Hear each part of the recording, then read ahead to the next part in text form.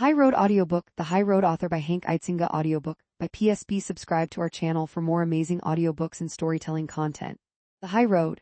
Confessions of a Homicide Cop. Prologue. My grandfather, Arthur Jacobs, was murdered on January 26, 1942. For many years after he was swallowed up into the concentration camp system of Nazi Germany, his death remained a big question mark to his widow and children. There was no investigation. There were no answers. It would take decades of research by one of his daughters, my aunt, to track the movements of prisoner 27,449 through the 4 years of hell that he endured before meeting his fate in the gas chamber of Schloss Hartheim, a euthanasia facility used by the Nazis in Austria.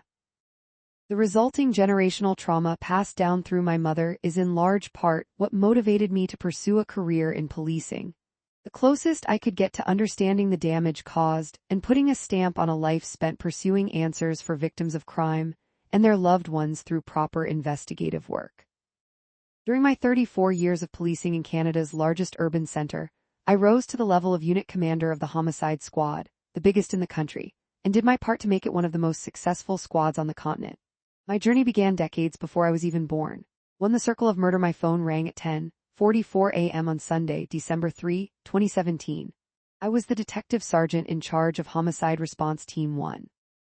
It was unusual to catch a murder on a Sunday morning, especially a shooting, unless it had happened the night before and the victim had just been discovered or had only just passed away. Detective Chris Rule was the primary investigator next up to bat. After I got the initial information from our operations center, I called Chris and told him to gather the team and get going.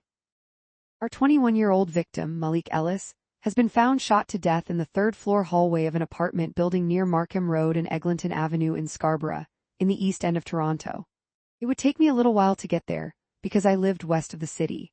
Some members of our team headed straight to the local police division to collect the notes from the initial responding officers and conduct witness interviews. Detective Paul Worden was going to be the file manager for this case. He would be responsible for gathering, organizing, and archiving all of the written records. Proper organization is key here, as everything needs to be ready for disclosure when a charge is laid and the case is put before the courts. It was a nice luxury to have. When I started in homicide 12 years earlier, we worked in teams of 2 and had to juggle all the roles in each complex investigation. Malik Ellis, I knew the name. I had arrested his older brother for a 2007 murder, also a shooting in the east end of the city. We never convicted him of the murder, but he pleaded guilty to a charge of attempted murder. As a matter of fact, I realized that it was 10 years to the day since the earlier murder. Was this payback? That was something to consider, but theories are just theories. Follow the evidence. At the same time, I was also the major case manager of the Project Prism investigation, which was looking into a potential serial killer named Bruce MacArthur. MacArthur hadn't been arrested yet, and Detective Dave Dickinson from our team was the primary investigator as the inquiry moved along. The project team was gearing up to execute a covert entry into MacArthur's apartment several days later. Shortly after 1 p.m., I arrived at the building where Malik had been killed. As is my habit, I sat outside in my car and made some notes about the building and the surrounding geography. Then I went inside with Rule and checked in on the 3rd floor with the scene officer, who logged everyone coming in and out. Not an easy job in an apartment hallway where tenants and visitors are constantly coming and going. The victim was still there, lying in the hallway. There was nothing that responding paramedics could do for him, so he was left there at the scene instead of being transported to the hospital.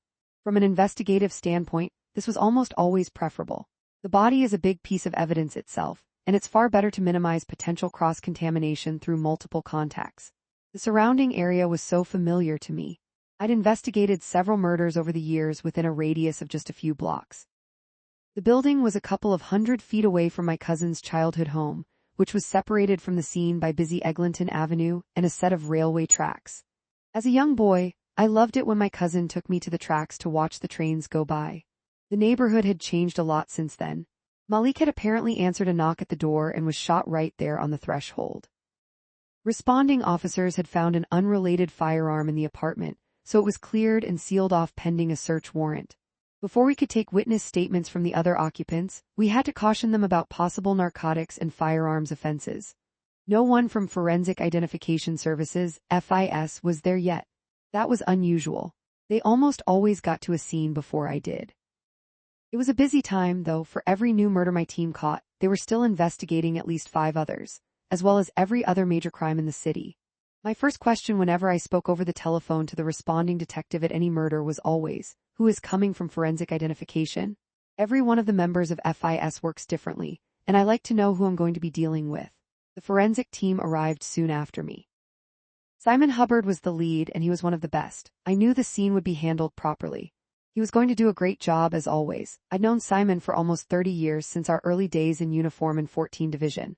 He'd been doing forensic work for a long time now. I didn't have to micromanage him, I trusted him and he trusted me. At that point the little white shoe covers came out. These weren't easy for me to put on anymore. I had to sit down or lean against a wall to do it. Then someone set out metal platforms for us to stand on while we were examining the scene. Each was about 1.5 feet square, raising us off the ground by a few inches. As I knelt down beside Malik, balancing on the platform with my notebook open, I carefully recorded what I saw, including descriptions of his clothing and his tattoos. There were obvious gunshot wounds to his chest, neck, and face. I had to get really close to look at the wounds inches away, and I needed to put on my reading glasses to take a good look. It's not just the shoe covers that give away my age. From the corner of my eye, I could see that the young scene security officer was noticeably recoiling. Nobody wants to get that close to a dead body, but it had to be done. The smell of blood and death became stronger the closer I got. It was a distinct smell that I'd grown used to after so many years. It took 1.5 months, but we solved Malik's case. It wasn't easy. The team did a phenomenal job, working over the Christmas holidays to trace the suspect vehicle on video from the parking lot of the apartment building as it fled the scene. 2 of our detective constables, Jason Brady and Samir Patel, were full of the energy and drive that is so desperately needed in murder investigations. They spent weeks following that vehicle along the escape route as it traveled west. It was painstaking and frustrating work as they'd find it on one surveillance camera and then move to the next block and try to find it again on another. If they lost the vehicle, they would retrace it to the last sighting and then check streets north and south until they found it again. They followed it all the way to a condominium in Mississauga. 60 kilometers of tracking in all. Our suspect Hank Idsinga got up on that Sunday morning, drove across Mississauga and into Toronto, knocked on Malik's door and executed him. Then he drove back home. He was arrested on January 19 and was ultimately convicted of first-degree murder. Why did he do it? Only Hank knows that. Malik had a twin brother, Malcolm. Tragically, Malcolm was shot and killed in 2021, just a few blocks from where Malik was killed. 2 brothers shot and killed in our city, a third brother convicted for being on the other end of a gun. A family decimated by gun violence.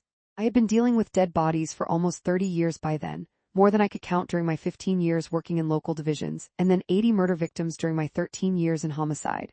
You never get used to it. As I knelt over Malik on that Sunday afternoon, I thought, what the hell am I doing here?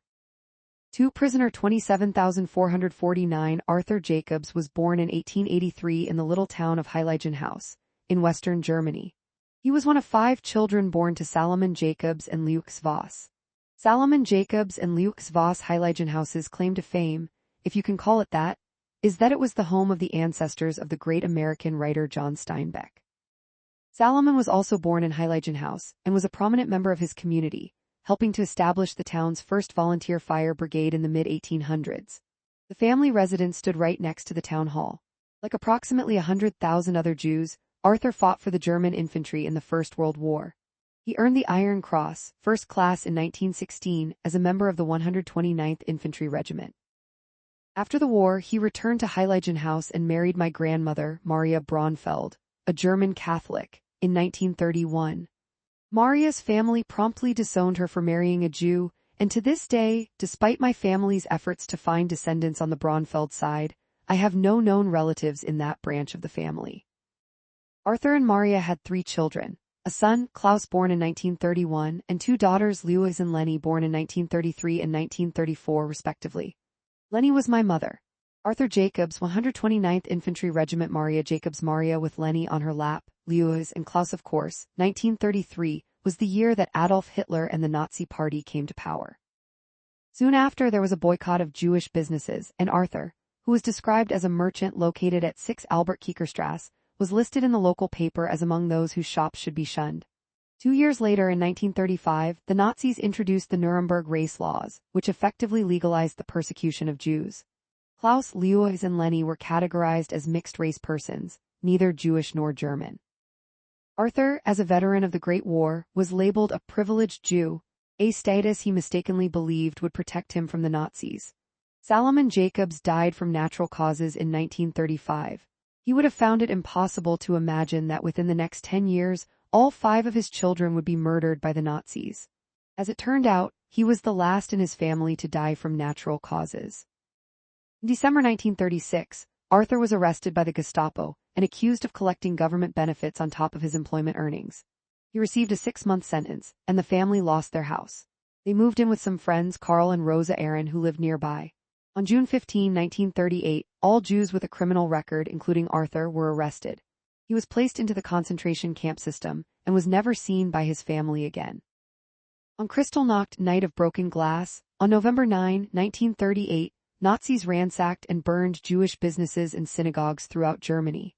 The Aarons' store was among the thousands looted and vandalized, and Carl and Rosa Aaron were taken from their residence. On November 23, they were found dead in the Ruhr River, bound together with sacks over their heads.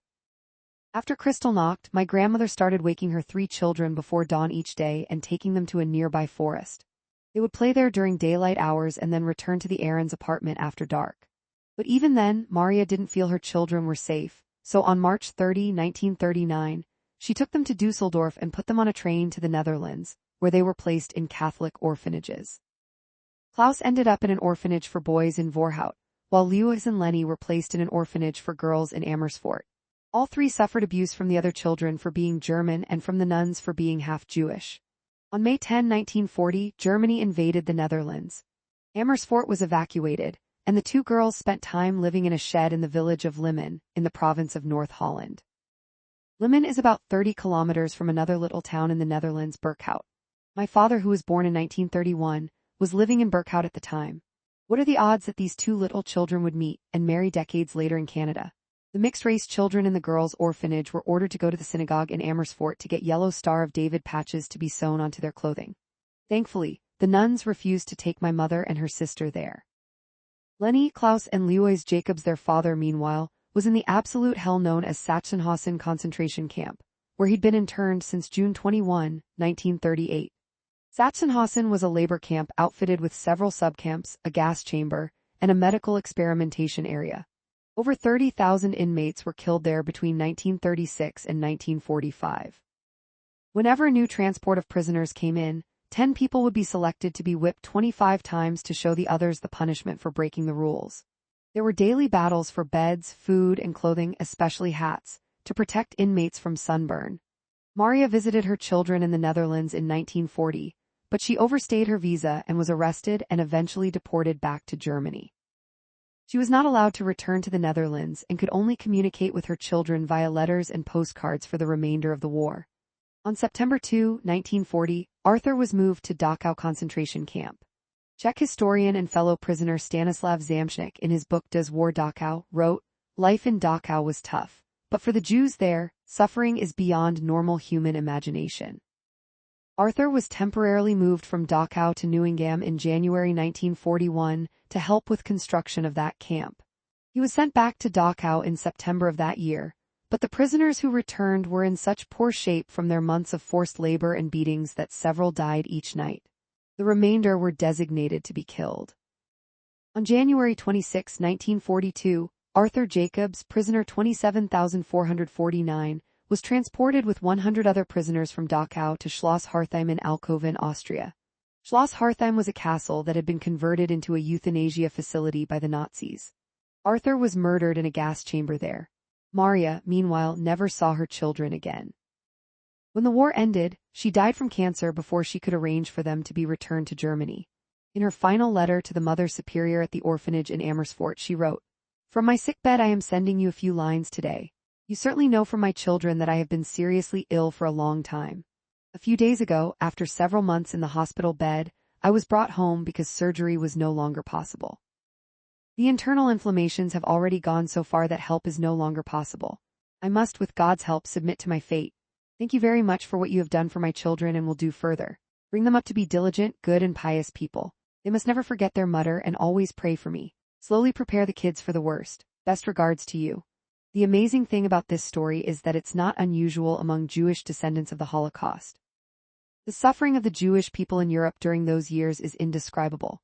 My mother, Lenny, having survived her nightmarish childhood, made her way to England when she was old enough and trained as a nurse.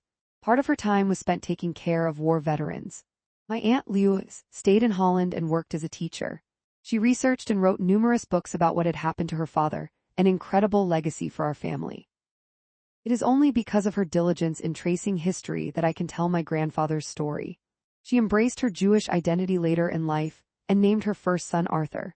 We continue to identify and establish relationships with estranged relatives decades later because of her work.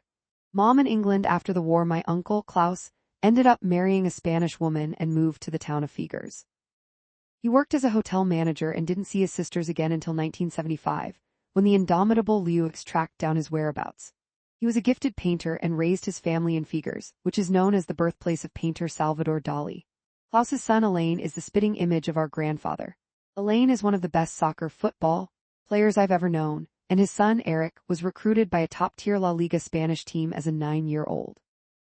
Unfortunately, he injured his knee when he was 15 and never made it to the professional level. In 1961, my mother immigrated to Canada and settled down in Hamilton, Ontario, where she met my father, Idsinga Audiobook, who had moved to Canada in 1951 with his parents and 2 siblings. Born in Hoorn, a small port town north of Amsterdam, he was the middle child of 3. Before immigrating, the family lived in a small town adjacent to Hoorn called Berkhout. Berkhout is a farming town, essentially one street with a town hall and a church in the center of it. Not even so much as a traffic light. My grandfather Hendrik worked as a farmer. The Idsinga side of the family can be traced back many generations in the largely agricultural province of Friesland, in northwest Holland. Dutch people from Friesland have the reputation of being a little bit different. Hard-working and non-drinking, with strong morals and a dialect that most other Dutch people don't understand. I could never figure out how someone from a different province could have trouble understanding a person who spoke the same language, until my dad told me to think about someone from Ontario who has difficulty understanding a person from Newfoundland. Thanks to farming, food wasn't as much of an issue for the Idsinga family as it was for many other Europeans during the Second World War. But that's not to say that life was pleasant. My dad remembers that once in a while, they would see German patrols. His most vivid recollection, however, were the hordes of bombers and fighter planes that would fly over, headed either west to England or east to Germany. My father was very good with math and numbers, and as a young man he landed a job at a bank, which was very unusual for the son of a farmer. When we were young, my 2 sisters and I were grilled daily on our multiplication tables. Dad kept a household ledger and could account for every single penny earned and spent. He was notorious for being a frugal Dutchman. When his family came to Canada, they initially settled in the Sault Ste. Marie area where my grandfather bought a farm. It wasn't easy working the land up there, and my father spent some time in the local mines instead. Eventually, he made his way down to Toronto and bought a restaurant called Mary's Delicatessen on Gerrard near Main Street. His sister Geertje worked for him, and customers presumed that she was Mary. The name stuck, and we called her Tante Mary until she died in 2023 at the age of 93. Never one to sit still, Dad would deliver Dutch groceries to people in the neighborhood, and in the late 1950s he applied to the Toronto Police Service. He was 6'5", my mother was barely 5 feet tall, so they made quite the interesting couple, and a fit young man who had spent his first years in the city getting his Canadian high school equivalency credits at Jarvis Collegiate and Harvard Collegiate. At the time of his application, however, he had an outbreak of eczema on his hands. The recruiters told him to come back when it had cleared up. He never did. It was a shame because he would have made a great police officer. Instead, he moved to Hamilton, met and married my mother, and ended up having a good career in real estate. His work ethic was outstanding, and when the real estate market slowed down in the late 1970s, he made extra money by driving a school bus before and after his regular daytime job. Dad and his sister outside Mary's Delicatessen, although he was a workaholic and watched his money like a hawk, Dad never turned away from people who needed help. If an elderly client needed a hand moving to or taking care of their new home, Dad always went out of his way to pitch in. He often made friends with new immigrants, whether they were from Holland, Italy, or anywhere else. When we were young, our parents' social life revolved around dinner or coffee visits with newcomers to Canada. When I retired in 2024, a friend of my father's saw it on the news and reached out to me by email. I had no idea who he was.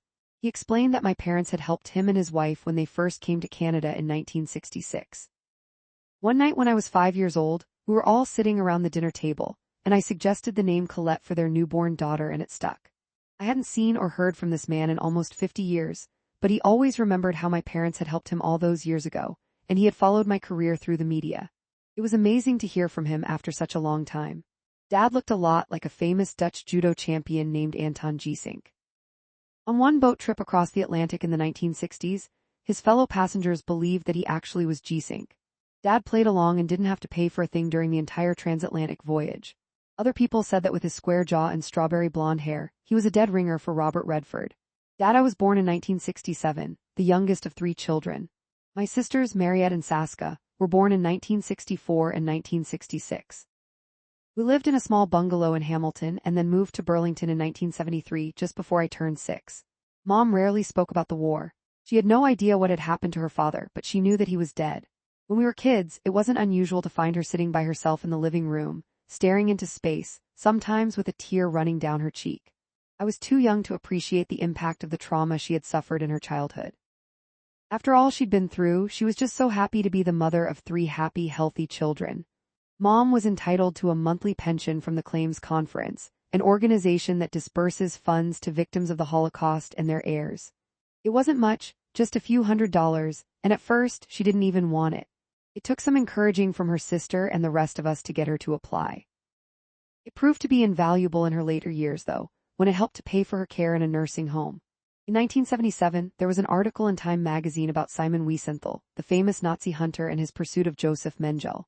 Dad subscribed to Time, and even though I was just 10, I was already a voracious reader and loved to look through the magazine myself. In fact, I used to irritate him by grabbing the latest issue before he was done with it. After I'd read the article, I talked to my mom about it and told her that I wanted to be just like Wiesenthal. She said that by the time I was old enough, the Nazis would probably all be dead. I still wanted to do something to catch the bad guys. The intergenerational trauma from wartime experiences is very real. Like most other Holocaust descendants, I had anxiety dreams in my childhood, nightmares interspersed with images of gas chambers and swastikas. My mom's trauma manifested in a desire to avoid conflict at any cost. She had grown up learning to keep her head down at all times, and as an adult, her mantra was always ignore it and it will go away. Whenever she and my dad had a fight, she would walk out of the house and stay with friends. If I had disagreements as a child in school, I would try to do the same, ignore it and walk away. I developed an extremely long and tolerant fuse, and to this day I very rarely lose my temper. One house rule that both my mother and my father enforced was that we kids were not allowed to use the word hate, especially not when describing how we felt about other people. Mom had seen firsthand what hatred could do, and so had Dad, who also grew up in wartime. It's an awful word, he would often tell us. Just listen to how it even sounds. If you're too tolerant, however, people will take advantage of your good nature. There are times when you need to take action, especially in policing. I once worked with a black officer who'd experienced struggles similar to mine as he was growing up. He had the opposite mantra. He never backed down and faced every battle head-on. I learned a lot from watching how he operated, and I found myself wishing I had done more of that while I was growing up. Indeed, as my career progressed, I became less and less tolerant of people who offended me. By the time I was a teenager, I'd realized that the path to catching the bad guys was through the police service. I started working part-time at a self-service gas station, my first real part-time job, when I was 16 years old. One day, several vehicles pulled into the lot. The drivers had been involved in an accident and were swapping insurance information. As happens at a lot of accident scenes, some heated words were also being exchanged. That is, until a police car pulled up. A uniformed officer climbed out, very smartly put on his forage cap, and brought immediate calm to the chaos. It was an exciting moment for me, and not just because of the welcome interruption during a very boring shift. That is definitely what I want to do, I said to myself. After high school, I enrolled in a law and security program at Sheridan, a community college in Brampton. It was a great experience. I was finally studying material specific to my career goals and was surrounded by people who shared the same goals. At that young age, though, a lot of my fellow students were still trying to figure out their lives. Not many of them actually ended up becoming police officers, and some of those who didn't last long on the job. But for me, this was it. Partway through my studies, I enrolled in a co-op program through the college with the Ontario Provincial Police, OPP. One of my neighbors was an inspector with the OPP and had encouraged me to apply. I was assigned to the Port Credit Mississauga detachment and spent my days riding along with different officers. I loved patrolling the highways and investigating accidents. The officers really liked catching people who were using radar detectors, which were a fairly new invention at the time. The property storage room at the detachment was filled with them. I found it fascinating to see how they would catch people using the detectors, sometimes utilizing an officer activating a radar gun alongside the highway, while other officers would keep an eye out for any brake lights that would be activated. Everyone in the detachment would be competitive and knew who had the most seizures. While I was at the OPP, I attended my first post-mortem examination. A driver had been killed in a car accident and was burned beyond recognition. Despite the dozens of post-mortems and dead bodies I have dealt with in my career, I still remember every detail of this one, and I have never got over the smell of charred flesh. Some experiences just never leave you.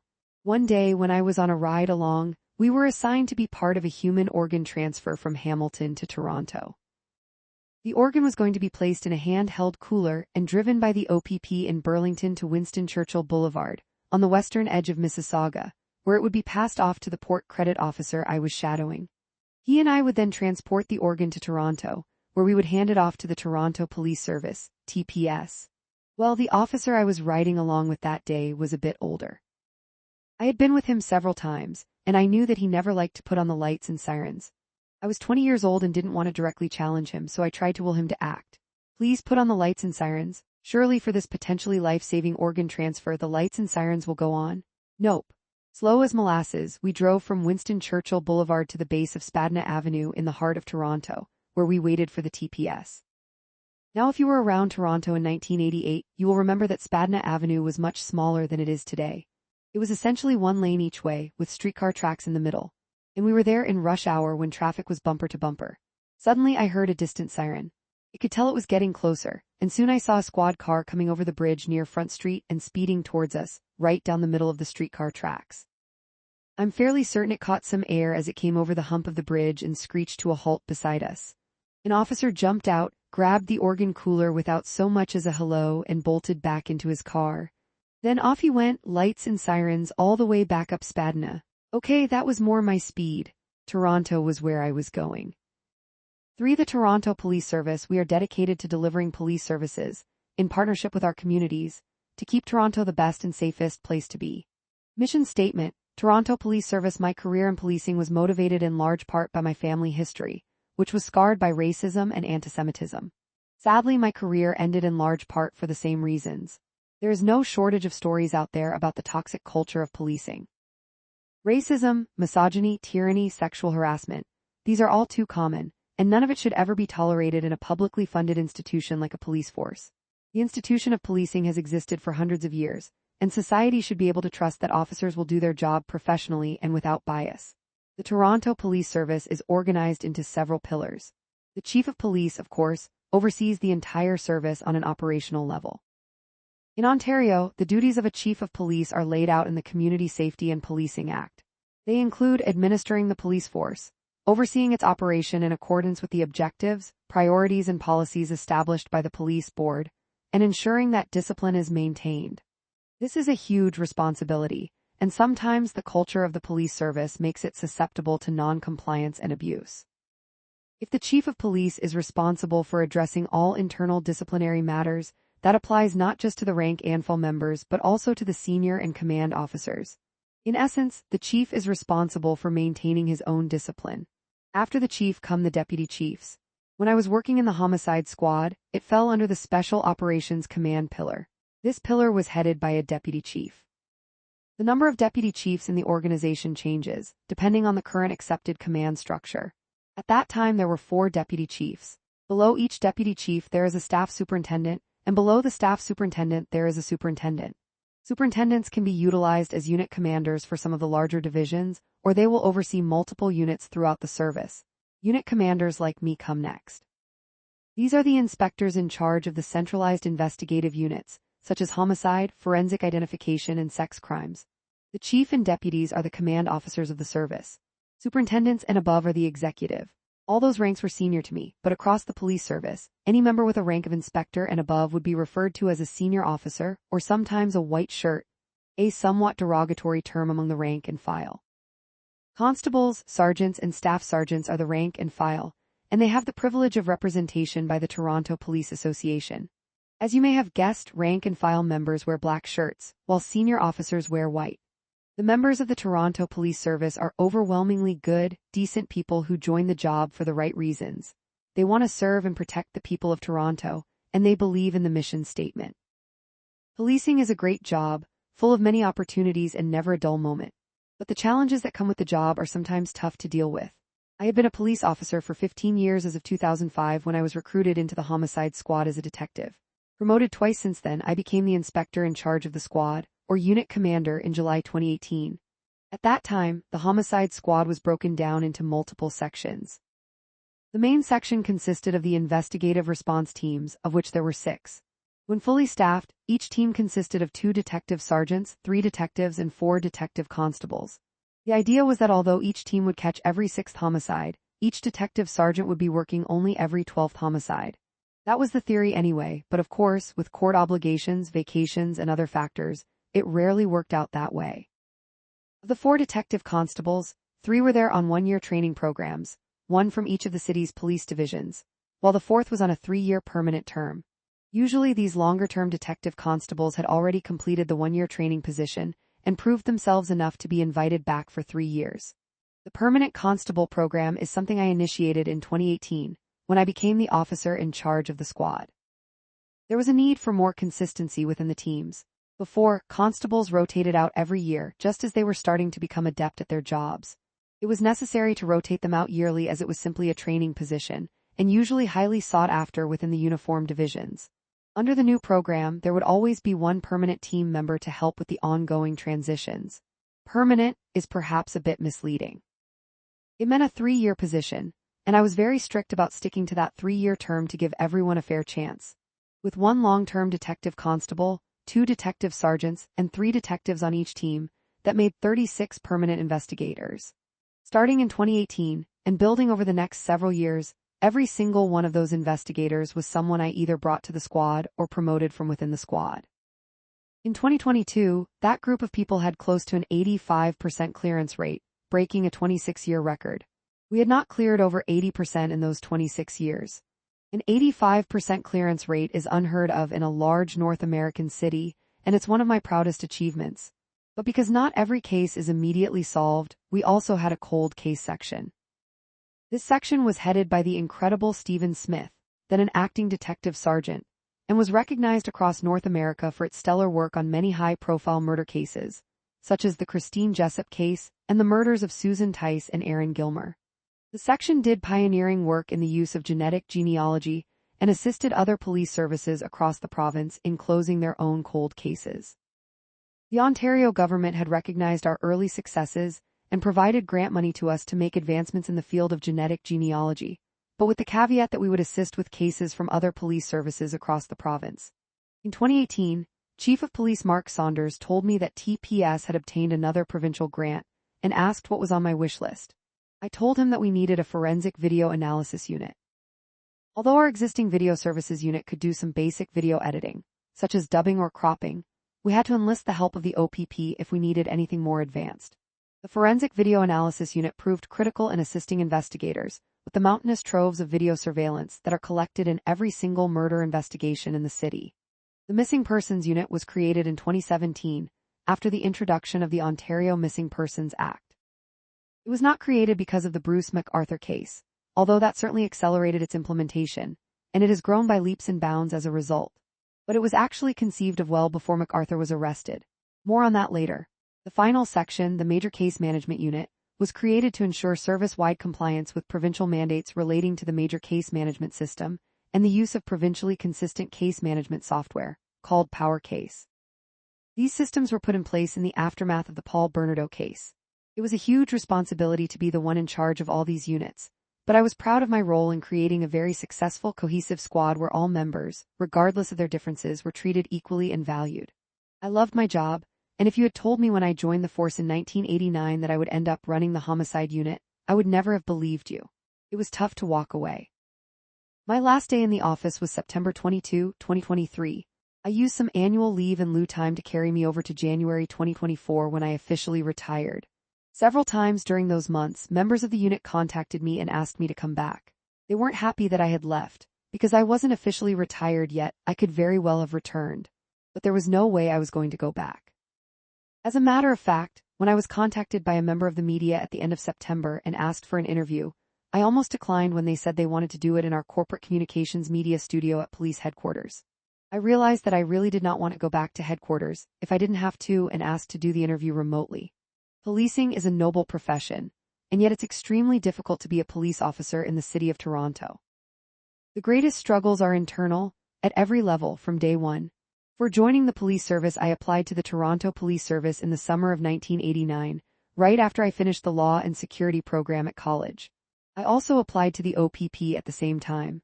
The processing times for OPP applications were running about 6 months. This was a fairly consistent time frame across most police services at the time. Normally, you would submit your application and then wait a month or so to get an appointment for a cognitive test. Then you'd wait another month or so for a physical test, and so on. The day after I wrote my cognitive test, the recruiter called me. Apparently, I had done so well that they wanted me to come in for a physical right away. I went in and got a score of 78. I was a terrible runner. This was above the provincial standard of 75 for most police services, but the OPP wanted 80 or more. So I didn't get the job, but instead carried on with my Toronto application. I don't regret this, but I did make some great friends in the OPP throughout my career, and I sometimes wonder where I would have ended up if I had succeeded with my application.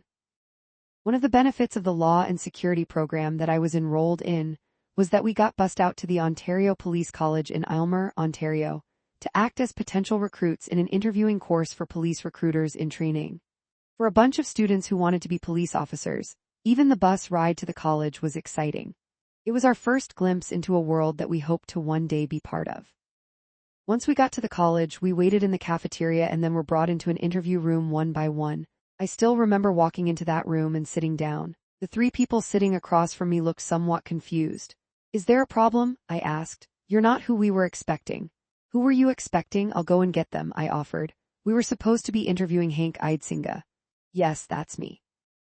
It turned out that based on the Singh in my last name, they thought I would be of South Asian descent. After we got over that little hiccup, we had a great interview. When I applied to the Toronto Police Service, the recruiter who interviewed me in the summer of 1989 was by sheer coincidence one of the recruiters in training from Aylmer. She still had her notes from that session, and really, not much more needed to be covered in the real interview. I ended up interviewing her more than she was interviewing me. I was hired and reported to police headquarters on October 23, 1989. TPS was hiring so many people in those days, a lot of the recruiting was being done on the East Coast, that no uniforms were available. We spent our first day filling out employment forms and being bussed to the stores unit to get measured for our uniforms.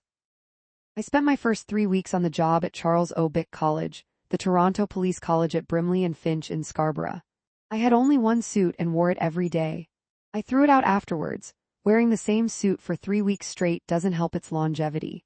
My weeks at the Toronto Police College gave me my first glimpse into the paramilitary management system used by TPS. Even though every recent professional review has recommended abolishing that system, it is still in place. In my opinion, it is one of the causes of the problems we see in policing today. It inhibits free thinking and empowers narcissists and ego-driven members through tyrannical behavior by supervisors. As part of our physical training, we had to gather in the gym first thing in the morning in our workout gear. Day 1, we failed to stand at attention when the instructors walked in. The punishment: 25 push-ups. Nobody had told us that we had to be standing at attention. Day 2, we posted someone at the door to give us the heads up when the instructors were approaching. That resulted in 35 push-ups as punishment because the lookout couldn't make it back to the group fast enough to get to attention. Day 3, we positioned the lookout in closer to us. The instructors snuck in through a back door. 45 push-ups. I'm not quite sure what we recruits were gaining, but the instructors were certainly getting a kick out of it. There was no need for it. They could just as well have walked in each morning, called us to attention, and then made us do push-ups anyway. It was simply an exercise in bullying and control. If you've ever dealt with or heard of a police officer who is demeaning or controlling to a member of the public, this is where that mindset begins to take hold. Compare this to the treatment of new employees in a corporate setting, at least in 2026, when new hires are highly valued and most private enterprises are focused on retaining them. The differences are glaring. Eventually, thanks to complaints from recruits, the physical training section at the police college was revamped. There are still fitness standards and requirements, but they are not as harsh as they were in 1989, and the focus today is more on doing the exercises to the best of your abilities. In late November 1989, we were sent off to the police college in Almer to complete basic constable training. It was 9 weeks of training on arrest procedures, vehicle operations, legislation, accident investigations, and of course, firearms and use of force. Almer, as it's referred to, was built on the remains of a Second World War Army base, Royal Canadian Air Force Station Almer. The runways are still there and are used as tracks for police vehicle operations. The old hangar also remains, and it's used as a drill hall for marching and graduations. I barely made it through the program. During one of the defensive training classes, a blood vessel in my ear burst while someone had me in a headlock. My ear swelled up and I had to go to a local doctor to get it drained and stitched. He then proceeded to wrap my ear and half of my head in a massive bandage. Picture Princess Leia's hair buns in Star Wars. I looked ridiculous. That wasn't the worst of it though. One of the warnings we were given before we got to Almer was don't drink the water. I drank the water.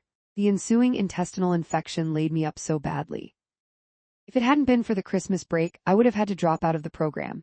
As it was, I spent Christmas week lying in bed at home, unable to eat or do much of anything else. I dropped almost 20 pounds and was still sick when I returned to Almer for the second half of the course.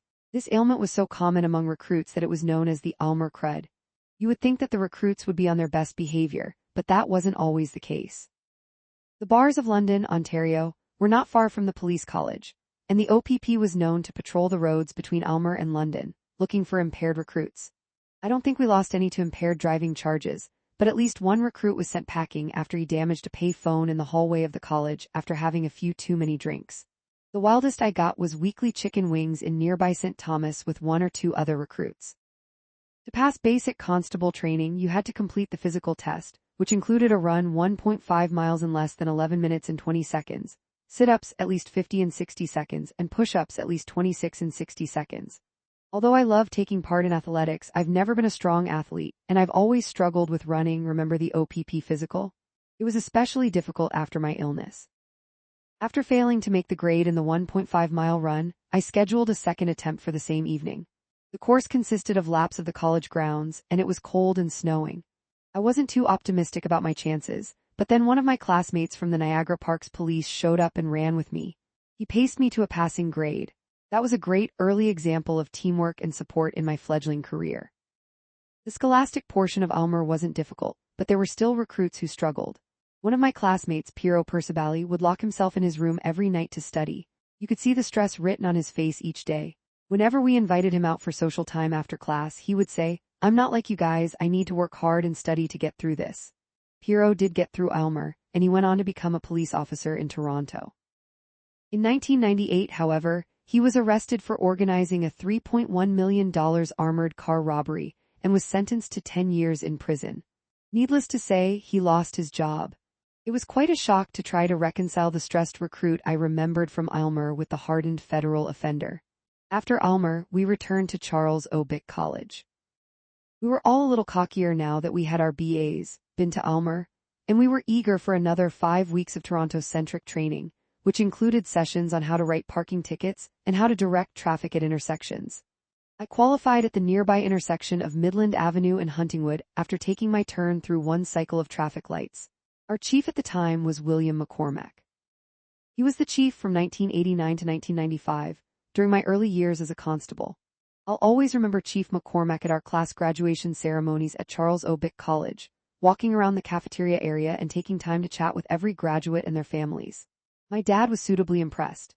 Chief McCormack had been a police officer in Bermuda before coming to Canada, and he was a legendary homicide investigator and one of the best chiefs we ever had.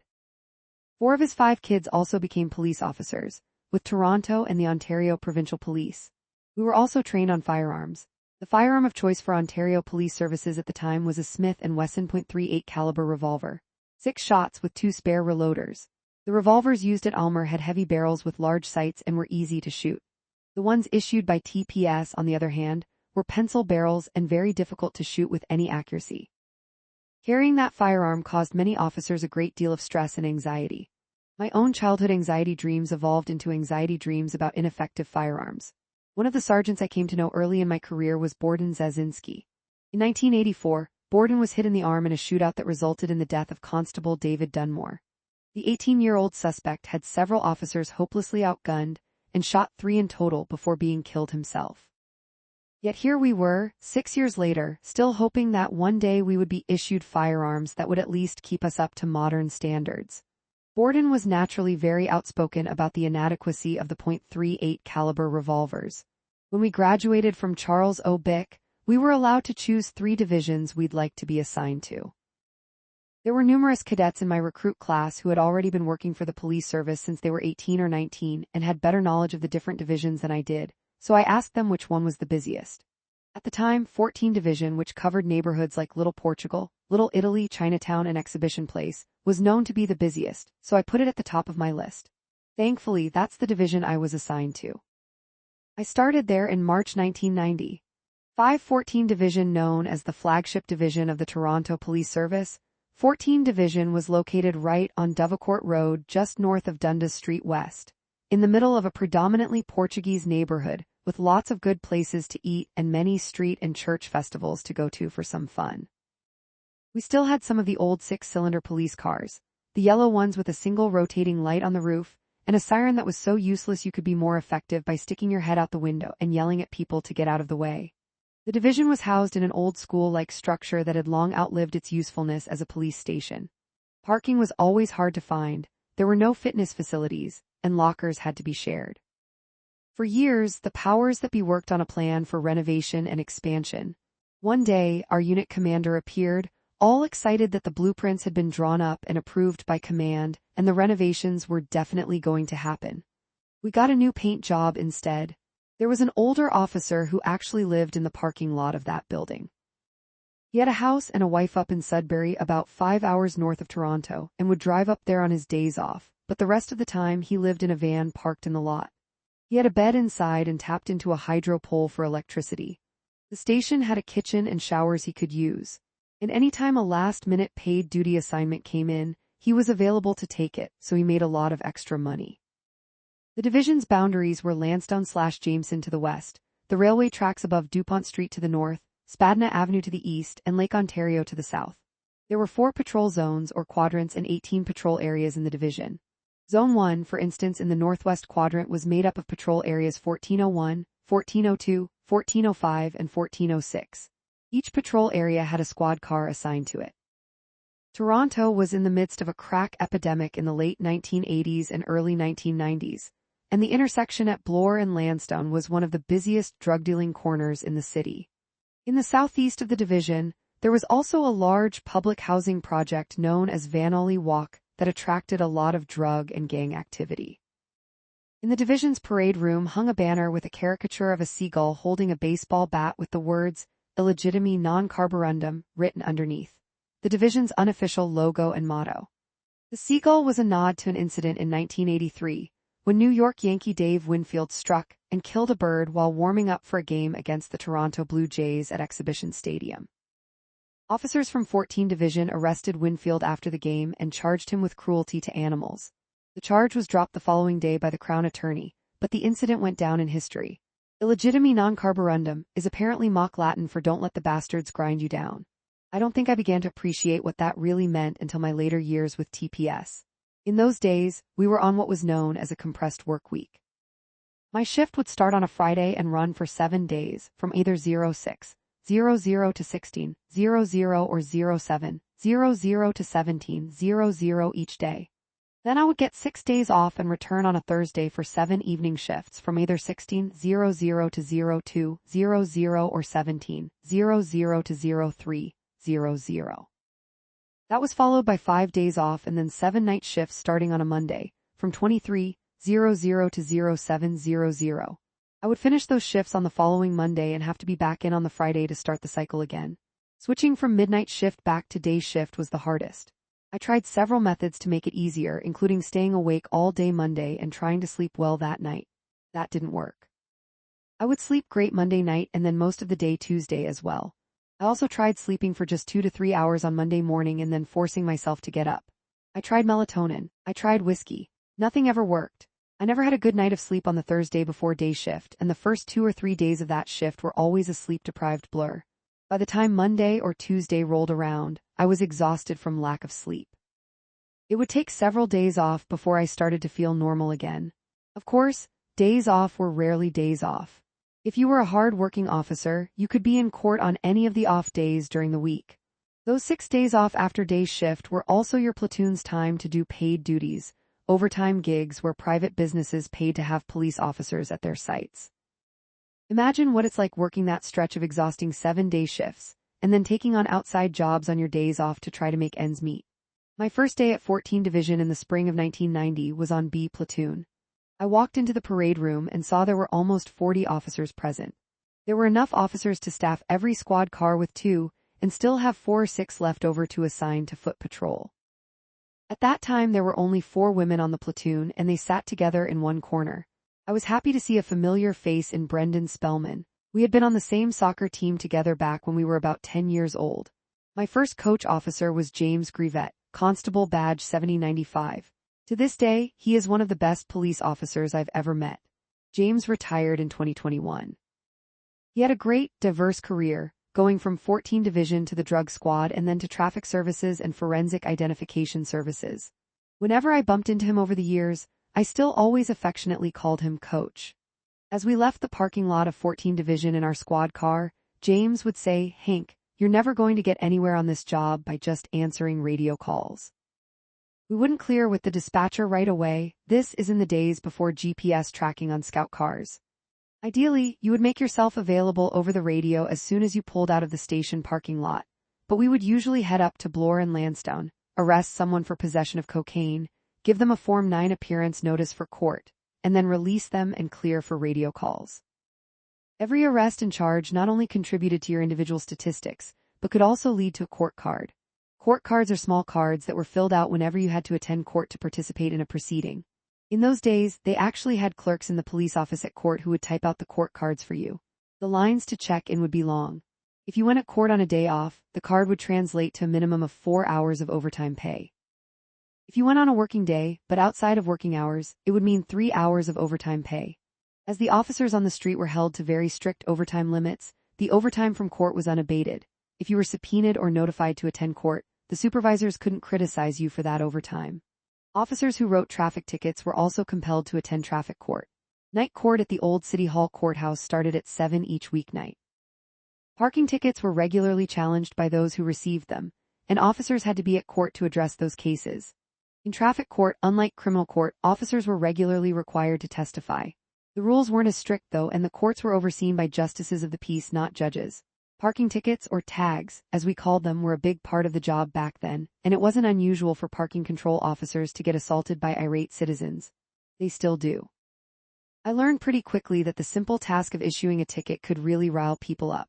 One time there was a big community picnic in Trinity Bellwoods Park, a large park right in the middle of the division. The park is bounded on the east side by Gorevale Avenue, which is a relatively narrow street with room for parked cars and only one through lane.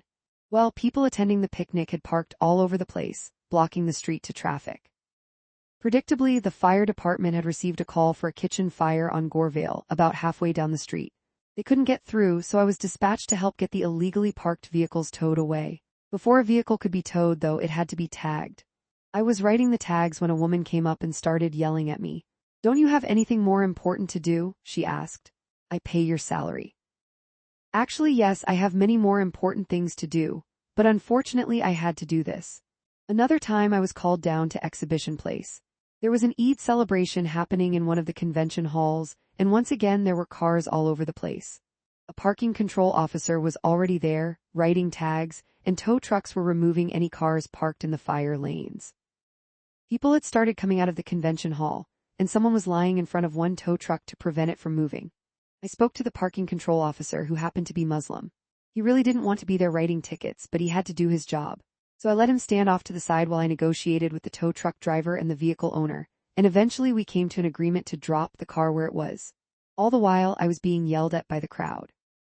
After I left, I was called back to the station by my staff sergeant. It turns out that one of our deputy chiefs had a daughter who was Muslim and at the party, and she had come in and filed a complaint against me. The deputy had already been on the phone with my staff sergeant. "Let the complaint go through," I said. I wasn't even the one doing the tagging and towing. All I had tried to do was defuse the scene. Sure enough, the complaints investigators very quickly closed that case. It was a good reminder that folks, even police officers, often jump to conclusions without knowing the entire story. As the years rolled on and budget constraints hit the police service, attempts were made to ensure that officers' court appearances were scheduled for day shifts to avoid overtime costs. The problem with that, of course, was that officers on day shift in busy downtown divisions usually couldn't get to traffic court. The money saved from curtailing overtime was immediately lost when charges were thrown out and tickets didn't have to be paid. Young officers also lost the opportunity to practice testifying. There is no better training ground for giving evidence before a court than traffic court. If you make a mistake, it's not a huge deal. The worst that can happen is the ticket gets thrown out. But the experience is invaluable and really prepares officers for the more serious criminal trials that will come later in their careers. The relationships formed with justices of the peace, prosecutors, and paralegals are also an asset in the future. I was lost in the city. Having grown up in the suburbs, I was not familiar with the streets at all. My sense of direction kicked in only when I could see the CN Tower, and landmarks like Honest Ed's department store and Central Tech High School were always a welcome sight when driving around. We were issued map books, and I kept a printout of the division taped to the back of a wooden clipboard. The radio calls in 14 Division were constant. Rarely was the board clear of calls. Scout cars had to be staffed by 2 officers between 7 p.m. and 3 a.m., so when you were on evening and midnight shifts, you usually worked with a partner.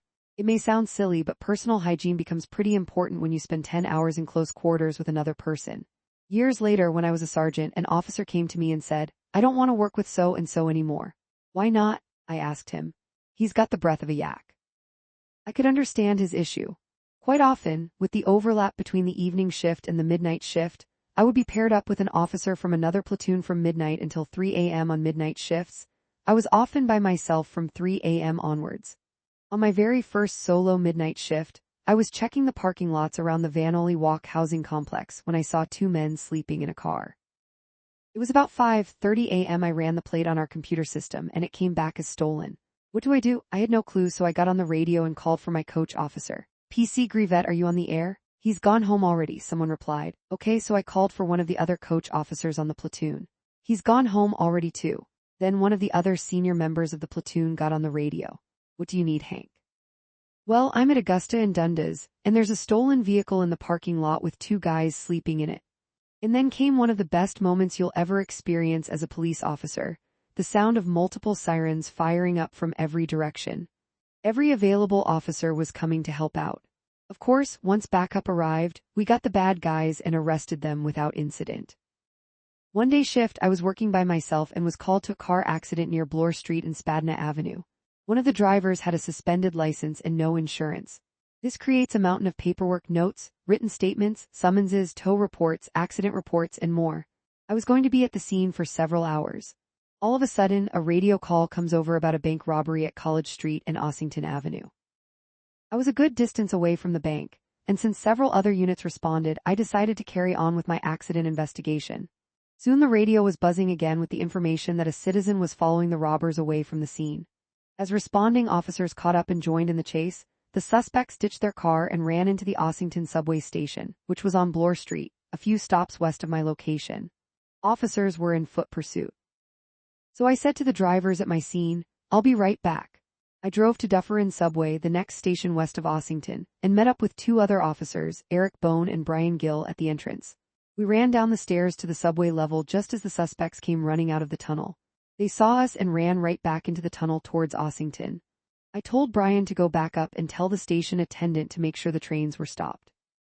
Then I jumped down to track level with Eric and we set off after the 2 suspects along the westbound tracks. It was dark and nearly impossible to breathe from all the dust being kicked up, and Eric was soon well ahead of me. At one point I switched over to the eastbound tracks in case one or both of the suspects had hidden, but then I thought, what the hell am I doing?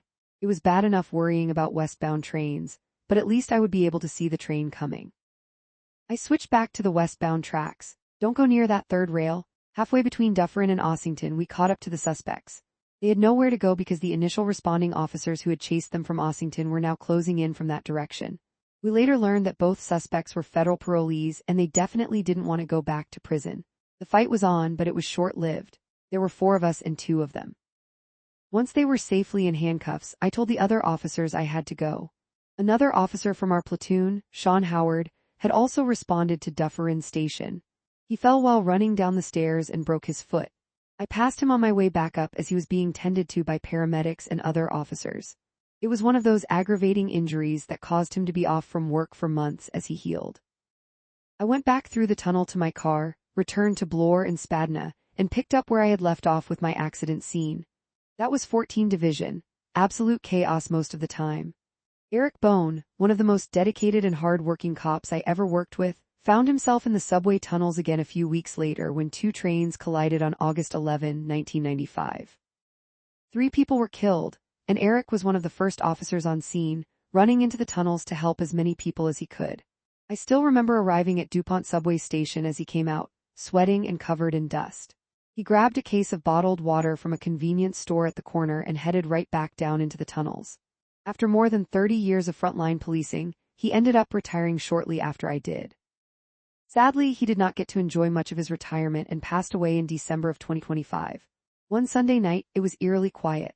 There were just a few minor radio calls to deal with through the night, and then at 6:25 a.m., just as I was about to head in for the end of my shift, in comes a 911 call. Railway tracks north of DuPont, west of Dufferin. Man walking along armed with a shotgun. That'll wake you up in a hurry. We got there quickly, but he was nowhere to be found. Dispatchers are the unsung heroes. That robbery call was a great example. That was one dispatcher juggling all the transmissions, locations, and roles of every responding officer in real time. I ended up submitting a positive documentation for the dispatcher who handled that call, and she called to thank me for it. Nobody ever does that, she said. They deserve every bit of recognition they can get, though, and even though most officers will likely never meet their dispatchers face to face, a positive relationship pays huge dividends in a busy policing environment like 14 Division. I loved it there. My first staff sergeant was a fellow named Gord Hobbs. Gord was well known because he was the undercover officer inserted into Guy Paul Morin's jail cell during the Christine Jessup murder investigation. 9-year-old Christine disappeared from her home in the village of Queensville, north of Toronto, in 1984. Her body was found several months later in neighboring Durham region. Morin, Christine's next-door neighbor, was arrested and charged with first-degree murder, but he was acquitted at trial. After a Court of Appeal decision in 1987, he was ordered to stand trial again. The second trial was in 1992. So for the first year of my career, Gord was busy preparing for the retrial, reviewing his notes and all of the tapes of the relevant intercepts. It was fascinating to see him with his head down, going over his evidence for hours on end, all while working shifts with our platoon. Gord had a system for ranking officers by their workload. Every Thursday of evening shift, our first day back after day shift, he and the sergeants would print out the officer performance reports, OPRs, for the entire platoon and rank each officer. 1 point would be awarded for each parking ticket, 2 for each provincial offenses ticket, and 3 for each arrest or summons. Then he would call people into his office one by one, starting with the top-ranked officer, review their OPRs, and give the top scorer first dibs on which day they wanted off in the next 5 weeks. He would work his way down the list, and once the weekends were gone, there were slim pickings for good days off. It took a while, but after a few months I was one of those top officers. When Gord asked me for the first time which day I wanted to take off, I gave him a surprising answer. "I don't want to take any days off," I said. "What do you mean you don't want to take a day off?" "No, thanks." I told him I was enjoying my work too much to want extra days off. Morin was convicted at his second trial, but he was exonerated in 1995 when DNA testing proved he was not guilty. In a strange twist of fate, I was overseeing the Homicide Squad in 2020, when genetic genealogy finally identified the real killer, Calvin Hoover. I made sure that our investigators notified Guy Paul Morin as soon as possible. Every day shift guaranteed you would have to deal with at least one sudden death. "Start your day with a DOA" became a catchphrase. Most of the time the call would come into dispatch at 4 or 5 in the morning, but they would hold on to it for a day's shift car. No point in making a midnight shift officer work overtime. The victim wasn't going anywhere. All too often, it was a marginalized member of the community who'd passed away in their rooming house or apartment, and neighbors called it in once the smell of decomposition became too unbearable. If you have never been exposed to a dead body, you have to learn really quickly how to tolerate it. There's no magic solution, not even spreading Vicks Vapo Rub under your nostrils. I tried that once, and it didn't help at all. The smell will infiltrate your clothing and your lungs, and for the next several days, the taste will come up in your mouth every time you burp. And because there were no extra uniforms, you had to wear the same jackets and bulletproof vest for the rest of the week before you could change them. Sometimes I would work a sudden death in the morning and then attend regular calls in the afternoon, offering apologies to people who were none too impressed with the smelly police officer who'd responded to their call. Staying with the body and maintaining continuity until the coroner arrived, which usually took 4 or 5 hours, became routine. I remember sitting in the hallway of a rooming house at Ossington and Queen for hours one day with one of the smelliest corpses I had ever dealt with. It was so bad that when the coroner arrived, he wouldn't even go into the room. But I had been there for hours and had become desensitized to the smell. He sent me in and directed me from the doorway to search the pockets and roll the corpse over. Then he quipped that I was in the wrong profession and perhaps should have become a coroner myself. As bad as that was, I could never do the job that the body removal people do. Picking up the corpse or parts of one and placing it into a bag? No, thank you.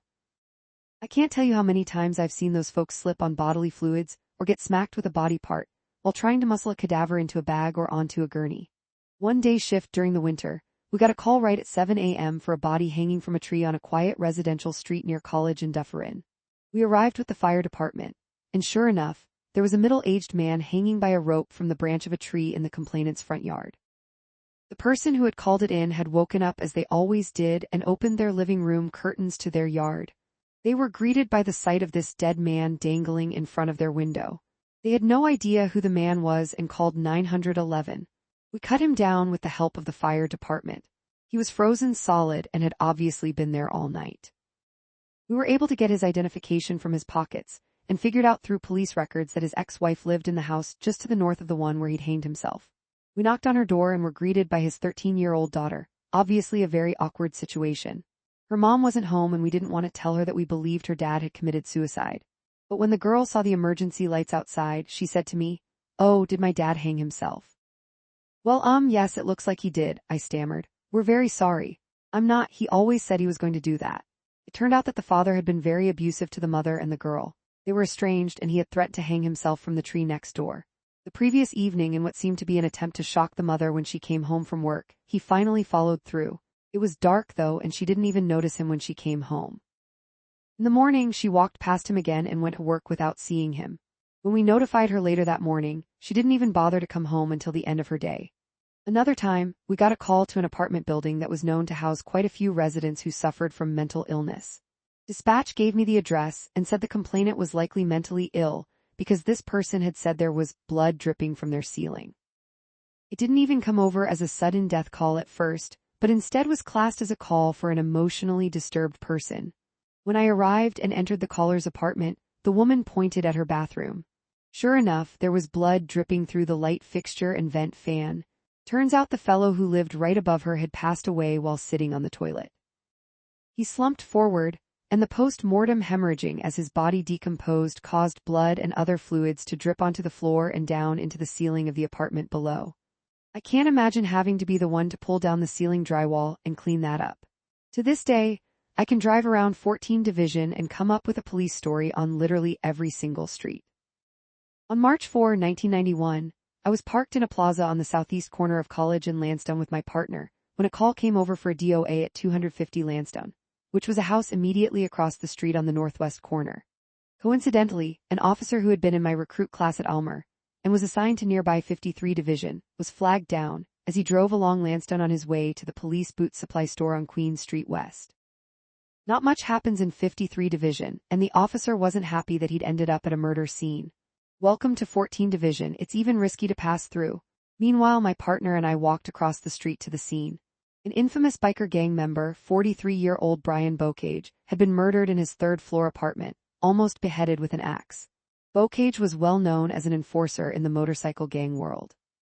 He was also a ringleader in the 1971 Kingston Penitentiary riot, which resulted in the murders of 2 men. We secured the house and waited for the homicide squad to arrive. I was stationed at the front door with the crime scene log and was responsible for noting every officer who came and went from the scene. The attending divisional sergeant and detective were visibly nervous and stressed. They were terrified of dealing with the elite investigators from homicide and didn't want to make any mistakes. Any misstep by responding divisional personnel would trigger a formal internal discipline process. Homicide didn't mess around. The 3-man homicide team was led by Detective Sergeant Mike Hamel. Like the uniformed officer who'd come to my gas station when I was 16 years old, Mike had an immediate impact on me. He was brilliant, took control, delegated tasks, and treated everyone with great respect. When he found out that it was my first murder scene, he invited me to the morgue the following day for the post-mortem examination. My partner and I turned up the next day at the old morgue on Grenville Street, right behind police headquarters. It was absolutely fascinating to watch the pathologists do their work. A case like that might seem fairly straightforward, but they still had to exclude all other possible causes of death to rule out any defense arguments in court.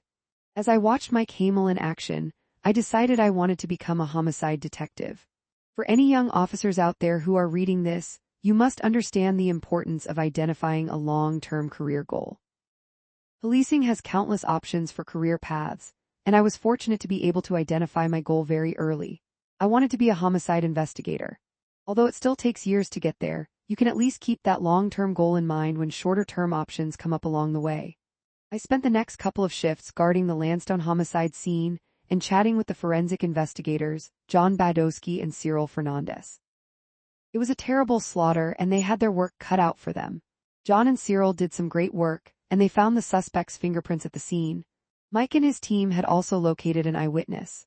1 week later, 26-year-old Francesco Passarelli was arrested and charged with murder. Murders in 14 Division became constant through 1991 and 1992. Gang wars in Chinatown were claiming lives regularly, and I spent many hours guarding murder scenes in uniform. It got so bad that several restaurants and nightclubs began to hire off-duty officers for protection. It didn't seem to help. The shootings continued, and the officers were sometimes caught up in them or swarmed by gang members. The unit commander at 14 Division kept increasing the number of officers required at each location, and a lot of clubs simply shut down or put up with the violence until they lost their liquor licenses. I dealt with Mike Hamel again in 1994 and was impressed by his tenacity in resolving that murder as well. A male victim had been found in the middle of a parking lot on Dufferin Street, between Queen and Dundas. At that time, it was a bleak area with a few abandoned factories. This fellow was found late at night with trauma to his head.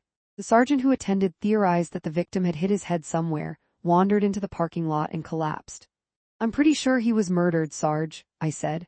Sure enough, the victim had been caught breaking into cars on a nearby street and was chased down and killed by a vigilante. Mike later went on to work in other units, including professional standards and sex crimes, and eventually retired. I still bump into him once in a while at restaurants and coffee shops, and I always remind him that he's the reason I wanted to get into homicide. One day shift, I was checking license plates in the parking lot of one of the more unsavory hotels in the south end of the division. I found a vehicle with stolen Quebec license plates. I seized the plates and had the vehicle impounded with instructions that no one release it without contacting me.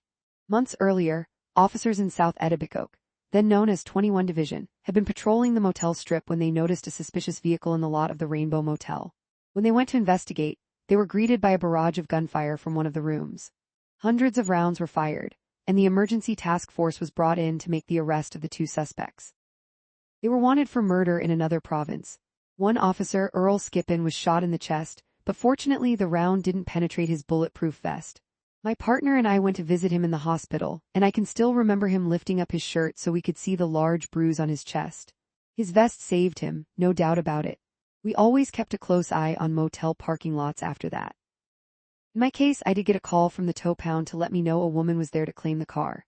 I went to the pound and ended up arresting her for possession of stolen property. She blamed her boyfriend for the stolen plates. He was wanted for some armed robberies in Montreal and, she said, was still in a room at the motel, armed with a shotgun. I passed the information on to the Divisional Major Crime Unit, more on them later, and they arrested the boyfriend and recovered the shotgun. One of my sergeants put a positive documentation into my file and noted, "Hank aspires to someday work in homicide. He's well on his way." In 1991, Forensic Identification Services launched a new initiative. Police constables on each platoon across the city would get a crash course in fingerprinting, evidence collection, and crime scene photography.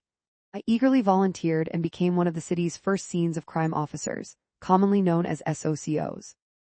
By the following year, I was good enough at it that I was transferred to Forensic Identification Services for 6 months. A new automated fingerprint identification system, AFIS, had just been purchased, and the full-time members of forensics needed to be trained on it. I filled in while that training was going on. At the end of 6 months, I was asked to stay. I got on very well with the folks in the unit, but I couldn't see myself doing that work for the rest of my career, so I returned to 14 Division. What I learned over those 6 months, though, served me very well down the road because I understood what a good forensic identification officer could glean from a crime scene.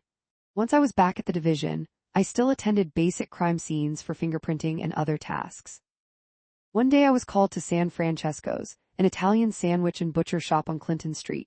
The store had been broken into and many cartons of cigarettes had been stolen. Cigarettes were a hot commodity in those days. Taxes had been placed on them which made them ridiculously expensive and they became a common target of thieves. I spent hours there fingerprinting and photographing everything. The owner was a fellow named Mike Pimpinella. He ran the shop with his wife Anna. He didn't pay me too much attention for the first little while, but once he saw that I was diligently looking everywhere for prints, he started to warm up to me. I eventually found the suspect's fingerprints on top of a painted backyard fence that he had jumped over to gain access to the shop. As lunchtime approached, Mike offered me a sandwich accompanied by a little styrofoam container filled with his imported oliva. We ended up talking for a long time and eventually developed a bit of a friendship. I would often pick up espressos in Little Italy when I was on day shift and would sometimes visit him in the hours before he opened shop. He always had great stories and loved the company. He had a very strong Italian accent, and his English wasn't the best and was difficult to understand, but we shared some great moments together. A couple of times a year, he would make Italian sausages, and I always picked some up to bring home. In later years, we were told to stay away from the area because of an ongoing organized crime investigation that was looking at one of the nearby businesses. It didn't involve Mike or his shop, but the task force wanted uniformed police to stay out of the area. I didn't see Mike for a long time, and eventually I was promoted and moved out to another division. Relationships such as the one I had with Mike are a core tenet of policing. Officers have the opportunity every single day to develop relationships like this. Any officer can knock on someone's door and provide a service, but the real value comes when you work hard enough to develop that relationship to a point where you can get through that door and be welcome in those premises at any time. Those types of friendships expand the public's perception of the entire police service. Over the years, I developed several friendly relationships that transcended my work life and became true friendships. This was back in the days before we had name tags on our uniforms. The only thing people could use to identify us were our badge numbers, which were worn on epaulets on our shoulders, usually on unreadable metal bars. We could get business cards with our names and the division phone number on them, but older officers always cautioned the younger ones who wanted them. You don't want to become someone's personal policeman. Why not? Isn't that what we're supposed to be doing? I always took the opposite approach. Sure, sometimes you would get unnecessarily pestered by someone dealing with mental health issues, or you would be inappropriately called upon to intervene in a situation that was not really a police matter. But in my view, the dividends paid through positive relationships and information sharing far outweighed the disadvantages. In the summer of 1993, I was lucky to obtain a temporary spot at the Canadian National Exhibition, CNE. For 3 weeks, officers from across the city were seconded to the CNE and patrolled the exhibition grounds. I was on a small platoon and became close with some of the other young officers, including Mark Bosolil, Billy McConnell, and Todd Bailey's. For those 3 weeks we patrolled the CNE together, investigating disturbances and generally keeping the peace, and we didn't have to work night shifts, which was great. Exhibition Stadium hosted many concerts in those days, and we could watch bands like Aerosmith and April Wine practice. There were long hours and sore legs, but it was great fun. At the end of the 3 weeks, we all returned to our home divisions. Less than a year later, on June 17, 1994, Todd was shot and killed in 12 Division while on uniform patrol in an apartment building. I was on evening shift when that happened, and after my shift was over I went home and sat on my back deck until the sun came up. I couldn't sleep. It was tough to process, and for the next couple of days, my partner and I were sent up to 12 Division to fill in since Todd's platoon members were all off work. That was the first of several police funerals I attended, and it really turned me off police funerals. Everyone mourns in their own way, but the mountain of alcohol at the post-funeral party, not my thing at all. Far from the mantra of being there to support the family, the funeral had turned into a drunken free-for-all. Unfortunately, it was a theme that I saw repeated far too often over the ensuing years. Substance abuse, including drugs and alcohol, is a real problem in policing. Sometimes, it's just a way to deal with the trauma that officers face every day while policing in a big city. Other times, officers bring their substance abuse problems with them when they join the job. Alcohol has always been a big part of the culture of policing. Once or twice a year, on the last day of day shift, my platoon would rent a bus and cross the border into Niagara Falls, New York, for beer and chicken wings. To put that into perspective, imagine you had just finished a 7-day stretch of 10-hour shifts. By the time that 7th day rolled around, you would be exhausted. But instead of going home to recover and enjoy your time off, you get on a bus and drive for 2 hours to drink beer and eat chicken wings. I wasn't much of a drinker at all, and I was usually lucky to make it until 9 or 10 p.m. before I dragged myself back out to the bus to fall asleep. After 1 or 2 of these wing runs, I was done with them. One time on night shift, my partner and I pulled over a car near Dundas in Spadina. It was filled to the roof with toys, clothing, and small appliances. The trunk was packed as well. The driver wouldn't say a word to us when we asked about the items, so he was arrested for possession of stolen property and brought into the station. When he was interviewed by detectives, they discovered that he was part of a group of employees from a large downtown department store. The employees worked in one of the warehouses and would routinely steal items from the loading dock area. Search warrants were executed, and several houses filled with stolen items were discovered. It was the first time I worked a 24-hour shift to help with an investigation. Hundreds of thousands of dollars in merchandise was recovered. The detectives were feted by the department store and treated to dinner and meetings with the executives. My partner and I weren't invited. When one of our sergeants asked the detective in charge if he was going to put a positive documentation in for us, he said, "Why, they didn't do anything." The sergeant ended up preparing a documentation for us himself. Especially for young officers, positive documentations in the personnel file are crucial for career advancement. Another lesson learned. I didn't need the documentation, but whenever I received one in future years, I made sure that all the team members were included. Another night, we got a call for a suspicious group of people on the railway tracks between Queen Street and Dundas. Several of us responded, and although the suspects were nowhere to be seen, we found hundreds of cases of Canadian Club whiskey piled up beside the tracks. These guys had broken into a boxcar and were in the process of stealing thousands of dollars worth of booze when we got there. Canadian National Railway Police came down and did their investigation. They ended up submitting positive documentations for all of us and made a point of mentioning that if the attempted theft had occurred in any other jurisdiction, the local police would have pilfered the whiskey for themselves. Here's a positive documentation for not being a thief.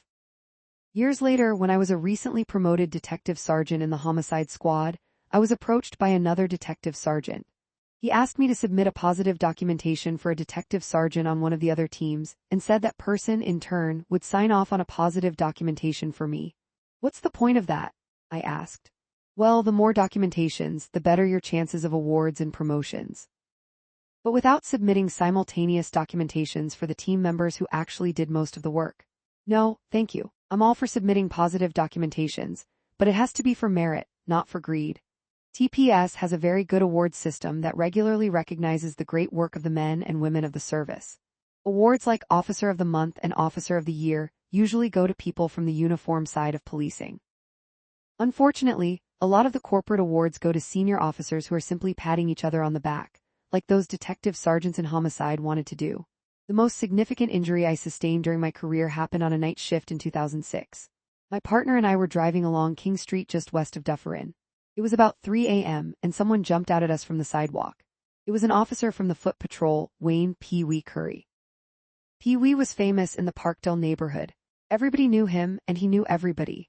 He loved working the streets, and you would even see him on his days off, rollerblading around with a wig on to avoid being recognized. Pee Wee told us that he'd been on his way home when he saw a man go into a house at King Street and Elm Grove Avenue. He knew that the man was wanted for numerous armed robberies. This was in the days before cell phones, and Pee Wee, not wanting to lose the continuity on the front door of the house, waited for several hours for a uniformed police car to drive by. We called the Divisional Major Crime Unit and they headed down. It was now about 4 a.m. We surrounded the house and the major crime officers knocked on the front door. The wanted man came out of a third-floor window and started running westbound across the rooftops. The chase was on. The major crime officers ran into the house to access the same window the suspect had escaped from. Meanwhile, I ran west through the backyards of the houses the suspect was running across. Eventually, I climbed a tree adjacent to one of the houses and jumped from there to a second-floor balcony. The railing of the balcony gave way, and I fell backwards to the ground. I was at the right house. The major crime officers had cornered the suspect and arrested him on the 3rd floor. I waited in the backyard until I got word that he was in custody, and then I walked around to the front of the house. One of my fellow platoon members looked at me and said, "What happened to your shirt?" At that time, we wore light blue uniform shirts. I looked down and saw that it was purple. I couldn't figure out why until another officer said, "Oh my God, your head is bleeding." I hadn't realized it, but when I fell from the balcony, I hit my head on a brick landscape paver in the backyard. I was taken to St. Joseph's Hospital and needed 15 stitches to close the wound on the back of my head. Concussion precautions had to be taken and I was off work for a week. David Boothby was the chief at the time. We had never met, but he called me at home to see how I was doing. "I hear it's good that you landed on your head," he joked. Sure enough, my thick Dutch skull took the impact quite well. Years later in 2018, we had a homicide reunion event. Boothby, long retired, was there and came up to me to chat. I was now the unit commander in homicide, and although we had never spoken again in the intervening years, he still remembered that incident. On a sad note, Pee Wee Curry passed away from cancer in 2017 at the age of 58. The stories aren't all exciting, of course. Time tends to eliminate the memories of long hours spent sitting at crime scenes or in hospitals. You forget the bad weather, the abuse, and the bad relationships. When I had been working in 14 Division for about 5 years, our platoon pulled paid duty draws the weekend during Caravana, now known as the Toronto Caribbean Carnival. This takes place each year during the first weekend in August. The entire platoon started the weekend with paid duty at Lamport Stadium, a small stadium where the carnival held its King and Queen showcase on the Friday night before Saturday's grand parade. The party was supposed to go until 11 p.m., and we all had to be back in for the parade at 6 a.m. Not a lot of sleep, but certainly manageable for the overtime hours. Except that the showcase didn't end until 3 a.m. I went home, slept for 40 minutes, and came back in. We were down on Lakeshore Avenue for the parade, and it was pouring rain. The type of heavy summer rain that will soak you in seconds if you're standing outside. So we didn't stand outside. The parade didn't start until late morning, so we took shelter in the Palais Royal, which was a designated break area. We weren't there long when our staff sergeant turned up and asked us to help with putting up the steel barricades along Lakeshore. The barricades were used to separate the roadway from the park area on the south side of Lakeshore. So out we went, full uniforms, no raincoats, the usual extra 20 pounds of equipment on our belts and our bulletproof vests, and we set up the barricades. We were thoroughly soaked within minutes. Around 10 a.m., just in time for the parade to start, the sun came out, and it turned into a beautiful 30-degree day. Of course, there's no shade on Lakeshore Boulevard. We were standing out there with no sleep, in soaking wet clothing and baking in the hot sun while parade floats went by blasting loud music. I think someone came along once with a bottle of water. We were all miserable and looking forward to our box lunches inside the Palais Royal. The parade and our shift was supposed to be over by 6 p.m. again, no such luck. The parade was still going at around 10:30 when our staff sergeant organized us into a line and sent us to clear the park area on the south side of Lakeshore by moving people along in an eastward direction. I mostly just kept an eye out for any food vendor who still had water left. The following year, they moved the parade into Exhibition Stadium, and we did it all over again. I continued on with my career at 14 Division, spending my time in the squad cars and the foot patrol, and I also spent 6 months in the warrant office. There are several 6-month training positions available for constables in the division's various subunits, but the warrant office was not considered one of the prime investigative spots. Members of the warrant office spend their days processing people who have missed their court dates and are wanted on outstanding bench warrants. Days began very early because the clients would start showing up at the front desk as early as 5 a.m. so we could process their arrest, and they could make it to court that morning to get bail. Once the clients were processed, we then had to go to court ourselves to file all the paperwork for the division's previous 24 hours of arrests. It was essentially just an awful lot of paperwork, but it was also a great way to learn how the paperwork flowed through the court system. One of the other responsibilities of the warrant office was to transport prisoners to and from the secure mental health facility in Penetanguishene, on Georgian Bay, to court in downtown Toronto. One such prisoner was Ivan, an Indigenous man who was facing some charges involving violence, and had to be assessed at Penetanguishene as a result of a court order. Penetanguishene is about 2.5 hours north of Toronto, and he had to be transported back and forth for his court dates. My partner at the time was a fellow named Doug Scouten, a stereotypical stubborn Dutchman if there ever was one. The first time we picked Ivan up in Penetanguishene, he wanted to smoke in the police car. Normally this was not allowed, but Doug was also a smoker and wasn't opposed, and it wasn't as if we could pull over and let Ivan out for a break. So we gave him a cigarette and let him smoke in the car. This made both Ivan and Doug happy. I'm not a smoker, so it just made me cold as I kept my window rolled down. Well, Ivan was about one of the nicest, friendliest prisoners I had ever met. We transported him back and forth to Penetanguishene several times and had a great time every single trip. It paid dividends. One day several months later, I was back on uniform patrol when I got a call to the secure wing of the Queen Street Mental Health Center, now known as CAMH. A prisoner who needed to be moved was refusing to be secured to his bed. This was standard procedure in the hospital. Prisoners were handcuffed or strapped to the metal rails on the gurneys before being moved to wherever they needed to go. I walked into the ward by myself because there was no backup available. I found a crowd of security officers, doctors, and nurses standing outside the room. The security officers all had their batons out, ready for a fight. I asked one of the doctors who the patient was, and he told me it was Ivan. "I'll take care of this," I said. "No, don't go in there," the doctor warned. "He's violent, wait for backup." I walked into the room anyway. "Hi, Ivan." "Oh, hi, Hank. What's going on? They say you won't let them secure you to your bed." "Yeah, they won't feed me. I didn't get any breakfast. I'm not going anywhere until I get to eat." Once we got Ivan fed, he was more than happy to be secured to his bed. I related this story for years afterwards, whenever I heard criticism leveled against the police for their handling or mishandling of mental health calls. We are the ones the doctors call when they run out of options. Around 1994, I had been on the job for 5 years and was firmly entrenched as one of the core members of B platoon. Each platoon had a staff sergeant and usually 3 sergeants assigned to it. An older officer had been transferred from another division to our platoon. I'll call him John to protect his privacy. The sergeants placed John with me, and it became apparent very quickly, to me and everyone else, that John had a drinking problem. Every day he would show up to work reeking of garlic, and I discovered later that his drink of choice was vodka.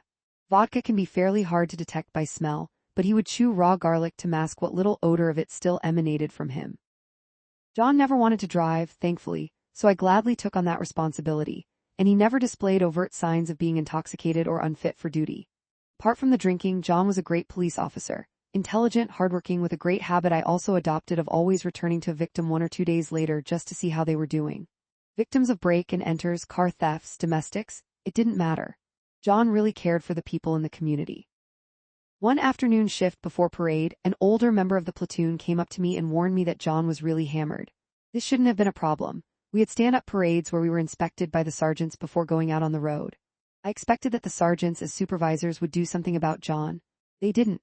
Parade finished without any fuss and I made my way out to the parking lot. There was John, sitting in the driver's seat of the scout car. Off we went. Our first stop was our favorite coffee spot on Queen Street West. John almost smashed into 3 parked cars along the way. We arrived at the coffee shop, and I stayed in the car for a minute because we had just received a radio call with a report of an elopee from the Queen Street Mental Health Center. I jotted the details in my book and then went into the coffee shop. Our regular barista was working, and he looked at me and then nudged his head in the direction of John as if to say, "What's going on with him?" We walked out of the shop and I asked John for the car keys. "Don't you like my driving?" "John, you're hammered, you can't drive." He handed me the keys and we both got in the car. I knew we couldn't go into the hospital to deal with a doctor or nurse with him in his state, so I offered to drive him home and book him off sick. He was having none of that, so I just drove back to 14 Division. The staff sergeant had heard me canceling us off the radio call and met me at the back door. "What's going on?" he asked. "Go and ask John." John ended up getting suspended and charged with being unfit for duty. Our unit commander came in and asked me if I would arrest him for impaired driving. But we were outside of the 2-hour limit to administer a breathalyzer test, so they had to settle for the Police Services Act charges only. The following day, I walked into the men's locker room to get changed before shift. I was grabbed by an officer from another platoon and slammed up against a locker. "I heard you're a rat," he said. "If that's what you think, you don't know what happened," I replied, and I pushed him away. In the ensuing days, both John and that officer apologized to me. John spent the remainder of his career working the front desk of the division, and he retired several years later. He died in his mid-60s. All this could have been avoided with proper supervision from one of the sergeants on parade. They had simply fallen into the trap of keeping their heads down and avoiding their supervisory responsibilities. If you have followed some high-profile incidents in Toronto, such as the police shooting of Sammy Yadam in 2013, you will know that even though the force has internal safeguards in place, these safeguards lack teeth, usually because frontline supervisors are reluctant to act on them. The officer who shot Sammy, for instance, had been flagged as a risk because of the number of times he drew his firearm. In the province of Ontario, it is almost impossible to fire a police officer, but issues still need to be addressed and processes followed at the basic supervisory levels. In 1996, an officer named Brad Martin, badge number 3259, transferred from 53 Division to 14 Division and was placed on our platoon. We were partnered up in the scout cars.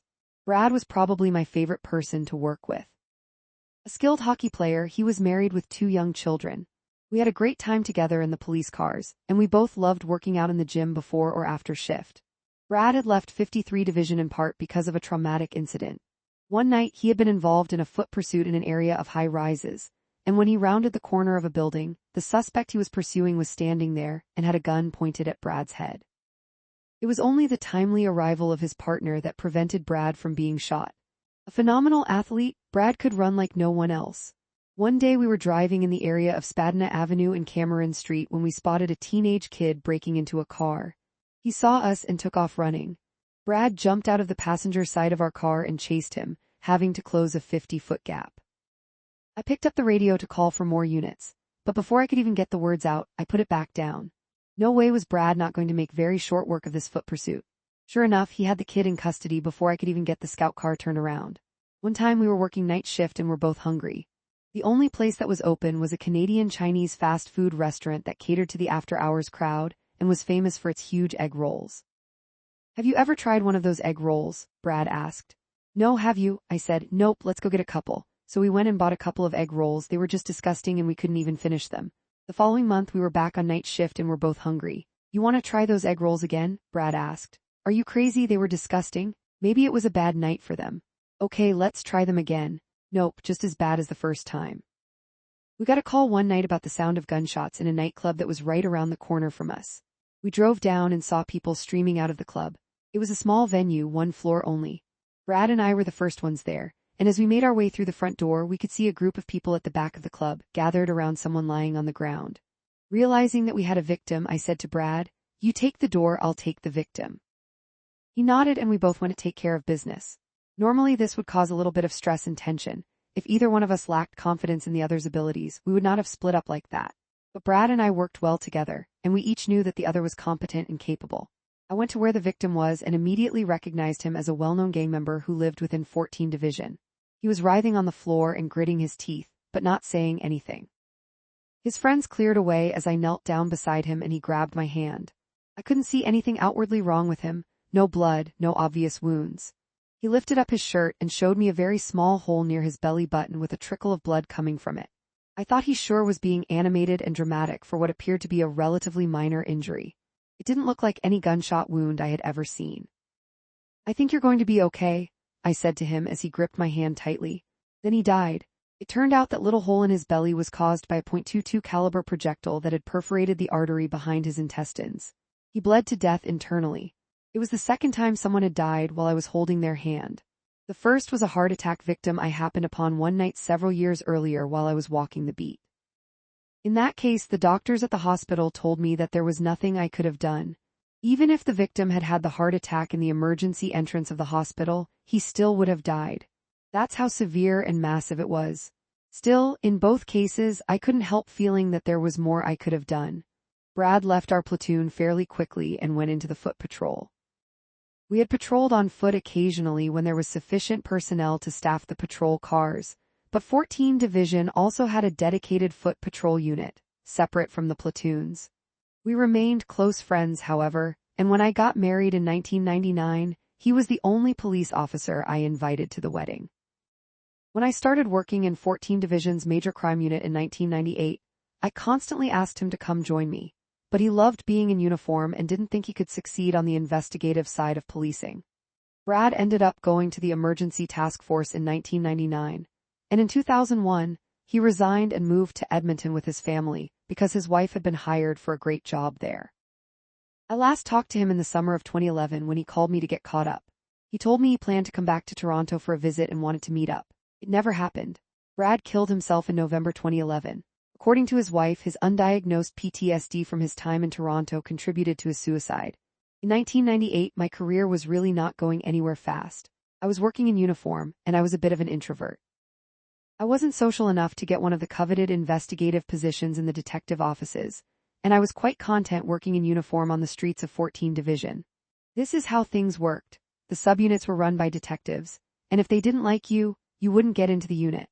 Once while working in the foot patrol, I was enlisted by the drug squad to help out with some narcotics enforcement in the area of Bloor and Lansdowne. My role was to sit on a roof on the north side of Bloor and watch for any potential drug purchasers entering a restaurant on the south side of the street. I was on a building that was 3 stories tall, lying on my stomach with a pair of binoculars. I watched as an obvious drug addict bounced around at the front of the restaurant. He eventually approached the door, and a man I knew from the area, let's call him Joe, let him in. A minute later, the addict came back out and headed down the street. I let the plainclothes officers down below know, and they arrested him and found some crack in his possession. They then went into the restaurant and arrested Joe for trafficking. I presume that there was a plainclothes officer somewhere, maybe in the restaurant, who had seen Joe sell the crack. When I got back to the station, though, I learned that the only one conducting observations had been me. Well, opening a door for someone to come into a restaurant certainly doesn't constitute drug trafficking. One of the drug squad detectives said, "But you saw Joe make the hand-to-hand transaction, right?" "No, I couldn't see in the restaurant from where I was." "But you saw Joe make the hand-to-hand transaction, right?" "No, I didn't."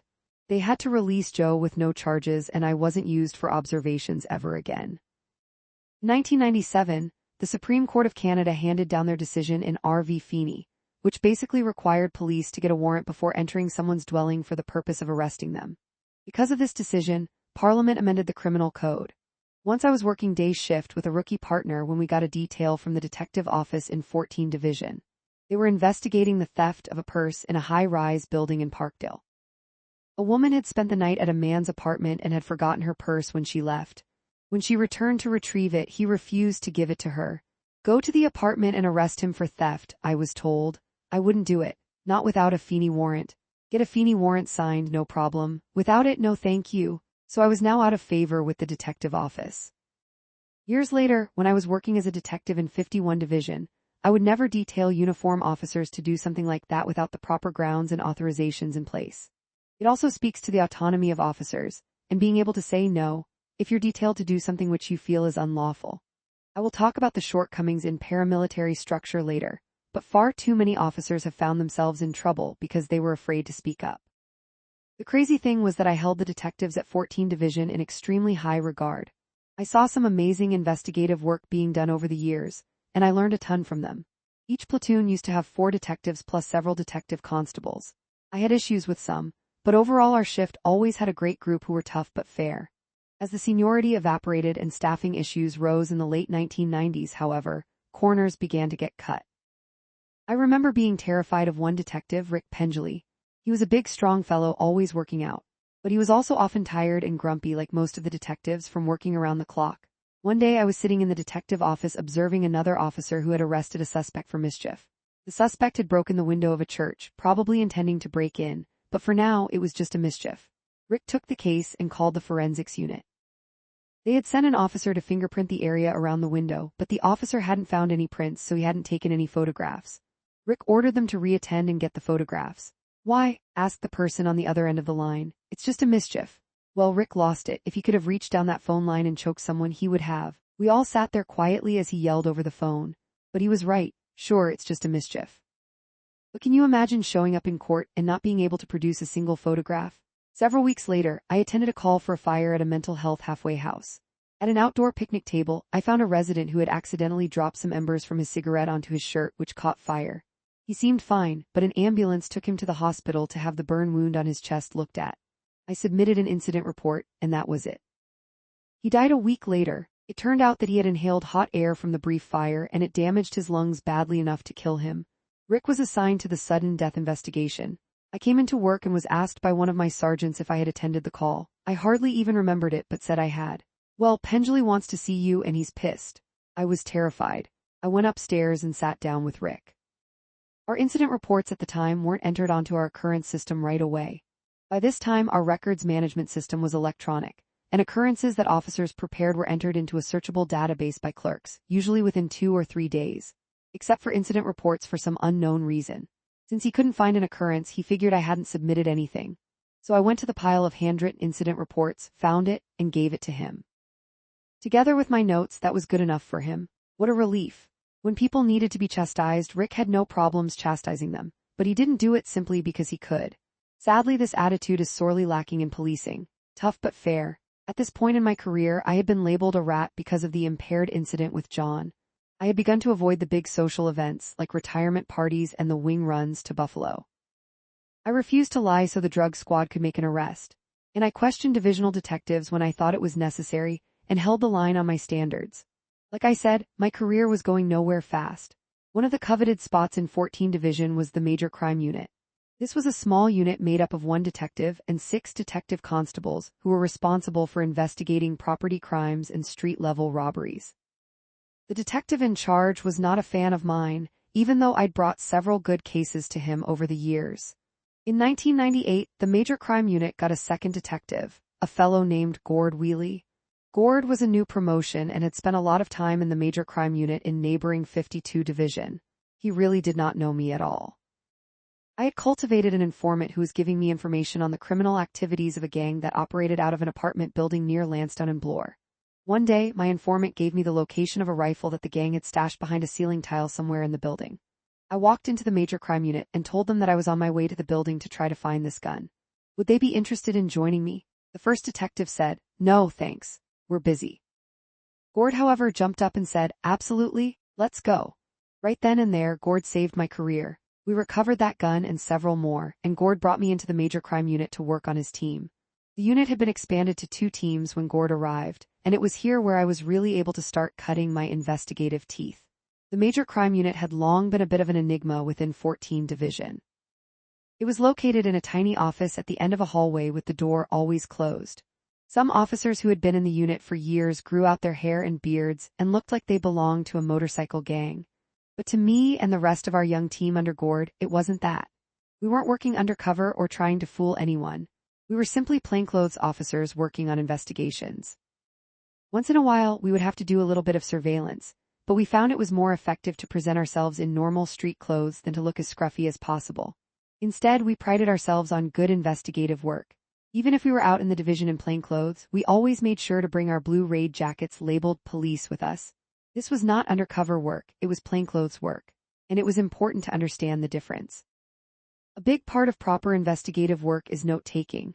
A police officer's best weapon is his pen.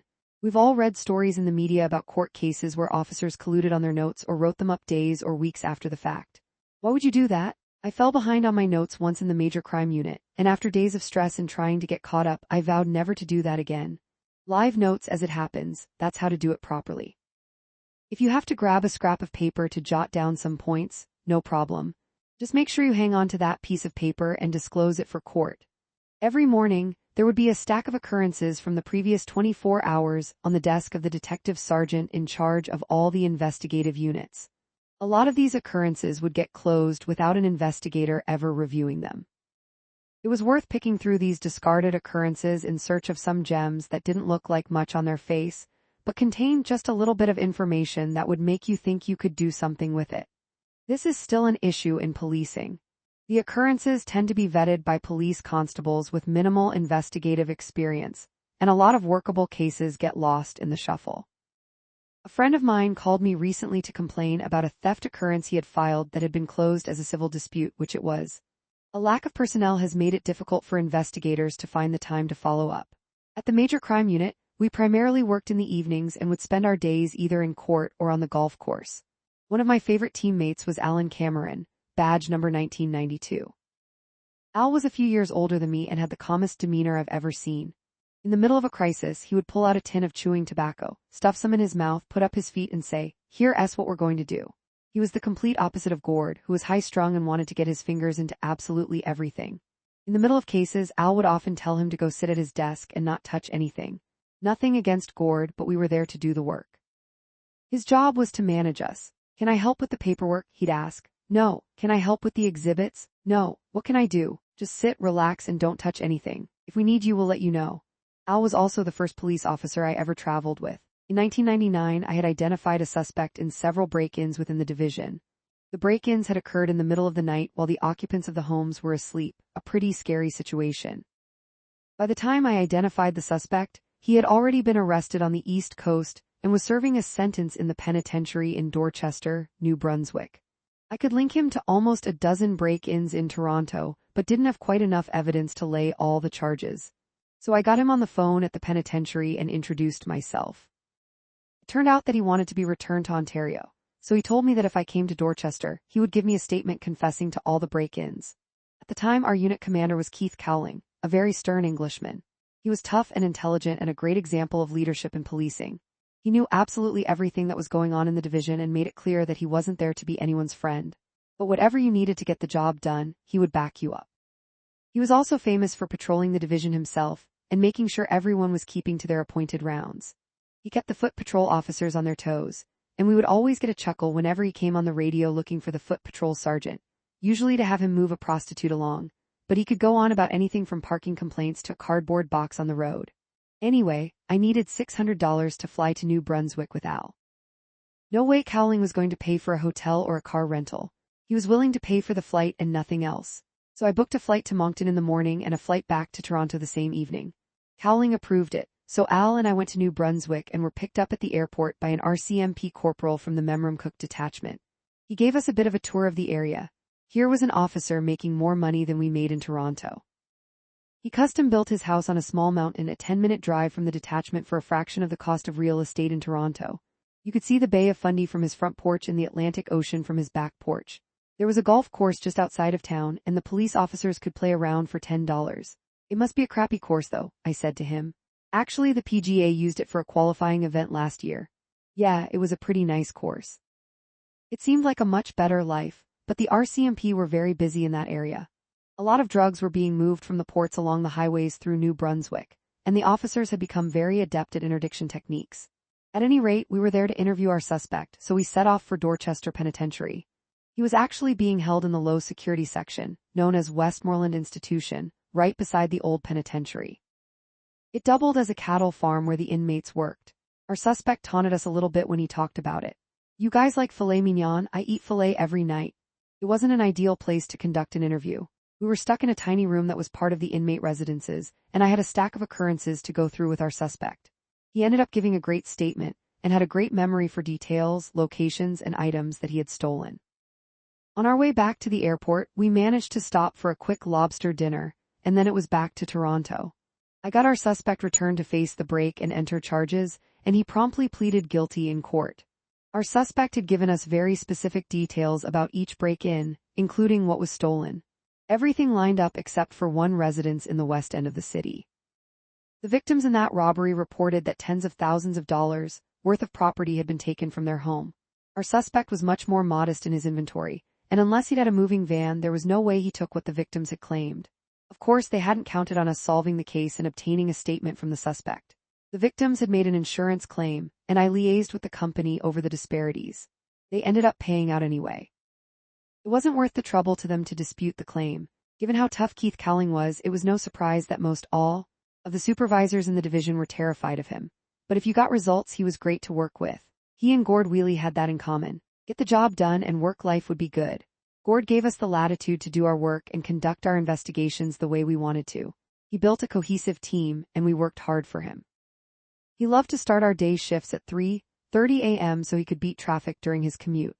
When we worked evenings, he loved getting a late-night steak at a 24-hour steak shop in Mississauga. Not the healthiest option out there, that's for sure. Picture a massive New York strip loin at 1 a.m., with an even more massive side of French fries. We trained on surveillance and began monitoring habitual offenders.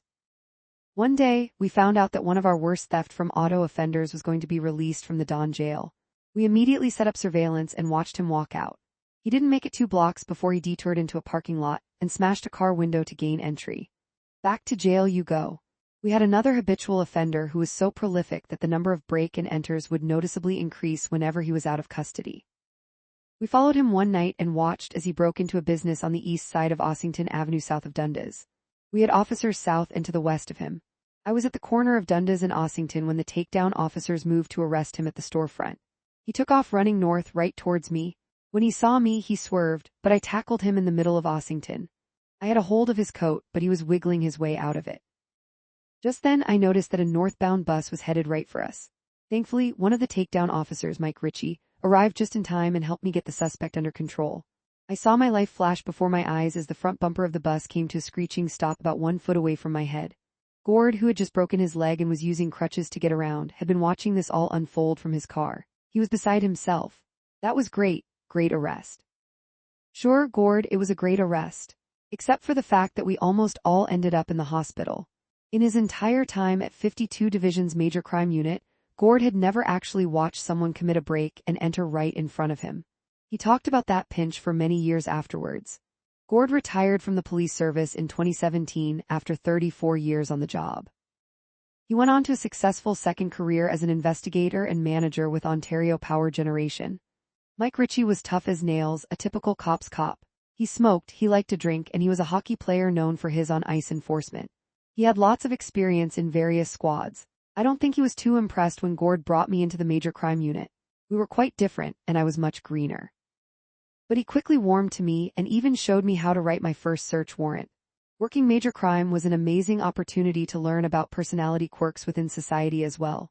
One night, we got a tip about a stolen car that was parked in a laneway in 13 Division, just north of us. So the other detective constable who was working that evening, Mike Ferry, and I drove up to try to find the car. Sure enough, there in a back laneway we found a nice Volvo station wagon, on file as stolen from a well-known defense lawyer, now a judge. And there was a fellow sleeping in it. We arrested him and brought him back to 14 Division where we charged him with theft and possession. Well, our suspect was incensed. Yes, he was in possession of the Volvo, but he hadn't stolen it, he insisted. He was so mad that he decided it would be a good idea to show us just what else he'd been up to. In his mind, it was fine if we charged him with possession of the vehicle and anything else he had done, but no way was he going to take responsibility for stealing the vehicle. So we spent the night driving around the city while he pointed out businesses that he and his partner had broken into. They had discovered a way to bypass security systems and access office buildings with master keys. He pointed out about a dozen buildings all across the north end of the city and described which doors he had accessed, where he went once inside, and what he had stolen, usually computers and fax machines. Once we got back to 14 Division, we tried to link up all his information with break and enter occurrences, but quite a few of the incidents had gone unreported. Sometimes businesses didn't realize they'd been victimized, and even if they noticed computers were missing, they often chalked it up to internal thefts. We spent the next few days going to the businesses that hadn't filed break-in-enter reports.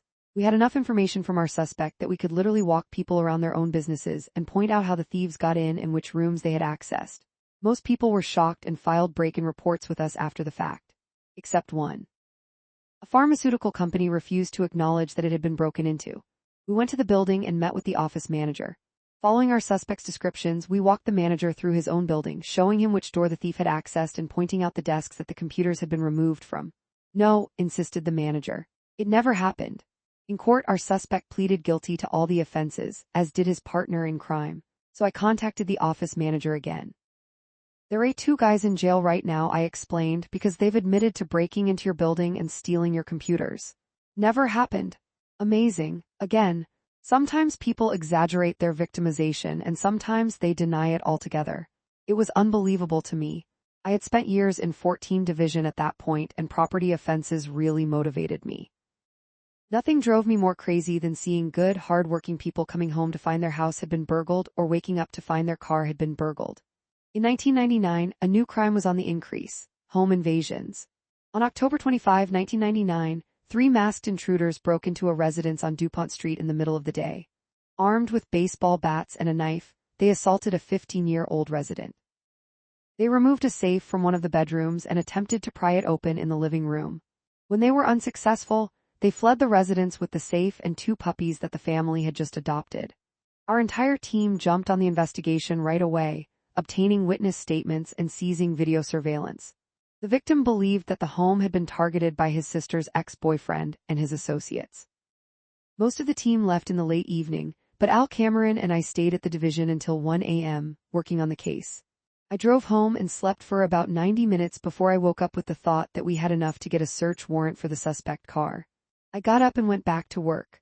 Often when I worked on a case for many hours straight, I wouldn't be thinking right by the time I got home. I would fall asleep for an hour or so, just long enough for a good deep sleep, and then wake up with my brain ticking off all the things I hadn't thought of when I was exhausted. Forget about getting back to sleep. It was out of bed and back into work. When Gord came back to the division at 6 a.m., I was typing away on a search warrant application. "What are you doing?" he asked. "Did you even go home last night?" "Sure," I said. "I got lots of sleep." Subscribe to our channel for more amazing audiobooks and storytelling content. You do realize that this is a hold-up squad case and they're going to take it over later this morning, right? Sure enough, a detective sergeant from Hold Up arrived a couple of hours later and I briefed him on the case. "Keep going," he said. I'm not going to take this over. You've accomplished more than we would have. A lot of supervisors would have told us to hand the investigation off to hold up, but Gord could see that we were thriving and doing a great job. We held on to the case. We got a search warrant for the suspect vehicle, seized it, and found remnants of concrete powder from the safe lining that matched remnants recovered in the living room. We also found dog hair, although we were never able to definitively match it to the victim's dogs. All 4 of the suspects, the 3 who went into the house and the ex-boyfriend, who was the getaway driver, were identified from phone records and fingerprints found in the car. We located a witness who'd heard one of the suspects bragging about what he'd done and recovered the dogs from another suspect's house. The Crown attorney assigned to the case, Robin Flumerfelt, did a phenomenal job. He was an up-and-coming young prosecutor and would soon be one of the go-to prosecutors for homicide cases in the downtown circuit. We convicted all but one of the accused parties after a contested trial. Robin remains a good friend to this day. After the trial, Robin presented me with a transcript of the trial judge's closing comments. Detective Idsinga, a great investigation, like a classic homicide case. Well done. 5 years later, I included that transcript in my application to join the homicide squad. In 2000, Gord Wheely began urging me to try to get promoted to sergeant. By that time, though, I had dealt with enough bad sergeants that I told him I had no interest in joining their ranks. If you're not part of the solution, Gord said, then you're part of the problem. I used that logic for the rest of my career when discussing the promotional process with officers who were skeptical about taking part. A few years earlier, I had seen an older sergeant talking with a newly promoted sergeant in an office at 14 Division. You're a sergeant now, the older officer said to the younger one. Remember, sergeants are up here, he held his hand at his head level, and constables are down here. He lowered his hand to his waist area. It was that type of attitude, that elitism even at the first level of supervision, that had really put me and a lot of other constables off the whole idea of promotion. Some of the best officers I had been exposed to thus far were constables, not sergeants or staff sergeants. The internal promotional process, which remains much the same to this day, consists of an application, a unit commander's assessment score, an exam, and an interview. The process is susceptible to cheating by participants and corrupt practices by the senior officers overseeing the exam, interviews, and assessments. A police constable was demoted once for cheating during the exam. He wore a hidden earpiece, and his girlfriend, who was also an officer, sat outside the building and fed him answers. He still failed, even though he took the exam 3 times before being caught. In 2021, a superintendent was charged for allegedly providing information on the interview questions to several officers. The officers themselves were also charged. More on that later. While there are efforts underway to fix the problems, the process is essentially the same as it ever was. Unless it is completely contracted out with appropriate internal consultation and evaluation, it will remain susceptible to cheating. Those who do make it through the process are put on a list, and when openings in the rank are identified, candidates are taken from the list in order and promoted. Any officer who's fortunate enough to make it to the list has to be careful while waiting. Any conduct complaints or internal investigations would cause them to be held back from promotion. I passed the process and was placed on the list. It was a big deal. The list is published on routine orders from the chief for everybody to see, and congratulations were aplenty. Keith Cowling, then the superintendent in charge of 14 Division, called me to his office to congratulate me. It's the only time I'm happy to lose one of my officers, he said. At around the same time, we lost Gord to another unit in the division, and the major crime team started to break up. It was time to say goodbye to a unit that had developed a stellar reputation for its hard work and investigative prowess. We were getting calls from divisions across the city that wanted to see how we accomplished what we had accomplished. Shortly before I left the major crime unit, one of the city's drug squads was disbanded. The rumor was that several members had become addicted to cocaine. After going through rehab, these members were reassigned to various divisions, including 14. One of them was transferred to our major crime unit. He was a great guy and a very good investigator, but it was obvious that he was still struggling with his addiction, and he would often disappear for hours at a time with no explanation. It was probably not a great idea to put him in a major crime unit. The only other time I had seen a police officer struggling with drug addiction was very early in the 1990s. Our biweekly paychecks used to be put in a box on the front counter every second Tuesday. If you weren't working, you would have to either come in on a day off to pick up your check or wait until you came back for shift. It wasn't uncommon for officers to pick up other people's checks. It turned out that one officer who was struggling with a narcotics addiction was pilfering checks and then going to a local bank in uniform and cashing them. When he was caught, he claimed PTSD. He had previously been involved in a pediatric death investigation, and he blamed it on that. But wow, the officers who were affected by the thefts were furious and held that grudge for years. After rehab, that officer tried to come back, but he was unsuccessful and ended up retiring early. It was a shame because he was an incredibly intelligent and talented investigator. As I waited for my promotion, I was moved from the Major Crime Unit to Uniform Patrol, D Platoon. I was working a shift with a new recruit one night when a call came over for a commercial alarm at a computer store at the corner of Augusta Avenue and College Street. The recruit, of course, wanted to head to the scene right away. 10 years earlier, I would have wanted to do the same thing. But instead I drove along Dundas Street and worked my way up Augusta, through Kensington Market, towards College. You're rarely going to catch suspects in the act, especially with an alarm. The time delay makes it possible for them to commit the offense and get away before police arrive on scene. Always look for people who are moving away from the scene. Sure enough, we saw two men walking south on Augusta towards Dundas. We got out of our car and had just started to speak to them when a laptop fell from one of their coats. They were both arrested for break and enter before the first responding police car even got to the scene. One of my sergeants put in a positive documentation for us, and when it got to the inspector in charge of the uniform branch of 14 Division, he said, "Wow, that's really great work. Have you considered applying for promotion? I'm on the list." "Oh, congratulations then," the senior officer said rather sheepishly. "Know your people." In 2001, after a dozen years on the job, I was promoted to sergeant. A former staff sergeant from 14 Division, Ron Taverner, was now a superintendent at 51 Division. He picked me off the list to come to his division. Much to his credit, he called me first to make sure that I wanted to go there. I liked Taverner a lot and thanked him for picking me. By the time I left 14 Division, I knew every street and alley and could pinpoint an address just from the house number. One of my last calls on day shift, again working with a fairly new recruit, was for a break and enter in progress on Robert Street, north of College Street. A neighbor had called 911 after seeing a man kick in the front door of a house. The other responding cars went to the front of the home. I directed my recruit, who was driving, to go 1 block west and into a laneway off Major Street. As we drove, we got an update from the first car that the suspect had gone out the back door. "No stress here, I knew the area like the back of my hand." "Park right here," I told the recruit. "But we're still a ways away from the address," he protested. "Wait." I knew that once the suspect had hopped the fence of the home he had broken into, he would have nowhere to go and would have to resort to crossing through backyards. All the houses on that section of Major Street are attached. Sure enough, a minute later we could hear something on the other side of the fence we were standing beside, and then a set of hands and a head popped over. Right into our arms. That's the benefit of knowing the area you work right down to the house numbers.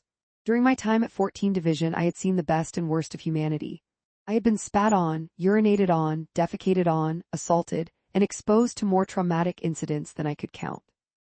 I had made a few enemies along the way and also lots of friends. I wouldn't have changed a thing. Sadly, in 2018, Al Cameron was found dead at the bottom of his staircase at home. He was still working at 14 Division at the time of his death. He had put in 37 years of great service. I last saw him several months before he died, when I was working a murder case in 14 Division.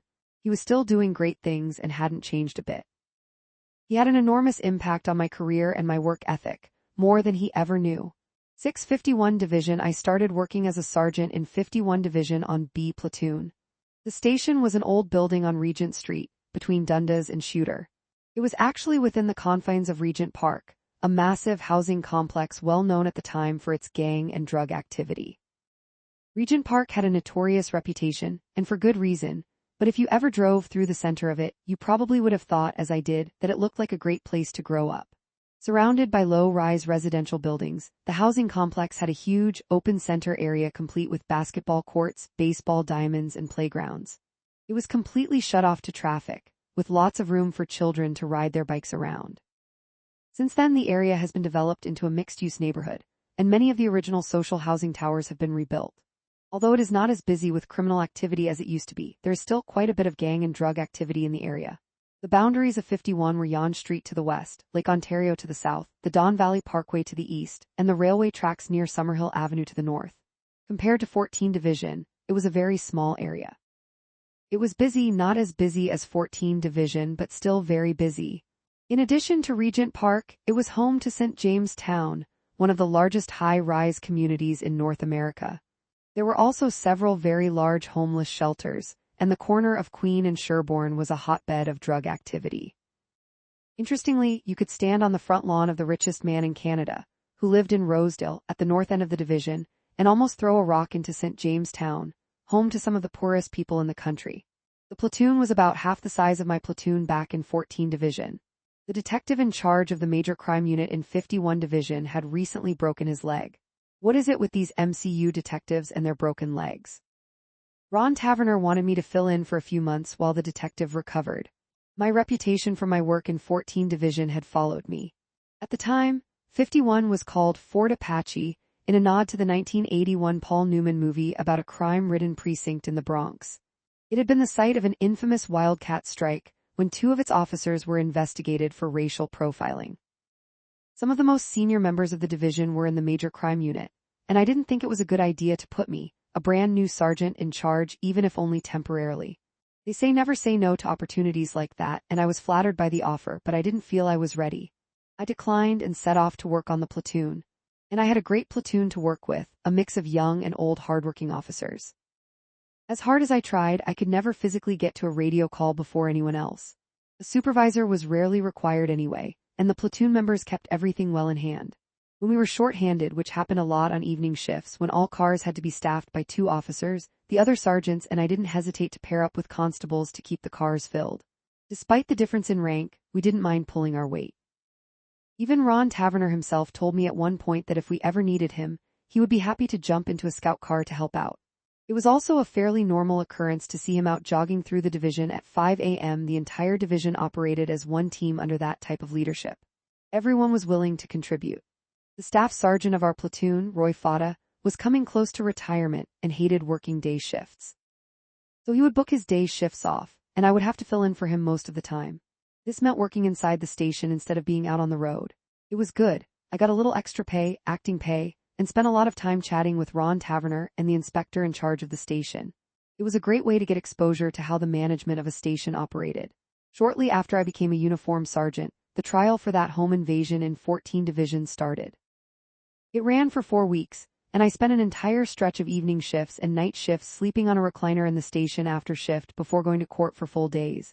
It was absolutely exhausting. As I got to know the members of the platoon, I began to mix and match them effectively in the scout cars. Experienced officers with less experienced officers, officers good at traffic enforcement with officers good at criminal offense arrests. I later found out that one of my nicknames as a result was the Puppet Master. There were also some fairly hard-nosed officers in the platoon, and I spent many years after I left wondering whether I had done a good job with them. After I retired, one of those officers posted on social media that I was the best sergeant he'd ever had. That made me happy. Mike McCormack, son of former Chief Bill McCormack and eventual president of the Toronto Police Association, was working in 51 Division when I joined. Mike had a great relationship with the Regent Park community and organized weekly pickup basketball games at the local community center. When he found out I played, he invited me to a game. It became a weekly event for me, playing pickup basketball every Tuesday afternoon with kids and adults from the area. Police officers were welcome, and it was a great way to develop relationships and open lines of communication with community members. We ended up running tournaments in Regent Park, St. Lawrence, and St. James Town. My Tuesday pickup games were supplemented with Monday night games at Jarvis Collegiate. Mike became the president of the Toronto Police Association in 2009, a position he held until 2020. Much like his father, he would always stop what he was doing and make the time to chat whenever he saw me. Athletic endeavors within TPS tend to be things like police-centered hockey leagues and baseball tournaments. I learned from Mike to make any events I was involved in community-centered. It serves a bigger purpose and makes the events that much more fulfilling. I had played with the police basketball team since my early days in 14 Division. We used to run our practices in the gym at the Queen Street Mental Health Center every Sunday at 6 p.m., but our players weren't always great about showing up, so I ended up coming in at 4 p.m. and joining the group that had the gym booked before us, the Barbados Athletic Club. Several of those club members came over and joined our pickup games at Jarvis Collegiate. I formed some friendships from that group that I maintain to this day. Basketball also contributed heavily to police work. Back in the early 1990s when I was playing pickup basketball in the Queen Street gym, one of the players was a barber. After each session, he would cut players' hair for $5 apiece. When he was cutting my hair one day, he told me that he had always wanted to be a police officer. "What's stopping you?" I asked. "Well, I got in a little bit of trouble last year. What kind of trouble? He was on a murder charge. Not the type of thing you want to hear when someone's standing over you with a pair of scissors in his hand. It turned out that he was over at his girlfriend's place when her ex-boyfriend broke in and attacked them. He ended up stabbing and killing the ex. You realize that I have to notify the homicide officers about our conversation? No problem, it was self-defense. Ultimately, he took a manslaughter plea and served minimal time. But yes, that kind of trouble does disqualify you from joining the police. This type of disclosure wasn't uncommon during the Regent Park pickup games either. As relationships developed, some of the kids and other players would talk openly about legal issues and seek guidance. Much like the maligned school resource officers, police in the communities can build relationships that pay dividends for both sides. As I mentioned earlier, the Caribbean Carnival is always held on the first weekend of August, which is a holiday-long weekend in Canada. The weekend of August 1, 2003, turned into one of the longest of my career. I was assigned with 4 constables from 51 Division to the corner of College and Yonge. Every carnival weekend, Yonge Street would be shut down because of the throngs of people and vehicles parading up and down the street into the wee hours of the morning. This wasn't a sanctioned Caribbean Carnival event. It was just something that happened spontaneously to celebrate the carnival. All weekend, officers from across the city were brought in on callbacks, overtime shifts in addition to their regular shifts, to police the Yonge Street detail. Our briefings were held at City Hall each day at 4 p.m., and then we headed out for 12-hour shifts at our posts. Each evening there were constant reports of robberies, swarmings, sexual assaults, and gun. There was open alcohol and drug use everywhere. Yonge Street was jammed as far as the eye could see, and even though we had prisoner wagons everywhere around the perimeter, we didn't have nearly enough personnel to make arrests. Around 1 a.m. on the Saturday morning, a traffic enforcement officer tried to pull over an SUV on Yonge just north of Dundas, half a kilometer south of where I was stationed with the 4 constables. The SUV fled north. It blew right through the red light in front of where we were standing and broadsided a taxi that was driving along College Street. The taxi spun out of control and smashed into a Starbucks on the northwest corner of the intersection, pinning a pedestrian against the wall. The traffic officer, Constable Robert Rodriguez, pulled up, and the 5 of us approached the SUV with our guns drawn. "Get out of the car." The occupant waited for a minute and then got out of the car. He was on his cell phone and didn't even look at us. Instead, he calmly walked into Starbucks through the door that faced onto Yonge. We ran in through the door that faced onto College and tackled the driver. The fight was on. He had his hands down the front of his pants, and we were worried that he had a gun. We eventually got him secured in handcuffs and into custody. Because the pedestrian suffered serious injuries, this automatically became an investigation for the province's Special Investigations Unit, SIU. The SIU investigates incidents that may be the result of criminal wrongdoing by police officers. We all went down to 52 Division to be interviewed by the SIU. Officers who are involved in incidents like this are categorized by the SIU as either subject officers or witness officers. As witnesses, we were all separated and began working on our notes. The SIU conducted their interviews, and we were sent home around 1 p.m. Saturday, 21 hours after our day began. Of course, we all had to be back in for 4 p.m., so none of us got much sleep. It turned out that the driver didn't have a gun in his pants like we thought, but the SIU found several guns in the SUV. This was small consolation considering the devastation the suspect had caused. Numerous people had been taken to hospital, and the pedestrian who was pinned by the SUV suffered life-altering injuries.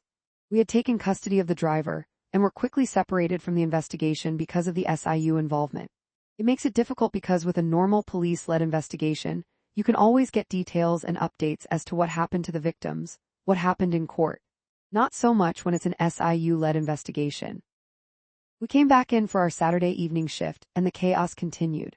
Around 10:30 p.m., we were standing on a concrete island in the middle of Yonge Street, immediately south of College Street, when we heard the sound of gunfire coming from down the block. There had been a shooting in a parking lot at the next intersection. The shooting occurred right in front of a group of police officers, but the ensuing stampede of partygoers made it impossible for them to even see what had happened. As we were standing on that concrete island, the sea of humanity coming towards us was massive.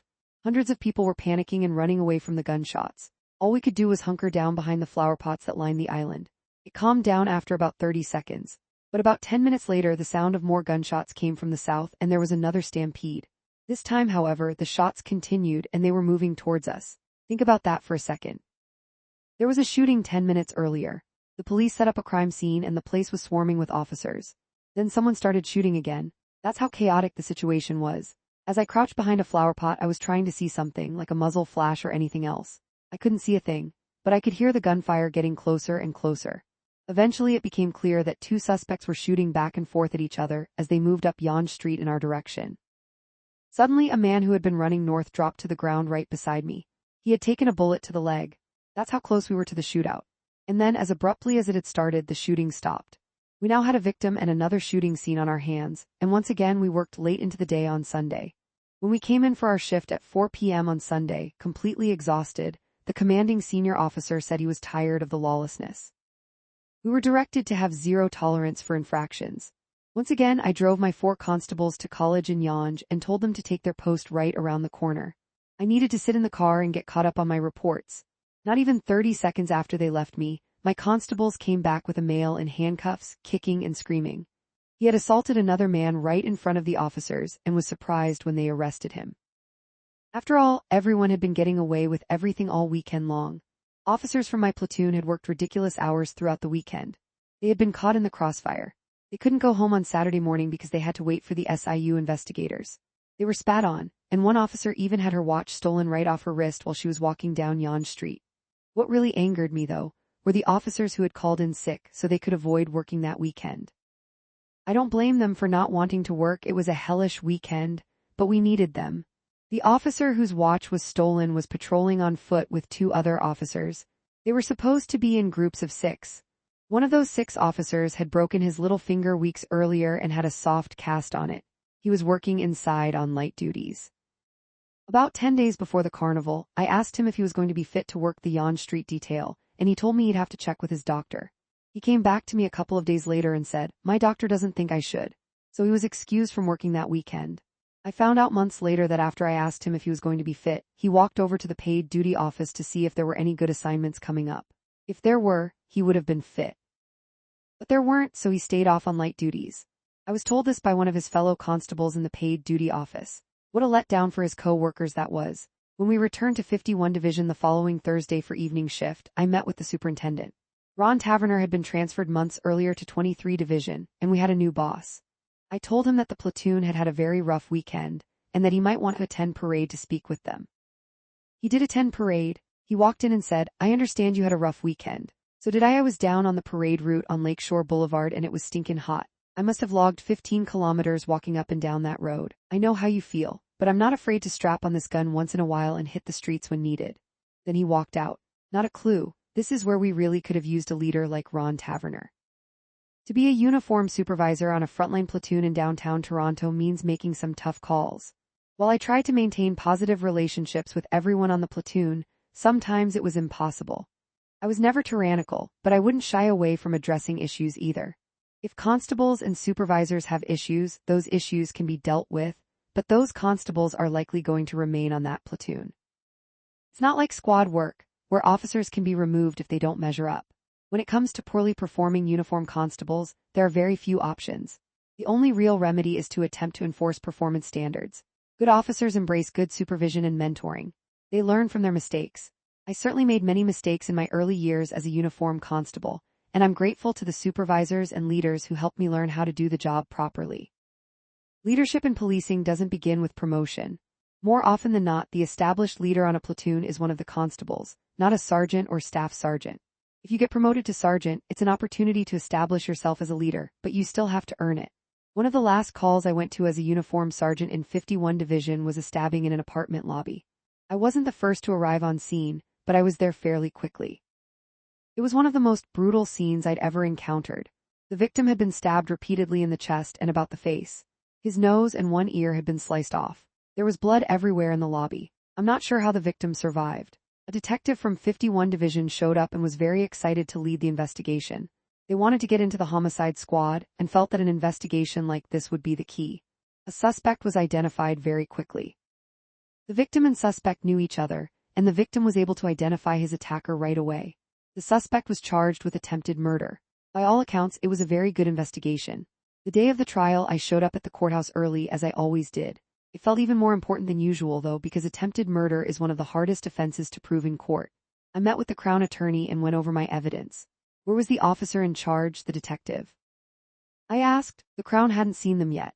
He asked me to run some record checks since the officer in charge wasn't there yet. Court started at 10, so I was in the courtroom by 9:30. Officers in charge of cases actually get paid starting at 9:30, so they should be there by then.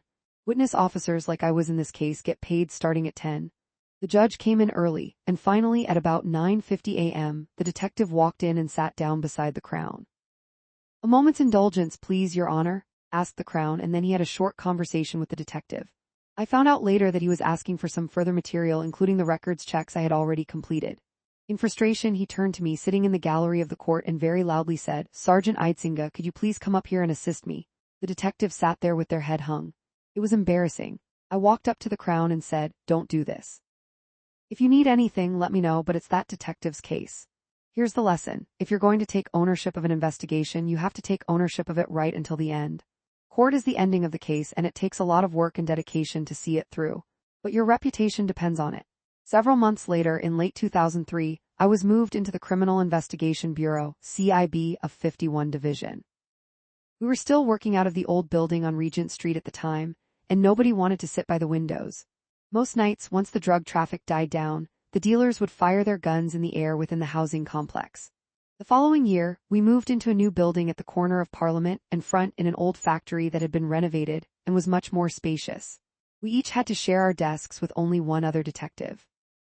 I brought with me to my work at the CIB some of the good habits I had developed back at 14 Division. One of those habits was to go through the daily occurrences to see if there was anything that could be actively worked on. On June 1, 2004, I came across a report of mischief. In the middle of the night, somebody had glued the locks of a small business near Queen and Yonge. They also wrote across the storefront glass in black marker, "I glue your locks. My name is Jose. I live at address in Toronto. Stay away from my home, you bitch. I kill you. I be back to kill you later in this store. I want to kill you in this store." With a little digging, I soon found many other occurrences from across the city that were very similar, with locks glued and notes left in marker on storefront windows, all signed with the name Jose and the same Toronto address. The occurrences dated back to 2002, and one of the original reports included an arson. The suspect had gone to Jose's address, written graffiti on the sidewalk and the front door, and set the front porch on fire with an accelerant. It was the same address that had been written on the storefront windows. I learned from the previous reports that Jose had a sister, Maria, and she told investigators at the time that the suspect was a man named Paul. Paul had apparently met Maria on a TTC bus one day and become infatuated with her. He'd even proposed to her within days of meeting her, and he had been stalking her for years. Maria had some learning disabilities and was missing one of her fingers, and the detectives had never been able to get any consistent information from her. They hadn't even been able to identify this Paul, and ultimately nothing had been done. They simply didn't believe Maria's stories. After interviewing Maria and Jose, I learned that Paul felt Maria's brother Jose was standing between them, so when he vandalized businesses around the city, he left Jose's name behind, hoping the police would arrest him. I prepared search warrants on Maria's phone and discovered that Paul had been calling her repeatedly. Some of the calls had come from a pay phone outside of a rooming house in the east end of the city. One of the occupants of the rooming house was named Paul. Paul worked at a machining factory in the north end of the city, along the same bus route that Maria often took. After preparing a photographic lineup, I went to see her. She was able to pick Paul out of the lineup without hesitation and was ecstatic that someone finally believed her. I assured her that the other investigators simply hadn't had enough information to work with. One of my constable trainees and I went up to Paul's workplace, found him, and arrested him for criminal harassment and multiple counts of mischief. As I handcuffed him, I noticed that his hand was wrapped in a bandage. "What happened to your hand?" I asked. He told me that he had accidentally cut off his finger in one of the presses at work. It was the same finger that Maria was missing. I spoke with his manager, and he confirmed that Paul had cut off the finger at work. He never made a complaint about it and never filed for compensation. He did it for love. Paul obviously had some mental health issues. I interviewed him back at the station and was trying very hard to tread lightly and not upset him. It seemed he was right on the edge and could lose it at any second. He had this massive, almost fluorescent green booger hanging halfway out of his nose, and I didn't dare say anything about it. There was a box of tissues on the table in the room, and I kept nudging it towards him, but he never clued in. The things you remember years later. I didn't upset him and got the statement. There was a contested bail hearing a couple of days later. Thankfully, he had blown his nose since the arrest, and Paul's defense lawyer went through the allegations with me while I was in the witness box, downplaying the amount of damage his client had done. When he was finished, I said to him, "Do you want to talk about the finger?" No, we're not going to talk about that." Naturally, the Crown picked up on that and covered it in re-examination. Paul was held without bail. Several months later, he pleaded guilty and then was given a conditional discharge and placed on probation with conditions not to contact Maria. Having lost his spot in the rooming house, he went to live in a men's shelter downtown. Soon enough, I heard from Maria that Paul was calling her again. She gave me the number, which came back to a pay phone in the lobby of the men's shelter. I drove over there and found Paul, who was on the pay phone talking to Maria again. When he saw me approaching, he quickly hung up the phone and tried to walk away. Arrested again. He pleaded guilty a second time, and I never had to deal with him in court again. His time in jail would be measured in weeks, not years, but a court order kept him away from Maria. I would often see him in the food court at College Park, where the courts happened to be. He would always walk by and glare at me as he passed. The best part for me was that Maria was able to live her life again for the first time in many years. I was working the day shift one Sunday afternoon when a female officer from our platoon walked into the office. She said she had been working a traffic point in a construction zone at Church and Wellesley and was trying to stop northbound traffic to allow construction vehicles to pass when someone drove right through the zone and struck her with his side view mirror. The officer had managed to get a license plate.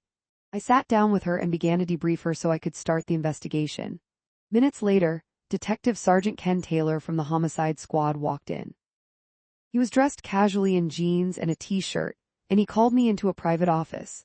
It turned out that the vehicle and its driver were the subjects of a homicide wiretap project, and the detectives had intercepted a call the driver made after he hit the officer. The car had been ditched in the parking lot of an apartment building a couple of blocks north of the accident scene. Ken asked me what I intended to do.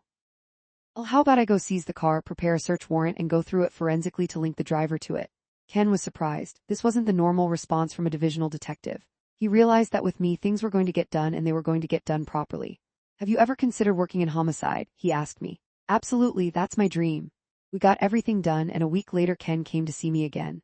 This time he brought his partner, Mark Saunders. This time both were impeccably dressed, befitting the reputation of the Homicide Squad. Mark was wearing a very nice aubergine-colored suit. Both men had cufflinks and collar bars on their shirts, much classier than anything I owned. Ken Taylor was one of the more senior members of the Homicide Squad and was very highly respected. He arranged to get me an application for homicide, and in November 2004, I went to police headquarters to be interviewed. The interview panel was composed of Staff Inspector Jeff McGuire, who was the unit commander of homicide, Inspector Brian Raybould, his second in command, and one of the detective sergeants, Chris Buck. Question number 1 was, "Why do you want to work in the Homicide Squad?" My response was, "You're kidding me, right?" I still remember the surprised look on McGuire's face. "I mean, this is it, isn't it? This is the pinnacle. Anyone who takes pride in investigative work wants to work here." I told them a story about a very basic investigation I had been involved in at 51 Division. Some officers had pulled over a stolen car. The driver had fled on foot and they lost sight of him for about 10 seconds before finding him hiding under a staircase, out of breath. "What makes that so special?" one of the panel asked. I explained that I had the vehicle and the suspect's clothing seized. I then obtained a search warrant, and officers from the Forensic Identification Services taped the driver's seat for fibers and sent the tapings and the suspect's clothing to the Center of Forensic Sciences to have the scientists compare them to prove he had been in the car.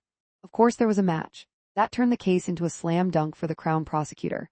Even for a simple possession of stolen property, your job is to remove any ambiguity you can. Simple but effective. I was in. As I was waiting for an opening in homicide, that same female officer who had almost been hit by the car on Church Street came to see me in tears. Uniform officers from our platoon rotated through the CIB office on 6-month training positions. I actually had 1 permanent constable and 2 trainees assigned to me because we were short-handed for detectives. Training positions were based on seniority, and that female officer was next in line. But she had just been told by her staff sergeant that she was being bypassed. I went to the staff sergeant and asked him if that was true. He told me it was, and I asked why. Was there a discipline issue, an outstanding complaint, any conduct investigation that I wasn't aware of? "No, I just don't like her, she'll cause you problems." Flashback to my own time in limbo at 14 Division. "You can't do that," I told him. "You're willing to take her as a trainee?" "Absolutely. If it's her turn, then you can't bypass her. If she screws up, I'll send her back. But until that happens, you have to give her the chance." He agreed. Although he was an older fellow with an outdated mindset, he always listened to reason. Sometimes things just had to be explained to him. She ended up being the next constable sent into the CIB, as she should have been. Unfortunately, by then I had left 51 Division. I never got to see how she worked out, but I never heard any complaints. Another time, a known prostitute who had been the victim of a sexual assault failed to show up in court to testify in the trial. The court issued a material witness warrant, and some officers on our platoon picked her up and brought her in. The same staff sergeant said he was going to release her because she'd promised she would go to court the next morning. "You can't release her," I said. "She's a victim," he replied. "She shouldn't be kept in custody." Well, the judge who issued the warrant for her arrest would disagree. "If you're going to release her, I guess you better go to court tomorrow morning and be prepared to explain to the judge why you did that." "You're right," he said after a moment's thought. "We'll keep her in custody. Sometimes it's black and white, not gray." One of the last cases I worked in 51 Division happened in November 2004. A 33-year-old woman walked up to the front desk and said she wanted to report a criminal harassment. The harassment hadn't occurred in 51 Division. She had simply chosen our station because she was in the area. The front desk personnel called back to our office and asked if they should send her to her home division, which was 42 Division in Scarborough. I said, "No, she's here now, we'll take care of it." I interviewed her with one of my training constables. She explained that she had been receiving phone calls in the middle of the night from a pervert who was breathing heavily and detailing the sexual things he wanted to do to her. She had absolutely no idea who could be doing this and had previously reported the calls to another division. The officers there had called the suspect's number and told him to stop, but they never identified him. Of course, the calls continued. The woman was terrified. It took us a few weeks, but after we obtained telephone production orders compelling the phone company to reveal information about the number, we identified a suspect. It turns out that he was a cleaner in the office building where the victim worked, and he had become infatuated with her. He got her phone number from office files he accessed after hours. We arrested him and charged him with criminal harassment. He pleaded guilty at the first opportunity and was placed on probation for 3 years. We never had to go to court. 18 years later, I received an email from the victim completely out of the blue. "Good morning, Inspector Idsinga," she wrote. "Many years ago you found the person that was tormenting me late at night when I was living alone. I would like to send desserts to your workplace if that's okay with you. It is all just to say thank you again, and to let you know that people that you have helped in the past never forget how much you have done for them." A couple of days later, several boxes of pastries showed up at the homicide squad. 18 years. It's amazing to think how simply doing your job properly can affect someone's life to that extent. Of course, when members of the homicide squad came by to grab a pastry, they would ask, "Who are these from?" Well, let me tell you an amazing story. In January 2005, Ken Taylor's partner, Mark Saunders, was promoted from detective to detective sergeant. He needed a new detective as a partner, and I got the call. My first day in homicide was Monday, February 7, 2005. I met with Jeff McGuire, the unit commander, and was welcomed to the squad. "Two things will get you kicked out of this squad," he said. "Number 1, not answering the pager. Number 2, if you screw up at 361 University, the Superior Court, and I get a call from a crown or a judge." I hoped never to do either thing. Working in homicide certainly brought home the point about never screwing up at 361. It is likely the highest level of court any police officer will testify at. And unless you've helped to run a contested murder trial in front of the toughest judges, with the best defense lawyers in the country, then you really can't appreciate why we take the steps we do during an investigation. Everything a police officer does in their career is subject to scrutiny, and society relies on the courts to make sure that every action is lawful. It is part of a skill set that homicide investigators develop over time, to a level sometimes unappreciated even by the investigators themselves, let alone other officers. Don't screw up at 361. It was a mantra I repeated many times to new members of the homicide squad. Truthfully, Jeff McGuire may have used a more colorful word than screw. He is one of the sharpest individuals I've ever met in my life, but as seriously as he took policing, he went on to become the chief of police in Niagara region. He was always a firm believer in having a little fun every day. I felt way out of my league. In my mind, the investigators in homicide were the elite of the elite, the best in the country. Would I survive? I helped to solve a murder on my first day. Ken and Mark were working on a double murder that had occurred on January 21, 2005, in an apartment near King and Bathurst, in 14 Division. Two young men, Justin Hodge, 20, and Damien Muirhead, 22, were brutally shot and killed during a home invasion. I had watched Mark on TV as he updated the media in the days after the murder. There he was in his black leather coat and earmuffs, walking a TV crew down a laneway near the crime scene and pointing out a broken watch that had been found. Mark said that they believed the watch belonged to the suspect S, and that it would have DNA on it. I came to learn that this was a typical media strategy that Mark, Ken, and some other great investigators were known to use. Don't hide everything about an investigation. Release some good information to keep the public interested. That generates more tips, and when the suspects see that, they panic and make mistakes. I realized that I definitely needed to work on my relationships with the media. Ken and Mark had done a great job and quickly identified one of the suspects, Roberto Ceballo. They also knew the name of the girlfriend of the second suspect, but they had been unable to identify him. I was tasked with trying to figure out who he was. I checked all our records to no avail, so I called around to other nearby police services to see if anyone had anything at all on the girlfriend. Sure enough, she had been pulled over in Peel Region a month earlier and had a passenger in her car, Brian Tomlinson. Brian matched the description of suspect number 2. Here you go, I said to Ken. He looked at me with a quizzical expression. You've got to be kidding me, right? How did you find this? I laid it all out for him, and he told me to carefully note the sequence of records checks. Then he got up and went to tell Jeff McGuire that they had identified the second suspect. Jeff came over to our desk area and jokingly said, "You two have been working on this for 3 weeks, and this guy comes in and solves it on his first day? What am I paying you for?" "I think I'm going to survive this," I said to myself. That lesson resonated years later when I became a senior member of the squad, and eventually the unit commander. Some detective sergeants act like elitists and exclude newer, younger members of their teams from case briefings. That's a mistake. You never know when the newest, youngest member will make a significant contribution to your investigation. After 16 years of policing, I had been a standout investigator at 14 Division and 51 Division, and I thought I knew it all. The next few months in homicide showed me how wrong I was. 7 Homicide. No greater honor will ever be bestowed on an officer or a profound duty imposed on them than when they are entrusted with the investigation of a death of a human being. Homicide investigators Creed Mark Saunders, and I picked up our first murder case on March 11, 2005. We had been on call for a couple of weeks after helping out with the search warrants and arrests of Ceballo and Tomlinson. Just as we were packing up to head home that Friday, a call came in for a murder victim who had been found in a laneway near Islington and the Queensway. 27-year-old Alexander Christoph had been stabbed. Christoph lived near Yonge and Lawrence, in an apartment next to his parents. He had been selling marijuana since high school and had graduated to selling cocaine. We met with his parents that evening, and Mark told them something that stayed with me for years afterwards. "You're going to have a love-hate relationship with us," he said. "Right now you love us because you're hoping that we are going to find your son's killer. In a few weeks you're going to hate us because we haven't made an arrest yet. Then you're going to love us when we make the arrest. Then you'll hate us as you're dragged through the court process." Mark and I worked that case, which included a full-blown wiretap project, for 5 months straight. It was the first time I'd been involved in a wiretap investigation. Wiretaps are commonly referred to as a Part VI investigation after the section of the Criminal Code that authorizes their use. There are many hurdles to clear before a Part VI can be obtained, and it essentially has to be a last resort investigative effort. All the traditional investigative avenues and techniques have to be exhausted first, or you have to be prepared to explain to the court why they're not being considered. Many homicide investigators never engage with a Part VI their entire careers.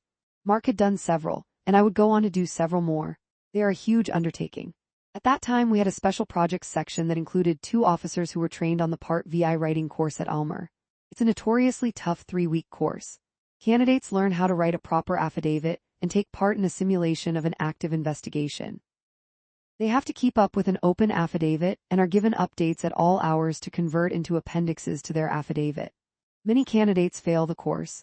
It took about 2 months of work before our 600-page affidavit was complete, and we were able to flip the switch on our wiretap. Wiretaps are good for 60 days, but can be extended with a further rewrite application if required. That rewrite has to be ready to go at any given time, so the affiant has to update the affidavit daily. The wiretap room is staffed 24 hours a day, 7 days a week. Civilian monitors are hired and trained to listen to calls, voice identify callers, and type summaries as the calls happen. If there aren't enough monitors to listen to calls as they happen, the calls don't get listened to. So it's a very expensive undertaking. Investigators have to review all the calls and decide which are relevant. Then they decide what investigative actions to take. For instance, a call might provide evidence of the location of a relevant item, and then search warrants will have to be prepared and executed. Surveillance teams have to be managed, investigative decisions have to be made, and overt actions to get suspects talking have to be executed. Any wiretap turns into a minimum of 60 days of non-stop work for the investigators. No days off and very little downtime, especially in those days when we were working in 2-person teams. On July 14, 2005, we arrested our suspect and charged him with second-degree murder. I won't talk too much about the intricacies of the investigation here because after 2 trials, our suspect was acquitted. That love-hate relationship that Mark had spoken with the parents about on day 1, he was bang on. By the end of the court process, the parents were extremely frustrated with the entire legal system. We had done everything that we could and the prosecutors put the best case forward that they could, but in the end it just wasn't enough. And the murders don't stop in the city. The day after the arrest, with massive amounts of disclosure needing to be completed on the case, we were back on call. I very quickly realized that Mark was an extremely talented and diligent investigator. He called to mind that old adage about Wayne Gretzky. If you turned off the lights in the arena, Gretzky would know where every player was on the ice. Mark was the same.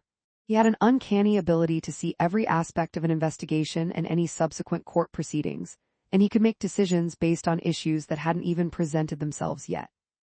Arresting a suspect and charging that person with one of the most serious offenses in the criminal code is only one step in the process. The case now belongs to the Crown attorneys, and the workload on the investigators will only increase as the case makes its way through court. That first case in 2005, the initial request for further disclosure from defense counsel consisted of almost 250 items, and many more requests were to come. Mark also had the gift of the gab and would spend more time chatting with witnesses and suspects during interviews than most investigators spent asking questions and collecting evidence. In a typical interview, Mark would take the first 40 minutes to go through the swearing-in process and make small talk, just to put the interviewees at ease. Only then would the evidentiary part of the interview start. Meanwhile, I would be writing down a summary of the interview, which is tough to do sometimes when you've been up for 24 to 36 hours and are trying to stay awake. There are a few notations in my memo book where the pen starts writing on the left-hand side of the page, and then there's a wiggly line going down and across as I fall asleep for a couple of seconds. Mark couldn't stand incompetence, but he would never lose his cool. Just a slow simmer. You could almost see the smoke coming out of his ears sometimes. He wasn't a micromanager, but he hated wasting time in unnecessary meetings and encouraged younger investigators to always take the initiative. What did you know, when did you know it, and what did you do about it? No shortcuts ever. Over the following years, I saw Mark go toe-to-toe with doctors, command officers, and the best defense lawyers in the country. He always came out on top. We worked our butts off for the first year. Ken Taylor had held on to all the old cases that he did with Mark, while I was brand new with no previous cases to work on, so we were regularly relied upon to go on call. If we weren't out on a new case, we were on call. In Toronto, 2005 was infamously known as the year of the gun. Shootings and murders were on the increase, and it kept us busy. The homicide squad at that time had no constable training program. We worked in teams of 2, a detective sergeant and a detective. Technically, there should have been 16 teams, but we were always short on personnel. If one of the team members was in court or on vacation, that team wasn't available to go on call. If things got really busy, as they often did, teams would be splintered and detectives could end up going on call with other detectives. It didn't take long for us to pick up another murder. On July 17, we were called to a domestic murder in 41 Division, Scarborough. A husband had beaten his wife to death with a hammer in front of their 9-year-old daughter. He then called a friend to come and pick up his kids, handed him a bundle of cash, and called 911 on himself. Defense actually made an application to the court to allow the man an escorted pass so he could attend his wife's funeral with his kids. We had to provide some pretty rapid disclosure to the courts so the Crown could fight the application. Even though he had support from his daughters and the community, the courts didn't allow it.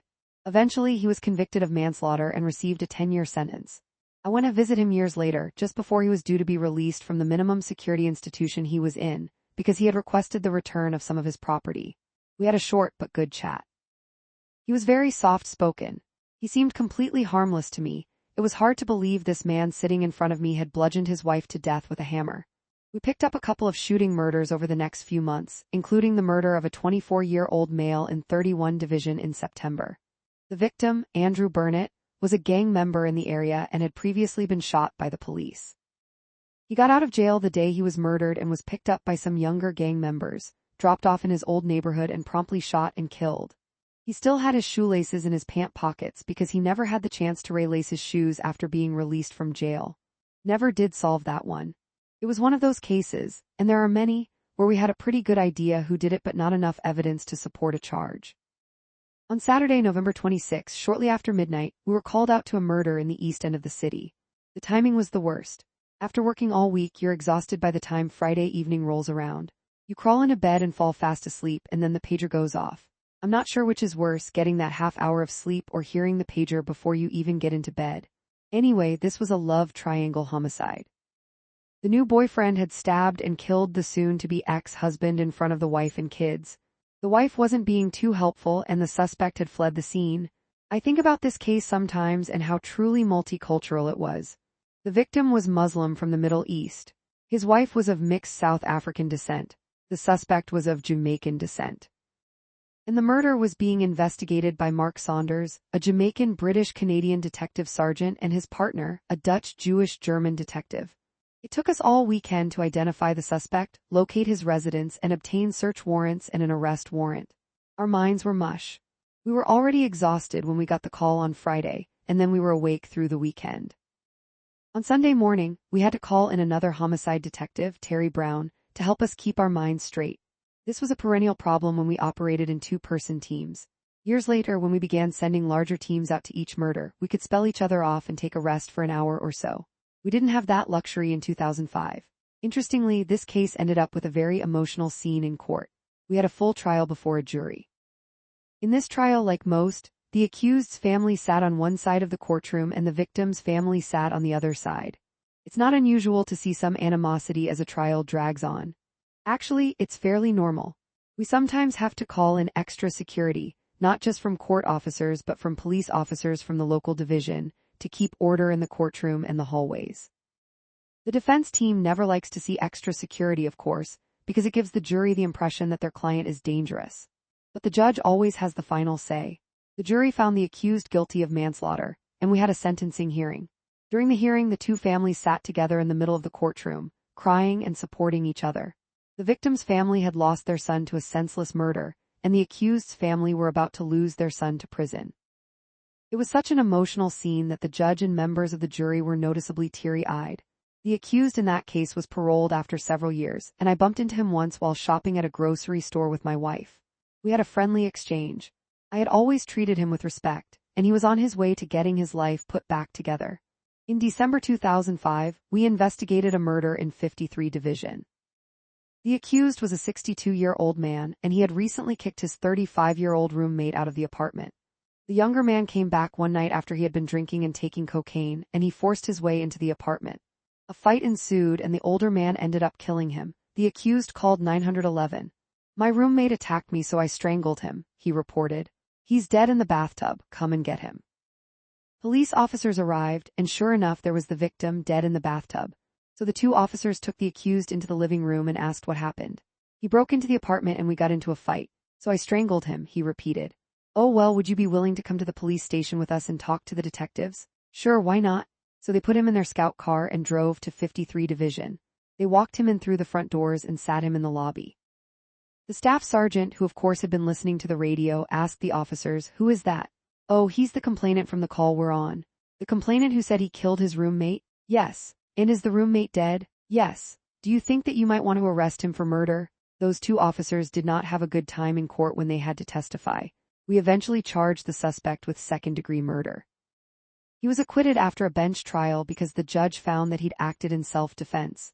Mark and I were both pretty intense and poured everything we had into these murder investigations. Some of them ran 24 or 48 hours straight, and we would both forget to eat.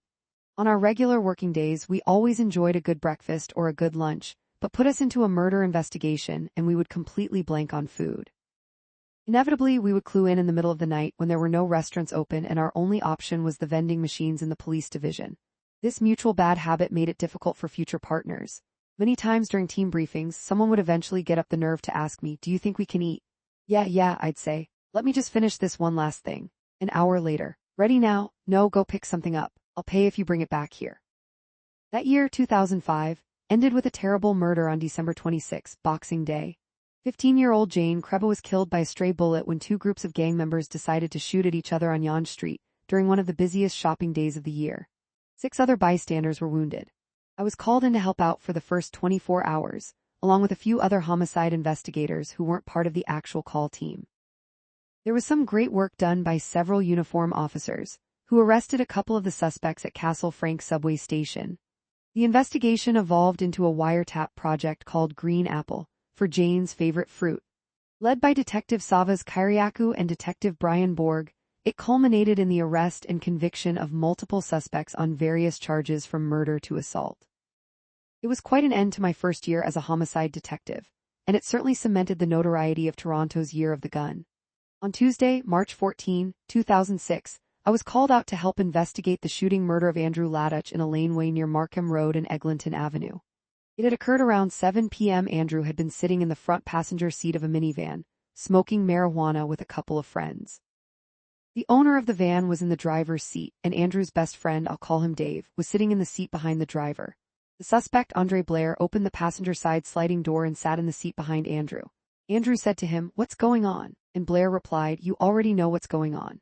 And then he shot Andrew in the back of the head. The two witnesses, including Dave, fled. Mark Saunders wasn't involved in the initial part of the investigation. I worked all night and most of the day on Wednesday and got home in the mid-afternoon. I was about to go to sleep when my pager went off. Dave had walked into 41 Division to present himself as a witness. Thankfully, I knew that Mark was in court at the nearby Scarborough courthouse. I caught him just as he was leaving, and he said he was happy to go to 41 Division and take the witness statement, which saved me a drive back across the city in rush hour. I'm pretty sure Mark never forgot that interview. Dave certainly didn't. He never forgave Mark for failing to get him a bottle of water during the interview and brought it up constantly over the next several years as we saw the case through court. Whenever we chatted and the topic of Mark came up, Dave would say, "Fucking Mark, fuck him, couldn't even give me a bottle of water." Dave was a real character. In his own words, he was a very simple man who liked to hang around his apartment complex, smoke up, fix bikes for kids, and clean jewelry for people. When he was describing himself on the witness stand at court, he told the jury, "I'm the Weezer in the neighborhood." He couldn't read or write. Andrew Ladach was his best friend, and he was devastated and horribly traumatized when Andrew was shot and killed right in front of him. Andrew and Andre Blair knew each other from the neighborhood, and for some reason had a falling out, which led to the murder. Dave himself had a huge scar on his neck from being stabbed years earlier, and was lucky to be alive. Dave became my responsibility as the case proceeded through a preliminary inquiry at the Scarborough courthouse, and the subsequent trial down at 361 University Avenue. He was terrified and would constantly threaten not to show up to testify. Every court day, I would pick him up in the morning, stay with him all day, and then bring him home at the end. Andre Blair's family and friends were always in court, and Dave was easily intimidated. Blair had retained Marshall Sack as his defense counsel. Marshall was one of the best criminal lawyers I'd ever dealt with, and I learned so much from watching him. He referred to me as Henry instead of Hank. Even my birth certificate says Hank, but I didn't mind. He was brilliant and had an extraordinary flair for language that he used to great effect in front of the court. Learn how to lose. I had asked Marshall once about the most important things in defense work, and that's how he responded. He would put up a rabid defense on behalf of his clients, but claimed that 95% of his cases that were heard in superior court ended up in convictions or guilty pleas. He fought with great vigor but had a realistic outlook. Marshall had represented some extremely unsavory characters, and if they ever thought he wasn't giving it his all, it would not have been good for him. So he gave it his all, fought vigorously, and was magnanimous when he lost. Marshall passed away in 2011. The last time I saw him was in a hallway of the provincial court at Old City Hall. He was huddled with some clients outside of a courtroom, but when he saw me walking down the hall, he came over to say hello and have a chat. Always a gentleman, Paul Amenta was the assigned Crown attorney in the Andrew Ladach case. One of the longest-serving prosecutors in the Scarborough office, he had boundless energy and was very animated and quite determined. He was a great fighter. Many of my future cases were also based in Scarborough, and Paul was the first of many great crowns that I dealt with out of that office. As hard as it was to get Dave to court, he was fantastic once he was in the witness stand. It was simple and the jury could relate to him. What's more, he didn't back down from Marshall. One morning as the jury were filing in, Dave, who was already seated in the witness box, pulled a piece of paper out of his pocket and placed it on the ledge in front of him. Marshall lost his mind. "Your Honor, the witness has placed some notes in front of himself. I demand to see these notes before we proceed." This was in fact something he would be entitled to. Dave responded, "I don't have any notes." Marshall said, "Your Honor, we all saw the witness pull a piece of paper from his pocket, and it is now sitting on the dais in front of him. I want to know what he is looking at." The judge sent the jury out and told Dave that if he wanted to refer to any notes during his testimony, counsel was entitled to see those notes first. "I don't have any notes," Dave repeated. "What do you have in front of you?" Marshall demanded. Dave then started to cry and responded very forcefully and loudly, "You want to know what I have in front of me? I have a picture of my best friend Andrew Ladach, who your client killed. I want him here to look at." Dave was allowed to keep his picture of Andrew. It was clear he wasn't going to back down. After court each day, Dave wanted to stop at the beer store. It was a long drive from downtown Toronto to his apartment in Scarborough, and he would sit in the back of my minivan and drink Dragon Stout, his favorite Jamaican beer. Each evening I would drop him off at home, happy as can be. The next day would be a repeat. I would drive to his building to pick him up and call him to let him know I was there. Sometimes he'd answer the phone and all I would get was a "fuck you," and then he'd hang up. I'd wait and then call back. "I'm not going to court anymore." I'd wait and then call back again, and usually I'd get a grunt at the other end. And then, 10 or 15 minutes later, he would come down, get in the van, and chastise me for parking in front of his building in what was obviously an undercover police vehicle. He was the highest maintenance witness I'd ever dealt with. After a long trial, Andre Blair was convicted of first-degree murder and sentenced to life in prison.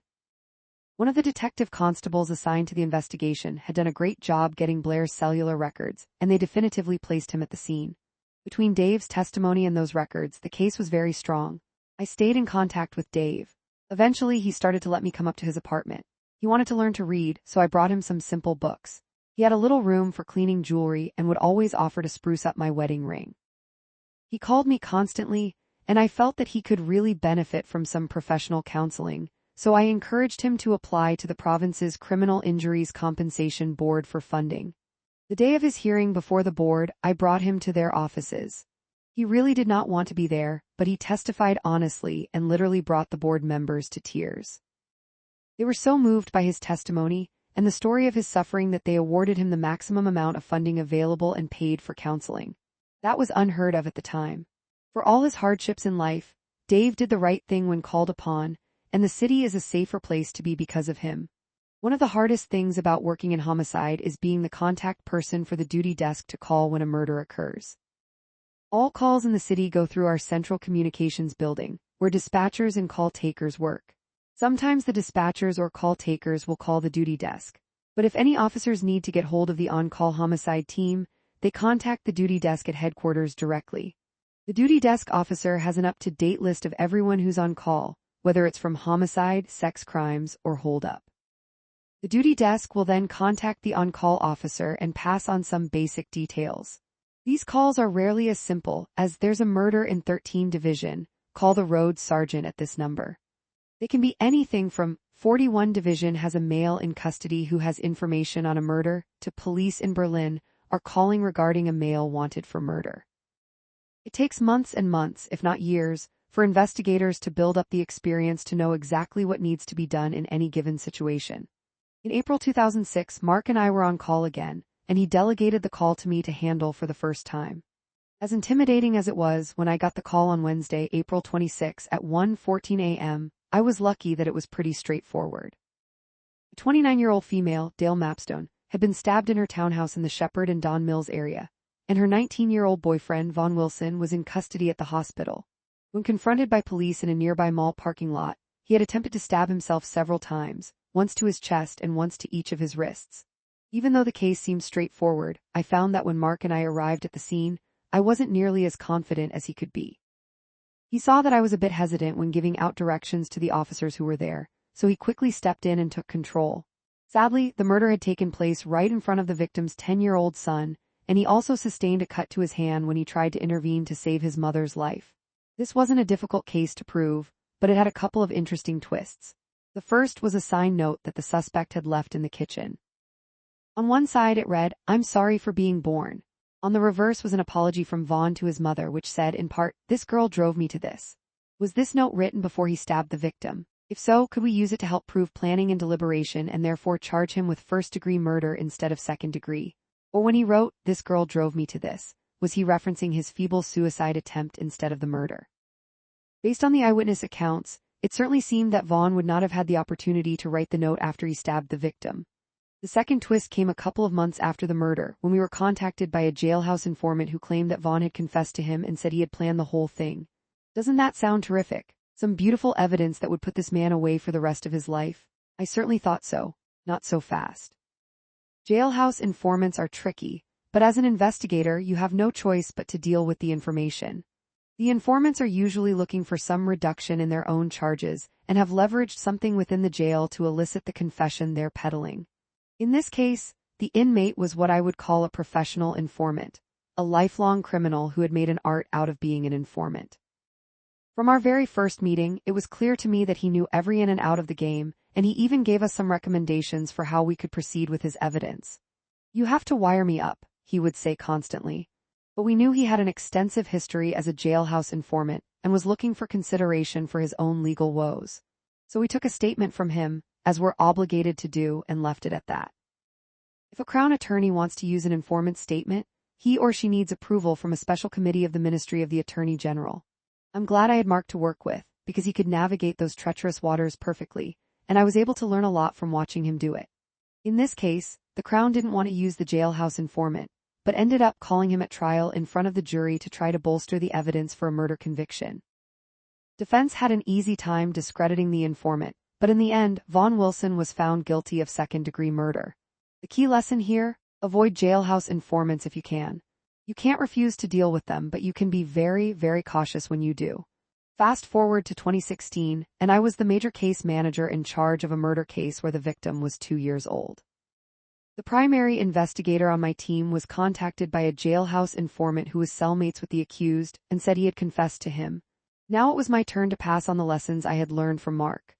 We went to see the informant in jail, where every second of our contact with him was recorded. He was earnest and genuinely seemed to want to help because he was sickened by what his cellmate had told him. So I asked the primary investigator to give the informant my phone number and tell him to call me when he was released and clear of his own charges. "If he still wants to talk then," I said, "I'll gladly listen." The primary investigator was beside himself. "What are we doing? Why aren't we interviewing this guy right now? Wait and see." When he was released from custody 6 weeks later, the informant called us and gave a full sworn statement. He still wanted to do the right thing for the right reasons, and by waiting until he was out of custody, we had a high degree of confidence in his credibility. The Crown still had to put the evidence before the Jailhouse Informant Committee, but it got through. This case also reminded me of Dale Mapstone's murder because there was a child involved. Her 10-year-old son obviously had to testify at Vaughn Wilson's trial. On his first day in court, I went to pick him up in North Toronto. We drove to the downtown courthouse via Highway 427 and the Gardiner Expressway, which runs along the shoreline of Lake Ontario. As we drove along, the boy said to me, "What's that?"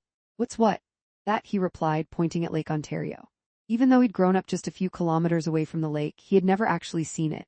To this day, I think of all of the kids growing up in housing projects throughout the city who have never even been able to see the lake. A few years later, I read a newspaper article about that boy.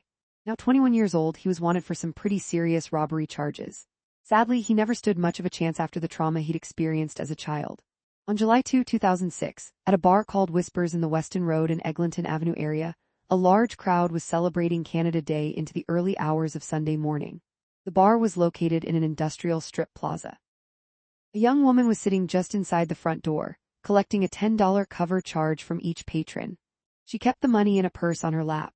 Several bouncers were also working at the front door, controlling access to the premises, and were searching patrons as they came in. Shortly after 4 a.m., 2 men who had been allowed into the small bar only minutes earlier decided to rob the woman who was collecting the cover charges. They grabbed the purse and barreled through the crowd towards the front door to escape. At the same time, several of the friends they'd come in with positioned themselves around the bar and pulled out guns. One of the bouncers saw the robbery and chased the 2 suspects out into the parking lot. He put one of them in a headlock and, using an expandable baton, locked the man's arm behind him. What the bouncer didn't realize was that the robber had a gun in his hand. By immobilizing that hand, the bouncer was preventing the robber from discharging his weapon. The purse with the money in it went flying. It was pandemonium in the parking lot as people scrambled to grab some of the cash. Meanwhile, the bouncer dragged the robber back towards the bar and, still unaware of the gun, told him that he was going to let him go. He just wanted to release him under the cameras that covered the sidewalk in front of the bar. As soon as he was released, the robber stood up and fired a point-blank shot at the bouncer. He missed. Instead, the projectile struck 32-year-old Jeffrey Lewis, a patron who was just walking out of the bar.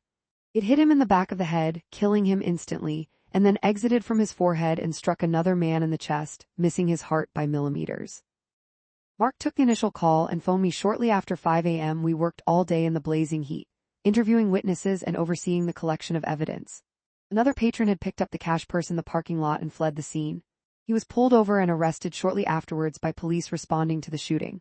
As it turned out, he had nothing to do with the murder. Mark, very smartly, did a media interview at the scene, appealing for witnesses and tips. It paid dividends in the long run. For 2006, Whispers had one of the best video surveillance systems that we had ever seen. Infrared digital cameras covered most of the interior and exterior. The only thing that wasn't covered was the parking lot where the purse had ended up. We watched the minutes surrounding the murder as soon as we could on Sunday afternoon, and were very quickly able to pick out the muzzle flash on the footage. We hadn't interviewed the bouncer yet. He didn't make himself available for a couple of days, but once we saw that he had the shooter in a headlock, Mark called him and asked him to bring his clothing to the local division. That was some lucky timing. The bouncer had a habit of washing his clothes as soon as he got home from a shift because of the number of people he came in contact with. His jacket was in the laundry pile but hadn't yet been cleaned. We sent it off to the Provincial Center of Forensic Sciences, CFS, and they did some great work and identified an area of saliva on the front chest area of the jacket, right where the suspect's face had been during the headlock. A DNA profile was obtained from the saliva, and now we just needed a comparison sample from the suspect. What did you know, when did you know it, and what did you do about it? Perfect example right there. Imagine if we'd waited on that jacket. When we finally did interview the bouncer on the Tuesday, he had no idea that the suspect he'd had in the headlock was the same person who had fired the fatal shot, which had been intended for him. Stitching this murder together without the video footage would have been impossible. The bouncer, like many future witnesses I would deal with, wanted protection. We have a witness protection program in Ontario, and he joined it. It's a heavy burden, all or nothing. You have to leave your life behind and move to wherever the program puts you. Few witnesses are willing to do that, and of the ones I knew who did, none of them lasted long in the program except for this bouncer. He's still there. A lot of witnesses want to be moved or protected. We try to do what we can, but the onus is on them to make it work. Lucky for us, Mark's media interview paid off quickly. Within 24 hours, we had numerous tips, most of which identified the shooter as a fellow named Peter Johnson. As we watched the video from the interior of the bar and followed the suspects from the time they arrived to the time of the shooting, save for a 16-second gap when they were in the middle of the parking lot, we had to agree that the suspect sure looked a lot like Johnson. Poor Jeffrey Lewis was also on video, fresh from a marital breakdown, keeping to himself in the bar, wandering back and forth until he took that fateful step outside the front door.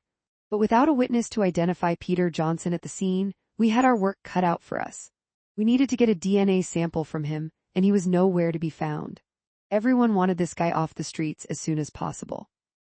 We were called to a meeting with several senior officers to discuss how we could find him so that surveillance teams could get a DNA discard from him.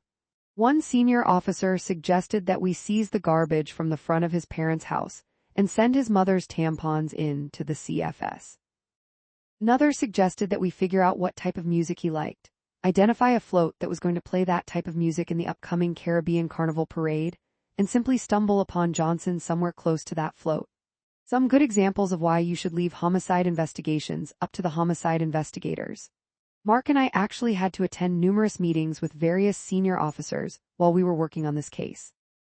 Gang activity and shootings were increasing in the city, and everyone wanted to talk about it. Most of the meetings were a pointless waste of time. We attended one with 2 senior officers to discuss the case, and they spent the entire time swapping their own war stories, trying to outdo each other. Nothing about the case. What a couple of fucking buffoons, I said quietly as we walked out. Mark burst out laughing. That's exactly what I was about to say. We were called to another meeting with a different senior officer after that one. There was the promise of pastries if we attended. It was kind of a bribe. They knew we didn't have to show up, so they needed to entice us. The meeting was held at 3 district headquarters in the north end of the city. There are 5 districts in the city, and 3 districts encompassed 31 Division, 32 Division, and 33 Division. The district headquarters was located in the same building that housed 32 Division. As we drove up, Mark said, "There'd better be some fucking pastries." For years afterwards, this was a catchphrase I used whenever I was called to a meeting. There'd better be some fucking pastries. In the end, we just let everything go quiet, and several months later, maybe thinking that the heat had died down, Peter Johnson reappeared. Surveillance officers were quickly able to get a DNA discard from him when he spat in a mall parking lot, and in January 2007, the CFS matched it to the saliva on the bouncer's jacket. Well, we can't say they matched it, but the odds of it belonging to someone else on the planet were 1 in 5 billion. So we had a murder caught on video with DNA evidence confirming the identity of the suspect. I was thinking that this should be a slam dunk in court. The Crown Attorney, Paul Zambanini, was brilliant, eager, and fully engaged in prosecuting the case. Defense made the suspect's identity an issue. Sure, that was Peter Johnson in the club committing the robbery, But that was not Peter Johnson who ended up in the headlock. I was in the witness box for days, painstakingly going through the video in front of the jury. I had spent weeks and weeks of time reviewing that footage, as well as footage from another club where Johnson and his buddies had been earlier in the night. The defense lawyer was very good, but nobody knew that video footage better than I did. The judge, Eugene Uishuk, was as hard on the defense lawyer as he was on the Crown. But a number of his cases were overturned on appeal because of comments he made during the trial. At one point in the video, there's a fellow in the interior hallway of the club who's trying to pull a gun out from the front of his pants. It's a bit comical to watch. He's hopping back and forth trying to find the gun and pull it out. As the video played, I told the court just to watch. When the man finally pulled out the gun, Judge Uishuk proclaimed, "There it is." The first trial ended up in a hung jury. They couldn't come to a unanimous decision. For 5 days they deliberated, and you could see the frustration on the faces of some of the jurors as they came in and out of the courtroom. Zambonini still self-flagellates to this day, but honestly, what could he do? Well, it's not as if it was on video and we had DNA. Wait a minute, yes it was. All it takes, though, is one juror to say, "I don't believe in DNA," or "I don't think he did it," and there is no conviction. So we got ready for trial number 2. Zambonini was replaced by Rob Kenny. Again, a brilliant Crown. This time the conviction was secured, and Johnson was sentenced to life in prison with no chance of parole for 18 years. The defense appealed and a third trial was ordered. Now it was 2019, and the defense was no longer contesting the identity of the shooter. Their new position was that Peter Johnson was in fact the man in the headlock who fired the fatal shot, but he did so in self-defense because the bouncer had an expandable baton. No dispute about that, that's how he controlled Johnson's arm in an armbar hold. Imagine the heartache of Jeffrey Lewis's mother. She had attended court every day for the first trial, and again for the sentencing of Johnson after the second trial. But a third trial. Thankfully, we had some excellent liaison workers from the Victim Witness Assistance Program in court, who continue to keep her constantly updated as to the progress of the proceedings. After 3 weeks of evidence, the Crown closed its case. That same day, the Supreme Court released a decision that invalidated the jury selection process, meaning our jury was no longer properly constituted. Mistrial again. Rather than go to a fourth trial, the Crown took a plea to manslaughter, and Peter Johnson walked out of custody after having served 12 years. The murder of Jeffrey Lewis was the last case I investigated with Mark Saunders. He ended up moving to a task force within intelligence services for a 6-month secondment. When he returned to Homicide, he was assigned to another new detective, and I was off on my own. While he was on that secondment, though, he filled the role of an acting inspector and became quite close with some of the senior officers in the police service. Mark decided that he was going to pursue promotion. We still went out for breakfast once in a while, and one time he said to me, "I see how the senior officers play this game. I can play it better." And he did. He climbed the ranks quickly, and in 2015 he became chief of police. By the end of 2006, with 2 years as a homicide detective under my belt, I felt confident enough to be able to take the call and lead an investigation. Although the standard call teams with one detective and one detective sergeant were preferred, it became very common for detectives to go out on call with other detectives, or whoever else was available. When your pager goes off to call the duty desk, that doesn't necessarily mean a murder has occurred. It could be anything. But when it is a murder, the stress and the adrenaline build up immediately. A dead drug dealer in a laneway with gunshot wounds and no witnesses? That sure sounds like it will be unsolvable, but the mindset of a good investigator is that every case is solvable. Even if you're on a bad streak of several unsolved cases and you begin to doubt yourself, it's crucial to maintain that mindset. Confidence is contagious. I was spending the overwhelming majority of my time in court running the cases we had caught in 2005 and 2006, and I would go out on calls whenever there was a break from court. Every case I investigated through 2007 and 2008 was with a different partner. In April 2007, I was assigned to an investigation into the Ontario Lottery and Gaming Commission, OLG. No murders there, but 1 or 2 senior officers of the Ontario Provincial Police, who policed the OLG and the Alcohol and Gaming Commission of Ontario, AGCO, had been accused of complicity in the theft and payouts of lottery winnings. That took me out of homicide for a couple of months, but gave me great insight into the workings of other government agencies. This was and still is a common practice.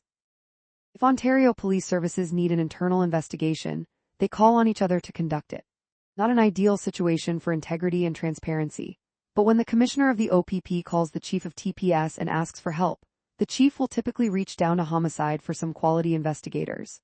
That explains why homicide detectives ended up conducting a narcotics investigation into Toronto's mayor, Rob Ford, in 2013. I had also begun to develop an innate ability during my first 2 years of working homicide investigations. The lessons I very quickly learned while working active investigations, and having to tap into the ability to appreciate the steps all along the way to that final day, in court when the jury comes back, became a type of modus operandum. What did you know, when did you know it, and what did you do about it? You have to include or exclude all possibilities. One piece of evidence will inevitably turn into multiple pieces of evidence.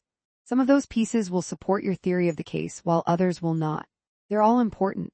Investigators don't have the luxury of discarding information or evidence, especially if that evidence, while not relevant to you, could be relevant to the defense.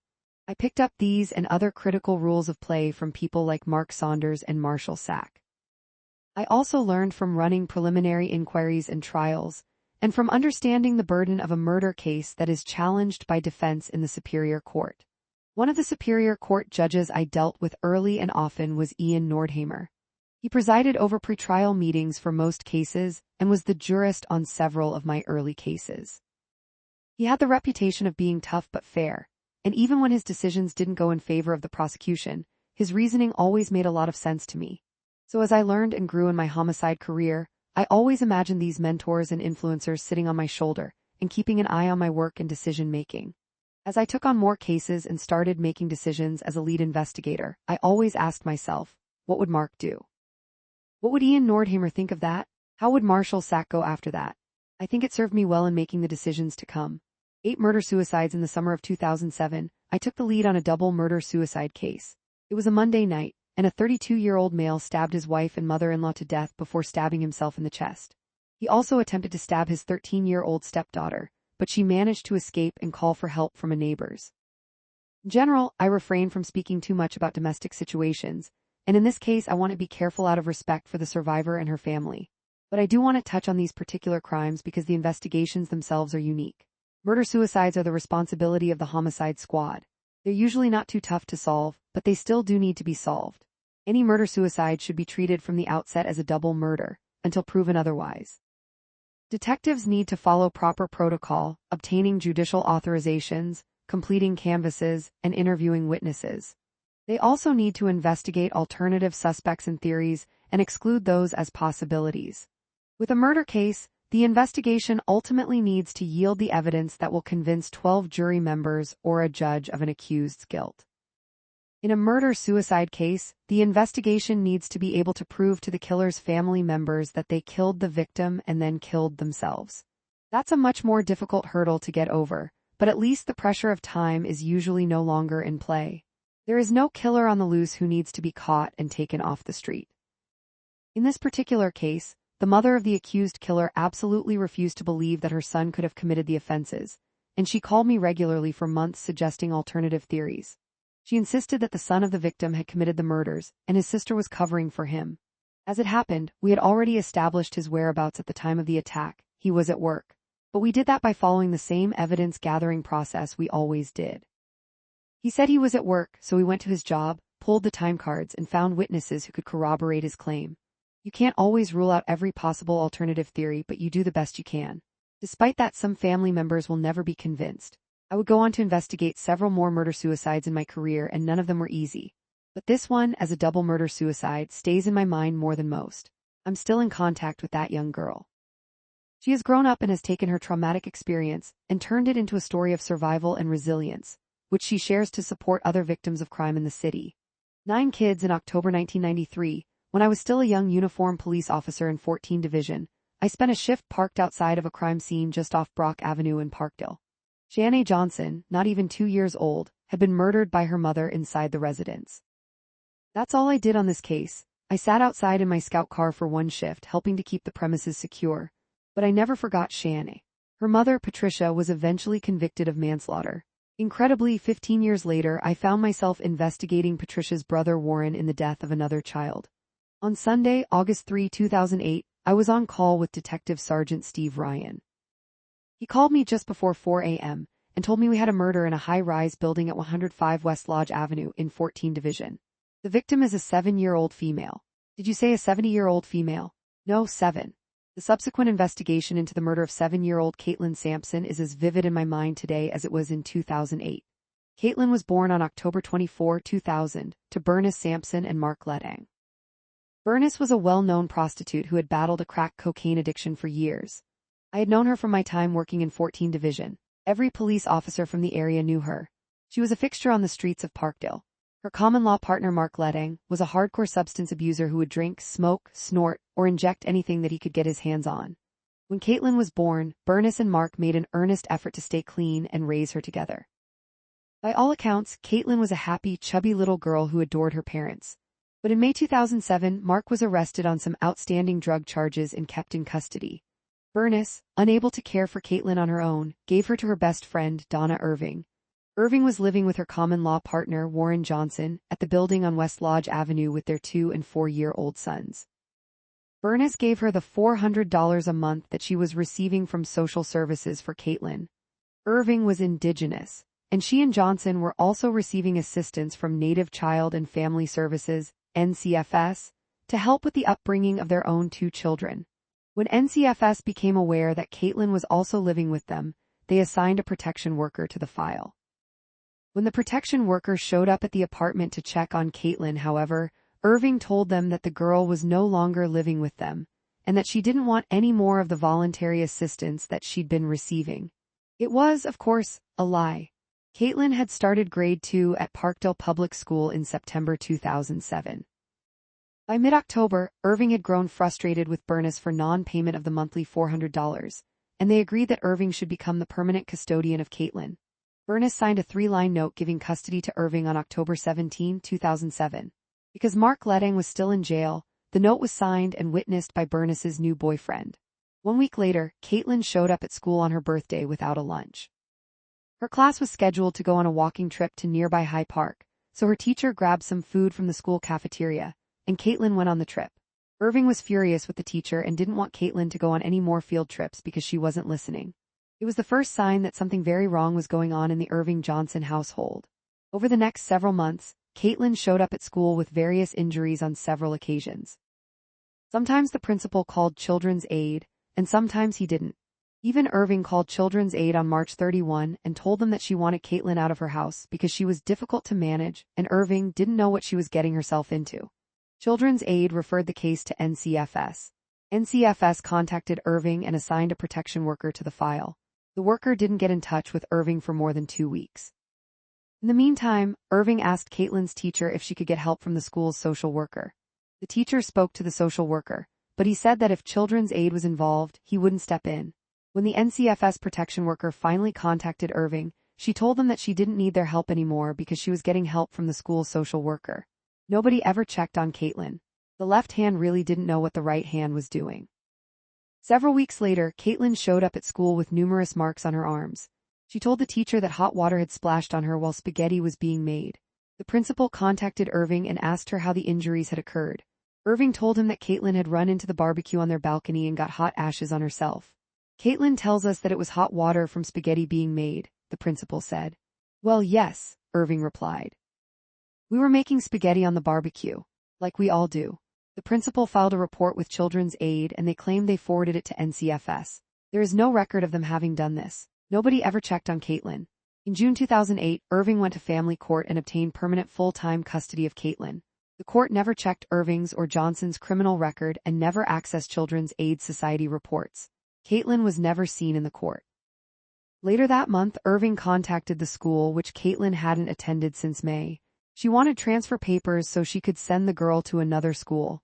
The principal said, "Bring Caitlin in on the last day so she can say goodbye to her friends." Irving replied, "She can't, she has a broken leg." Nobody ever checked on Caitlin. In late July, the Canada Revenue Agency sent Irving a very poorly worded notice that stated they weren't going to pay her any benefits for Caitlin, since Irving could not establish that she was the primary caregiver. The notice should have said that she wouldn't receive back benefits, but would continue to get the benefits she had been receiving since October 2007. It is no coincidence that on August 2, within days of receiving that letter from Canada Revenue, Caitlin was dead. In the evening, Irving was seen down on Queen Street while Johnson made a couple of trips to the local beer store to return some empties. He never bought any more beer, most likely because Caitlin was probably already dead, and he was cleaning out the apartment. Irving came home at around 12:30 a.m., and at 2:32 a.m., as Johnson was sneaking out the back door of the building with his two boys, she called 911 to report that her daughter had choked on some bread and was dead. First responders found Caitlin lying on the living room floor, obviously deceased. They didn't even attempt resuscitation. It was apparent to them that Caitlin had been dead for some time. Irving was the only one in the apartment. The uniform officers placed her under investigative detention and took her outside to a scout car. A divisional detective arrived within the hour, and after seeing Caitlin, she arrested Irving for second-degree murder. Under normal circumstances, we would be hesitant to lay a murder charge without an immediately apparent cause of death. But the injuries to Caitlin were so obvious and horrific that the charge seemed warranted. Defense counsel tried to attack this decision at the preliminary inquiry, but the judge shut them down and said that even he would have arrested her for murder. Irving chose not to talk to us, but we were able to establish the identity of her common-law husband and the names of Caitlin's birth parents through police records. Johnson came home with the two boys the following afternoon, and we interviewed him as a witness.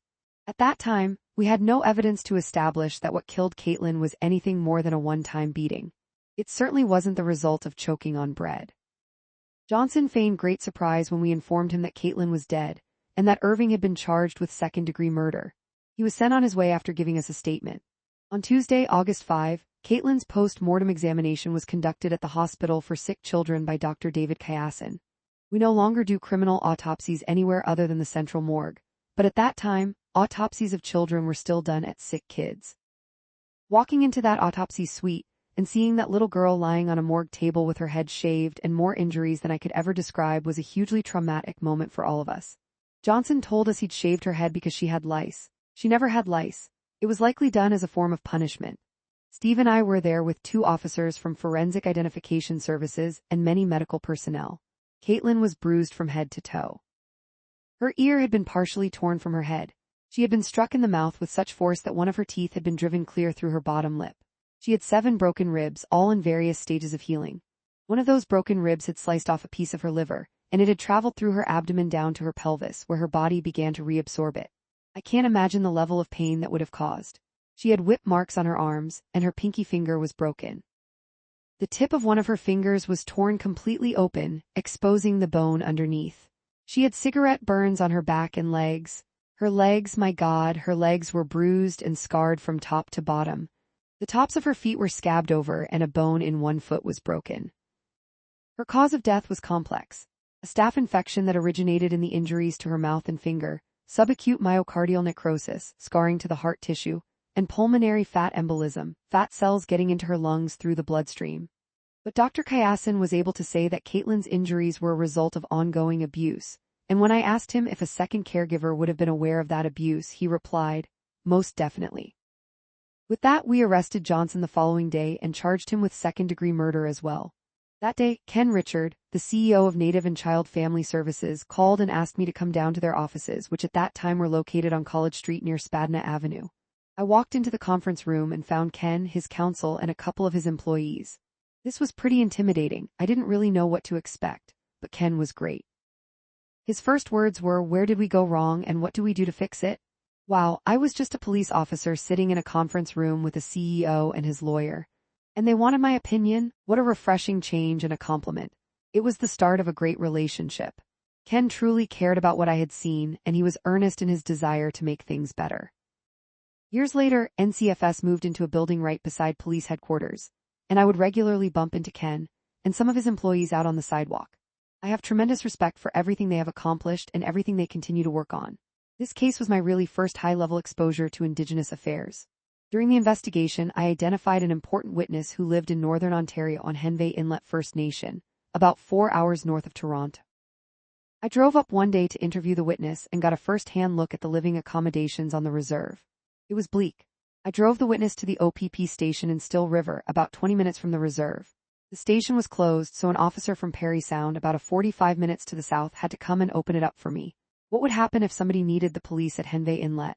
My witness had one leg. The other had been amputated because of diabetes. The second leg was due to be amputated soon as well. It was a very sad experience to see it.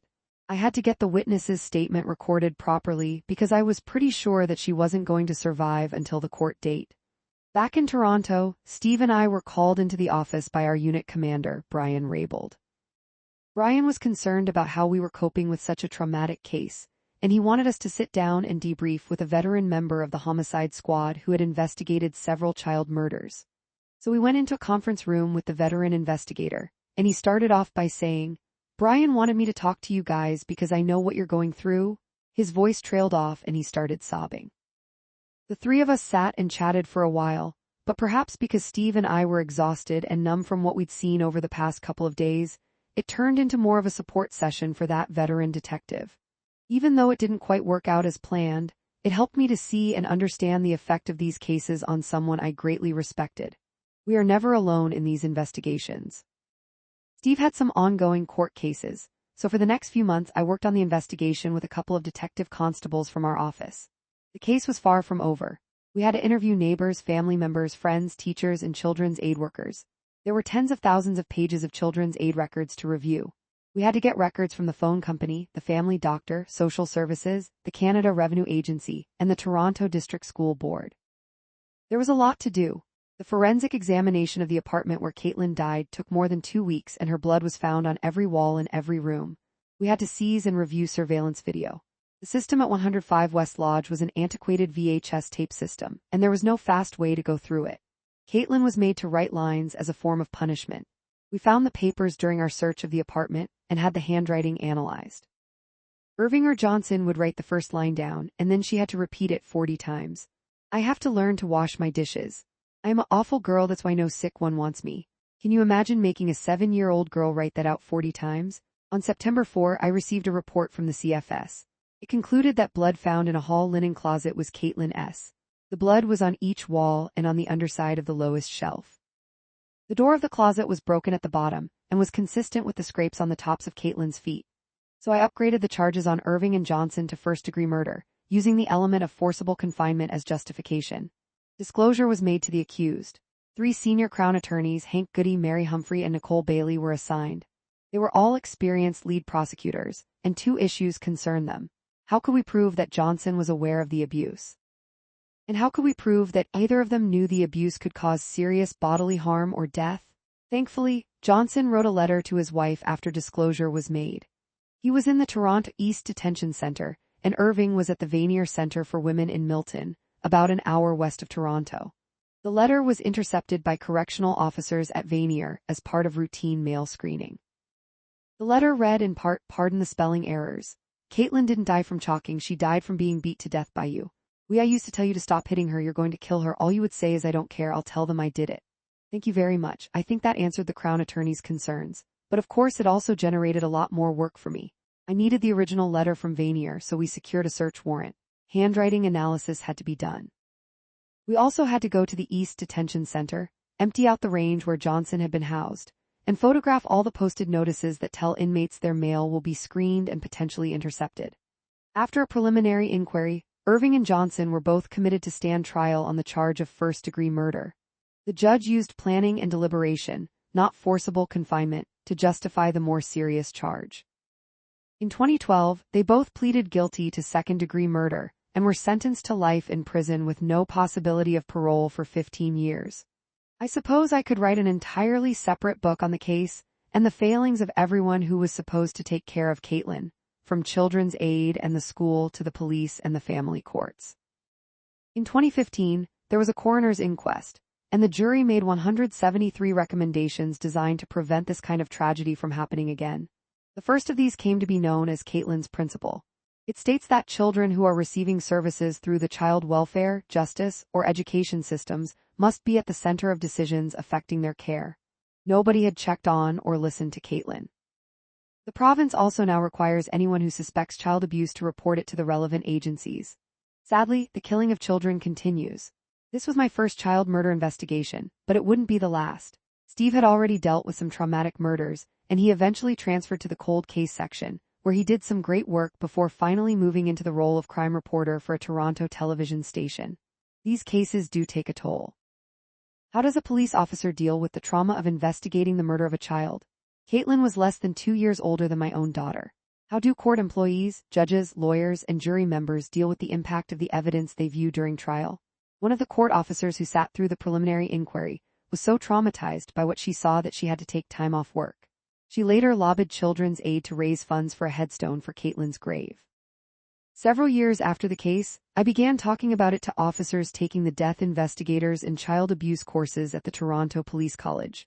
Every time I did, I put up a picture of Caitlin's writing of, "I am a awful girl, that's why no sick one wants me."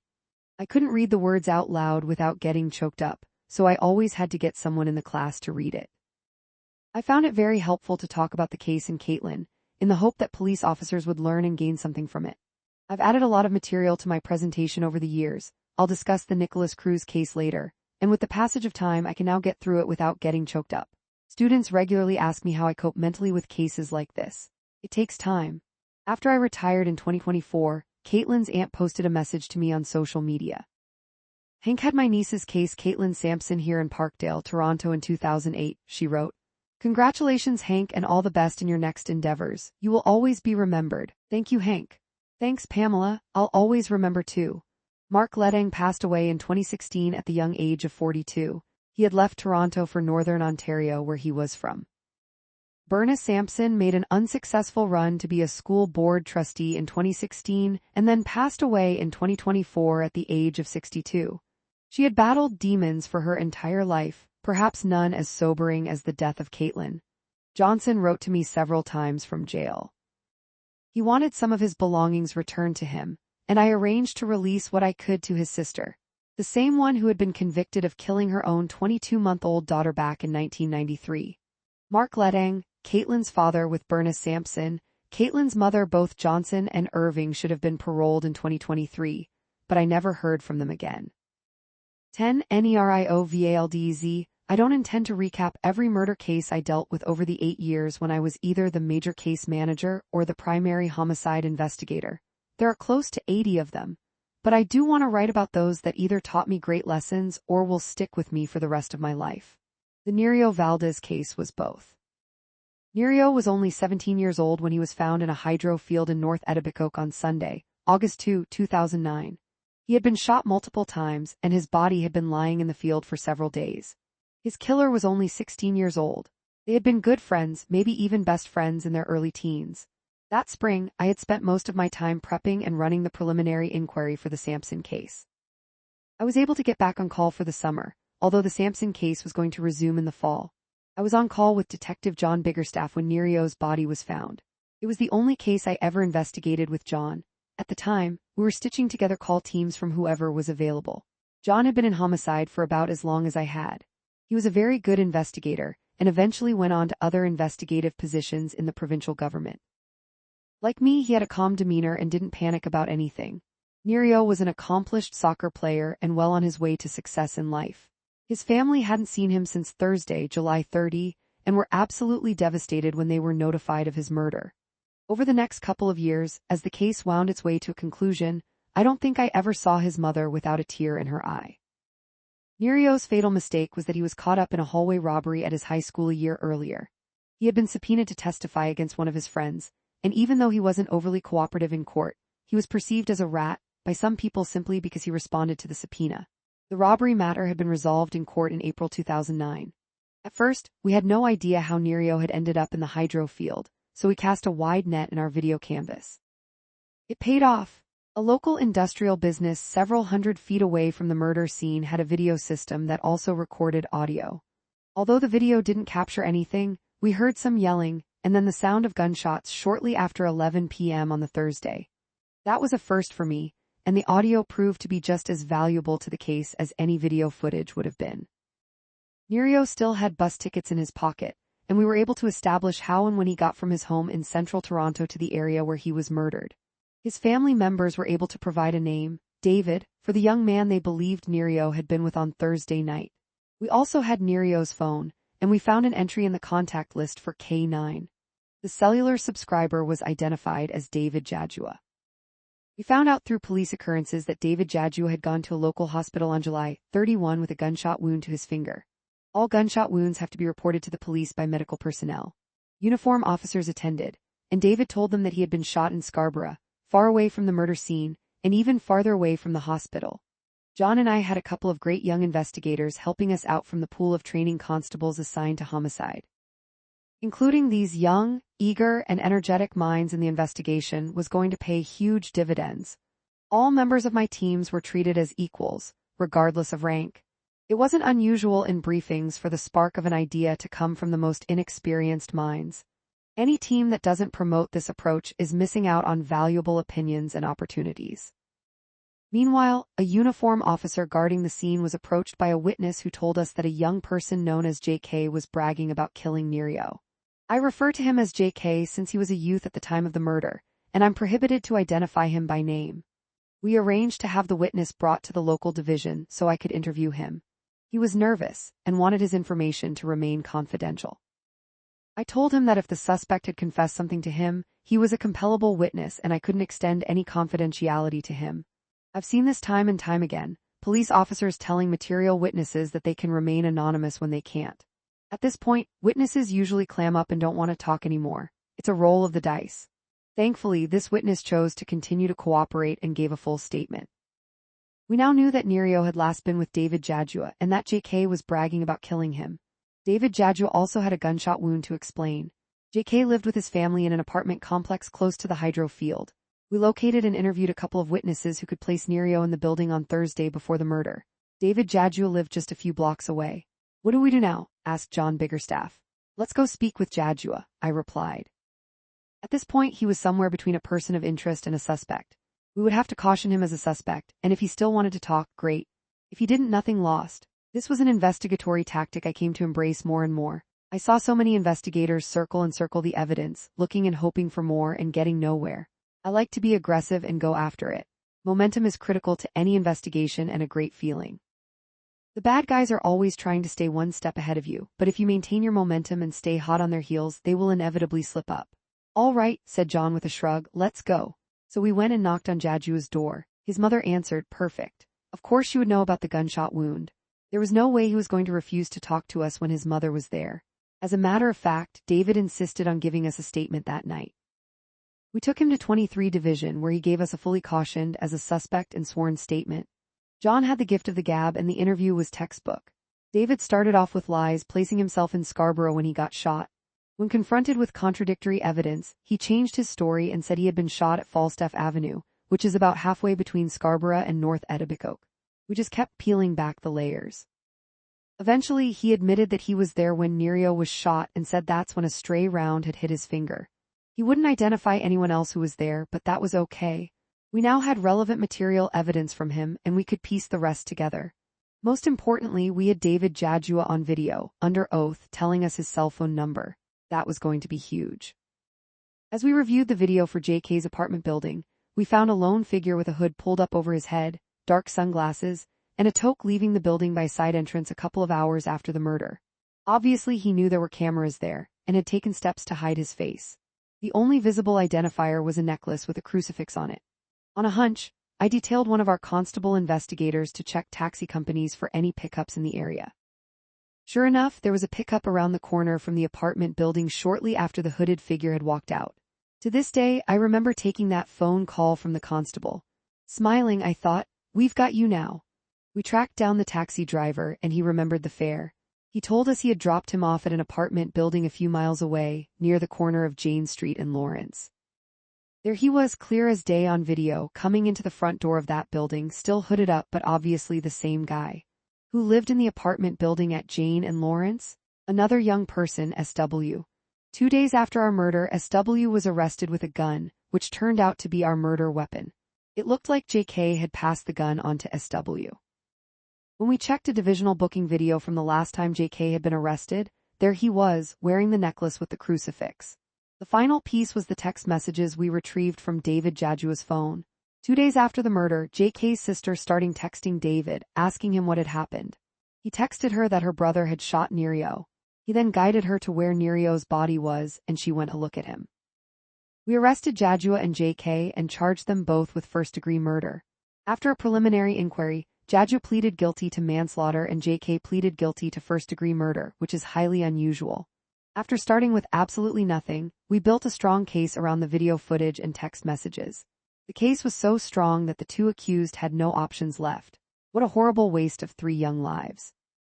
11 Spring Phillips, a 26-year-old Indigenous woman, was murdered in the early morning hours of Saturday, December 5, 2009. Spring lived by herself in a massive high-rise building at 200 Wellesley Street, in the heart of the high-density neighborhood known as St. James Town. The building was well known for attracting a lot of illegal activity and had been the scene of numerous fires and murders over the years. I got the call shortly after 1 p.m. that afternoon. Spring had a boyfriend named Stephen Wung, who lived at a residence for Indigenous men near Bathurst Street and St. Clair Avenue. Stephen had previously been charged with choking Spring and was on bail. He called 911 to report that she was deceased. 95% of female homicide victims are killed by their significant others. So our initial thought, and probably what you're thinking too, was that Stephen had killed Spring. He hadn't, but it was something we had to investigate thoroughly before we could include or exclude it as a possibility. In the meantime, Stephen was arrested by responding officers for breaching his bail conditions. He wasn't allowed to be near Spring Phillips, but he was the one who'd found her body. He was brought to 51 Division for questioning. One thing I saw on several occasions when I did cases without Mark was that sometimes homicide investigators didn't go to the murder scene. I didn't understand this and still don't. My first stop was always the scene. If your first stop is the local police division, you will get inundated with questions and information from everyone in sight. It takes you away from the actual investigation. I still remember going to the scene first with the Andrew Latouch case in Scarborough in 2006. Standing in an empty laneway in the middle of a cold winter night and just looking, watching, and absorbing everything.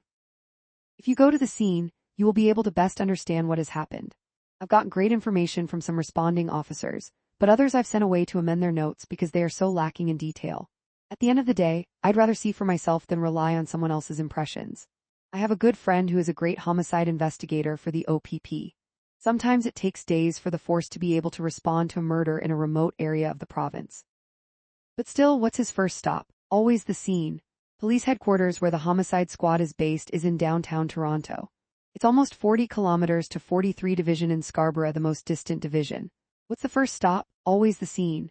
In fact, if I saw a homicide team back at police headquarters within 24 hours of catching a murder, it made me wonder what was going on with the investigation. Who's running it? How do you expect officers at the local divisions to bust their butts for the investigation when you're not even there? So Rule 1, go to your scene. Rule 2, don't come back to police headquarters for several days after you pick up a new murder. Before we went at 51 Division to deal with Stephen Wung, we headed to the scene and met the coroner and pathologist there. Spring hadn't been removed yet, and we were able to walk through the scene with the pathologist. What a scene it was. This was a 1-bedroom apartment on the 27th floor. There was a bathroom to the right as you walked in, and the first thing I took note of was the blood on the walls and the sink in the bathtub. The bedroom was straight ahead down the hallway. There, blood pooled on the floor and the mattress and was spattered all over the walls. We are going to need a bloodstain pattern analysis. The next thing I saw was one of those kids' wooden growth charts, also spattered with blood and no doubt used as a weapon. We moved into the living room and there was Spring, naked and lying on the floor. A plastic bag had been pulled over her head and secured around her neck with a piece of string. Okay, we're going to need to preserve that string for DNA and the knot for analysis. Spring's arm was in rigor mortis. That means it was 8 to 10 hours after death, said the pathologist. There's my time of death. There were bloodstains on the couch and pillows, rings on her fingers, likely not a robbery. Outside of the apartment, a uniform officer had found some blood on the hall floor in front of the elevators. Make sure you preserve that for the forensic officers. Let's organize a canvass of the entire building with one of the uniformed sergeants and make sure the garbage dumpsters are seized and searched. Now we go back to the local division, 51 Division. Imagine not having gone to the scene. At 51, the divisional detectives had been doing some great work. Stephen Wung and his friend Michael had both been interviewed, and they told the same story. They'd been at Spring's apartment the previous night, they said, with another friend known to them as Levi. Stephen had left first because he had a curfew from his bail conditions. Michael left next, at which point Spring was alone with Levi. He apparently had nowhere to spend the night, and Spring was kind enough to allow him to sleep on her couch. It was a fatal mistake. After Michael left, Levi beat and sexually assaulted Spring for hours on end and then finally killed her. The canvas of the apartment building provided us with a key witness. Nobody likes doing canvases, they are labor-intensive, and the vast majority of the work proves to be fruitless. Properly canvassing a building the size of 200 Wellesley can take days, but this time it was worth every minute. We found one witness, 2 floors down, who was awoken at 2:30 a.m. by the sound of a subscribe to our channel for more amazing audiobooks and storytelling content. Woman screaming. Such a hugely important piece of evidence, and one that would not have been discovered but for the canvas. Armed with a description of Levi from Michael and Stephen, we went back to 200 Wellesley to review surveillance video. We very quickly found him walking out of the building shortly before 5 a.m. As we were doing that, one of the detectives back at 51 Division had tentatively identified him as Levi Agek, an indigenous man from the East Coast. We now had several balls in the air. We still had to include or exclude all three of Levi, Michael, and Stephen. We had to complete video canvases of Stephen and Michael's alibi route, from Springs building to the men's shelter where they lived. Their clothing had to be seized and their hands and fingernails swabbed for blood. Their respective rooms at the men's shelter had to be searched and swabbed for blood as well. At the same time, we needed to get an arrest warrant for Levi Agek. We ended up going to the home of a justice of the peace in the middle of the night to get a warrant signed. She wasn't too happy being woken up for this, but when we told her about the viciousness of the murder, she had no issue. She knew, like we did, that it was paramount to get Agek into custody as soon as possible. Bulletins were distributed to all police services and the media. This paid off. Agek walked into a downtown Toronto shelter at 7 p.m. on Sunday, the day after the murder, and was recognized by staff who promptly called police. Officers from 14 Division went and arrested him. Although Agek refused to talk to us, he still had on the same clothing he was wearing when we saw him on video leaving 200 Wellesley Street. He had fresh scratches on his back, and several pieces of his clothing had bloodstains on them. Inside the scene at 200 Wellesley, our forensic investigators found the gold, Agek's fingerprints in Spring's blood in several locations. They also found his footprints in her blood. We had seen foot impressions in the scene, and made sure that we obtained Agek's footprints, just as we would fingerprints after his arrest. Finally, Agek's DNA was found on the body, indicating a sexual assault. Once the Center of Forensic Sciences provided me with the DNA report in April 2010, we upgraded the charge against Agek from second-degree murder to first-degree murder. We could easily prove sexual assault. In order to prove a charge of first-degree murder, you have to be able to prove that it was planned and deliberate. Some murders are automatically considered to be first-degree, such as the killing of a police officer or a killing committed during a sexual assault. First-degree murder convictions carry an automatic life sentence with no possibility of parole for 25 years. There was no wiggle room for the defense. Everything was covered off. All other potential suspects had been eliminated. The witness statements, surveillance footage, DNA, and fingerprints all pointed at Agek. Ultimately, Levi Agek pleaded guilty to second-degree murder and was sentenced to life in prison with no possibility of parole for 20 years. This was of some concern to the prosecuting Crown. Like I said, we had a very strong case for first-degree murder, and there was some reluctance to let him plead to a lesser charge. But at the end of the day, both result in a sentence of life in prison. The only difference is that for first-degree murder, the parole eligibility is automatically set at 25 years. For second-degree, the judge sets the parole eligibility. So the plea was accepted. A plea deal saves everyone, especially the victim's loved ones, the ordeal of a grueling trial. I can't imagine a monster like Agek ever receiving parole. The horror of what Spring endured should never be risked for another victim. 12K in an ETH mark, it wasn't unusual at all for witnesses to be anxious about attending court and participating in the legal process. Many were reluctant to testify and even expressed fears for their own safety. But I was always able to say, there has never been any retribution against a witness for testifying in court, ever, not in Toronto. The murder of Kenneth Mark changed that. Kenneth was a night manager at a Walmart in the west end of the city. His family, including his young nieces and nephews, lived in a townhouse complex near Jane and St. Clair, and Kenneth lived in an apartment close by. He was a big fellow, 6'4" and 300 pounds, but he had a calm personality and was described by family and friends as a gentle giant. He was a man anyone would be happy and proud to count as a friend. The complex where his family lived was being overtaken by gang members and drugs. In 2008, Kenneth decided he'd had enough and confronted two brothers who had been seen with a gun in the complex. He apparently picked one of the brothers up and held him in the air as he admonished him for bringing a gun near his family's home. Shortly after that confrontation, on September 2, 2008, Kenneth was ambushed and shot in the back with a shotgun. The ammunition was birdshot though, and although Kenneth had a lot of pellets embedded in his neck and shoulders, the attack was nowhere near fatal. At first, Kenneth refused to cooperate with police, but when the criminal activity continued to mount in his family's complex, he came forward and identified the two brothers he believed had shot him, Lamar Skeet and JB. Because he was a minor, his name cannot be revealed. The brothers were swiftly arrested and charged by officers from 12 Division's Major Crime Unit. Unfortunately, they were acquitted at a trial in December 2009 and released from custody. Kenneth had expressed fears for his safety during the court proceedings, and the brothers' associates were often in the courthouse, trying to intimidate him. 11 days after the brothers were released, Kenneth was picking up some food at a local pizza shop before heading to Walmart to work the night shift. When he left the shop and rounded the corner, headphones on and oblivious to the world around him, a suspect ran up behind him and shot him in the back of the head. This time, it wasn't a shotgun but a .22 pistol. Kenneth died in the middle of the street he was crossing, Gilmer Avenue. He still had a few $100s in his pocket, so this was obviously not a robbery. It was Tuesday, December 29, 2009. Kenneth had been killed shortly after 10 p.m., and I got the call within the hour.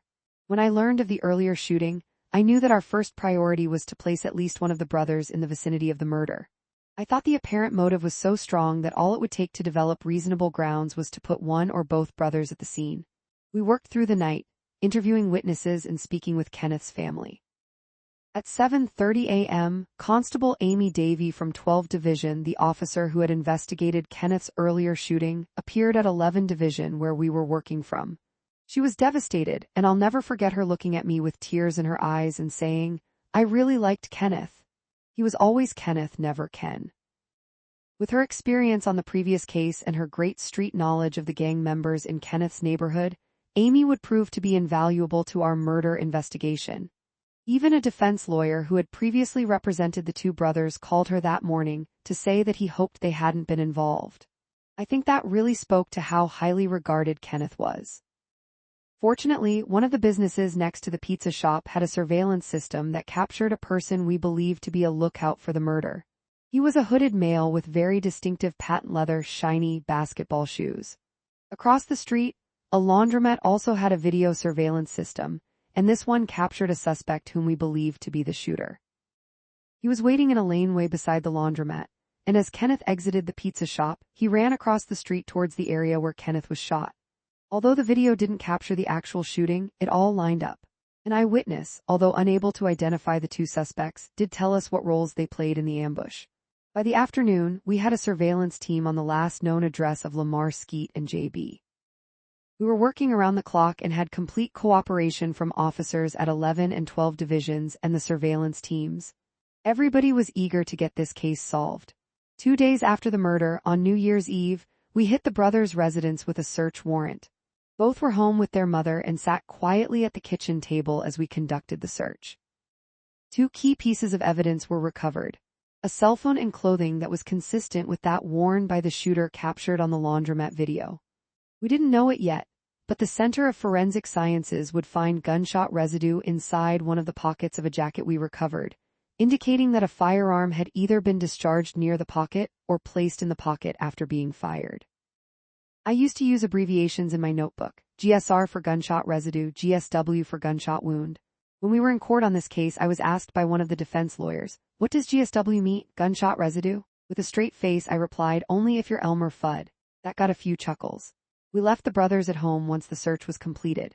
No need to arrest anyone yet, we still had work to do to build the case. Several days later, we received the first name of a suspect who was also believed to be involved. By cross-referencing the two brothers' jail records, we came up with a potential identification. A male I'll refer to by his initials, DLK. Again, he was a minor and cannot be identified. We learned that DLK had moved to his father's home in Ottawa in November 2009. We were able to determine through a witness that he had returned to Toronto over Christmas, from December 24 to January 3. Interesting. The murder took place on December 29. Ottawa police were asked to put DLK under surveillance. Meanwhile, the cellular carrier, in response to a warrant, sent us information on the cell phone found in the brothers' residence. It was shown to be in the area of Kenneth's shooting not only at the time of the murder, but also on the previous night. We were also able to identify another of the brothers' associates who lived in an apartment in North Toronto and was in contact with them around the time of the murder.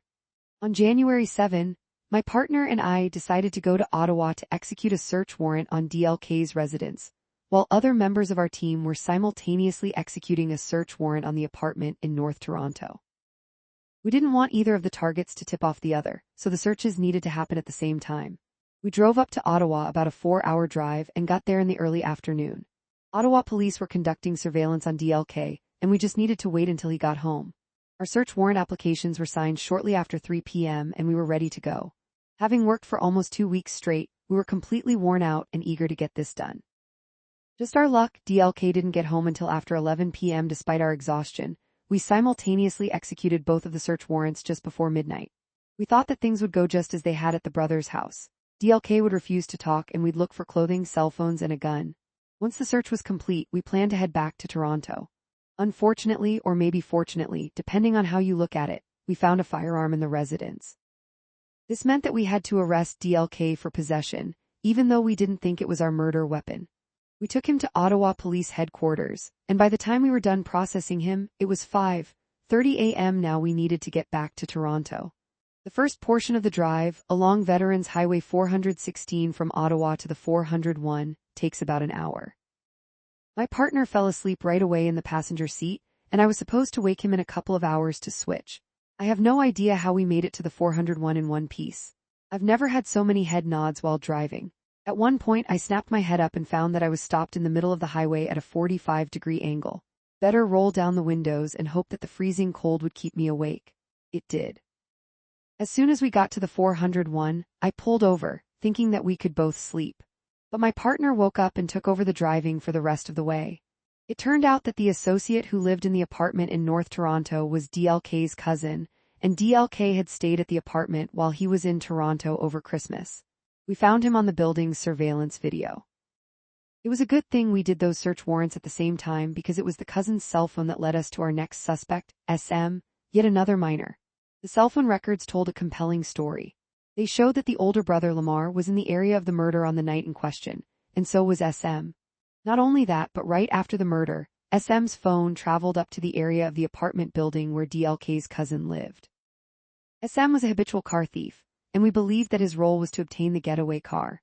Lamar was the shooter, and DLK was a lookout who waited by the car. We obtained arrest warrants for all three but wanted to search SM's residence first. On January 14, our surveillance team spotted him as he left home and drove to school, in a stolen car of course. We arrested him in the school hallway, and had some uniform officers transport him to 11 Division in the West End. Then we went and executed the search warrant at his house. In the basement we found the patent leather shoes we had seen on the video. We also found .22 caliber ammunition hidden in the ceiling. Lamar Skeet was arrested the same day, as was DLK up in Ottawa, although he wasn't picked up until the evening. I had just come home when my phone rang with the news, and I immediately started prepping to drive up to Ottawa to get him. My wife thankfully talked some sense into me. We had been going for over 2 weeks straight, and I probably would not have survived another drive up to Ottawa and back. Instead, we sent uniform officers to meet Ottawa police at a halfway point for the prisoner handover. At this point, we had a decent case but not an overly strong one.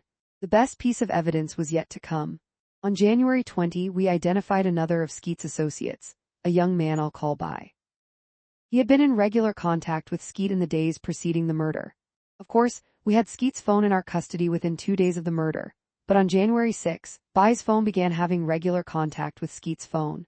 It's a pretty good inference that By was calling Skeet or Skeet was calling By. Our surveillance teams had also photographed him meeting the two brothers in the laneway behind Skeet's house the day after the murder. On January 22, our surveillance teams followed By to the brothers' residence. Skeet was in custody at this point, but the younger brother JB was not. We immediately executed a search warrant on By's residence in the Yonge Street and Shepherd area of North York. Inside one of the heating registers we found a .22 caliber pistol, our murder weapon. Even though we had a good circumstantial case, I don't think we would ever have convicted anyone without that gun. We still spent several more weeks working on including or excluding the brothers' associates. Search warrants had to be obtained and executed and cell phone records reviewed, all to ensure that none of the other associates could have been at the murder. We had an amazing pair of Crown attorneys, Mary Humphrey and Karen Simone. The case was highly challenged by the defense, but in the end, Lamar Skeet and SM were convicted of first-degree murder. DLK was discharged because the judge determined that although he was present, we couldn't prove he'd participated in the murder. He might have been better off in jail. A few years later, he was shot and killed. Lamar Skeet is currently serving a life sentence with no possibility of parole for 25 years. SM, as a minor, was paroled after 10 years, and continues in his criminal ways, judging by his arrests after he was released. There is a memorial to Kenneth Mark attached to a hydro pole on the west side of Gilmer Avenue, north of Dundas Street. It is regularly filled with flowers, left there by those who loved and still miss him. I never knew him when he was alive, but if I can paraphrase Amy Davey, I think I would have really liked Kenneth. Kenneth Mark 13Q Anglu. We didn't get much of a break right after the Kenneth Mark case. On Thursday, February 11, 2010, we were back on call. Our Marine unit, acting on information from some organized crime investigators, had found a barrel at the bottom of Lake Ontario near the foot of Sherbourne Street. Inside the barrel was a body encased in concrete. We believed this was the body of 47-year-old Quang Lu, who had disappeared in 2007. We had enough information that we felt certain he had been murdered shortly after his disappearance, likely up in York Region, north of the city. Quang Lu was known in organized crime circles as Black Ghost, and reportedly worked as a loan shark. The barrel was hoisted up onto a flatbed truck and taken to the downtown morgue, which at the time was located directly behind police headquarters. The morgue was attached to the Center of Forensic Sciences, a high-rise building that takes up about half a city block. It was right across the street from the back doors of police headquarters. The assigned pathologist decided that it would be a good idea to X-ray the barrel before we had an OPP demolition team cut it open and chip away at the concrete. They initially stored the barrel in a walk-in cooler, but the stench coming from it, not from decomposition but from being at the bottom of Lake Ontario for 4 years, was so bad that it stank up the entire morgue. The X-ray was scheduled to be done on the Saturday by a private concrete scanning company. This isn't your run-of-the-mill X-ray machine. It's extremely powerful, and due to the high radiation levels that would be generated, we had to have our public order unit attend with radiation monitors to ensure the safety of people in the surrounding area, including at police headquarters. With the X-rays in hand, we were ready for the demolition team. On Tuesday afternoon, we went to the morgue's back parking lot. It was not an open-air parking lot, but was recessed into the building about half a floor down. There was plenty of ventilation. Still, the smell while the OPP officers and the pathologist chipped away at the concrete was so bad that even with a mask on, I couldn't get much closer to the barrel than 20 feet. Quang Lu was preserved enough that we were able to positively identify him through his fingerprints. After a couple of hours observing the process of removing the concrete, my partner and I walked back to police headquarters late in the afternoon. The homicide squad was empty except for our unit commander, Catherine Martin. When I got to within about 10 feet of her, she covered her nose and shouted, "Get out." I drove home, went straight into the garage, stripped down, put my suit and shoes in a garbage bag and threw them out. It was the only time I ever had to do that. During my years in uniform, I threw out a lot of contaminated clothing, but with homicide work, clothes usually don't get ruined. Not in this case. Unfortunately, we were never able to make any arrests for Quang's murder, despite a lengthy wiretap investigation that took us through the summer of 2010. We had a pretty good idea as to who did it, why, and where, but the evidence just wasn't there to make an arrest. At least we got Quang's remains back to his family for a proper goodbye and burial. 14 Mark Moore. On Wednesday, November 24, 2010, Carl Cole was shot in the back parking lot of a residential high-rise building at 65 Greenbury Circuit in Scarborough. He was the fourth of 4 victims who were killed over a 76-day period by Mark Moore. The subsequent investigation, which I headed up, took almost a year to complete before we were able to charge Moore with not only the 4 murders, but also charges relating to a series of shootings through 2010 and 2011. A total of 54 charges were laid, prompting Moore's lawyer to say to the media, "Somebody's desk at 42 Division is really clear." The lawyer also told the media that Moore had laughed when he was told about the charges.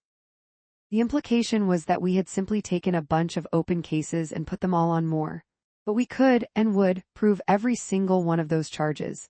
And the people affected by Moore's rampage certainly didn't see anything to laugh about. Despite the earlier shootings, my first involvement in the case was on the day Carl Cole was killed. It was one of those calls I dreaded. I've been awake since 4:30 a.m., had worked all day on another case, and was totally beat when my phone rang at 7:45 that evening. Carl was still alive, though. He made it to a trauma center and passed away there shortly after 8 p.m. We arrived at the scene, and it was brutally windy. The first officers on scene had gone to a nearby bar and grabbed some rocks glasses, which they very smartly used to protect the evidence by placing them over the shell casings that littered the parking lot. There were 22 shell casings in all. 12 of them were 9 and 10 were .45 caliber. At first I thought there must have been 2 shooters, who would fire 22 close-range shots at one victim. Mark Moore would. Imagine you live in a high-rise apartment building and are maybe sitting down for dinner with your family. It's a quiet Wednesday evening, and suddenly the night explodes with the sounds of 22 gunshots. This is the trauma inflicted not only on the residents of 65 Greenbury, but on the neighboring buildings as well. Carl was 45 and married with 2 children. It wasn't clear why he was at the Greenbury building. He lived in Scarborough and worked as a driver for a physical rehabilitation company. He would pick up clients who weren't able to get around on their own and take them to their appointments in his silver Chrysler 300. Carl was struck 17 times by projectiles.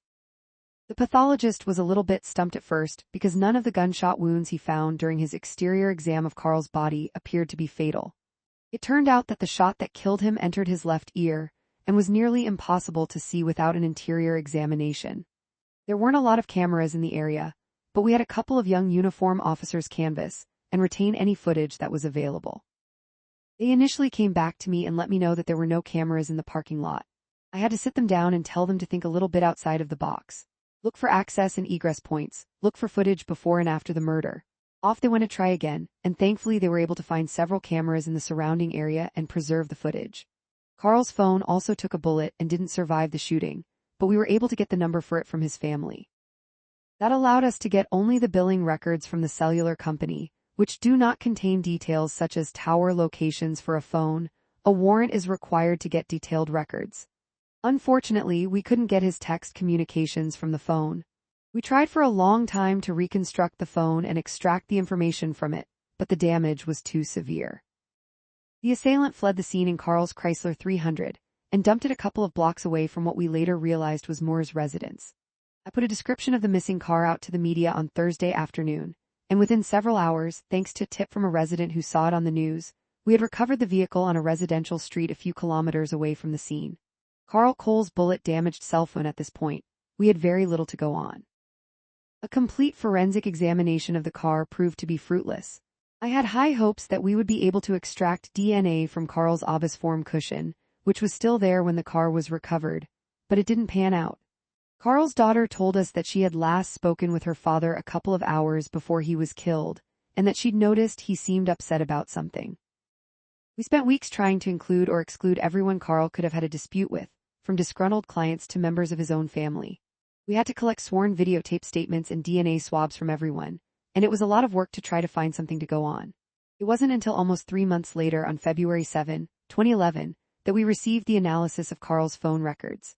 There were multiple calls between Carl and another cell phone number. Through police records, we were able to connect that number to Mark Moore. Moore was a 27-year-old man who had been raised in Flemington Heights, a working-class neighborhood with many public housing projects. No stranger to criminality and violence, Moore had been shot in the face in 2001 by an assailant armed with an AK-47 assault rifle. Moore's brother Andre was killed in a Scarborough shooting in 2008. Our investigation began to focus on Moore. On November 30, 6 days after the shooting, Moore was arrested by the Gun and Gang Unit while driving a black BMW X5. Police seized 35 grams of crack cocaine and 17 grams of marijuana. Moore was charged with possession of narcotics and released on bail on December 2. But the BMW had been seized and photographed. Armed with this information, we were able to go back to the surveillance video we'd collected. About an hour before the murder, we found a BMW X5 driving into a parking lot just to the south of 65 Greenbury Circuit. Several months later, on March 9, 2011, the Center of Forensic Sciences reported that the 9 firearm used to kill Carl Cole had also been used to kill Jamil Spence, Mike James, and Courtney Facey. Like Carl Cole, Jamil Spence was a married father of 2. On September 10, 2010, he was at a birthday party at his mother-in-law's townhouse on Greenbury Circuit. He left the party to walk to a nearby corner store for some juice, and as he walked back, Moore ambushed him in a rear laneway and shot at him 15 times. Jamil was struck by 8 of those shots. Mike James and Courtney Facey were 2 young men who liked to street dance. They would hang out in front of bars and clubs and dance with their friends. Mike James was deaf from a childhood illness and the father of a young child with his common-law wife. On September 29, Mike and Courtney were parked in Mike's silver Honda in a laneway near Weston Road in Lawrence. They had just picked up some food. Mike was sitting on the Honda's trunk, and Courtney was in the driver's seat changing the music. Moore drove by, rolled down his window, and fired 10 times at the 2 of them, striking Mike in the back and Courtney in the head. Mike probably never heard a thing. It's still upsetting to think about that.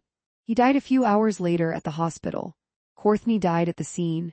Witnesses described the suspect vehicle as a black BMW X5, and several cameras along Weston Road had captured it as it drove southeast prior to the murders and then the opposite way after. The same 9 was also used on October 22, 2010, at what appeared to be a drive-by shooting of a residence on Danforth Avenue near Byng Avenue in Scarborough. This one didn't make any sense at first, but our investigation later revealed that it was a crucial piece of the puzzle. The .45 caliber gun used to kill Carl was also used on October 9, 2010, in a shooting behind a school on Highcastle Road in Scarborough. Nobody was struck by gunfire, and it appeared that the shooter was just using the back door of the school as a target for practice. Although completely innocuous on its face, this shooting scene provided us with another crucial piece of evidence. A neighbor had called in the sound of gunshots and saw a dark-colored SUV fleeing the scene. A very astute young police officer arrived and found a small puddle of what appeared to be saliva close to the shell casings. The officer took a swab of the saliva and preserved it. Normally, the Center of Forensic Sciences would not test DNA from a scene where no victims were involved, but we managed to convince them to make an exception for this case. None of the murders made sense. Carl Cole was the only one who had any known contact with Moore. The other three were all a complete mystery. No criminal records, no animosity, no links to anything that would explain why someone would want to kill them. On March 10, 2011, we decided to bundle all 4 murders and took the cases from the previously involved homicide teams. I thought at the time, 4 murders, yikes. This isn't going to be easy. But nobody could have predicted what was in store. The very same night we took charge of the murders, Moore went to a downtown Toronto nightclub to celebrate his birthday with some friends. A brawl broke out, and Moore fired 7 shots from a .45 caliber handgun into the ceiling. Nobody was injured. When I arrived at work the next morning, our analyst told me about the shooting at the nightclub. Although no one would identify Moore, witnesses placed the shooter escaping in a BMW X5. The assigned investigators from 52 Division were able to find video of the X5 as it left a nearby parking garage, and the video was clear enough to get the license plate number. Using the registration information, they tracked the X5 to Moore's residence. He was living in a high-rise building in Scarborough, and were able to find him on video coming into the building about an hour after he left the scene of the nightclub shooting. On March 13, I met with command officers and easily sold the idea of a project team to work on the murder investigations. While 52 Division continued to work on the nightclub shooting, Moore was placed under 24-hour surveillance. He was obviously way too volatile to have running around the streets unchecked. The normal procedure when a project team needs to be put together is to check with human resources, which divisions around the city have enough staff to be able to give up some officers. Armed with that information, we scour the personnel listings for those divisions and try to identify good investigators. In this case, we put together a great team of mainly constables from the Scarborough divisions that were most affected by Moore's lawlessness. Years later, I was asked during a promotional interview what I had learned about leadership from running the team for the Bruce MacArthur investigation. That investigation, which I'll talk more about later, ran from 2012 to 2018. My response was, everything I learned about leadership I learned while running the project team during the Mark Moore investigation. At the time, our unit commander was Mark Saunders. We also were trying something a little different in assigning an inspector, Brian Bott, to oversee 2 of the response teams, ours included. Obviously, I knew Mark very well, and Brian and I got along phenomenally well. He had never worked in homicide, but he had great investigative experience in other areas and was very dependable whenever I needed something. On March 15, 2011, Moore was arrested by investigators from 52 Division for the nightclub shooting. Thankfully, he was held in custody, which gave us a little bit of breathing room to run our investigation. Project Summit was now up and running, and we were reviewing all 4 of the murder investigations. On April 13, we received the records from Moore's cell phone number. Cell towers put the phone in the area of Jamil Spence's murder. It was also right at Weston Road and Lawrence when Mike James and Courtney Facey were killed, and it was in the area when Carl Cole was killed. But even more damning, 3 days after that murder, Moore texted his friend Kevin Williams and said, "Here we got him in the cedar, the dude dat rob us." Had Carl Cole robbed Moore and Williams? I don't believe so. I think it's more likely that Moore had ripped off Williams himself and was trying to make him believe that someone else had done it. Text messages between Moore and Williams indicated that they were very close friends. The cellular records were a goldmine. There were tens of thousands of text messages, all of which were preserved and had to be analyzed. As I worked my way through them, I found messages between Moore and a number I eventually realized belonged to his lawyer. At that point, we had to cease our analysis, package all the records, and send them back to the cellular company with a request to remove all communications between Moore and his lawyer. I had already sat down with a security officer from the cellular company, though. He knew how critical the investigation was, and they turned the records around quickly for us. And then our analyst called me. The Center of Forensic Sciences had just linked a series of shootings from the summer of 2010 to the same gun. It was a 9, and our analyst believed that more was linked to all these shootings as well. The first was a drive-by of a residence in Scarborough on June 1, 2010. 9 shots were fired at the front door by a suspect in a dark-colored Honda. One of the occupants of the address owed money to his drug dealer, who was described as male with a scar on his cheek. Moore had been shot in the face back in 2001. When the homeowner was shown a photo lineup containing a picture of Moore, he said that he resembled the dealer, but he couldn't be sure it was him. The second shooting was reported to police on June 14. A single shell casing was found behind a public school. The third shooting occurred on June 17, 2010, at 10:34 p.m. near Weston Road and Denison Road. A suspect had fired 8 shots at the back of a residence that faced onto Weston Road. We later learned that Moore had been in a relationship with the female occupant of the residence, and they'd had a dispute earlier that day. The fourth shooting took place on July 8, 2010, in a high-rise building in Scarborough. A single shot was fired into an apartment door on the 7th floor at 6 a.m. The occupant of the apartment was Moore's current girlfriend, Tassandra White, but she was uncooperative with divisional investigators, and they didn't have enough evidence to charge him. The fifth shooting was on July 29, 2010, at 9:57 p.m. in a schoolyard in Scarborough. A nearby resident called police after hearing gunshots, and 6 9-shell casings were found in the schoolyard. The sixth shooting occurred on August 5, 2010. At 10 p.m. a man named Nasim Khan was shot in a laneway off Greenbury Circuit and was lucky to survive. Nasim had been hit in the back, groin and buttocks, but he told responding officers that he didn't know who shot him. The seventh shooting took place on August 9, 2010, at a jewelry store near Eglinton and Bayview. A black Audi had pulled into the parking lot of the store, and the female driver got out and looked in the window. She then got back into her car and drove around to the laneway behind the store. There, 2 masked men exited the Audi and without saying a word shot and wounded an employee who was in the laneway having a cigarette. The 2 men then went into the store and ransacked it, stealing hundreds of thousands of dollars worth of jewelry. All these shootings were committed with the same 9 firearm. Now we really had our hands full. We had to go back and reinvestigate all of the shootings, especially in light of the connection to Greenbury Circuit with the shooting on August 5. The jewelry store robbery on August 9 was being handled by the hold-up squad. I spoke to one of the investigators on April 18 and was told that they hadn't had any luck locating suspects but had some good video from inside the store, as well as video of the black Audi. I told them that based on phone records, they should look at Kevin Williams as a potential accomplice. Within 48 hours, they had identified Williams's girlfriend as Sarah Patsula. Sarah drove a black Audi. She sure looked like the young woman on video outside the jewelry store, and her Audi was consistent with the video footage. The investigators from Hold Up were ecstatic and joined in on our investigation. They very quickly recovered some of the stolen jewelry from pawn shops in Toronto. Our analysis of Moore's cellular records also appeared to show that he communicated with and then traveled to a jewelry shop in Hamilton. Although we were never able to prove it, that is likely where he sold the bulk of the jewelry.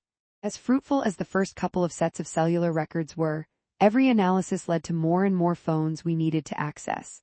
I had a couple of officers whose only job was to obtain production orders for cellular records.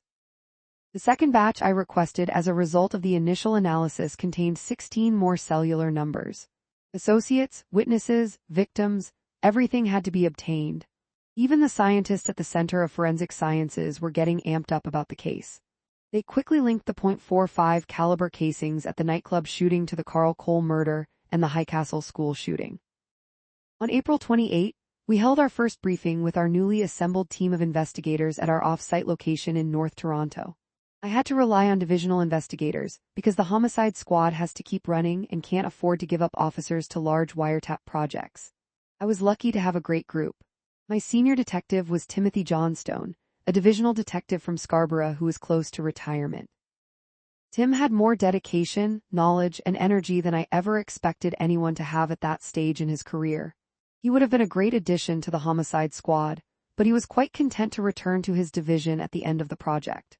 Sometimes when you organize an investigative or project team, it's difficult to motivate participants who don't really want to be there.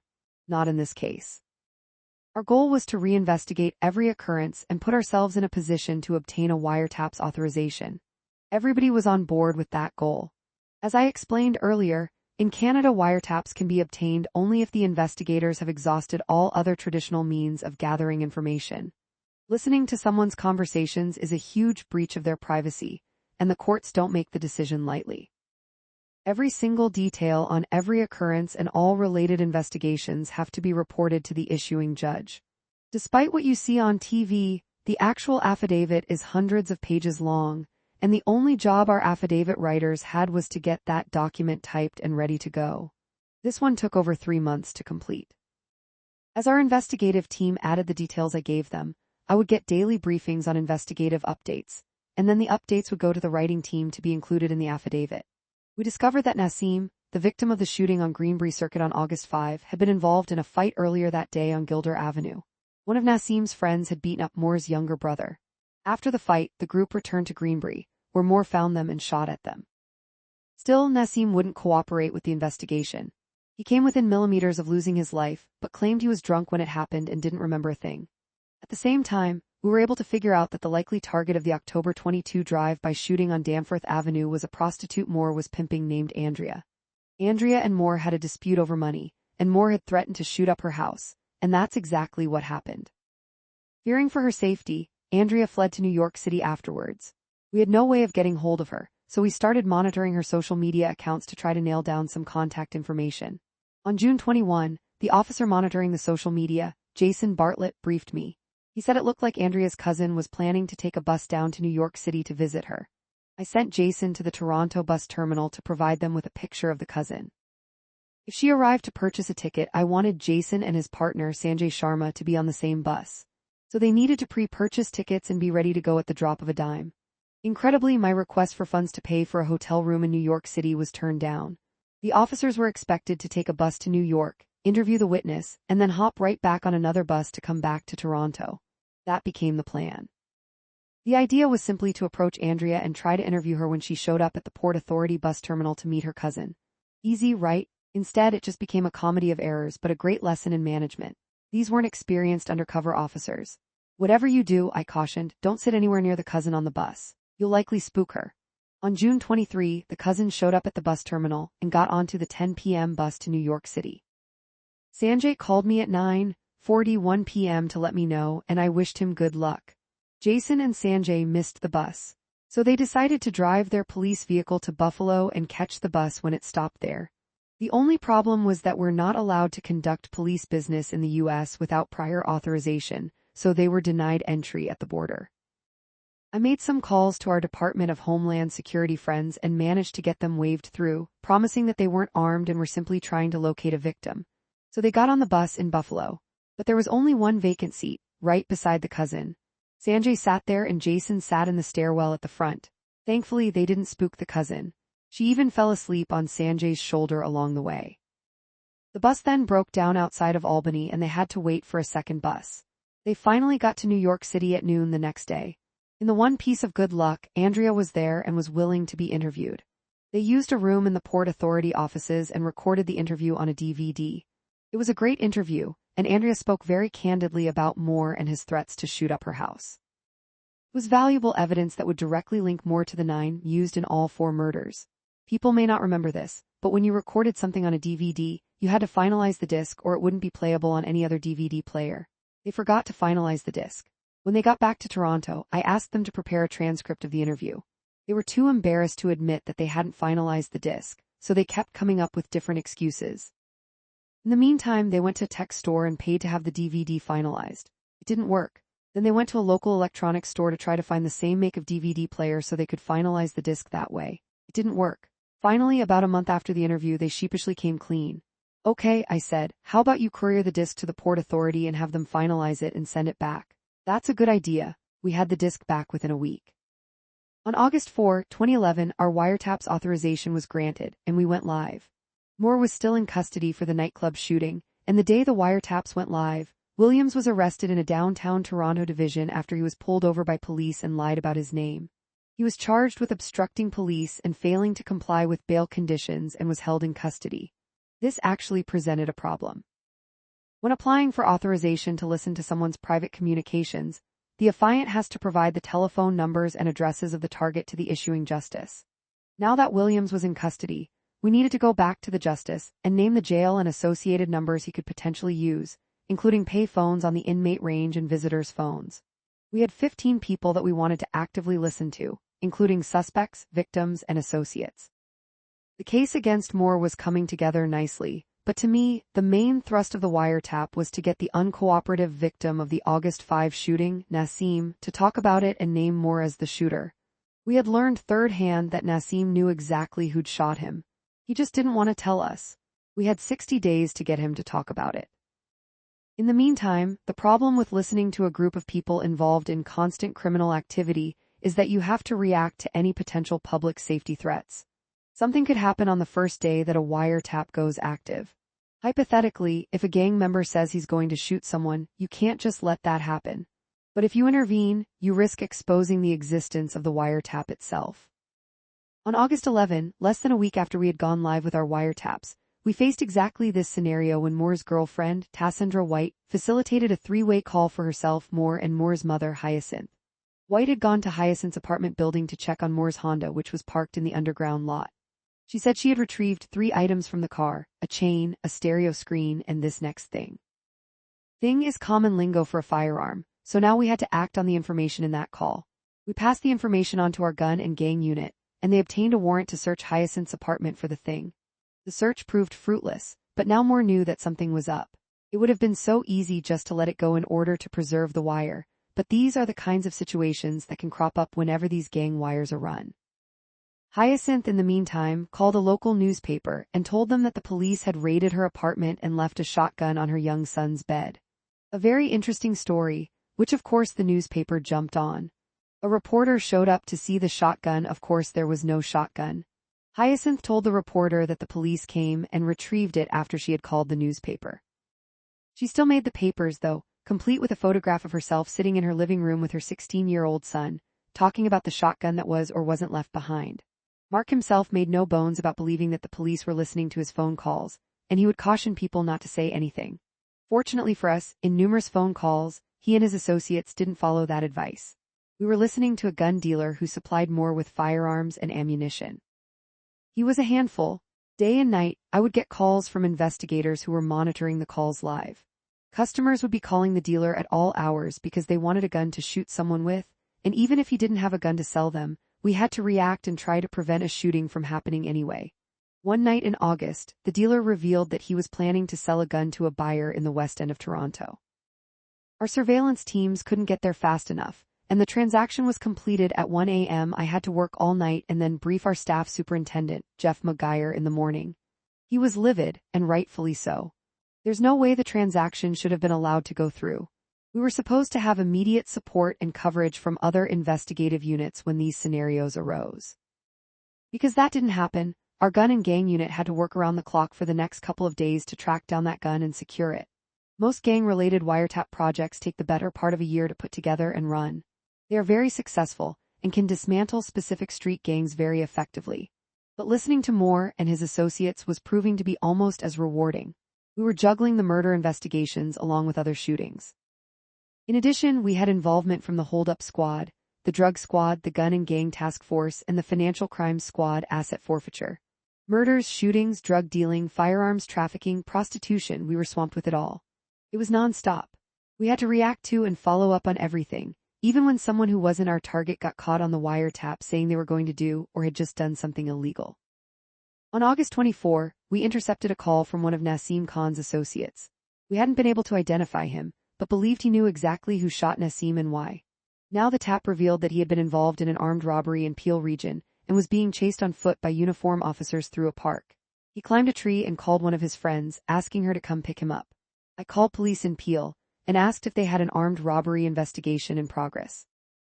They said they did and were searching for their suspects in a wooded area. Look up, I suggested. They got him in the tree. He was arrested and brought back to Peel Regional Police's 11 Division. This man was facing some pretty serious charges from Peel, but I wanted to talk to him about Nassim's shooting. He was being held in an interview room and I went in to sit with him. He wanted to talk to me but wouldn't do it in the interview room. I offered to turn the camera off, but he didn't believe I'd done it, so I unplugged it. He still thought I'd somehow surreptitiously record him, so I offered to take him into a room that wasn't normally used for interviews and had no recording equipment at all. He still didn't believe me and told me he wouldn't talk to me even if I had nothing more than a notebook in my hand. And how was he to know that the room didn't have a covert camera? Where do you want to talk then? I asked. I'll talk to you in the washroom. So we went to the washroom. He sat on the toilet, I sat on the sink counter, and he talked my ear off for almost 2 hours. This guy knew everything and explained that he had been with Nassim and a couple of other friends at a community barbecue on Gilder Avenue in Scarborough on the day they got in the dispute with Moore's younger brother and beat him up. They then went back to Greenbury and were hanging around in the laneway when Moore pulled up in his car, got out, and started shooting at them. Nassim was the only one who was hit. Once I was finished talking to him, I took him back to the interview room and then sat in my car for a couple of hours, writing out, to the best of my recollection, everything he'd said. In an ideal world, a witness statement is audio and video recorded and given under oath. If a witness refuses to be videotaped, it's then acceptable to do it with audio only, still under oath. And from there you can work your way down. Maybe the witness doesn't want the statement recorded on audio. Maybe the witness doesn't want to be under oath. Okay then, how about a written statement that the witness can sign at the end? All these would be acceptable in court if you could explain to the judge that you worked your way down the ladder and were able to articulate each step. I had never had to resort to sitting in a washroom with a witness, no notebook, taking a 2-hour statement, and then writing it all down afterwards. But when I had to testify about this statement a few years later in court, the judge allowed it to be used because I had worked my way down the ladder. So now we had a very good play-by-play of Nassim's shooting, and we knew that Nassim knew exactly who shot him and why. September 10, 2011, was the anniversary of the murder of Jamil Spence. We held a memorial gathering at the scene with Jamil's mother and his wife. We told the media that a man was seen driving away from 30 Greenbury Circuit in an older model 4-door Honda, possibly light blue. Now, we knew that Moore had access to his BMW X5, as well as the Honda. The Honda was registered in his girlfriend's name and was described as blue in color, but we knew it had since been spray-painted black. We had no idea which vehicle Moore had used for the murder, or whether the paint job had been done before or after Spence was killed. Releasing the statement to the media was a shot in the dark. Moore had already been trying to get his girlfriend to go to the Ministry of Transportation to have the color of the car changed on the registration. Moore called his girlfriend the next day and said, "I seen something in paper today, eh? They're talking about this guy that got they're talking about that guy that got murdered at Seddarbury. The youth that got murdered in the alleyway. They asked to come forth and Ray, I don't know about any murder in the alleyway. Yeah, they have it big in the paper today. They asking about people about if they know anything that happened. I want you to bring the Honda papers in and change the color on it. I noticed they have in the paper today too that this, cause even though I know it's not me or my whip, but they said they seen a Honda Accord leaving. They seen a Honda, a light blue Honda Accord leaving. My car ain't light blue, and then they put in the paper that the person might be driving a different car now. Hear me?" Moore called her back a few hours later and said, "Today's September 10th, right? This day as of last year is the day when the guy got murdered. This day last year." Crazy, huh? Later that same evening, Moore called his girlfriend a third time and told her not to talk on the phone because the phones were tapped. He then read her the entire article from the newspaper and told her he didn't want the Honda anymore. For someone who don't know about any murder in the alleyway, Moore sure showed some serious concern. And it seemed like we'd nailed it with the light blue Honda. A few days later, on September 14, Nassim Khan and his girlfriend were arrested by the drug squad on Greenbury Circuit. We had intercepted some calls that indicated he was dropping off some marijuana. Sure enough, she drove him to the drop point, and he was found with about $200 worth of marijuana on him. Both were arrested for possession for the purpose of trafficking and taken to a local division. It took about an hour of chatting with Nassim before he finally agreed to give a truthful statement. He didn't want his girlfriend, who had never been in trouble with the police before, to go to jail, and he asked if he could be released from the station on a promise to appear with a future court date. "Well, I don't know, Nassim. These marijuana charges are pretty serious." Nassim's case reminded me of a murder investigation I'd been involved with in 2009. In that case, the best friend of a known drug dealer was stabbed to death right in front of the dealer.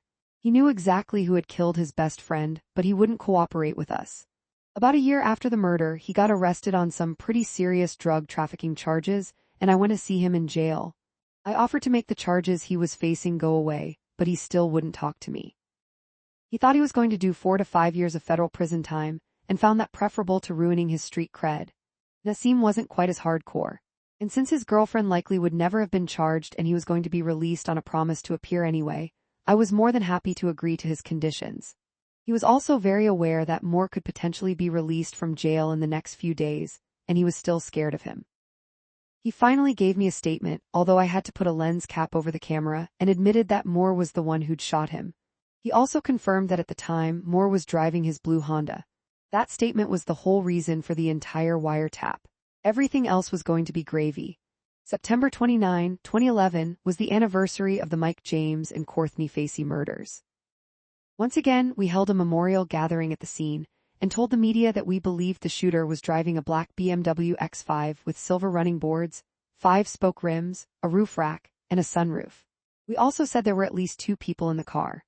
Moore's cellular records lined up very nicely with Kevin Williams's cellular records that night, and I had no doubt that Williams was in the BMW when the murders were committed. Now we had to see if one or both of them would talk about it. Sure enough, despite telling his girlfriend that the phones were tapped, Moore couldn't help himself. The day after the memorial, he called Tassandra and indicated that he was feeling regretful about things he'd done in the past. "It's burning me today, it's burning me this morning." "Yeah, I know, I heard," his girlfriend replied. "Don't say nothing else." "Oh, how did you heard? Oh, you owe on the what's-its-name today." We knew Moore got the newspaper every day on the jail range, and that was what he was referring to. We were starting to get under his skin. So a few days later on October 3, I went to visit his girlfriend at her Scarborough apartment. When she answered the door, I introduced myself and told her I wanted to speak to her about her Honda Accord. She agreed to meet me at a local division that evening, and I gave her my business card. My card identified me as a homicide investigator. Moore called her a few hours later and went on a long rant against me, her, and everyone else who was apparently ratting on him. He went on and on about the Honda, and how the police could never charge him with murder based only on a car. Besides, his car was black now, and Tassandra had better get down to the Ministry of Transportation and make sure the registration was changed to reflect that fact. It didn't stop there. Moore was livid and he was paranoid. He even suggested that Tassandra was messing with him. He chastised her for not slamming the door in my face and called her stupid. Over the next little while, this became a pattern. Moore and Tassandra would get into massive arguments about me over the phone, and then I would just happen to bump into Tassandra at her school or her appointments. One time I went and sat with her while she ate at McDonald's. We were listening in as she arranged to meet Moore's mother there. I just casually appeared and sat down with her. She and Moore kept saying that they thought the police were listening, so I played along. "Do you want to talk to me now?" One time I was standing outside a Scarborough office building and she was inside having a huge domestic over the phone with Moore. They were screaming at each other. When she walked out of the building, still on the phone, she saw me standing there. "Do you want to talk to me now?" I thought she would hit a breaking point with Moore. Obviously she knew all about the murders, but she never did break. Nothing would make her betray Moore. Likely that was because of fear, not loyalty. Meanwhile, on October 2, we were preparing to arrest and charge Sarah Patsula, Kevin Williams's girlfriend, for her part in the jewelry store robbery. With Moore and Williams in custody on other charges, we figured this arrest would be a great way to stimulate some conversation on the phone. We had search warrants for Patsula's residence and the residence of one of Williams's previous girlfriends, where we believed some of the stolen jewelry was being kept. Once again, the robbery charges were very strong, but I was more interested in Patsula as a witness to the double murders on September 29. I knew from cellular records that Moore and Williams had been at Patsula's residence before the murders, which happened on Williams's birthday. When officers executed the search warrant at Patsula's residence, her father was there. Patsula herself was spending the weekend at a bridal shower in Mississauga. When he called her and told her that the police were there with a search warrant for an armed robbery investigation, she said she would come right home. She then told her friends at the bridal shower that she had to leave because she was the getaway driver for an armed robbery that her boyfriend had committed. She walked outside and was promptly arrested by waiting officers. Patsula never ended up cooperating with us and ultimately pleaded guilty to her part in the armed robbery. She ended up with a 2.5-year sentence for her part in the robbery. Her confession to her fellow bridesmaids made it an overwhelming case. Hell of a way to kick off a criminal record. Williams's previous girlfriend was a lot more cooperative and gave me a full statement about what had happened the night of September 29, 2010. She confirmed that Williams and Moore had come to her place to celebrate Williams's birthday that night. Moore had been drinking, she said, and was in a bad mood when they left her house to go to Patsula's place. Her recollection of the phone calls Williams had made that night lined up perfectly with the cellular records we had. We made sure that the newspaper we knew Moore read each morning in jail carried the story of the armed robbery charges against Patsula and Williams. Sure enough, he called his mom and instructed her to throw out a red sweater that was in his closet at home. The video from inside the jewelry store showed one of the robbers wearing a red sweater. He also instructed her to take some cash that was in his closet and flush it down the toilet. She complied with his request, and by doing so, she made herself complicit in his criminal activities. We also had multiple calls where she openly discussed criminal activity with Tassandra or her son. She even accompanied Idsinga to the Ministry of Transportation when she went to change the color of the Honda on the registration. Mark was getting upset and would chastise both of them over the phone when they held three-way calls. During one call on October 5, Mark went on a rant after Idsinga read out my name to him again from the business card I'd left her. He couldn't believe that the police were doing this to him. He veered from threatening to harm us to threatening to sue us before finally daring us to charge him with murder. "I'll be rich," he said, before declaring there was no way we would ever be able to convict him of a murder. "Be patient, Mark, we have a bit more to do." I wanted Williams to join Team Canada and testify against Moore. On Friday, October 14, I went to see him at Maplehurst Correctional Complex, where he was being held. I told him that he was going to be charged the following week with 2 counts of first-degree murder in relation to the killings of Mike James and Courtney Facey. I wanted him to take the weekend to talk to his lawyer, and said I would come back to see him again on Monday. While I had no doubt that Moore had pulled the trigger, I also had no doubt that Williams was in the BMW when the murders happened. There were 2 gun-toting criminals driving around and shooting at people for the thrill of it, and that made Williams a party to the crime. I thought he would be phoning his family and friends non-stop over the weekend, but he never made a single call. I went back on Monday and sat down with him again. It took him about 45 minutes to break. He gave me a full statement about the night of September 29, 2010, and implicated Moore in the 2 murders. When I asked him why the murders had happened, he couldn't explain it. Moore was just in a bad mood, and Williams was shocked when he fired at James and Facey. To him and everyone else, Moore was just evil, and Williams kept quiet out of fear. He never spoke about the murders to Moore or anyone else. I ultimately chose not to charge Williams. He was a valuable witness. We were finally ready to lay charges against Moore, but the logistics weren't easy. I got in touch with the families of Jamil Spence, Mike James, Courtney Facey, and Carl Cole, and without telling them why, asked them to meet me at police headquarters on October 19. They all arrived at 9 a.m. at the same time. We had to have Moore brought to the courthouse, where he could be advised of the charges. The accused has to be the first one to know of any charges, and you certainly can never risk him finding out from someone other than the police. Tim Johnstone, my senior detective, is the one who advised Moore of the charges. He laughed just like his lawyer said. As we sat in that conference room with those families and told them that we were certain their loved ones had all been killed by the same man, you could hear a pin drop. There was no happiness, no celebration. They were dumbfounded, and I invited them to stick around for the news conference. At 10 a.m., in the media gallery at police headquarters, I announced the 54 charges we'd laid against Moore, including the 4 charges of first-degree murder. He was also charged with all the shootings that took place through the summer of 2010, as well as those connected to the murders. At the same time, we charged his gun dealer, and a male who had been supplying the dealer with guns with multiple firearms offenses. Coincidentally, the trial into the murder of Moore's brother Andre was also wrapping up at this time. The man who'd shot Andre in 2008 claimed it was in self-defense. Andre and his brother Mark were so dangerous. The man said that if he hadn't killed Andre first, he would have been killed himself. The jurors in that trial began their deliberations 2 days after Mark was charged, and no doubt would have read the news. The accused was acquitted. Normally, when a wiretap investigation concludes with charges, the wires come down right away. But I decided to keep them going to see what else we would get. It paid off. 2 days after the charges were laid, Moore made a call to Crime Stoppers. Crime Stoppers is completely anonymous, but this caller chose to identify himself as Christopher Parker. For a guy who had repeatedly warned others that the police were tapping the phones, this was a huge mistake. Christopher Parker told the Crime Stoppers operator that he knew this guy who'd been charged with 4 murders fairly well. "I know that person did not do those murders," he said. "I'm 101% sure that that guy that they arrested for those murders is not the guy that did the murders. I'm just concerned about this guy that got arrested for because he's a really, really nice guy. I know it's not him, like I could almost put my life on it that it's not him." The trial was followed closely by Canada's great Christy Blatchford from the National Post.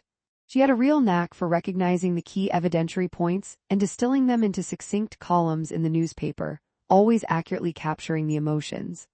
I had been a fan of her work for years, and it was great to have her in the courtroom and swap stories with her.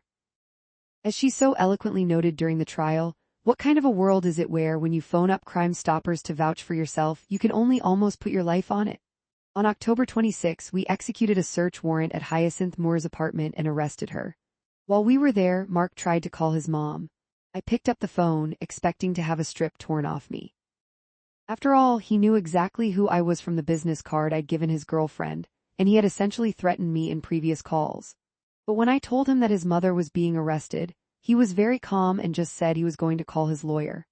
Hyacinth was charged with accessory after the fact, obstruct peace officer, conspiracy to commit an indictable offense, and accessory after the fact to murder.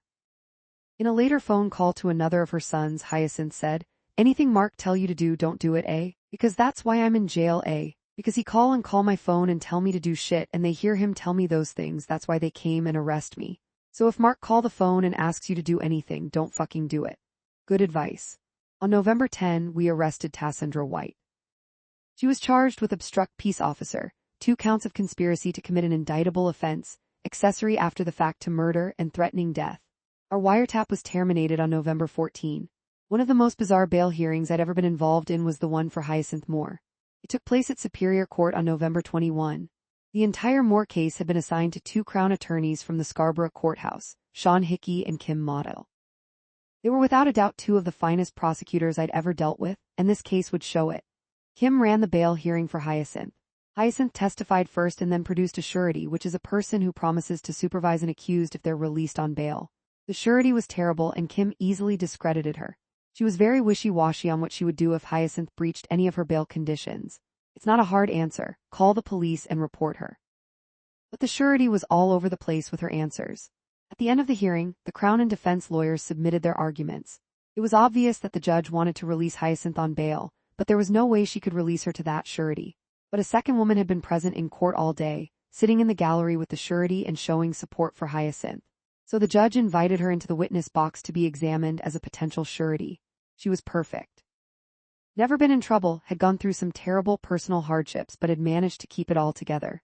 So the judge said she would draft a bail order to release Hyacinth into the custody of the second woman, at which point she stood up in court and said, "I don't want to be her surety, I just came here to show support." The judge's hands were now tied, and Hyacinth couldn't be released. Meanwhile, the multiple preliminary inquiries and trials into all the charges we'd laid began. We had provided disclosure to the Crowns electronically. Everything was scanned and put on hard drives, but one of the defense lawyers wasn't happy about electronic disclosure and wanted everything printed out. So the Crowns obliged and printed out over 100,000 pages of documents. I walked into the Crown's conference room in Scarborough one day, and it was overflowing with bankers' boxes full of documents. "What's all this?" I asked Kim. "Oh, one of the lawyers wanted everything printed out. Good luck to that lawyer transporting and storing all that material." On the first day of the preliminary inquiry into the 4 murder charges against Moore, our first witness was Nasim Khan. A preliminary inquiry simply establishes if there's enough evidence for the case to proceed to trial. Nasim had been impossible to serve a subpoena on. He wouldn't answer phone calls, and even though we served a copy of the subpoena on his mother, we couldn't establish that he was aware of it. This was a serious obstacle. If we couldn't serve him, we would likely lose his evidence. But then we caught a break. The night before the preliminary inquiry, Nasim was arrested for being drunk in public. So we got him to court first thing, but the Crown, Sean Hickey, had no idea how he would react once he was in the witness box. We were on pins and needles in the courtroom when Nasim was brought in and took the stand. Sean began, "Can you tell us your name, sir?" "Nasim Khan." "Now I understand, Mr. Khan, that you were shot on September 5, 2010, is that correct?" "Yes." "And who shot you, Mr. Khan?" "That man right there," he said, pointing at Moore. It took some guts to go right at Nasim like that, but it worked. We were off to the races. Next the Crown turned to the weapons used. The 9 handgun was recovered during a completely unrelated search warrant in 2012. The .45 caliber was found behind a ceiling panel in his mother's apartment building in 2016, just 1 floor above where Hyacinth had lived. Both guns were linked through a ballistics analysis to our string of shootings. At one point, Moore and Williams were mistakenly put into the same holding cell at Old City Hall Courthouse. Moore beat Williams badly and was charged with, and eventually convicted of aggravated assault. It didn't deter Williams from testifying against him. We had more than enough evidence to move forward, and Moore's trial on the 4 murder charges began in 2015. The stress on the faces of the jurors was noticeable on day 1. They had been told that this was going to be a lengthy trial, and they had Moore's fate in their hands. A stressful situation to be put in for sure. By day 3, however, you could see that they were more relaxed. The evidence had already begun to pile up, and it was becoming clear to all that Moore was guilty. In the end, he was easily convicted of the 4 murders. I always try to maintain cordial relationships with those who find themselves facing murder charges from my investigations. When they're arrested and charged, I tell them that I'll always say good morning to them in court. It's far more comfortable for everyone that way. Every once in a while, though, an accused will have no part of it. That was Mark Moore. In fact, he was so obstructive to the trial process that at one point he had to watch the proceedings on CCTV from his cell. He never acknowledged me until one of the last days of the trial. I think that once he realized where things were headed, he gained some respect for the work we had done. He was sentenced to 4 concurrent sentences of life in prison with no parole eligibility for 25 years. The presiding judge, Michael Dambrot, put his thoughts about the case on the record. The unimaginable triviality of the motive for at least 3 of the murders, the offender's determination to show himself to be an authentic gangster who shakes the streets, bespeaks a man who is so morally depraved and so utterly lacking in humanity that the 25-year minimum for parole eligibility is far more than justified. While it will be for others to say in the fullness of time, at present, I find it hard to imagine that members of society should ever have to bear the risk of this offender being at large among them again. Moore was given the opportunity to address the court and the families of the victims. They all walked out of the courtroom as he stood to speak. It was just as well because Moore denied his involvement to the end. I, Mark Garfield Moore, am devastated by the 4 victims' loss of life and the immense pain their loved ones must be feeling. I, too, have lost a loved one. I made poor choices when choosing friends, and I'm not some psychologically disturbed individual hurting innocent people. I am an ambitious young man who loved making music. My talents had me on the right track, enabling me to explore possible musical endeavors with Toronto's own king of hip-hop, Drake. All of this has been delayed because of these proceedings. On September 21, 2010, after the murder of Jamil Spence but before the 3 other murders, Moore got in a fight with Tassindra and sent her the following warning. I been cold 4 bodies, don't be the 5th. 15 JUSDIN and JEROME Waterman. On Monday, February 20, 2012, I was on call despite the ongoing disclosure requirements for Project Summit, the Mark Moore investigation. By this time, the homicide squad had moved away from the 2-man response teams to 3 large teams, each headed by an inspector. My inspector was Brian Bott, a great leader who gave us the freedom to do what we did best. This change in approach, though, would turn out to be short-lived. I got the call at 4:20 p.m. The bodies of 2 men had been found in a basement stairwell at 325 Beaudry Avenue in North York.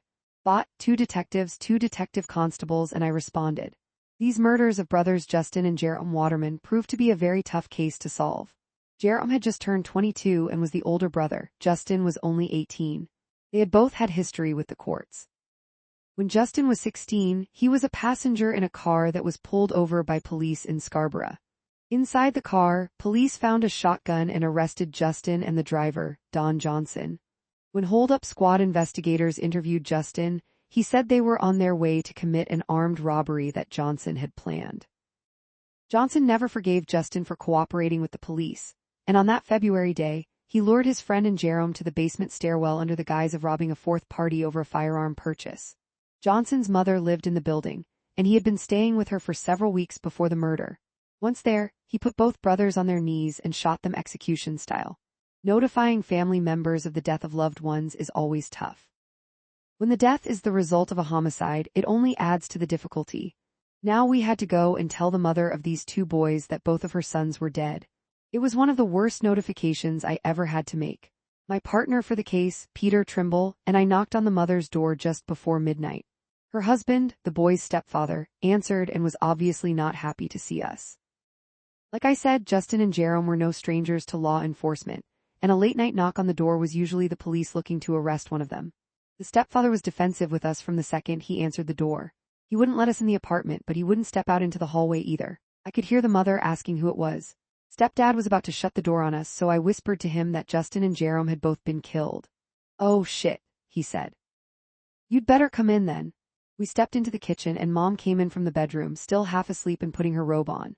Thinking that her boys were in trouble again, she asked, "What have they done now?" Peter jumped in and cut right to the chase. "Sorry to have to tell you this, but Justin and Jerome were both shot and killed today."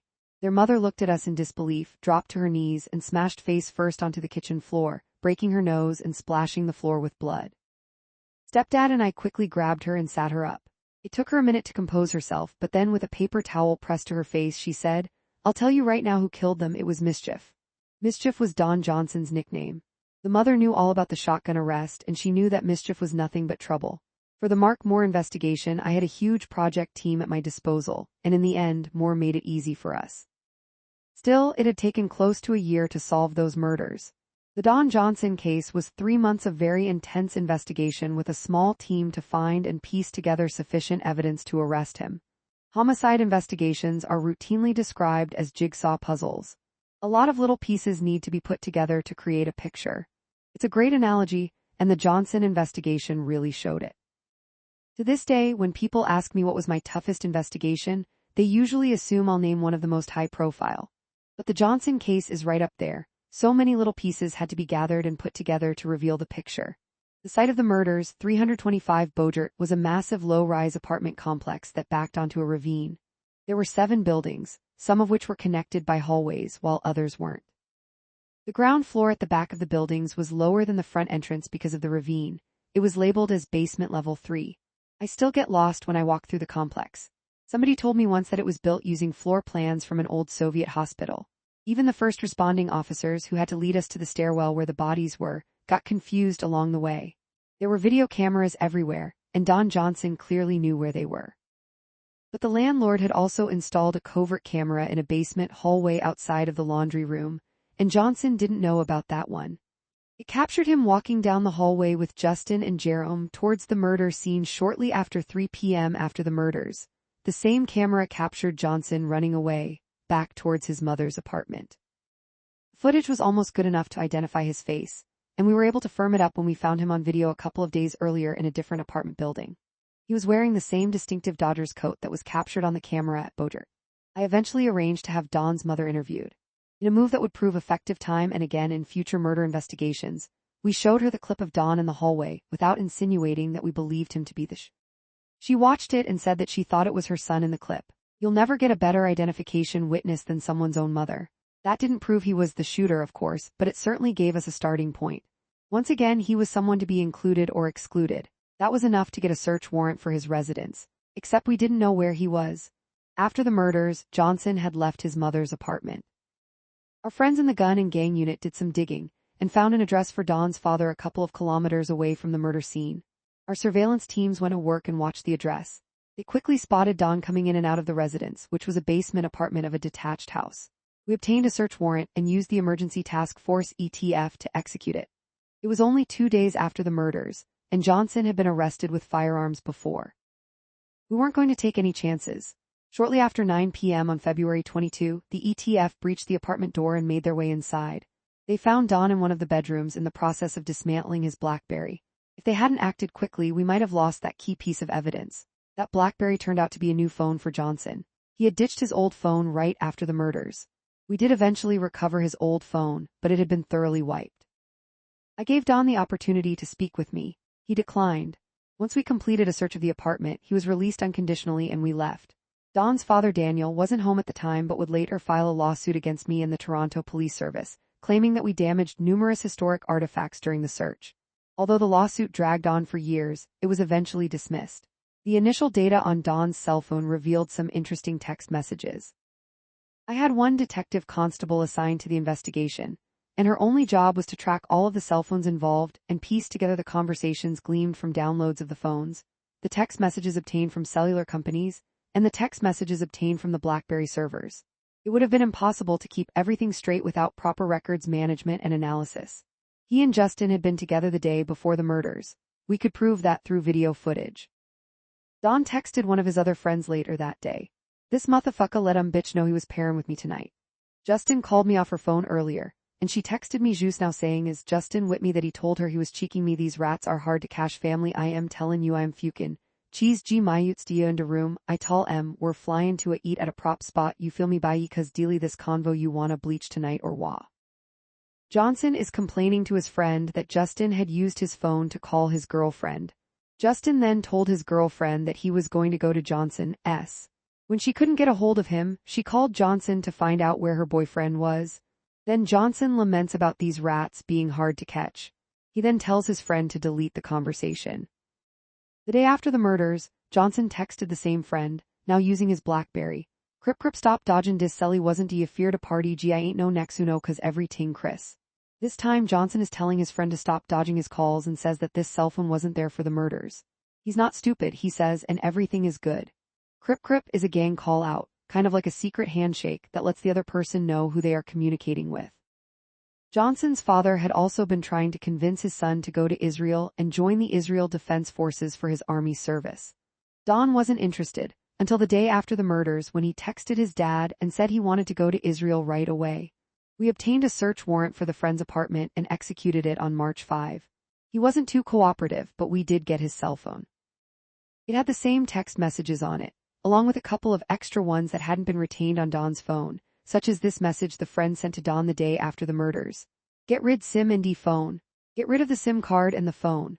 The big payoff, however, came on March 21, when we received the results of an analysis of Jerome Waterman's phone. He'd had the following text conversation with Johnson on the day of the murders. This is Johnson speaking to Jerome. Quick money ting yo getter bro, quick money ting I me, who the fucks you guys are bro. Ain't with me I link you fear eat come through check me real ting 5 min ting. When are ready holler and I'ma show you where to fly cabbie at pay and I'll pay you back what time you ready it come true you come in a utes coming to buy a ting he has to loot stick up ting basement, how long you gonna be are you flying? Or nah I'm not waiting any longer, how long who you with ill put gas and hurry up. Hurry up I am leaving in 15 how long you gonna take I'ma just go get de guap tell him ill be back and just cut talkin to long g nah serious about money dis yuts has de guap he's almost to ya. Jerome then tells Don that his cousin is with him, but he says he'll drop him off before he gets there. I don't show face don't even let them know or checkin me GWTF, where are you stayin' to whip I am comin' what kinda whip, where you it's the long building right at the end of the bridge come to where I left you before by de bus pullin' and I'ma comin' you there. This conversation took place about 4.5 hours before Jerome arrived at 325 Beaudert. Johnson was so impatient for Jerome to get there, he offered to pay for a taxi and for gas. He didn't want anyone to know that Jerome was meeting him, and he enticed him by telling him that his brother Justin wasn't there. We know that he was because we found him on video in the building throughout the day. Johnson's story is that a miner is bringing money guap for a gun and they're going to rip him for it. It's going to happen really quick, he says, so Jerome had better hurry. Jerome still takes several hours to get there, a long time to expect a supposed gun purchaser to wait around. Of course, it was all a sham to get Jerome there so Don could take care of the rats. It took us a few more weeks to get there, but once I was able to establish that Johnson had zero communication with any potential gun buyer or seller during the hours he was communicating with Jerome, I had enough grounds to arrest him. On Monday, May 28, 2012, Johnson turned himself in and was charged with 2 counts of first-degree murder. But the investigation wasn't done, not even close. Don Johnson Wright and Justin Waterman left on February 18, 2012. A couple of days before the murders we had 3 weeks of video from 325 Beaudert to go through. We found Johnson, Justin and Jerome walking around the basement level of the building one day a couple of weeks before the murders. Text messages indicated that this was a setup for a robbery, and Johnson was seen with what looked to be a gun. It appeared to be a practice run for the murders. Meanwhile, the logs we obtained from BlackBerry indicated that Johnson had sent numerous messages in the days around the murder, but the messages themselves were not coming up on the actual phone. I contacted a great cellular tech analyst who worked for the RCMP and explained the situation to him. The analyst said, "Send me what you have." He had to go through the BlackBerry's data dump one character at a time, but he was able to extract dozens of messages that the analytical software had missed. Then a witness came forward and said that another man had confessed to killing Justin and Jerome.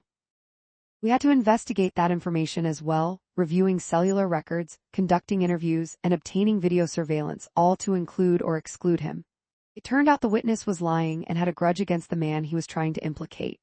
The gun used in the killings turned up during a search of a residence in Peel region. Peel police had charged someone with possession of the firearm, and their case was already before the courts.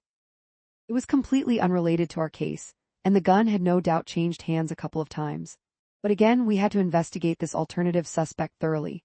At the same time, Peel had to protect their information and witnesses, so there was a lot of back and forth before we were able to exclude him. Thankfully, we had a great Crown attorney assigned to the case. Sheila Cressman was a no-nonsense prosecutor, one of the best, and she learned the case inside out and backwards. I remember speaking years earlier to a defense lawyer who I considered to be one of the best in the country. I had just watched him absolutely destroy one of our witnesses, and told him how impressive it was that he knew every nuance of the case. I would never want to lose a case because someone was more prepared than I was, he said. He knew every word of every statement provided by every witness throughout the investigation and the court proceedings. To put that in perspective, imagine a witness to a murder and not necessarily just the eyewitnesses, but anyone who may have relevant evidence for a case. Statement 1. The 911 call statement 2, utterances to responding officers statement 3, utterances to investigators statement 4, comments to prosecuting crowns during prep statement 5, testimony during the preliminary inquiry statement 6. Trial testimony. Usually there are multiple statements for each of those witnesses. They are all transcribed, word for word, and a good lawyer, whether for the Crown or the defense, will know them all and be prepared. Sheila Cressman was prepared. Detective Paul Worden ran the case during the trial, and one day he called me in a panic. The Tech Crimes Unit couldn't find the hard drive that had the surveillance video on it. All we had were the clips we had downloaded for investigative review. This triggered a lost evidence application by the defense, and if they won the application, which they would, the judge would likely exclude all of the video evidence. This would have been devastating to our case. I went down to testify during the application. As I was reviewing my notes on a bench outside of court, I came across an entry indicating that I was the one who had delivered the original hard drive to Tech Crimes. Thankfully, I had noted the exhibit number they assigned to it. 5 minutes before testifying in an application that would likely derail the prosecution, I called Tech Crimes and asked them to check for the hard drive under the exhibit number I had. They found it. Subsequent exhibits had been filed under a different number. Completely my fault. 2 years had passed between the murders and the trial, and I had forgotten that I was the one who'd submitted that drive. I sheepishly grabbed Sheila out of court and explained what had happened. I felt terrible about it and still do, but the case went on with the video evidence intact. Johnson ended up getting in the witness box during trial. This is very unusual for an accused, especially in a murder case. It's often a sign of desperation on the part of the defense, and it's definitely a last resort. In Johnson's case, he had to admit to his criminal record, which showed a history of firearm use. During her cross-examination, Sheila walked him right into a blatant lie about a cell phone and whether or not he had it in his possession. He stated numerous times that Justin Waterman was the one who had that particular phone, and that it was Justin who had sent the text messages found on it. Sheila eventually got him to admit that he in fact had the telephone, and that he had lied right to the jury 5 times during his testimony. Never a good thing to have to admit to a jury that you lied to them. Any credibility he may have had was gone. One issue that came up in this case was how to decode the street lingo used in the various text messages for the jury. The defense called an expert witness to testify, and we had our own expert. A detective from our gun and gang unit, Gavin Jantz, who had been qualified by the courts many times in the past, and who followed the basic steps any unbiased investigator would. Whenever I worked with Gavin, we always followed proper protocol. I would tell him that I needed some text messages translated and would give him the messages with no context. He would then decode them and provide his opinion. If the investigation was on the right track, the translations would inevitably line up with the corroborating evidence. If they didn't line up, we knew we were on the wrong track. I would rely on Gavin to prove, for example, that a gang rivalry existed between 2 different neighborhoods. He took pride in his work and would go into those neighborhoods and gather evidence, such as taking photographs of gang graffiti. He was a professional through and through. Eventually, some senior officers decided it would be a good idea to create more expert police witnesses for gang-related prosecutions. We were told not to use Gavin but to go to a supervisor at the gun and gang unit to have someone assigned to a case. So their first attempt at being qualified as an expert would come on a homicide case. Some would succeed but others wouldn't, and this approach bit some fairly high-profile prosecutions in the ass in the ensuing years. No, thank you. I stuck with Gavin and eventually 1 or 2 other pre-qualified experts. In this case, I provided Gavin with the text messages and asked him to interpret them. Again, no additional context given. I was surprised by a few of his interpretations but accepted what he came up with. In contrast, defense gave their expert witness the texts and then allowed him to sit down with Don Johnson in jail to go through them. Of course, Johnson skewed some of the interpretations, and the expert bought into it. Unfortunately for that expert, his evidence was memorialized in the trial transcripts, and his credibility would always be questioned in future proceedings. If I had done that with Gavin, his credibility and mine would have been destroyed. I've seen the same thing happen in subsequent cases, with defense experts getting destroyed in the witness box because they aren't held to the same investigative standards as police officers or Crown experts. In the end, Johnson was convicted of 2 counts of first-degree murder and sentenced to life in prison. He appealed, and in 2023, his final appeal was denied. I learned this from Justin and Jerome's stepdad, who had been watching the Supreme Court decision and sent me the following text message. Dismissed brother, thank you so much, really could not have done it without you, mom. Says she loves you for everything, we love you, thank you. I gave them a call and reminded the boy's mother about that night more than 11 years earlier. "Remember the night we first met? How could I ever forget?" she said. "You told me that night who killed your boys." Although it was a tough case to put together, it was great to be able to prove that she'd been right all along. 16 Cory Campbell. Shortly before midnight on Saturday, September 8, 2012, Andrew Burnett shot and killed 26-year-old Corey Campbell in a hallway of a high-rise apartment building at 11 Main Street in East York. As it happened, this was right around the corner from the location of my dad's old shop, Mary's Delicatessen. It had been a very busy summer. At this point, the homicide squad was split up into 6 response teams. On each team there were supposed to be 2 detective sergeants, 3 detectives, and 3 detective constables on 1-year training positions. At the tail end of a busy summer and with court proceedings starting up again, the office was strapped for people and nobody was available to go on call. I grabbed a detective constable from one of the other teams, David Lavallee, and took him with me. A few years down the road, when I was the unit commander, I would talk about this case whenever on-call investigators were complaining that they didn't have anyone to take out with them. We caught this case, just me and a detective constable, and he was from another team. My first unit commander, Jeff McGuire, had a very similar story he liked to dust off regularly. He would always talk about a summer weekend when nobody else in the squad was available and he picked up 3 murders in one night. "And I solved them all?" Andrew Burnett was the half-brother of Andre Burnett, the 2005 murder victim who wasn't even able to put the laces back in his shoes before he was killed. It was amazing to think that in a city of more than 3 million people, I would investigate one brother's murder and then, 7 years later, arrest the other for a completely unrelated murder. For a long time, Corey Campbell had been dating a girl who lived at 55 Main Street, but she was trying to break up with him so she could start seeing Burnett. It was a bit of a love triangle, and on this night Andrew came to the building and shot his rival in the chest, right in front of the girlfriend. Burnett was captured on surveillance video but was trying to cover his face. I could tell from the video, however, that the suspect had a bit of a limp, and he was wearing a very distinctive blue hoodie with white designs on it. Although the girlfriend was uncooperative, some of her friends in the building told us about the new boyfriend, Burns. Burnett fancied himself a bit of a rapper and had posted some videos of himself online. It wasn't hard to find a video of him rapping and wearing the exact same blue hoodie. Uncle Bernie shot down. It's still on YouTube, plus the limp. We knew that Burnett had previously been shot in the leg and walked with a limp. With that, we were able to identify him and go back to the girlfriend. I had arranged for her to be moved into a women's shelter. Although she was still hesitant, she now ID'd him as the shooter. By Monday night, we had enough for a search warrant on Burnett's house. When we executed it, we found him on a computer with a news article about the murder on the screen. The surveillance video also showed us that a second male had come into the building with Burnett and was present when the shooting occurred. It again took some convincing and multiple statements, but the girlfriend eventually identified the second male. When she did, we were able to get a court order and could track his phone to Gatineau, Quebec. We learned where he was hiding out and headed up to Gatineau with our friends from the Ottawa Police Service. Now, Gatineau is right across the river from Ottawa, but it's in Quebec, not Ontario. That meant we had absolutely no authority there. Ottawa police have designations that give them powers in Quebec because they cross over the border often, but we had nothing. Which was kind of fun, at least for us. When the warrant was executed on the townhouse where the second suspect was staying, all we could do was sit back and watch. Sit back and watch while the search was conducted. Sit back and watch while exhibits were seized and catalogued. Not a bad deal, and the officers from Ottawa were terrific. Then we crossed back into Ontario, and the prisoner and exhibits were all handed over to us for the drive back down to Toronto. As the trial drew near, the girlfriend disappeared.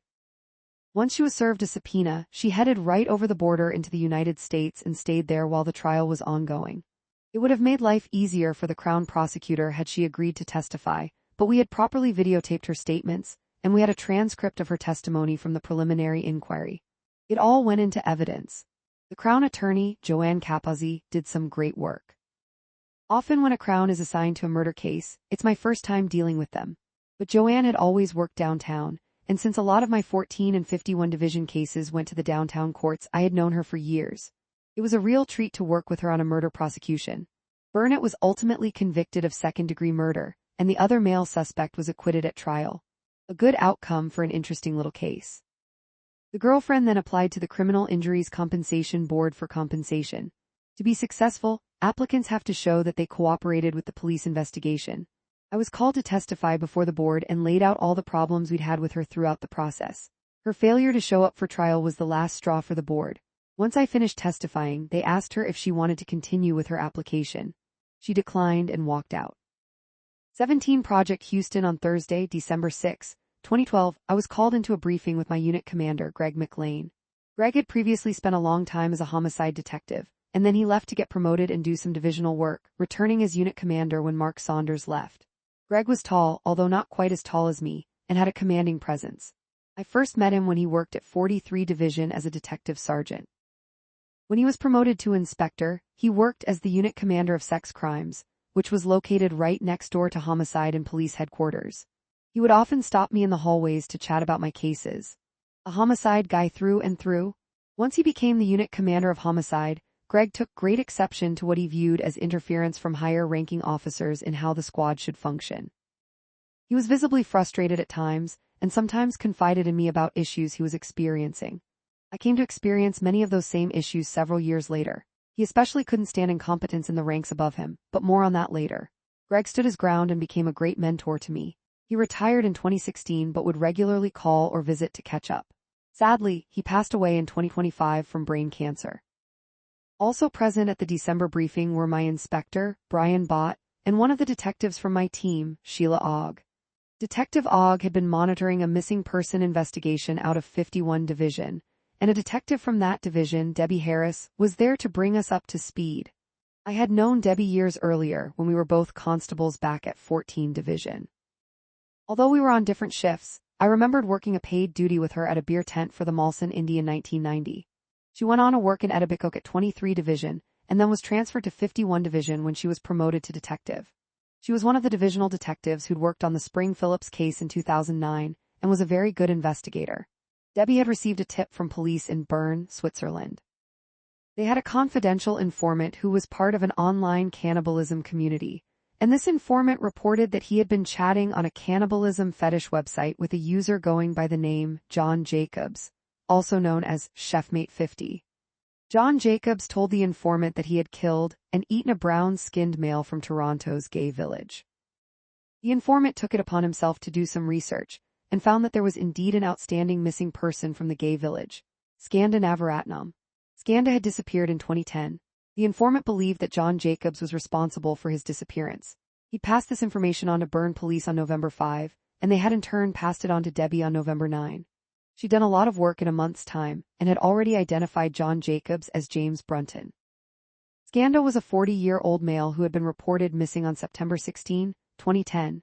He had come to Canada as a refugee from Sri Lanka, and struggled with PTSD as a result of abuse he'd suffered there as a gay man. He didn't have a permanent address but was known to stay with various friends around downtown Toronto. Skanda was receiving treatment at the Centre for Addiction and Mental Health, CAMH, and earned some money doing odd jobs there. A friend of Skanda's reported him missing because he hadn't seen or heard from him since September 5. Because Skanda had issues with alcohol and narcotics, it wasn't unusual for him to disappear for a week, but it was unusual for his friend to be unable to locate him. Not a lot for the investigators to go on. Nonetheless, they'd done what they could to make headway. But more than 2 years later, there was still no sign of Skanda. James Brunton was a 64-year-old man who lived in Peterborough, Ontario, about 90 minutes northeast of Toronto. Debbie had managed to obtain quite a few of his emails through his provider, and she'd uncovered multiple conversations between Brunton and willing victims who planned to come to Toronto to be killed and cannibalized by him. There were also conversations between Brunton and other cannibals, plotting to commit kidnappings in other countries. It all sounded a little far-fetched to me, but the last time this same informant had given similar information to the police in Bern about a cannibal in Slovakia, it panned out. Slovakian authorities had acted on the information and ended up killing a man named Matej Churko in a shootout. Churko had killed and cannibalized 2 women, and authorities subsequently linked him to 28 other disappearances. The credibility of this informant just went up. Way up. Greg McLean had already started to put together a project team, and I was assigned to oversee it. We didn't want it to be known that homicide was involved in this investigation until we could substantiate some of the evidence. Divisional investigators do some excellent work, but they aren't used to conducting their investigations using the principles of major case management. Major case management is a provincial standard governing the approach to complex, multipronged investigations in the province of Ontario, and it must be abided by for serious cases such as homicides, attempted murders, sexual assaults, and kidnappings. Missing persons cases, on the other hand, are the domain of divisional investigators. Homicide investigators will be assigned only if there is evidence of foul play. We now had evidence of foul play in this case. Or did we?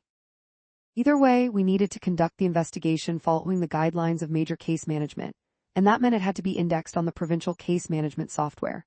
I asked for a full-time indexer to be assigned. Sounds good in theory, but in reality that indexer on her first day had to catch up on more than 2 years' worth of work.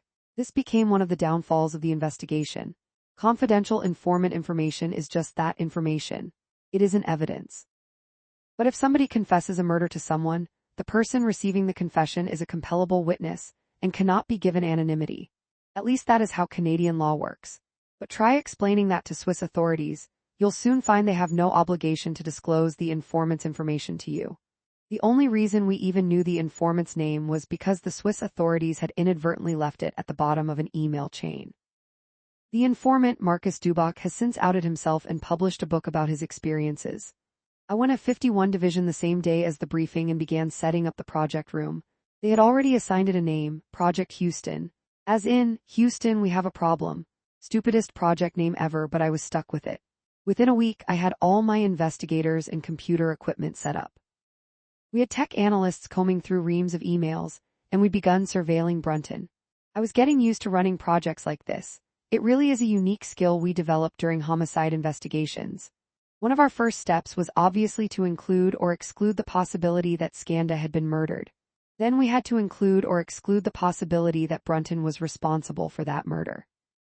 We already had a decent case against Brunton for child pornography offenses, but we couldn't turn a blind eye to the possibility that an international cannibal ring was operating in our own backyard. One of the first things we did was to install a GPS tracking device on Brunton's vehicle and set boundaries on it. If he ever came near Toronto, an alarm would go off, and I would be notified right away by an automated text message. While all this was going on, I was also juggling the preliminary inquiry for the Burnett case and the preliminary inquiry for Mark Moore, and I had a trial underway for a 2005 murder case. Essentially, I was in court every day for the next few months. I didn't expect to have any downtime for the foreseeable future. In the early morning hours of December 21, knowing that Brunton was out of the country, we obtained a warrant and surreptitiously entered his house and cloned his computer. This isn't easy to do. First of all, you need sufficient grounds to get the special warrant to do this. Surveillance of your target has to be maintained, and when the opportunity presents itself, you have to be ready to go with investigators, locksmiths, tech officers, and photographers to take before and after photos to ensure you leave everything as it was. It's a logistical nightmare to execute, and the slightest slip-up can blow the entire operation. Thankfully, we had some help from the small police department in Peterborough. They were eager to assist with the investigation, and technically, we could have handed them the entire thing. But they didn't have access to the assets needed to conduct such a massive investigation. One of the officers assigned to the project team was Kathy Loria from 42 Division. I first met Kathy during a murder investigation in 2007, and was immediately impressed by her attention to detail and very strong memory. I had specifically asked for her to be assigned to this project. In early January, Kathy came to me and said that Skanda wasn't the only brown male missing from the gay village.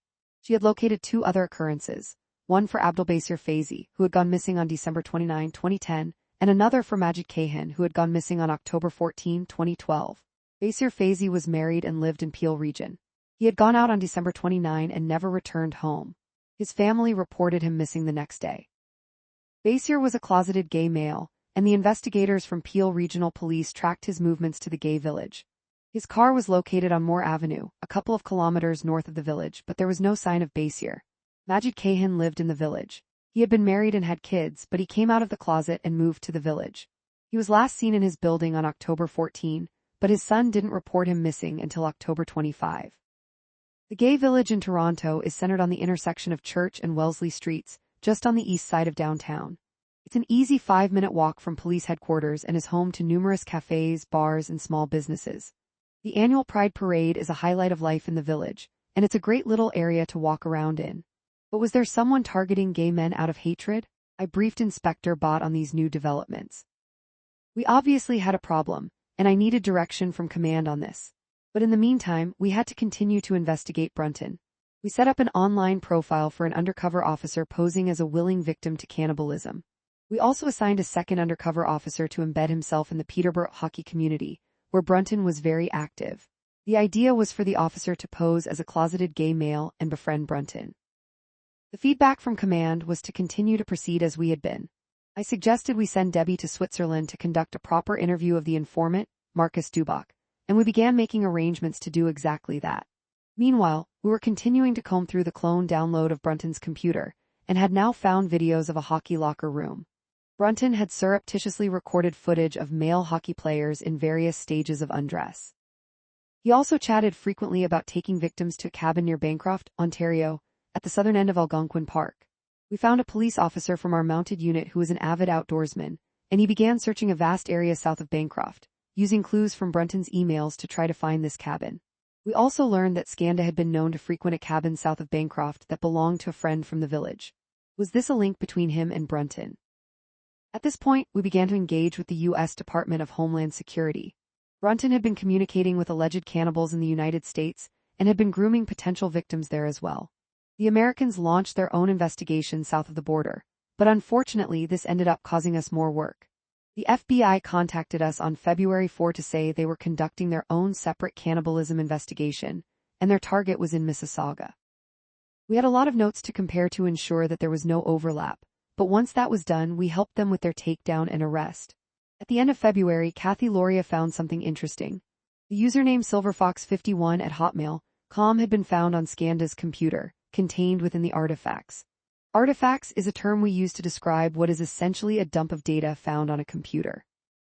The origin of a specific term like SilverFox51 isn't always precisely known, but we know it's there. We just don't know if it came from an email, a website, or somewhere else entirely. But we did know that SilverFox51 was also written on a piece of paper in Basir Faizi's house. So February 27, I detailed one of the constables to identify SilverFox51.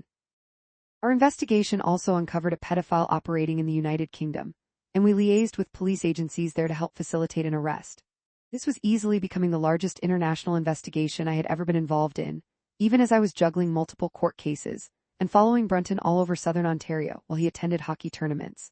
One night in early April, we followed him to Toronto, where he visited numerous bars in the downtown core and gay village. Many of these were the same bars our missing men frequented. We had undercover officers in the bars who attempted to engage him in conversation, but to no avail. That same month, Debbie went to Switzerland and conducted a face-to-face interview with the informant. It wasn't easy. Swiss authorities protect their citizens at all costs, and they suggested that she provide them with a list of questions and they would conduct the interview. Luckily, Debbie was having none of that, and she obtained a proper videotaped interview from Dubach. The information he had received from Brunton online was very non-specific, and it made us suspect that Brunton had in fact not killed anyone. Years earlier, Brunton had had an email exchange with a willing victim who came to Toronto to be cannibalized. When the victim arrived at Pearson Airport, Brunton feigned a heart attack and never picked him up. I was starting to believe that while Brunton definitely had a bizarre cannibalism fetish, he had never acted on it. Regardless, our online undercover dialogue with him was going well, and the officer was trying to set up dates to go to Toronto to be killed by Brunton. On May 2, Inspector Bott and I met with officers from our covert operations section. They are responsible for overseeing undercover operatives and ensuring their safety. If the undercover officer was going to be picked up at Pearson by Brunton, in a vehicle operated by Brunton, we were told we had to meet some pretty stringent conditions. The undercover officer had to be armed and wearing a wire and a GPS tracking device. The vehicle also had to be trackable. We had already installed that GPS tracking device. There had to be a full-time surveillance team following the vehicle at all times. The emergency task force had to provide backup to the surveillance teams. All cameras at the airport had to be live monitored. Brunton's vehicle had to be equipped with a remote kill switch accessible not only to the undercover officer but also to the surveillance team. In other words, they didn't want to do it. A cardinal rule of undercover work is never to get into a vehicle that's being operated by your target. But that kill switch was going to be tough. How would we come up with something that wouldn't endanger the lives of the people in the vehicle as soon as it was activated? Imagine trying to shut down a vehicle as it's traveling down a highway at speeds in excess of 100 kilometers an hour. Eventually, we came up with a solution, a partial immobilizer that would not allow the vehicle to accelerate, although all other functions would still work. It could be activated by a key fob carried by the undercover officer, or by a second fob carried by a nearby surveillance team. We finally had everything and set May 11, a Saturday morning, as our target date. When I told Covert Ops that we were ready to go, however, they balked and said that they wouldn't do it. Under no circumstances would they allow an undercover officer to get into a vehicle that they didn't have complete control of. It took intervention from command. Mark Saunders was now a deputy chief, to get them to agree. So on that Saturday morning, I drove out to Pearson Airport with my team. There were more police officers there to cover a potential undercover meeting than I had ever seen. 30 officers from Toronto, Peterborough, and the OPP. I was skeptical that Brunton was going to show up, but shortly after noon, our surveillance team in Peterborough informed me that he was on his way down Highway 115 towards the 401, which would take him to the airport. Holy crap, I thought. This is actually going to happen. Brunton made it into the Greater Toronto area but exited Highway 401 in Oshawa. He went into store, came out, and then turned around and headed right back up to Peterborough. Our undercover officer started messaging him, asking him where he was. Brunton replied that he'd had a heart attack and was in the hospital. We were done with him. 2 days later, we arrested Brunton and charged him with numerous sexual and pornography offenses relating to what we had found on his computer. We searched his house and sent officers to California and Colorado to interview victims and witnesses. Brunton was a cannibal in a fantasy world only. We had to clean up the investigation over the next couple of weeks, and at the end of it, we were left with one question. What had happened to Skanda, Basir, and Majid? On June 6, 2013, we put out a media release about the 3 missing men and created a flyer that was handed out all over the gay village by the Foot Patrol officers in 51 Division. It was the front page headline in all the Toronto papers the next morning, and the lead story on the 6 o'clock news. I was told to return to Homicide, and Project Houston was left with Debbie Harris and 51 Division. Since we had excluded Brunton and the confession, we no longer had any evidence that made the disappearances into murders. Therefore, the responsibility for the investigation shifted from the Homicide Squad right back to 51 Division. I wasn't happy about it, but the decision had been made in the ranks above me. I had no further involvement until Debbie called me in October 2013 and said she had been liaising with Montreal investigators who were in charge of the Luca Magnotta case. Luca Magnotta had killed and dismembered a 34-year-old man and mailed some of his body parts to schools and political offices. He also posted a video online of the actual murder. He was eventually arrested in Berlin, Germany, and brought back to Canada, where he was convicted of first-degree murder. Debbie believed that there were circumstantial links between Magnotta and Brunton, so we went up to Montreal on October 1 and sat down with investigators there. They agreed to share their files, and Debbie began to review them with some of the other investigators who were still working on Project Houston. I had one question for her. Did you ever identify Silver Fox 51? 18 Nicholas Cruz. Once every 5 years or so, a child gets murdered in Toronto. The odds of having to investigate one of those murders during a stint in the Homicide Squad are relatively low. I had already worked the Caitlin Sampson case, and now, in the summer of 2013, coming off Project Houston and running numerous court cases, I was back on call.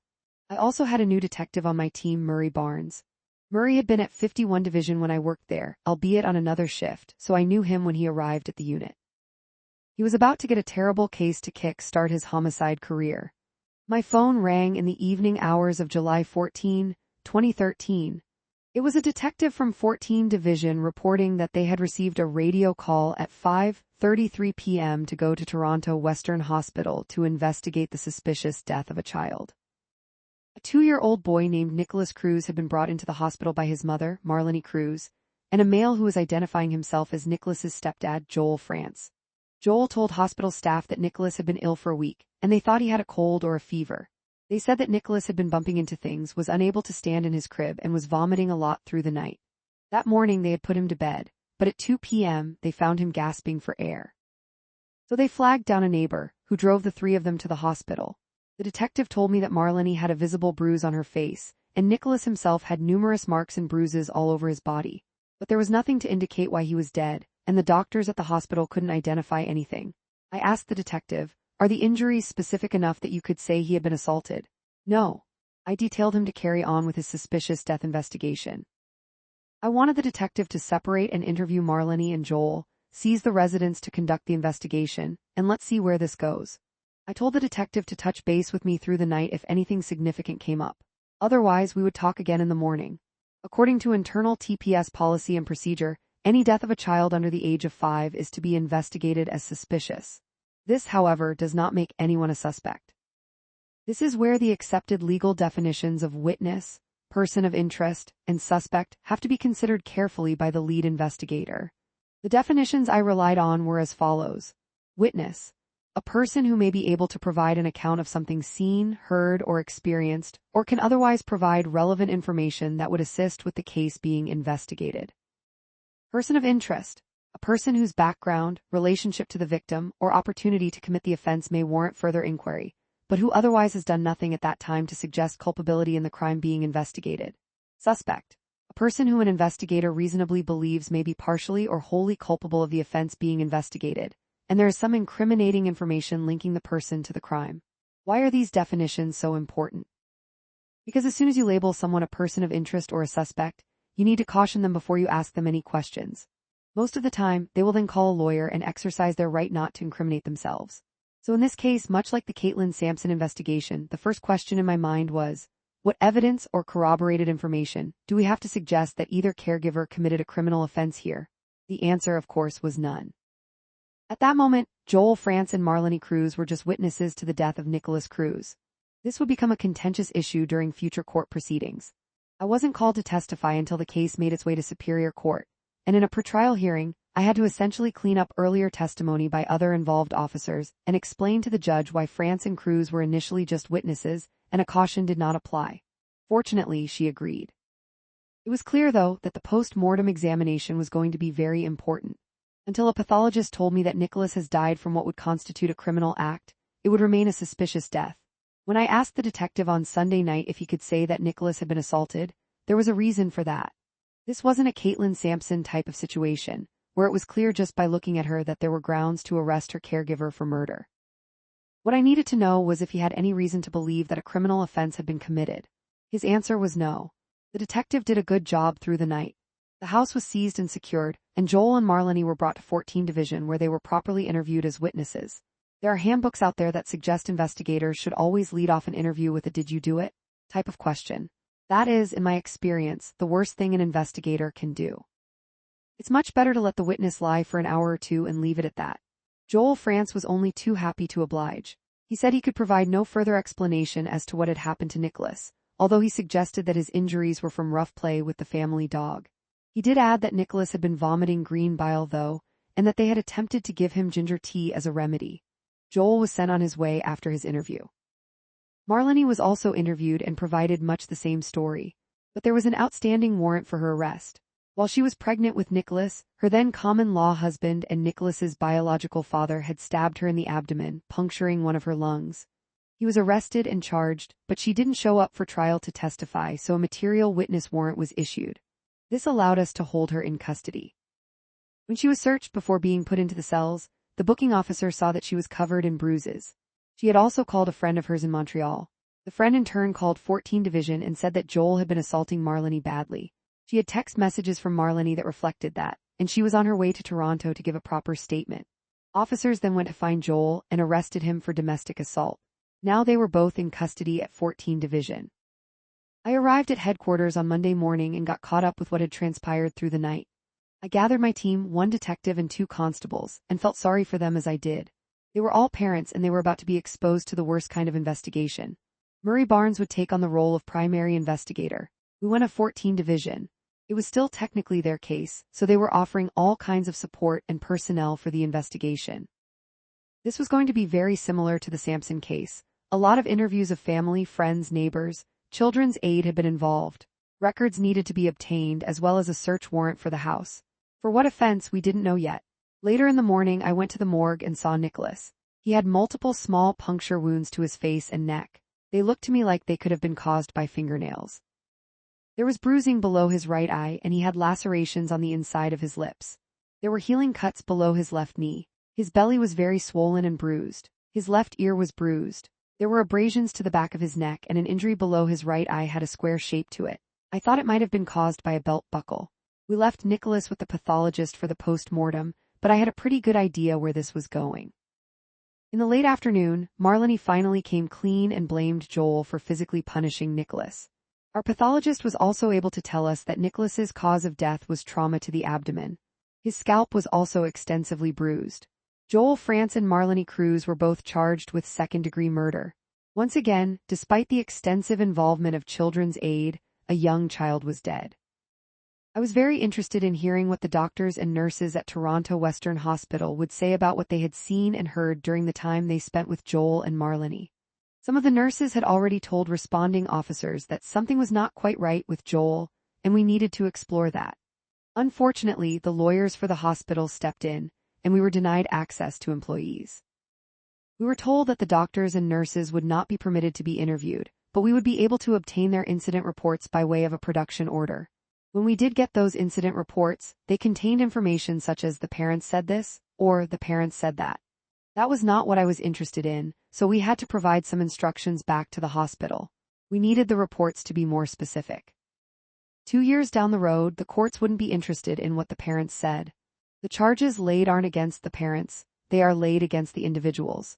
Even if they are jointly charged, the important evidence is what did Joel say, and what did Marlene say. No one was going to remember those specifics 2 years after the fact, and that's why proper interviews are so important.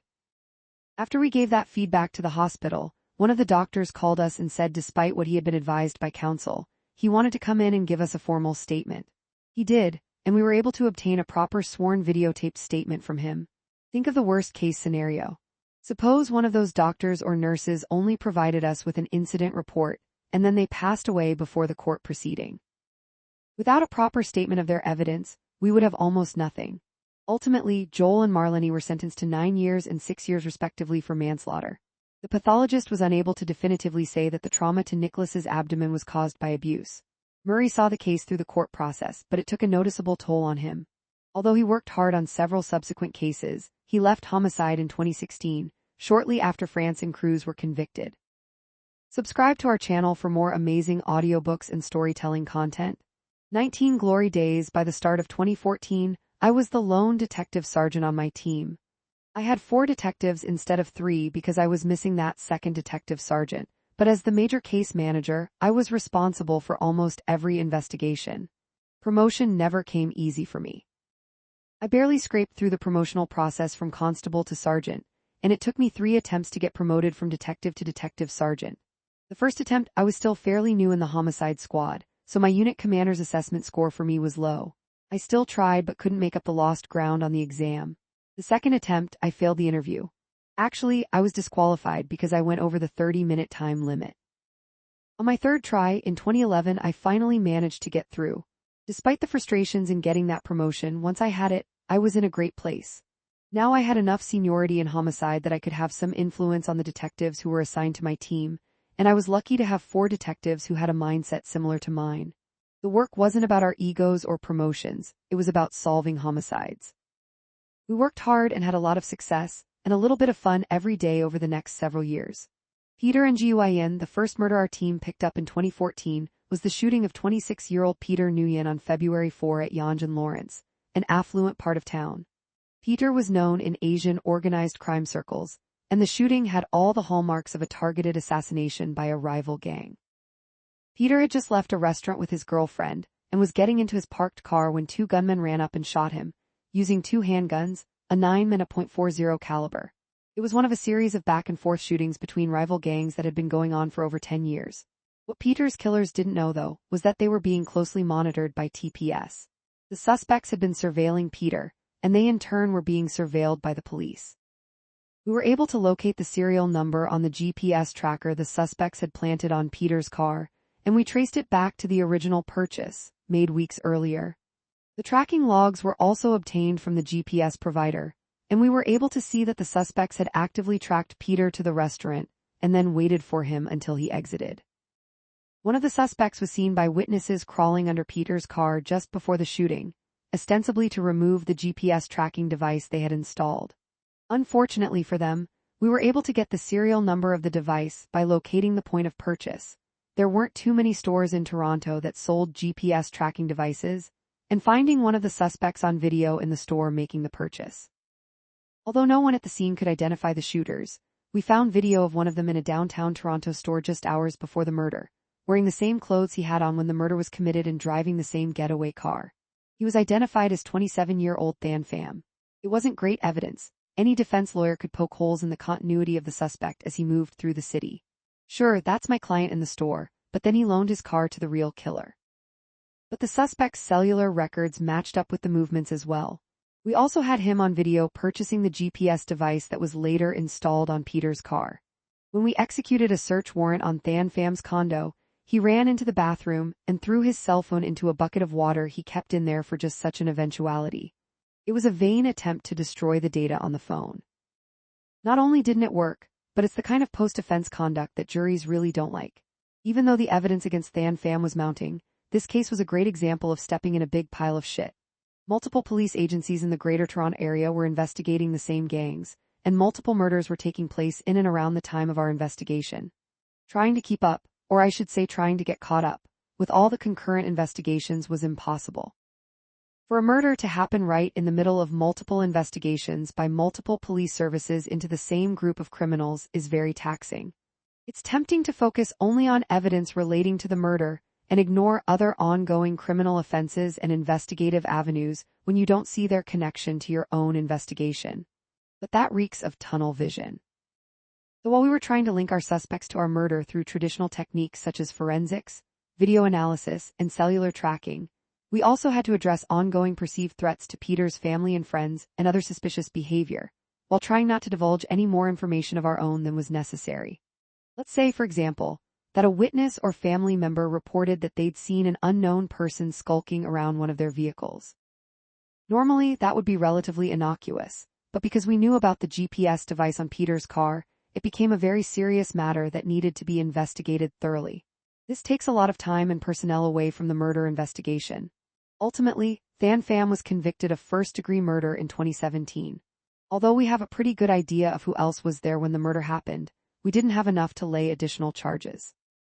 Most of our suspects were caught up in later arrests from all the other ongoing investigations, though, and eventually the wave of criminal activity among the gangs subsided. Andrea White on April 12, 2014, around 11 p.m., 33-year-old Andrea White was standing in her garage on Forest Creek Pathway in Scarborough. She was with her family and friends enjoying a night of drinking and chatting. She lived in a townhouse within a housing complex. Alwyn Bigby and Michael Davani had spent the day at a memorial in the west end of the city for a friend who had been killed a year earlier close to the townhouse complex where Andrea lived. After the memorial, they drove to the east end in Alwyn's white Range Rover. As they cruised around the townhouse complex, they passed Andrea and her friends. Alwyn was driving, and he did a U-turn. As they drove past again, Davani rolled down his window and fired multiple shots towards the gathering, striking and killing Andrea. She died in her husband's arms. We found 6 9 shell cases at the scene. A 911 caller was able to provide a description of the Range Rover, and it was broadcast immediately on police radio channels, including one belonging to the Ontario Provincial Police. The initial call came in at 11:08 p.m., and it was being broadcast to the OPP by 11:16 p.m. Two OPP officers soon spotted the Range Rover on Highway 401, driving back towards the west end of the city. They immediately called for backup and waited until it was safe to initiate a traffic stop. They attempted to pull the vehicle over at Avenue Road and the 401, about halfway across the city, but the driver failed to stop, and they pursued the Range Rover from the off-ramp through a few city streets until it came to a halt. Bigby fled on foot, but Davani was arrested a short distance away from the vehicle, armed with a 9 handgun. Bigby turned himself in several hours later at a local police division. He didn't have much of a choice. It was his car. The problem for us was that, although we had our suspects in custody fairly quickly and had an apparent motive, we couldn't disclose it to Andrea's friends and family. Rumors started to swirl that Andrea had been the unintended target of a shooting meant for one of her family members. And soon, that family member was receiving threats. One of the new detectives on my team, Dave Dickinson, had been handling the media scrums and assisting Andrea's family, who made several public appeals for witnesses to come forward. When I advised my unit commander, Greg McLean, that we were concerned for the safety of the family member receiving the threats, we were told by McLean to arrange a press conference at police headquarters and disclose what we believed the motive to be. At the time, our deputy chief was Mark Saunders, but he wasn't available to take the press conference. The deputy in charge of uniform operations, Peter Slowly, stepped in and conducted the media briefing with me. I was a bit uncomfortable doing the press conference with Slowly because I thought that Saunders might not be too impressed. Although I was friendly with both Saunders and Slowly, they would soon be competitors in the race to become Toronto's next chief of police. Saunders won that race and slowly eventually resigned and became the chief in Ottawa. Although it was risky from an investigative perspective, the press conference did the trick and the rumors subsided.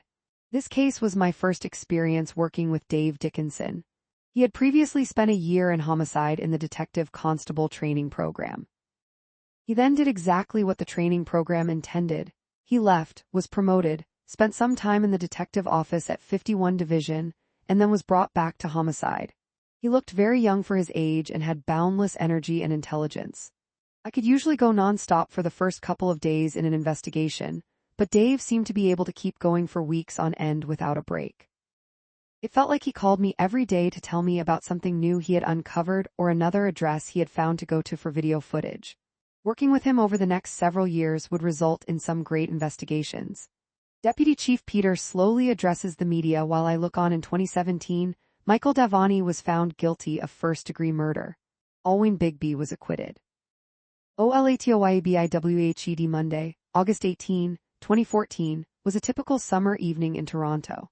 At 6:30 p.m., the tail end of rush hour, 22-year-old Teo Ajiri was in the passenger seat of a Nissan driven by 24-year-old Olatoybai Wahid.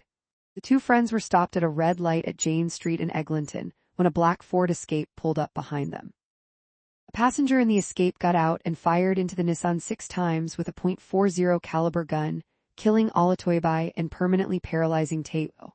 One of the bullets struck him in the spine. One of the first responding detectives from the local 12 Division was Gord McNeely. I had dealt with Gord many times over my career in homicide and really thought the world of him. Even though he had been a police officer for over 35 years, he still worked diligently on every case with a positive mindset. Sadly, this was the last case I worked with him. He succumbed to cancer less than a year later. For years afterwards, officers would bring him up out of the blue and talk about what a positive role model he was. Shortly before he died, there was a get-together for him at 12 Division. It's a strange experience to chat with someone you know you will never see again. Not surprisingly, Gord was the one who was smiling and being positive, while everyone else was very glum. For some reason, Gord's platoon always seemed to be on duty when murders occurred in 12 Division. Two of his constables, Stacey McCabe and Chris Furco, were the first officers on scene of this murder. They were also there when Jeffrey Lewis was killed at Whispers nightclub in 2006, and they were there when the gun that had killed young Nerio Valdez was recovered. When I heard that two officers had been close enough to this murder to hear the shots, I jokingly said, "Let me guess, McCabe and Furco." We quickly learned that Olatoybai Wahid had been shot in another incident the previous year. No one was ever charged in that case, but there was some pretty good evidence pointing the finger at Bernard Byrne Kissy. Witnesses had obtained the license plate of the suspect's vehicle, a black Ford Escape, but the plate came back registered as unattached. On August 7, just 11 days before Wahid's murder, the car had been pulled over by police. The driver on that day was Bernard Kissy. Several hours after the murder, officers from 12 Division found the Ford Escape parked in the underground lot of a high-rise building on Falstaff Avenue near Jane Street, about a kilometer north of the murder scene. We set up surveillance on the vehicle, and sure enough, a man showed up with the keys a couple of hours later and tried to drive it away. He was quickly apprehended and taken to 12 Division. Based on witness descriptions, we knew he was not one of the shooting suspects. He claimed that someone had given him the keys a week earlier and told him to pick up the vehicle at that garage on that day. Detective David Dickinson dumpster diving at Falstaff Avenue that didn't make too much sense, of course, but we now had a great piece of evidence. The keys he had were on a ring that also held a distinctive red bottle opener. As it happened, the police service had just started to install cameras in all the scout cars at around this time. When we went back to view the footage of Bernard Kissy getting pulled over on August 7, we saw him twirling a key ring with the same red bottle opener on it. Officers were generally dubious of the cameras, but this turned into a great story about one actually helping to solve a murder. The victims had been pulled over by police for a traffic infraction by officers from 31 Division on Jane Street, just south of Falstaff at 6:04 p.m., although the traffic stop was within the boundaries of 12 Division. 31 Division is just to the north. Cameras in the area captured the Ford Escape driving by at 6:25 p.m. The Escape then pulled over on Falstaff, and the shooter got into the passenger side. They waited until the victims were sent on their way by police and then followed them south on Jane Street. It may seem a little bit crazy that someone would see their victims get pulled over by the police and then think, "I'll just wait and then carry on with the murder." But that is exactly what these guys did. The cameras on Falstaff also captured the suspects returning to the high rise after the shooting, and at 7:02 p.m. both of them were caught on CCTV waiting in the lobby for the elevator. One man was reenacting his shooting stance from the scene, and they were both laughing. The first man on the video matched the description of Kissy, and the second, the shooter, matched the description of one of Kissy's known associates, Fa. Both suspects spent some time in the building, changed their clothes, and were captured again on video at 10:52 p.m. as they walked out. At 12:20 a.m., Fa was found on video arriving at his home address a couple of kilometers north of Falstaff. On Sunday, August 24, we executed search warrants on the last known addresses of both men. Fa was arrested at home without incident, but Kissy was in the wind. This is where the perseverance of someone like Dave Dickinson pays off. We continued trying to find Kissy, speaking with known friends and associates and uncovering potential phone numbers for him. In September, we tracked a possible cell phone for him to Calgary. Calgary police jumped in, and their surveillance team located him in a house out there. He was arrested on September 4 on the strength of our warrant. Dickinson and I flew out to Calgary on Saturday, August 6, and picked Kissy up at the Calgary Remand Center. He corrected me when I called him by his nickname. Bern. It's not Bern, it's Bernie. Transporting an arrested person in a plane is never fun. It's best to sit at the back of the plane and board first, so as not to alarm other passengers. The arrestee has to sit between the officers, always handcuffed, and all conversation has to be recorded. So we came to an agreement with Kissy. If he wanted to say something, he would put a finger up and we would turn on our recorder. It's better not to talk at all, but that turns it into a long 5-hour flight. Once back in Toronto, Kissy was offered a plea to manslaughter if he testified against Fa. He declined, went to trial, and was convicted of first-degree murder. Then he was brought in for Fa's trial and testified against him anyway. Fa was acquitted. That one still doesn't make any sense to me, but by all accounts, Kissy was the instigator and the setup man. I'm sure he'll regret not taking that manslaughter plea for the rest of his life. Xian Lou, I lost a bet on October 15, 2014. It was a Wednesday at 11 a.m. when we got the call for an elderly deceased female who had been found on a park path behind a community center at Dufferin and DuPont. The responding officers said that she had trauma to her head. Wasn't the first time I had heard that. Many deceased people have what looks like bruising, but is really just bodily fluids being secreted from various orifices, like the mouth and nose. I thought there was no way that an elderly woman had met with foul play in the middle of a busy walking path on an otherwise unremarkable Wednesday morning. If this is a murder, I said to Robert Harnett, one of the responding detectives from 11 Division and a former classmate of mine, lunch is on me. We soon learned that 65-year-old Xian Liu had been walking in the park, as she did every morning. Video captured her killer, 70-year-old Xu Chen, arriving on a bike. He was upset with the victim because of a dispute they'd had during a Tai Chi class earlier that same day, so he attacked her with a metal pipe. We had a great surveillance photo of Xu Chen as he cycled past the community center right after the murder. Xu Chen lived with his family around the corner in a house on DuPont Street. Our team headed over there to see if we could catch him at home. He wasn't there, but his wife looked at our surveillance photo and confirmed that the suspect was her husband. My primary investigator on the case was Paul Worden. He wasn't feeling great that day, so he walked across the street to a convenience store to get some throat lozenges. While he was there, Chen walked in. Worden said to him, "Are you Xu Chen?" Chen didn't speak any English and looked at him with a confused expression, so Worden pulled out the surveillance photo. Chen looked at it and smiled, pointing to the photo and then to himself as if to say, "Hey, that's me." Worden arrested him in the store. Xu Chen leaving the murder scene, Worden with Chen in custody outside of the convenience store. A journalist in the area grabbed a great picture of Worden outside the convenience store with Chen, still in the same clothes he had been wearing during the murder. There was Paul with his darkened transition lenses on, upset that he never got his throat lozenges and looking every bit the elder homicide detective.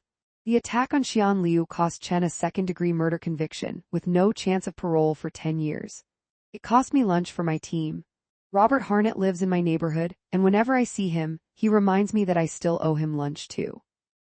DONALDBCKLES shortly after 11 p.m. on March 30, 2015, 46-year-old Donald Beckles was standing outside his townhouse on Jamestown Crescent in the northwest corner of the city.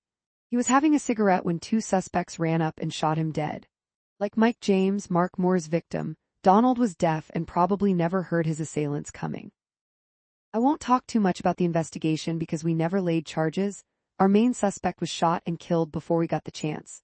The northwest corner of Toronto was policed by officers from 23 Division, and we caught an awful lot of murders up there. Ron Taverner, who had been my superintendent at 51 Division, was now the boss at 23 Division. He hadn't changed a bit. Whenever there was a murder, he usually got to the division before we arrived. I would walk into the detective office on the second floor and find him moving furniture around in the middle of the night to accommodate our team. One thing I noticed, though, was that sometimes the uniform officers were a little bit aloof and avoided us when we were in the station. I talked to Taverner about it, and he explained that a previous homicide team had treated the uniform officers poorly, and the bad feelings lingered. Elitism and egos don't work well when you need uniform officers to help with your investigations. Most homicide detectives didn't behave like this, but there were certainly one or two who would walk into a division and piss people off very quickly. Thankfully, I had a great group of people on my team. Everyone was treated as an equal, and as the officers in 23 Division got used to us, they worked just as hard as we did, if not harder. The victim's wife, Edita, was also deaf. She was understandably devastated by her husband's murder. Several months after Donald was killed, a 14-year-old girl, a good friend of Donald and Edita's daughters, was shot and killed just down the street. In 2017, Edita also died. In 2019, Donald's son was arrested for a murder in Western Canada. Those charges were eventually withdrawn. I've written a bit already about the trauma suffered by first responders from their exposure to extreme violence. But this case, probably more than any other I've seen, brings to the forefront the reality of the trauma suffered by communities, especially marginalized communities like the Jamestown neighborhood. Donald Beckles was a law-abiding citizen who was unfortunately living in a neighborhood beset by gang activity. His murder, likely by a rival neighborhood gang, set off a chain of events that further devastated his family. It absolutely astounds me every single time, the proliferation of firearms in our city, and the absolute idiocy of the criminals who are carrying them. Shortly after the Beckles murder, we investigated another shooting where our victim went into a shop armed with a gun, intending to kill one of the other customers. The customer beat him to it, though. He saw the would-be assassin coming, pulled out his own gun, and shot the man dead. It was an obvious case of self-defense, but we had to lay the murder charge anyway. He was eventually acquitted. Isn't it incredible that it's sometimes actually dangerous to carry a firearm? All this was happening in a country where handguns are illegal. Although 2005 was labeled the year of the gun in Toronto, the use of handguns in the city continued to climb. Sean K. APADIA on Tuesday, July 14, 2015, I was awoken shortly after midnight by my unit commander, Greg McLean. Our team was assigned to take over an occurrence on Foundry Avenue in 13 Division. A condo townhouse unit had been abandoned by its occupants, and the landlord had found blood in the premises, as well as signs of obvious cleanup attempts. 22-year-old Sean Capadia had been reported missing to Peel Regional Police on July 5, and he was last seen with the previous occupant of Foundry Avenue. It was Dave Dickinson's turn to be the primary investigator, and I called him as I drove into Toronto. Investigators from 13 Division and Peel Regional Police had located the victim's vehicle at an address in Wainfleet, Ontario, close to Niagara Falls. Peel Police were busy typing a search warrant for the vehicle and the address, but Dave and I felt that there was some urgency to search the premises without a warrant, just in case our victim was still alive. Peel and Niagara Police did just that, but they didn't find the missing man. At that point, we took over the investigation. There was little doubt that something very bad had happened to Sean Capadia. 9 days had passed since his disappearance, meaning we were way behind before we even started, as is often the case with missing person investigations. Right away we had 2 crime scenes, the townhouse on Foundry and the house in Wainfleet. The prior occupants of Foundry Avenue had gone back and forth regularly from Niagara to Toronto, and they had access to several other residences in the Niagara region. By the next day, we had a search warrant authorizing us to go through the residence in Wainfleet. In the back was a large man-made pond with a small island in the middle. As I walked around the pond, the ground behind it seemed to start to move. Snakes. Dozens and dozens of snakes. Someone was going to have to search that pond, but it sure wasn't going to be me. I found out a couple of weeks after the investigation that Dickinson had got a bug bite on his leg while we were trekking through one of the wooded areas behind the pond. He was so dedicated to getting the job done that he didn't say anything about it when it happened. The swelling wouldn't go down, though, and eventually he realized that something had burrowed into his skin. "What did you do?" He dug a tick out of his leg with a knife. Thankfully, he didn't get Lyme disease from it. Typical Dickinson, there wasn't much that fazed him. In any case, we found several sheets of cut plywood with concrete residue on them behind the house.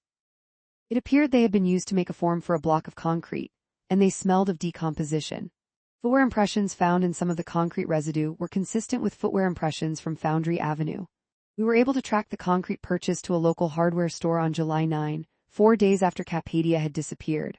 A couple of days later, a neighbor had seen a backhoe pick up a large concrete block and drive away with it. Our suspect, the resident from Foundry Avenue, had borrowed the backhoe from a friend's business in Niagara Falls. We focused our canvas efforts along potential routes from Waynflete to Niagara Falls, and we found video of what sure looked like the same backhoe being driven down a street in Welland with a block of concrete in its scoop. Unlike Toronto, small-town Welland does not have a lot of surveillance cameras, so this was a major find. We now had a lot to work with, but we had no idea where our suspect had disappeared to. We needed to find that concrete block. By July 17, the Center of Forensic Sciences had gone far enough with the DNA testing of the blood discovered at Foundry to identify it as belonging to Sean Capadia. We could now say we had pretty good evidence that Sean had been murdered there. This was enough for Peel Regional Police to completely disengage from the case. It formally moved from a missing person investigation to a homicide investigation. So there we were, a homicide team from Toronto, working with Niagara Police at a scene in Waynflete and trying desperately to find the remains of our victim. We were driving back and forth from Toronto each day, and every member of our team was busy chasing down tips, leads, and witnesses. It was hot and we were working long days, but our team was really bonding, and it was great exposure to a major investigation for all of them. Not that every homicide investigation isn't a major one, but the scope of this one was far greater than most. We had the Marine unit search the pond to no avail. We scoured the route from Waynflete to Niagara Falls for the concrete block with no luck. We were tracking cell phones, store purchases, and video not only in Niagara but back in Toronto as well. Nothing. We searched a quarry near Waynflete and had divers from Niagara's Marine unit search several areas of the Welland Canal. We finally found our suspect at a hotel in Niagara Falls the following Saturday. We hadn't stopped and had been going hard all week to gather every little scrap of evidence we could. Armed with a search warrant, Dickinson and I went and spoke to him. He had some healing injuries, but other than expressing a desire to get his belongings out of the Foundry townhouse, he refused to talk to us.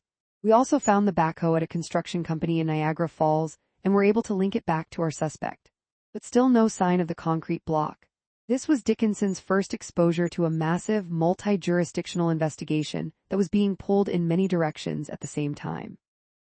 We had a ton of evidence linking our suspect to everything except the actual murder. Dave Dickinson and I searched the wilds of Niagara region at the Welland Canal. We never found Sean in the end. And while Dickinson followed up leads in Niagara for a couple of years afterwards, our suspect ended up dying in 2017 without ever giving up the location of the body. That doesn't mean that we'll give up. There's nothing Dave and I would like more than to be able to get Sean's remains back to his family. Someone out there knows where that block of concrete is. To this day, I think about Sean Capadia every single time I drive over the Welland Canal. 20 my parents, DATHS, we lost our dad, Idsinga Audiobook, in early 2015 at the age of 83. I sat with him in his palliative care room in the hospital as he took his final breath. A relief really, after watching him slowly wither away over 4 months as cancer ravaged his body. He had been hospitalized since early September 2014 and wanted so badly to get healthy enough again that we could take a trip back to Holland to see his brother. But he never managed to rally enough to get out of the hospital. The last few months of 2014 were tough as I juggled work, home, and hospital visits. Then 2015 got off to a rough start with his death. One day in the early winter of 2014, I walked into my dad's semi-private hospital room for a visit and heard someone say, "Hi, Hank," from the next bed over.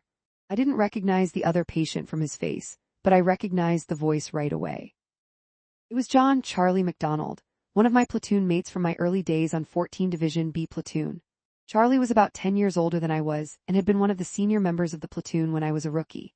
He had previously served in the British Army, as well as in the Royal Ulster Constabulary in Northern Ireland during the Troubles. I had no doubt that Charlie could have written several books about what he saw there. He was a tough cop and brilliant at police work. He had spent years in Toronto's hold-up squad and would get himself into trouble every once in a while. The hold-up squad was famous for its involvement in many high-risk takedowns, and its members were known for flying by the seat of their pants during investigations.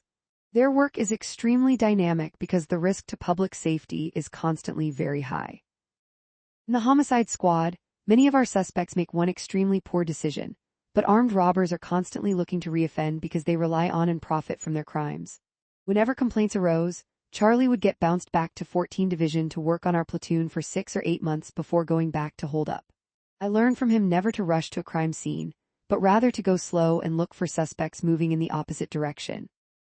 Charlie had liver disease and was stuck in the hospital with my dad. They had never met before, but once Charlie realized who his roommate was, that tough old Irish cop made sure that my dad was as comfortable as he could be. At one point he even had his wife bring extra blankets from their home for him.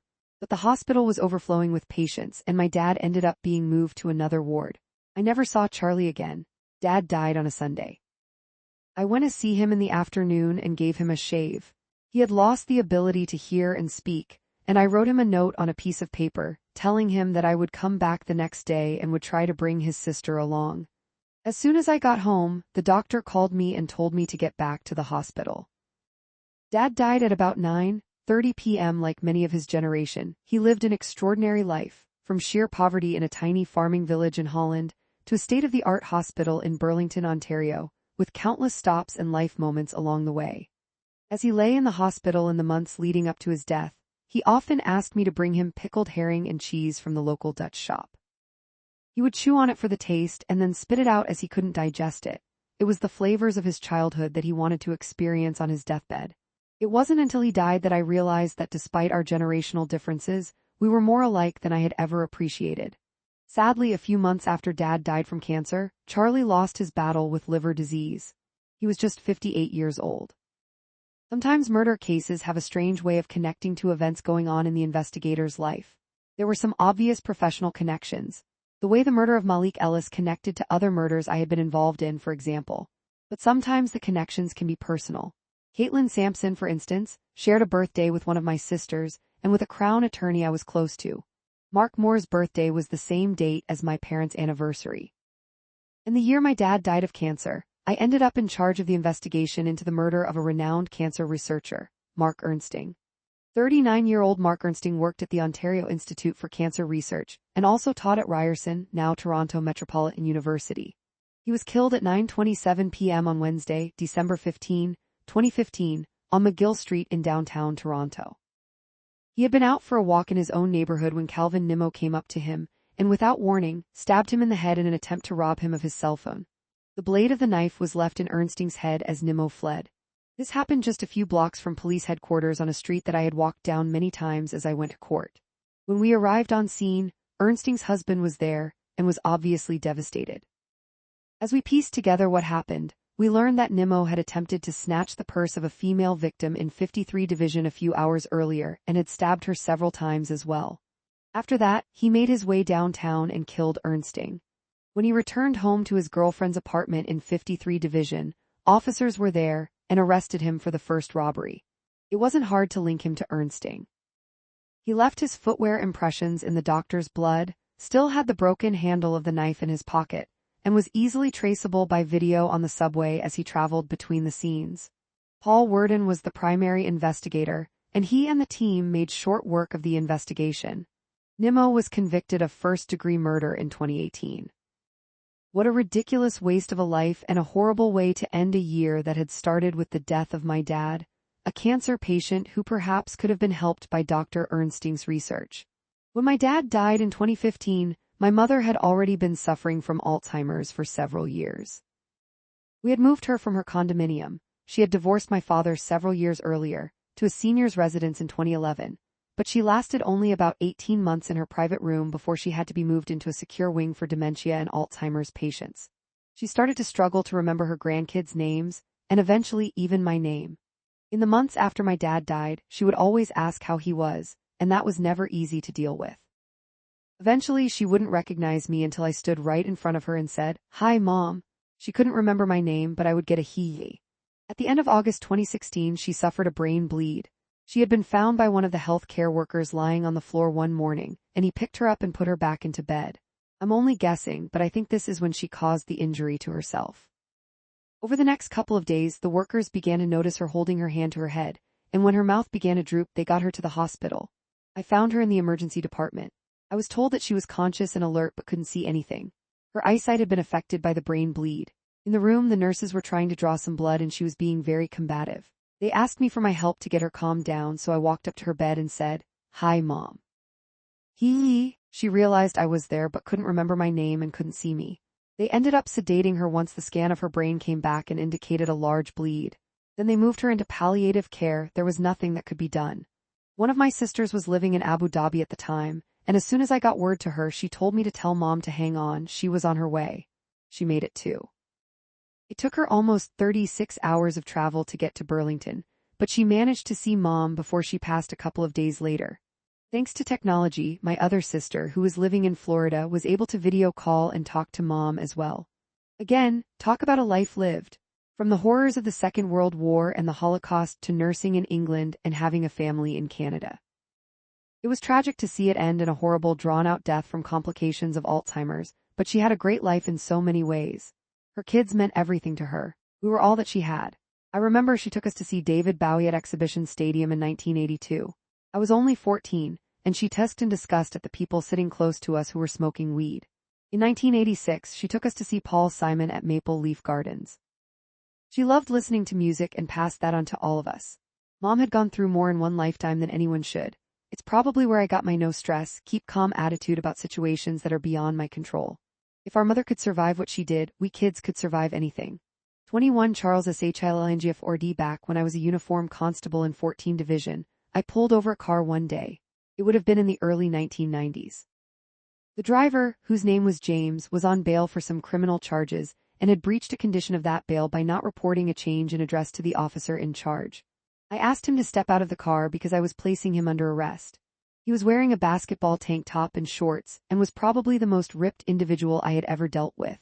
He was slightly shorter than I was, but he rippled with muscle from head to toe. As I handcuffed him behind his back, I thought, the only reason I'm able to do this is because he's letting me. When we ended up in court several months later, I chatted with him in the hallway about our mutual passion for basketball. The judge ultimately found him guilty of failing to comply with his bail conditions, and the court turned to the matter of sentencing. I spoke to the Crown and suggested that James be put on probation with the condition that he volunteer as a coach for a kids' basketball league that was running down at some courts near Bathurst and Front in 14 Division. The judge thanked me for the suggestion and went with it. I didn't see James again for years. That is, until Charles Shillingford was shot and killed near Yonge and Charles on October 31, 2015. The shooting happened shortly after 2 a.m., and our team worked through the night and the following day. Shillingford had parked his car on Charles Street, just east of Yonge Street behind the Brass Rail Strip Club when he was shot. He managed to flee in his car before passing out several blocks south of the shooting location. The suspects had come out of a club on Yonge near Charles, and the vehicle in which they eventually fled circled the block before the shooting, like it was casing the area. The following night, Dave Dickinson and I were looking for video cameras that might have captured the vehicle and the driver when suddenly a man ran up to our car waving his arms. Dave was driving and promptly hit the brakes. The man came up to the passenger side where I was sitting and started chatting in a bit of a frantic state with Dave. I realized from the conversation that he was an off-duty police officer from 51 Division. Then he looked at me and said, Hey, I remember you. No hard feelings, you did what you had to do. I had no idea who this officer was. What was he talking about? As we drove away, Dave told me that the man was Darius Garda, and that he had been off work for some time as a result of PTSD from a shooting incident in 2010. It turned out that the detective from Professional Standards who was in charge of his internal investigation looked something like me, so Darius had us confused. At the time, it was a little bit unnerving to be in that situation in a dark alley with a police officer, suffering from mental illness, who thought that I was the reason he was no longer at work. Sadly, Darius killed himself several months later. His death sparked a real impetus for change in addressing PTSD in first responders. Shortly after dinner time on November 1, officers from 43 Division called me and said they had a man in custody on the strength of some outstanding arrest warrants, and he was claiming to be Shillingford's father. What's his name? It was James. I hadn't seen or spoken to him for 25 years, but I recognized the name right away. So I drove up to 43 Division and went to the cells to speak to him about his son. You probably don't remember me, James. Oh, I remember you, he said. Like me, he had never forgotten our encounter years earlier, but for a different reason. I remembered arresting a guy who could have literally torn my head off without much effort. He remembered meeting a police officer who treated him fairly in court. After our chat in the cells, he thanked me and said, "Get the guy who killed my son." We did. It would take months of investigative work, but in 2016 we arrested Kyle Sparks and charged him with the murder of Charles Shillingford. Sparks admitted in court that he'd killed Shillingford, but he claimed it was in self-defense. Shillingford had been armed as well, so the judge acquitted him. But while we were investigating the Shillingford murder, Sparks had shot and killed 2 other people, and today he's serving concurrent life sentences for those murders. The last time I saw James was in the food court outside of the courthouse. He knew where the charge was going and was none too happy about it, but accepted the reality of the situation. Ramsey Whitefish. In 2012, Ramsey Whitefish was featured in a video on YouTube. He was asked to speak about his life as a homeless Indigenous man living on the streets of Toronto in the vein of Hamlet's to be or not to be soliloquy. Shaking and crying in a Joker t-shirt with a bottle of booze in his hand, he speaks against a black brick backdrop. All I think about is nothing, I'm all by myself, all my friends are dying, each and every frickin' day. Therefore I stand here alone. It's a brilliant video and it's tragic. Shortly after midnight on Wednesday, May 18, 2016, Ramsey was found on a sidewalk in downtown Toronto, beaten to death. We pushed it out to the public through the media right away and pulled out all the stops, looking for video, witnesses, anything. We worked through the night and the next day. If someone was killing homeless people on the streets of Toronto, it was a big problem. Whenever members of a marginalized community fall victim to violent crime, it's a big problem. It's a double tragedy, and a double tragedy creates a lot of motivation to bring the perpetrators to justice. But this was one of those cases where we were thinking, how are we ever going to solve this one? It's a stressful situation to be in. Fortunately, luck was on our side this time. Later in the afternoon, 26-year-old Trevor Severin walked into a courtroom at the old City Hall courthouse, which was designated to deal with cases that had a mental health aspect. Severin still had Ramsey's blood on him when he told the judge that he had killed someone. Severin and Ramsey had lived in the same rooming house, and they got into a dispute over some property. Ramsey left the house, and Severin followed him down the street before attacking him. When we got to the rooming house, we discovered that another tenant had left a note on Severin's door, telling him that he should turn himself in to the police and confess. Court personnel weren't used to being treated as homicide witnesses, but wow, our job just got easier. It's an unusual situation to be in when you're telling a Crown prosecutor that you need to interview them for a murder investigation, but it helps when the confession is captured in a court transcript. Several years later, Severin was found not criminally responsible for the murder, and he was placed into the care of the provincial mental health system. 22 Victor Ogundip. I had seen the inside of more than my fair share of jails. Police work regularly requires investigators to attend prisons to interview suspects, make arrests, and gather evidence. My least favorite detail when I was working in the warrant office in 14 Division was having to go to Toronto's infamous Don Jail to speak to prisoners. Anytime new charges were laid against people in custody, it was the responsibility of the warrant office to go and advise them within a 24-hour period prior to their next court appearance. The Don Jail had several floors of what are called ranges, like a row or grouping of cells. To get to the interview rooms, you had to take either an elevator or the stairs. You couldn't take your service weapon into the heart of the jail, and it wasn't unusual to find yourself alone in an elevator with some inmates or bumping into a group of them as you walked up or down the stairs. The prisoners would always make a point of yelling, "Hello, officer," just to let everyone else know that there was a police officer on the range. The jail was built in 1864 and closed in 2013. It was the site of Canada's last hangings of Arthur Lucas and Ronald Turpin back in 1962. Turpin killed a police officer after a robbery. The Toronto South Detention Centre, on the other hand, was the city's newest jail. Located in South Etobicoke, it opened in 2014 and was constructed using prefabricated concrete cells. Hope abounded that it would solve a lot of the issues like overcrowding, gang and drug activity, and constant lockdowns. However, the problems seemed to persist despite the modern upgrades.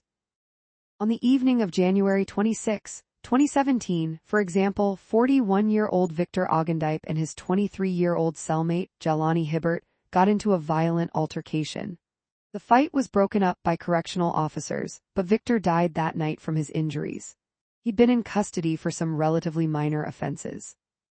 We obtained a search warrant so that the cell could be processed forensically, and the detention center had to shift the other inmates to another range while we completed our work. My team put a lot of work into the case, but at the end of the day, the Crown withdrew the murder charge against Hibbert because the evidence of self-defense was too strong. That's okay. Sometimes the self-defense claim can be a little ridiculous, but in a case like this, it was a fair call. This was just one of several murders that took place in Toronto detention centers in the years I was in homicide. On the crime scene range at the Toronto South Detention Center, many people get frustrated when they see stories of criminals who reoffend while out on bail for other charges. Jail, not bail, has become a popular catchphrase in a county where people are supposed to be presumed innocent until proven guilty. It certainly doesn't help that the provincial institutions where inmates are usually held pending trial offer very little in the way of rehabilitation programs. It's not unusual for people to spend 2 years or more awaiting trial and then be acquitted. Imagine walking out of custody further behind in life than you were when you went in. If we incarcerate at a higher rate, then the facilities we provide have to be adequate to house the inmates, keep them safe, and prepare them for life on the outside. Once again, 2017 was a busy year for our team. I was still the lone detective sergeant, but I was able to rotate the cases through my detectives. The investigations were becoming extremely labor-intensive, however, because of the increased use of video surveillance cameras throughout the city. When the Waterman brothers were murdered, for instance, it was footage from days and weeks earlier that proved to be the most relevant in court. A lot of the video systems were moving away from DVD and internal hard drive storage to external storage systems. The days of downloading digital video onto external hard drives were waning. In some cases, we could seize entire storage units and clone them to preserve evidence. Community housing complexes, however, had all their video feeds sent to a central location, which was a challenge because it was impossible to seize the recording devices without corrupting entire systems. In general, though, seizing entire systems is the preferable method of preserving evidence. Now we don't have to try to guess which clips may be relevant to defense lawyers, and can simply turn over all the footage and let them figure it out. As an added bonus, detectives are no longer plagued by the thought that the real killer was captured on footage they failed to download or preserve. It was always a lot of work, but on the plus side, cameras were becoming so common that most murders were being caught on video. When I started in Homicide in 2005, if a murder was caught on tape, the entire office would come in to watch it. Now, if a murder was not caught on video, it was an anomaly. In the murder of Malik Ellis, our suspect left his home in Mississauga one Sunday morning, traveled almost 60 kilometers to the east side of Toronto, shot and killed his victim, and then returned home. We were able to follow him on camera through the entire event and trace him right back to his front door. We had another murder in April 2017 in a housing complex on Chesterla Boulevard in Scarborough.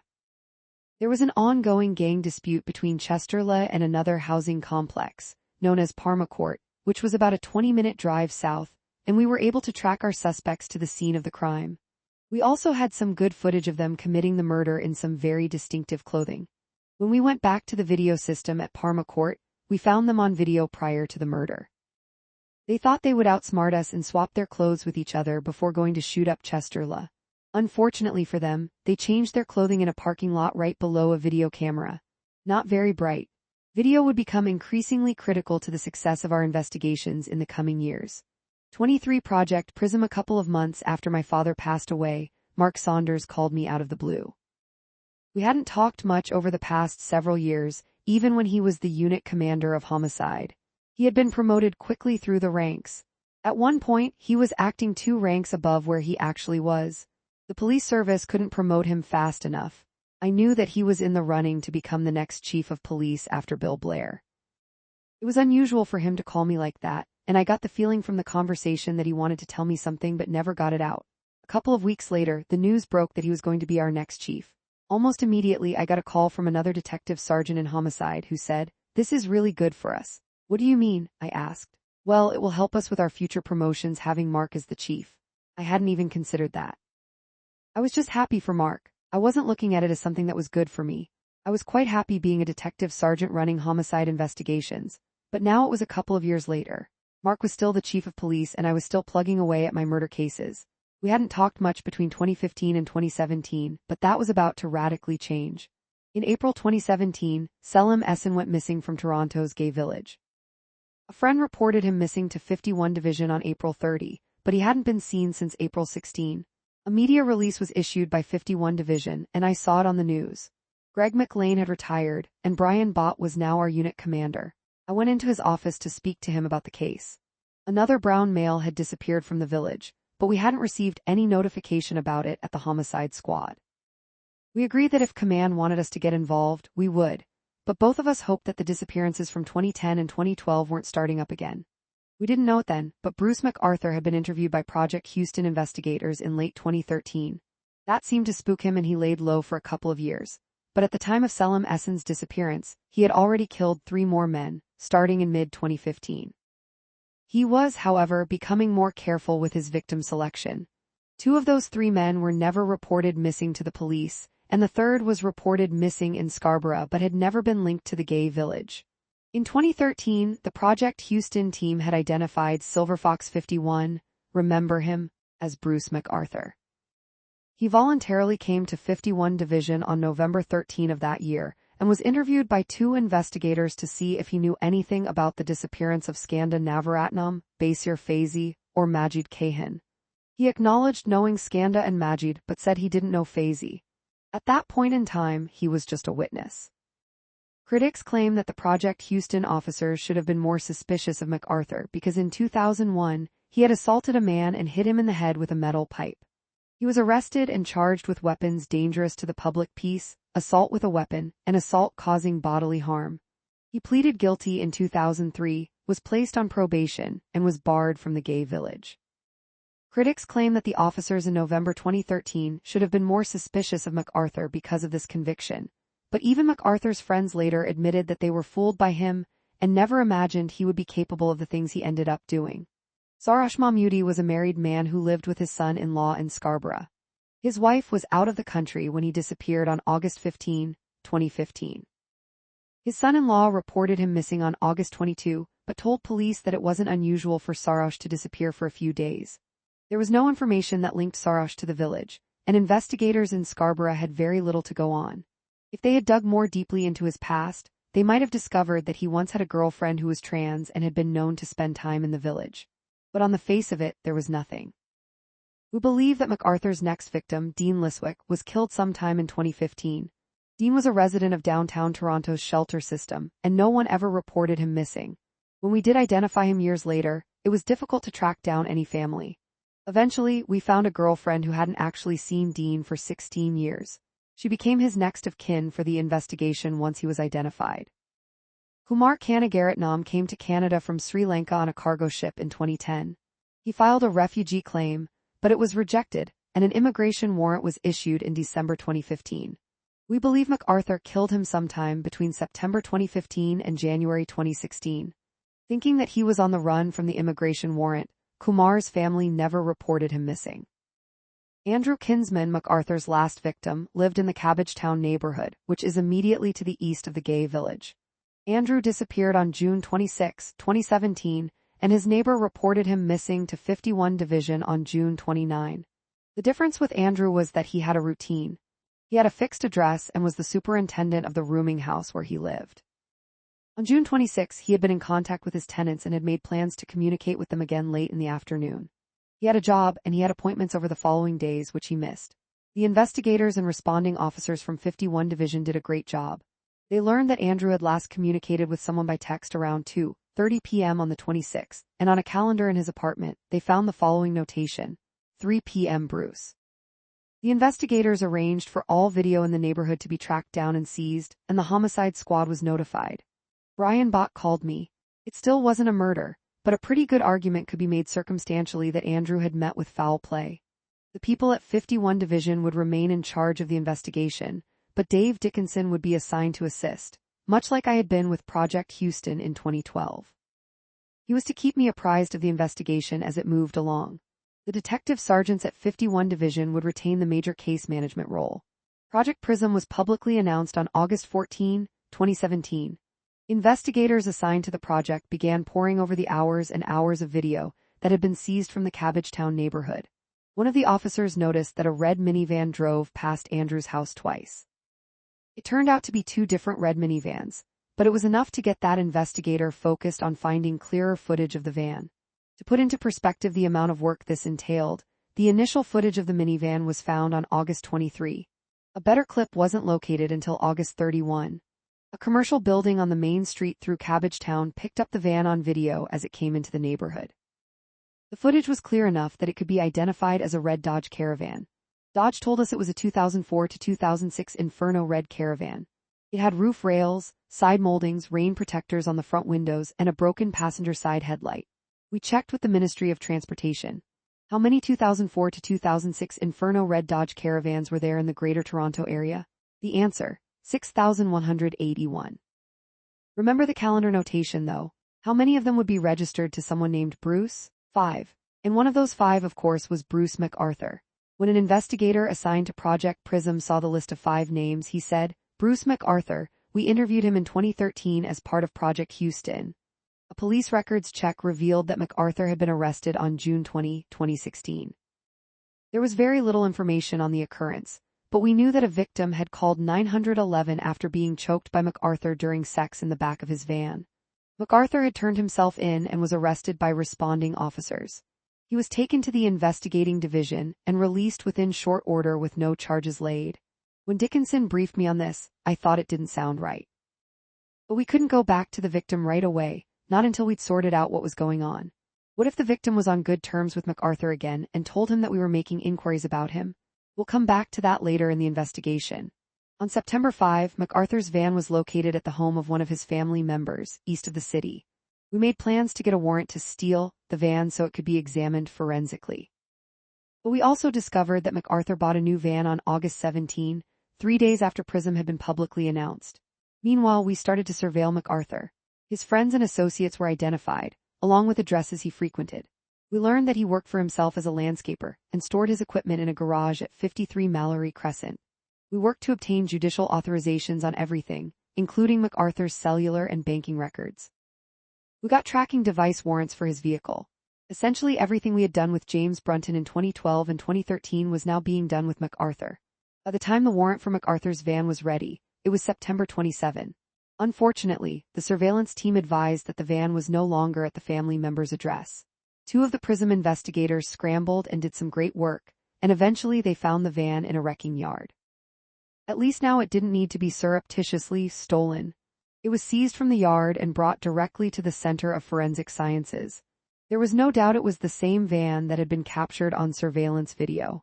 Even the passenger side headlight had recently been replaced. While all this was going on, I was still picking up new cases with the other detectives from my team. Since late July, I had been working on a murder with a new detective, Chris Rule, and then in mid-October our team picked up another case. The second half of 2017 was very busy, with 35 murders between August 1 and December 31. That's 7 murders per month, quite a few more than we were equipped to handle. When fully staffed, we could manage up to 75 murders per year, but 35 in 5 months put us on pace for 84 in a year. That's quite busy. It was great to have Dickinson running the MacArthur investigation with the project team. Although we could have used him back with the homicide team, he was running things exactly the way they needed to be run. On November 8, 2017, the Center of Forensic Sciences reported that blood and semen found in the back of MacArthur's van had been identified through DNA as belonging to Andrew Kinsman. We had Kinsman's toothbrush from his apartment, so we had no trouble getting his DNA. That wasn't the case with Selim Essen. He had a brother in Turkey, and we knew he was our best bet for a DNA sample. So we got in touch with Interpol and asked them to have Turkish authorities contact Selim's brother to ask for a consensual DNA sample. Several weeks passed before we got our answer. He doesn't want to give you a DNA sample. What? We were investigating the disappearance of his brother. How did that make any sense? We couldn't quite believe it, so we had a Turkish-speaking officer call Selim's brother directly and ask him why he didn't want to give us a sample. "I have no idea what you're talking about," said the brother. "Didn't the Turkish police come to see you?" They did not. It turned out that the brother was more than happy to provide a sample, so we couriered him a swab, and he collected his own DNA and had it back to us within a week. It wasn't the first time in my homicide career that I'd experienced this. It doesn't always work out to go through the proper channels and expect police services around the world to be professional and eager to help. Better just to do it yourself. Meanwhile, Andrew Kinsman's DNA allowed us to transition from a missing person investigation to a murder investigation.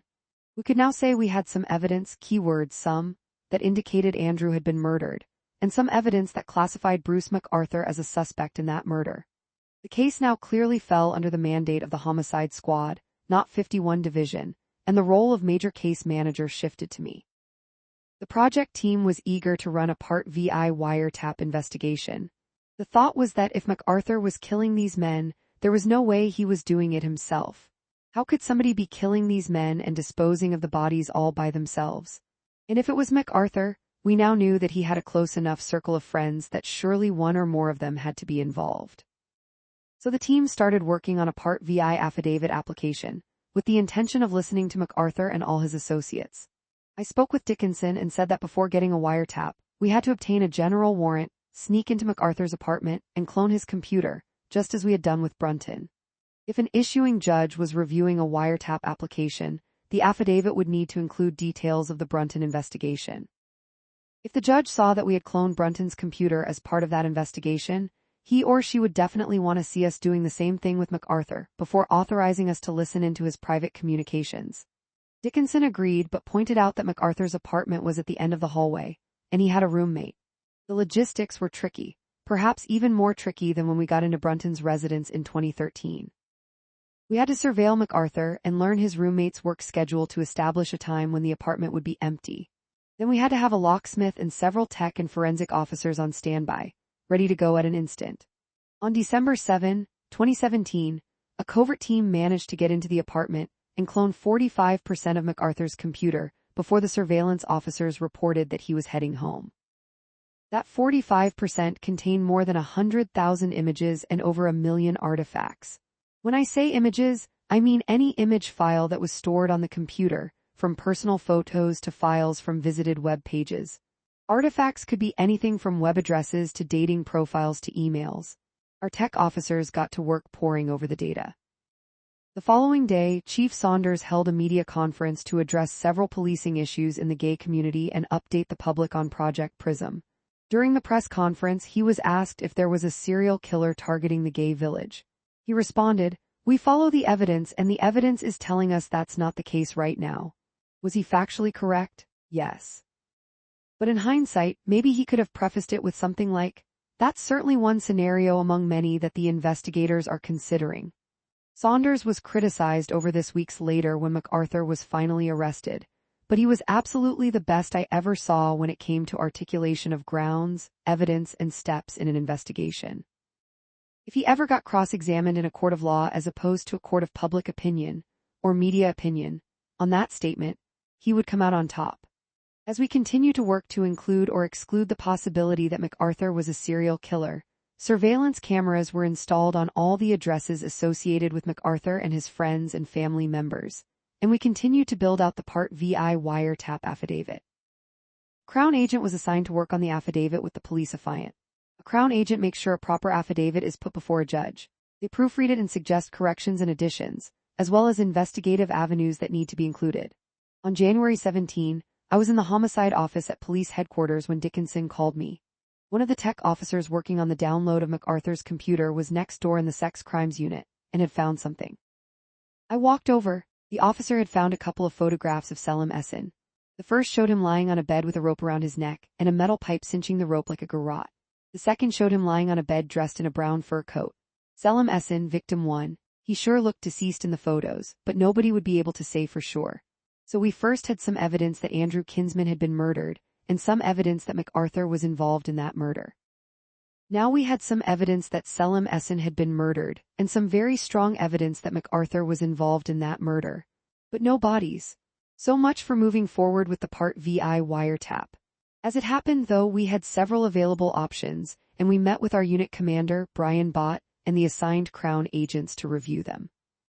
We could arrest MacArthur, execute search warrants on the associated properties, and carry on with a wiretap post-arrest, or we could get an exigent wiretap up right away and maintain surveillance on MacArthur as we listened to him and his associates. I decided that we were going to arrest MacArthur and no longer pursue any kind of wiretap. I felt that we had lost the investigative necessity, which was required to obtain a wiretap, and everyone agreed. We had 4 properties associated with MacArthur that we wanted to search, so we split the Project Prism team into 4 groups. Each group was responsible for setting up search and forensic teams for its assigned address. Our affiant was going to obtain the required search warrants.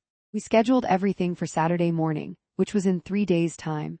I wanted Dickinson to be the one to arrest MacArthur, with an audio recorder rolling from the first moment of contact. I wanted him to be the one to tell MacArthur why he was under arrest, read him his rights, and caution him. I wanted him to be the one to transport MacArthur to 51 Division, put him in an interview room, and talk to him if he agreed to that. And I wanted all this to happen without him losing any contact with MacArthur. I figured that if anyone could develop a quick rapport with him, Dickinson could. Everybody likes Dave, and I thought that MacArthur would as well. Plus, Dave knew the investigations and occurrences inside out and backwards. We had a lot of logistics to put together in order to be ready for Saturday morning. In the meantime, MacArthur was to be under surveillance around the clock, and he was not allowed to be alone with any potential victims. The best laid plans. That afternoon, the tech officer who was going through MacArthur's computer download over in the sex crimes unit found pictures of Andrew Kinsman.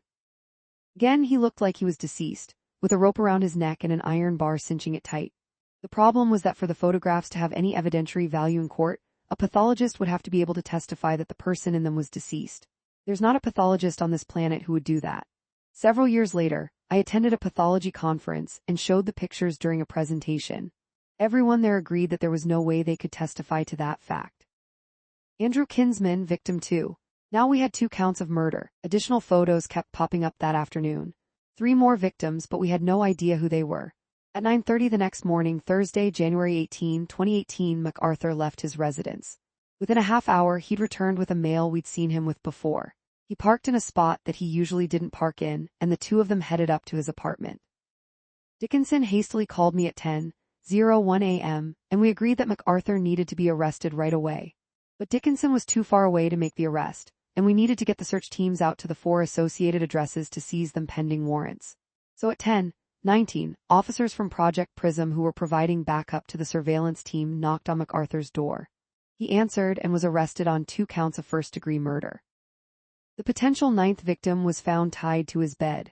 MacArthur had put a leather hood over his head, but the victim had managed to wriggle it off. I have no doubt that a murder was prevented that day by the quick actions of the Prism team. I headed over to 51 Division. At the time, there were 2 detectives attached to our polygraph unit, which was under the auspices of sex crimes.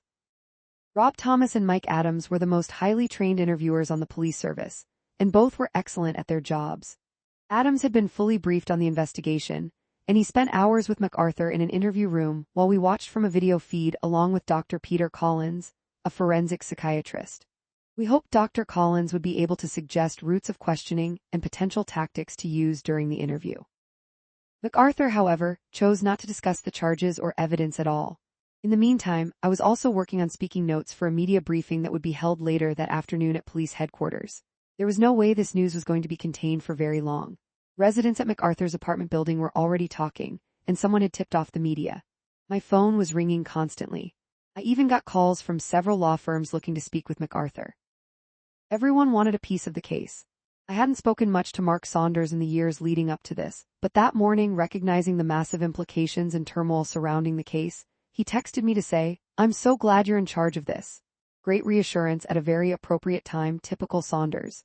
Dickinson and I were hoping to do the press briefing at around 4 p.m., but the chief and the media had other ideas. Inspector Bott called me at 12:30 and told me that the chief wanted to do it at 1:15 p.m., and we were to get back to headquarters and brief him beforehand. I wanted Dickinson to do the media briefing, and as we headed over to HQ, I started to read him the speaking notes I had prepared. "I don't want to do it, you do it." Not a bad idea, really. As the primary investigator, Dickinson had to be extra careful about what he said to the media. Defense counsel would keep every single word and pounce on any inconsistent statements. So at 1:15 p.m., Chief Saunders and I announced to the world that we had arrested Bruce MacArthur and charged him with 2 counts of first-degree murder, and that we expected to identify more victims and lay more charges in the coming days. While all this was going on, Prism team members had seized 5 properties associated with MacArthur, and we were awaiting warrants so we could search them. The following morning, Dickinson and I started going through the tips that were flooding in. Our warrants were signed and our teams began searching the properties. But I was extremely nervous. We had in custody someone who we believed to be a serial killer, possibly the worst serial killer in the city's history. But we had no bodies. If we didn't find any bodies, this case wasn't going anywhere. Finally, at around 7:30 that night, a search team at a home at 53 Mallory Crescent notified us that our cadaver dogs were indicating hits around some planters in the backyard. They didn't know yet if the hits were on the planters themselves or on the ground underneath them. We made our way over to Mallory to see what we had. We had learned that the owners of 53 Mallory Crescent were landscaping clients of MacArthur, and he worked for them for free in exchange for being able to store his equipment in their garage. A neighbor had also approached the officers and told them that they had seen MacArthur dig a big hole in the middle of the backyard the previous summer for unknown reasons. It was a brutally cold January in Toronto, and everything was frozen solid, so we needed to thaw the backyard with a tent and propane heaters. I had done this once before at a winter shooting scene. On that occasion, we placed a tent over a snowbank and heated it for a few days to melt the snow and find the shell casings hidden within. But this was an entire backyard. Our emergency management unit was brought in, and they put a massive military tent over the yard and started heating it. In the meantime, 3 planters were seized and brought to our property bureau. The plan was to thaw the planters there, and then bring them over to Ontario Forensic Pathology Services so they could be properly examined by an anthropologist. They didn't last too long at the property bureau. As they thawed, the smell from them became so bad that the manager of the warehouse called us, and we had to move them to Forensic Pathology Services. That night, the victim from the 2016 choking incident in the back of MacArthur's van contacted us, and we arranged for him to be properly interviewed. He was interviewed over the phone the next day and disclosed that when he had got into the back of MacArthur's van, there was plastic wrap and a fur coat on the floor. This was important information that should have been obtained in 2016. We needed to do a proper video interview. Members of the PRISM team were also poring over outstanding missing persons occurrences to see if they could match any to the pictures of the 3 unidentified males from MacArthur's computer. Again, this was a monumental task. At the time, because of careless records management, there were almost 20,000 outstanding occurrences on file, which was ridiculous. Under normal circumstances, there would be no more than 1,000 outstanding occurrences.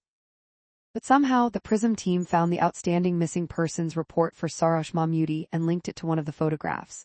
Sarash Mahmoudi, victim 3. Now we had to go back to the original occurrence and make sure it was properly investigated. We had to obtain sworn statements from the reportee and any witnesses. Was there any DNA available? Was there anything else that we needed to prove a murder in court? Meanwhile, the phone calls started coming in from other police services across the province. Every investigator with a missing gay, or even straight male was calling, trying to see if there were any links to MacArthur. Multiple forensic teams examined multiple addresses and multiple vehicles belonging to MacArthur's associates. Tips were coming in, including from some of MacArthur's other landscape clients, who wanted us to come over and search their properties as well. We spoke to one woman who regularly walked her dog down Mallory Crescent, and she claimed that the stench from 53 Mallory during the summer was unbearable. Our command wanted regular updates, as did the assigned Crown Attorney Michael Cantlon. I had known Michael for years. Normally, a homicide case is assigned to a senior assistant Crown Attorney. For this case, Michael, who was the Crown Attorney for downtown Toronto, was keeping it himself. On January 22, we had the planters at Ontario Forensic Pathology Services, and they were thawed enough to be X-rayed. All the anthropologists could tell us was that there was something in there.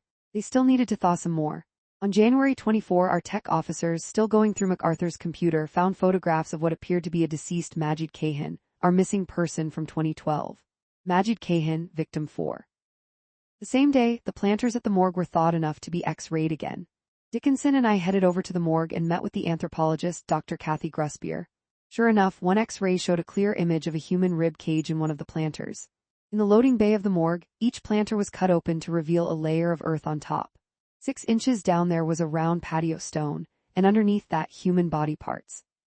As Dr. Gruspier brushed away the dirt in one planter, a skull became visible. I don't think I'd ever had such an overwhelming feeling of anger in my life. I have virtually no temper whatsoever, but I was fuming. It's hard to explain. How dare this one man terrorize an entire community for years, all while hiding in plain sight? How dare he kill these men, dismember them, and put them in planters as if they were nothing? When I was a teenager, I had several friends who were gay. Some were openly gay, and others didn't come out until later in life. One of those friends now lived in the village. My uncle in Holland, whose in-law suite I always stayed in when I visited, was gay. As I watched what was happening and related what I was seeing in the morgue to the faces of my friends and family, I was overwhelmed by the thought that it could have been them lying in those planters. At least we had our answer, though. We had our bodies, and we knew right then and there that there was no way this was going to trial. Our case was far too strong. On January 26, we used facial recognition software on the unidentified pictures from MacArthur's computer and identified Dean Liswick. Dean was homeless and had never been reported missing, and his ex-girlfriend, who hadn't seen him for 16 years, was the closest thing to family we could find. Still, she was able to identify him from the photographs. Dean Liswick, victim 5. Meanwhile, our cadaver dogs were searching properties belonging to MacArthur's other landscaping clients. We had seized 5 planters from Mallory Crescent, and now took 8 more from various properties around the city. The cadaver dogs had hit on those 8 additional planters, but no human remains were ever found other than in the planters from Mallory. The most likely explanation is that MacArthur had used contaminated garden tools at the other properties. On January 29, we charged MacArthur with 3 more counts of first-degree murder, and I conducted a second stand-up press conference at police headquarters. The case began to make international headlines, and the experts started to crawl out of the woodwork, offering their opinions to various media outlets. Reporters began stalking MacArthur's family members, his landscaping clients, and various witnesses. Most of our daily work involved getting to addresses and witnesses before the media could. Thankfully, our corporate communications office assigned a manager, Megan Gray, to deal with the media full-time. Megan was outstanding. The force also had dedicated media relations officers, MROs, whose job was to be a recognizable face for the public on policing issues and events. I never wanted an MRO to speak to my cases, though no investigator should want that, in my view. I wanted to get my own message across, and I always thought there was no one better to discuss a case than the officer who was actually investigating it. Megan, however, was fantastic at juggling all the information behind the scenes and compiling books of media coverage for me to review. As a result, I usually had a pretty good idea of the direction different media outlets were heading in before I even took to the floor for a press conference. Megan and the other members of the corporate communications office kept busy ensuring that the press conferences went off without a hitch. Over the years, I had developed great relationships with many reporters. I didn't always conduct media scrums, though. For me, there always had to be a purpose to a scrum, appeals for witnesses, public warnings, anything like that, and I made sure to get out there. Tips are generated and murders are solved through adept use of the media. If you are working as a detective sergeant in homicide and you're not taking advantage of the media exposure, you're failing your victims. Most of my contact with newspaper reporters came out of court cases. Columnists would routinely cover high-profile murder trials, and if they were good, there would always be follow-up stories. Reporters especially love writing what the jury didn't hear stories at the end of a trial. At that point, a lot of details are on the public record. I viewed these follow-up pieces as a valuable opportunity to present our side of the story and prevent the media from filling in the blanks with a negative spin on the police investigation. In the MacArthur case, the criticisms were coming in fast and furious, from both the media and the community at large. People were publicly stating that they'd told the police something bad was going on in the village and were ignored. Some even said they'd told us there was a serial killer on the loose. Looking back at Project Houston and the public release of the linked occurrences in June 2013, I can see that although we were doing a lot of work, the public simply wasn't aware of what was going on behind the scenes. And why would they be? Can you imagine if we had told the press that we were investigating a cannibalism angle to several missing persons cases, only to disprove that angle 6 months later? A media scrum at police headquarters soon after MacArthur's arrest, one of the most outspoken critics from the community accused the police of having done nothing. After several media outlets applied to the courts to have the search warrant affidavits unsealed and made public in the fall of 2018, that same critic contacted me and apologized. I can't believe how much you guys did. Plus, if you think for 1 second that the words serial killer weren't at the back of any mind for the preceding 8 years, then you don't understand the investigative way of thinking at all. The worst-case scenario is always a consideration, but the evidence was just not there to support it at the time. One member of Project Prism was a liaison officer who was part of the gay community and had been working hard to strengthen relationships with the police. Constable Danielle Bottineau became an intrinsic part of the investigation and spent a lot of time dealing with the media and community activists. I learned as much from her as she learned from me, if not more. She would often ask me why I was doing one thing or another, and I would explain our investigative mindset and processes. She would then pass that information on to community members when required. She was, and still is, a tremendous asset to the police service. Today there are several officers filling similar roles across the service, and they all do great work. As we reached the end of January, missing persons reports were still coming in rapidly to other units and divisions, and we were getting called on any that bore a resemblance to a potential MacArthur victim. Divisional investigators were being kept very busy as well. In early February, Brian Bott was contacted by a command officer from another police service who had previously worked on a high-profile serial killer case. He wanted to meet with us and pass on some advice, so Dickinson and I took half a day and drove out to see him. He could relate to what we were dealing with, and it was great that he reached out to offer that support.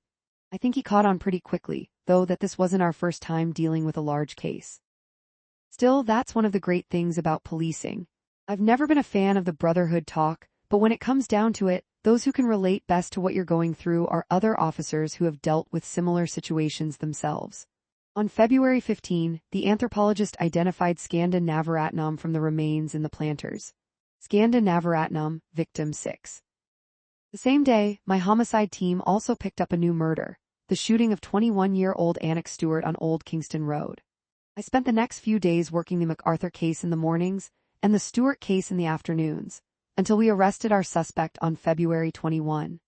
Very inconsiderate of the bad guys to keep committing murders while we're trying to work on a serial killer investigation. It was around this time that Chief Saunders was interviewed by the Globe and Mail and was quoted as saying, "We knew that people were missing and we knew we didn't have the right answers. But nobody was coming to us with anything.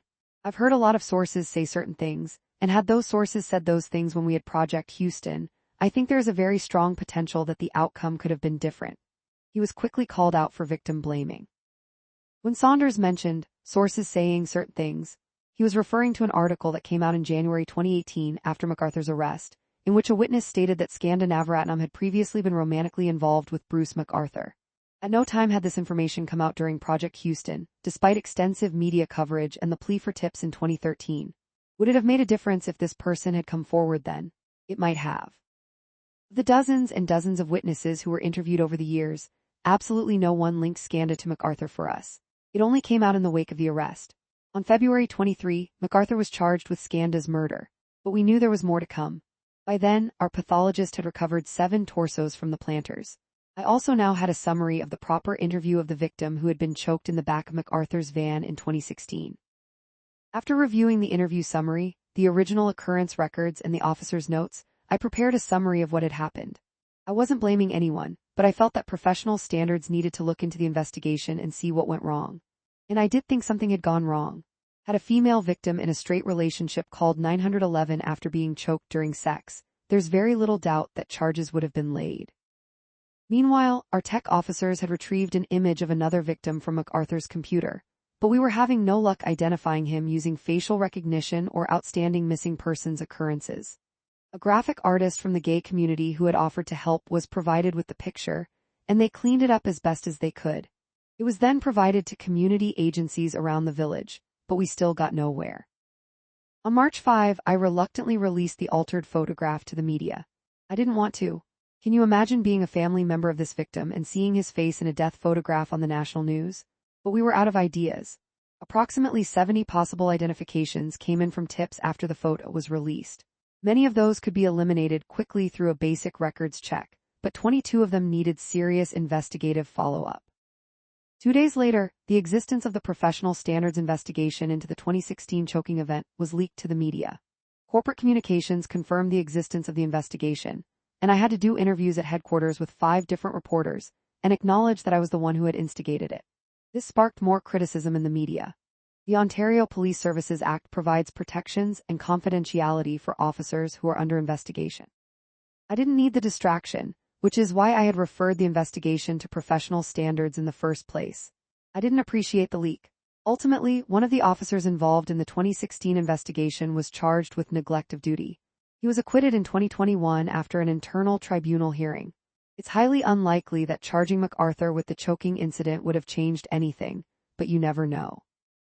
On Friday, March 16, my homicide team picked up another case, the shooting of 27-year-old Nnamdi Agba on Scarletwood Court shortly before midnight.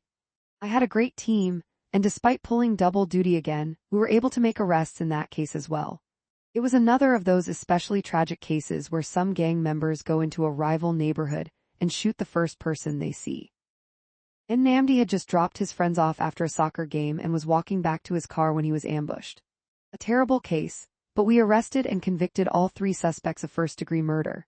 I had a great team with Paul Worden, Jason Shankaran, Chris Rule, 3 very good detectives who kept the ball rolling and made sure our homicide team didn't skip a beat through the last half of 2017 and well into 2018. By early April, the pathologist had identified the remains of Basir Faizi from the planters. Basir Faizi, victim 7. On April 11, MacArthur was charged with his 7th murder. It was now warm enough that we could begin conducting further searches of the other properties associated with MacArthur. With his landscaping clients, we had 75 properties to search.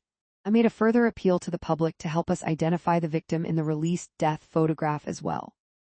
The next day, the man in the photo was identified as Kumar Kanigaratnam, using fingerprints recovered from remains in one of the planters. Kumar's fingerprints weren't in our local database, but they were in the immigration database. Kumar Kanigaratnam, Victim 8.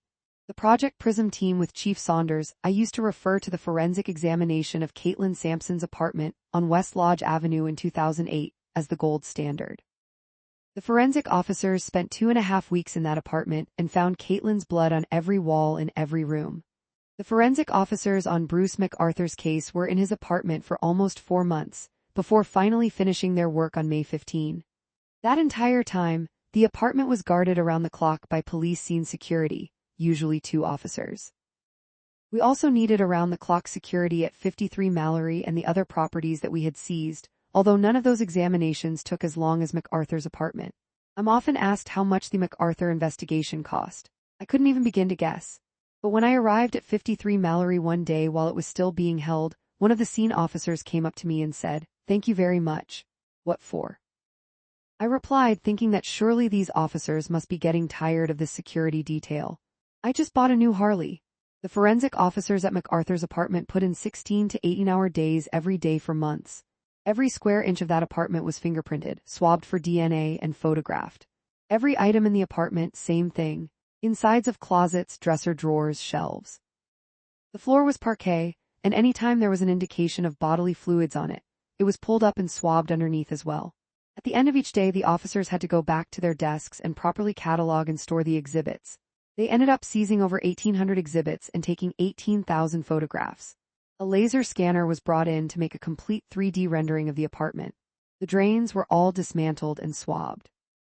It was a massive undertaking, and halfway through, the unit commander at Forensic Identification Services suggested we switch to another team of officers. I asked the 2 officers if they wanted to be switched out for another team. "No way," I agreed. The integrity of the process and the exhibits needed to be maintained, so I told them to carry on. At the end of May, we were able to go back to Mallory Crescent with the cadaver dogs and conduct another sweep of the backyard and the ravine behind the property. We decided we needed to do a further search and excavation of the ravine. At the bottom of the ravine were railway tracks, and the land between 53 Mallory and the tracks was owned by the Conservation Authority. It took weeks to get all the consents and sort out all the logistics required to conduct the search, but we finally got started on July 4. Body parts were recovered on the first day. On July 5, I went at 53 Mallory in the morning. Across the street from the home is a park, and the media was camped out there. Reporters began hollering questions at me as soon as I pulled up. I walked into the backyard with Dave Dickinson, and he told me that officers had already chased a camera crew off the railway tracks at the bottom of the ravine. As I stood at the edge of the backyard, I could see police officers hanging by ropes in the ravine. Other officers were digging by hand for human body parts, filling buckets with soil, and passing the buckets down a line to a sifting station where the anthropologists were working. Damn, this was a pretty impressive sight. The area just to the west of 53 Mallory was a vacant lot, and it had an access point to a landing in the ravine about 60 feet away from where our excavation was taking place. "Have we cleared that area already?" I asked Dickinson, indicating the landing. "Yes. Okay, I'm going to bring the media down there and allow them to take photographs of what we're doing for 5 minutes. Tell everyone to keep going, but don't pull out any body parts for the next 5 minutes." This was an impressive sight, but we didn't need any more mishaps on the railway tracks. I went back to the park where the reporters were camped out, and someone immediately called out, "What's going on back there?" "Well, I'm going to show you. I'll allow you all to follow me down a path to a viewing area, and once we're there, you'll have 5 minutes to film and ask questions." It isn't an easy walk down to this landing, and we had a rope strung along the path to use as a handrail. I had a tough time navigating my way down in dress shoes and a suit, but at least I wasn't carrying a television camera as well. We all made it down though, and I allowed the media their 5 minutes. From there, I headed out to do a prearranged interview at a local television station. Live on air, I was challenged by the reporter for compromising a crime scene. Are you kidding me? Here was a great example of transparency, which is what the media is always clamoring for. Police officers hanging by ropes and digging for body parts by hand. Of course I want to get that image out there to show what it is we do. The ravine excavation, so I simply said, "You're biting the hand that feeds you." This is no different than a car accident occurring on the north side of a street, and someone recording the police response from the south side of the street. That shut down the criticism right away. When I got back to headquarters, I found out that many reporters had called some of the investigators in the office, hoping to get one of them to be critical of what we'd done. No one took the bait, especially after I explained my thought process to them. A few days later, I bumped into the mayor, John Tory, at police headquarters. "Great job the other day," he said. "That's exactly what you guys should always be doing. Let the public know what the police do." It was a great acknowledgement of the work we were doing. During that search of the ravine, Majid Kahan's remains were found in a sealed rubber garbage can. It was a huge feeling of satisfaction to be able to account for all of the victims' remains. On January 29, 2019, Bruce MacArthur pleaded guilty to 8 counts of first-degree murder and received 8 concurrent life sentences. At one point in the proceedings, the Crown Attorney, Michael Cantlon, broke down. It was emotional for everyone involved. Multiple victim impact statements were presented to the court, including one from Selim Essen's brothers. They said, "We hope that the memory of our beloved brother Selim Essen raises the spirit of friendship, kindness, solidarity, equality, respect and love that goes beyond boundaries of nationality, ethnicity, gender, sex, and color of skin." Megan Marion was a good friend of Andrew Kinsman's and the person who had initially reported him missing. "I could only dream of being able to express myself as she did. I cannot offer Mr. MacArthur forgiveness because I believe that authentic forgiveness is a relationship. I have no reason to believe that he is interested in my forgiveness, and I have no drive to extend it. At the same time, I am not carrying forward anger towards Mr. MacArthur. I am too exhausted for having been dragged and drowned in the absurd, wasteful, and self-indulgent dystopia he manifested of his shadow run amok. We have been in relationship since our paths first crossed, but that relationship is complete now. It is terminated, and I have had the last word. I've talked to audiences around the country numerous times about the MacArthur investigation, but I still can't read those statements out loud without getting choked up. I sometimes pass over that part of the presentation or ask an audience member to read them for me. I experienced the same thing with Caitlin Sampson. I am a awful girl, that's why no sick one wants me writings. Time has made it easier, and I hope the same will happen with the MacArthur case. I still go to 53 Mallory Crescent every few months and see the homeowners Ron Smith and Karen Fraser. When the weather is nice, we sit in the backyard and drink coffee. They planted 8 trees in memory of the victims, and although they were horribly put out by the police investigation, they were more concerned about the negative media coverage. In fact, they arranged an interview with a local paper to set the record straight and described the police as being thorough, professional, and kind. MacArthur's 8 Victims 24 promotion in mid-May 2018, while still working the MacArthur investigation and several others as well, I learned that Brian Bott was going to get promoted to superintendent. Our deputy chief came down to Homicide and took me aside. Would I be willing to be the acting inspector in charge of Homicide? If I do, does that mean I'll have to participate in the next promotional process to inspector? Yes. Well, I didn't have any desire to participate in any further promotional processes.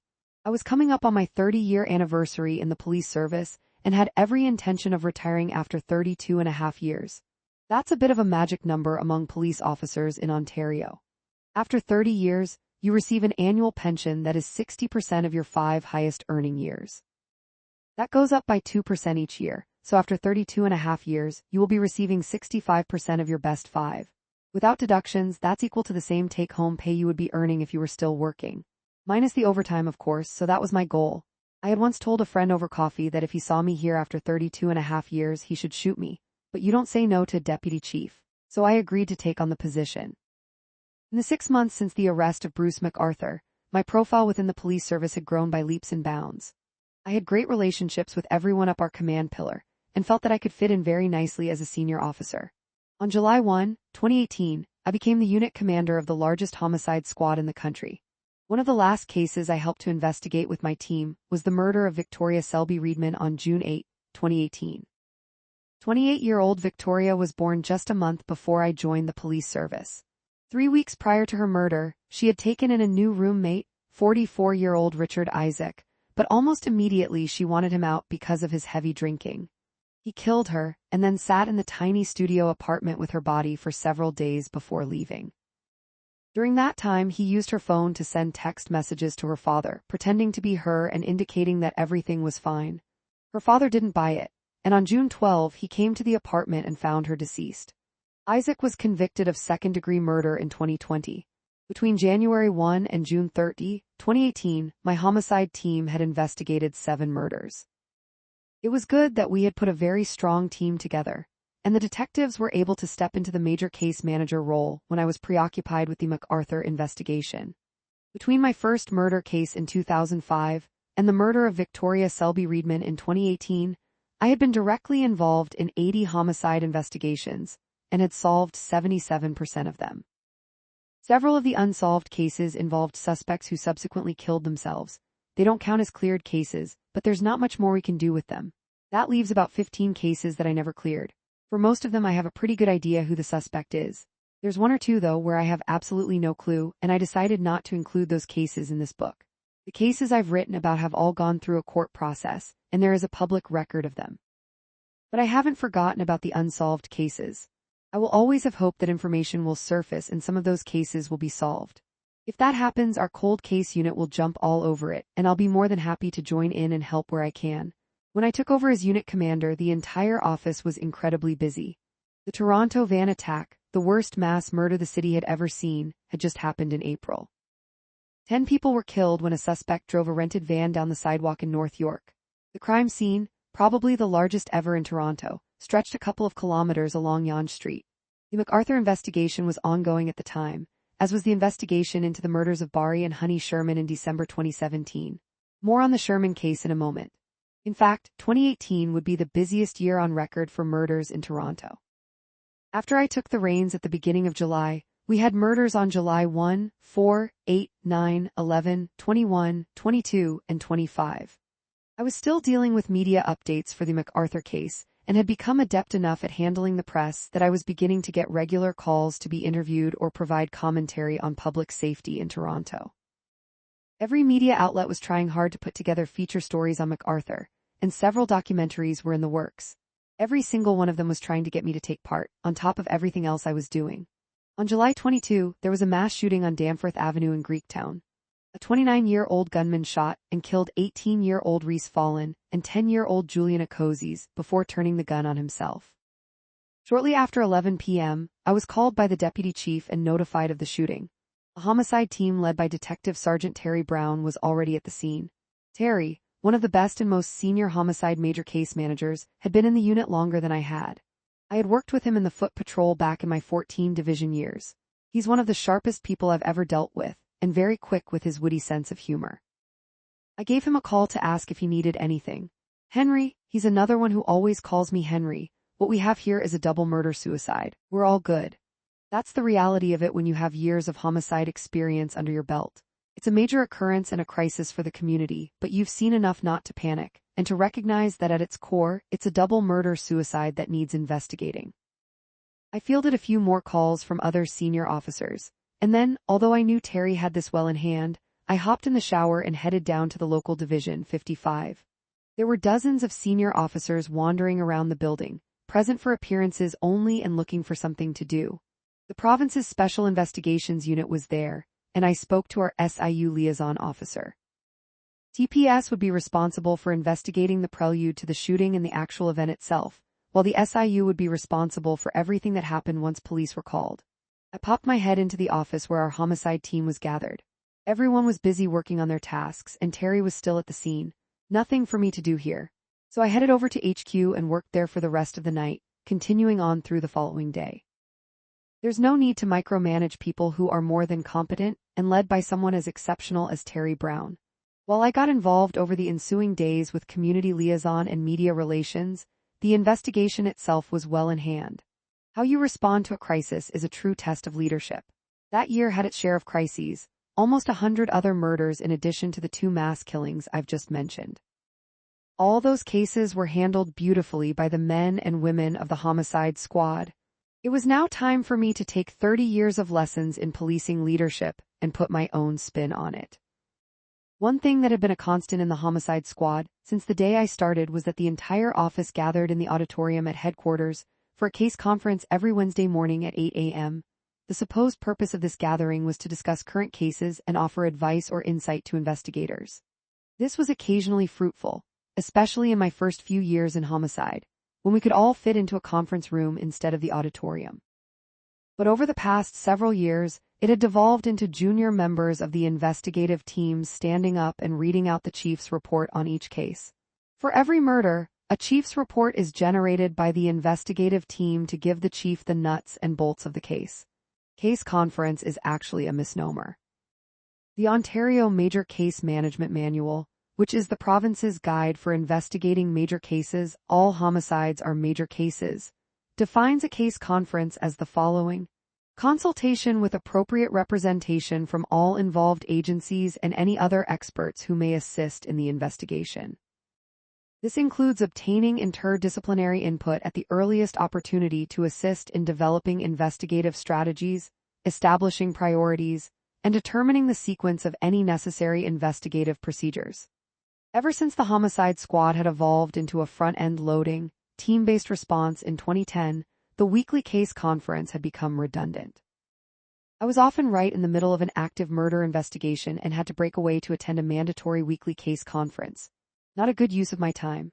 In August 2018, I held my first case conference as unit commander. I got up in front of the entire office and said, "The bad news is we have 12 cases that we are due to discuss. The good news is we're not going to, and from now on, there will no longer be mandatory weekly case conferences. But we will have monthly office meetings, which will be used for training and to discuss office issues." This was also a byproduct of my somewhat introverted nature. My aversion to gatherings of large groups of people for minimal gains certainly influenced my thinking when it came to abolishing these nonsensical weekly meetings in favor of dedicating more time to active investigations. I wanted the teams to focus on their cases and not lose momentum for a meeting that would serve no purpose. Plus, I didn't want detectives to be anywhere near headquarters when they should be at the divisions where the murders had taken place. Just focus on getting the job done. I'll call meetings only when they're necessary. Investigators in our homicide squad will have all the latitude they need to get the job done. I'll always have control over that latitude, but the men and women of the squad are there because they want to work homicides. They're very experienced and are the best investigators on the entire police service. They will all approach cases slightly differently, and those differences will help build a very effective unit. I did make it mandatory, however, for teams to provide summaries of all briefings held during investigations. If a team was working on a murder in 23 Division, for example, and held a briefing there, a summary of that briefing would be captured and placed on the computer server. Once it was there, I could access it from wherever I was and be up to speed on every investigation. I also held regular debriefs in my office with investigators. Where did investigations go right? Where did they go wrong? What can we learn and pass on to the other teams? Physical space in the office was at a premium, and a good amount of that space was taken up by filing cabinets. I insisted that all administrative reports be paperless and stored on our internal server. My administrative clerk spent weeks shredding outdated, irrelevant documents, and we were eventually able to remove most of the filing cabinets out of the office, freeing up much-needed space. I signed all authorization forms electronically, and if other units across the service sent me hard copies of reports to sign, I sent them back and asked for electronic versions. It was amazing to see how many units had no idea how to authorize and move reports around electronically. By the end of August, the entire office was so busy that I could see the burnout in members' faces. Our investigators looked like zombies. We were short-handed and people were leaving the office, but I wasn't stopping them. I'd rather be short-handed with a dedicated group of investigators than fully staffed with people who didn't really want to be there. I still had a direct line of communication to Chief Saunders, and when I briefed him on the obvious burnout among my members, he decreed that homicide of all units was never to be understaffed. That gave me the opportunity to tweak the application process somewhat. It hadn't changed much since I applied in 2004. Candidates had to complete a lengthy application, then sit for an interview and submit to a background check. The main change I made was to the interview. I enhanced some of the questions, and instead of conducting the interviews myself with my second-in-command, I brought in the detective sergeants who were running the teams if they were available. At the end of an interview, it wasn't up to me to say whether a candidate was successful. Instead, I would put it back to the detective sergeants. Would you take that detective on your team? This would prompt some very frank discussions that had previously been lacking in the process. If the detective sergeants didn't want to be confrontational and inquisitive, they knew they could very well end up with a candidate they really should have spoken up about in the first place.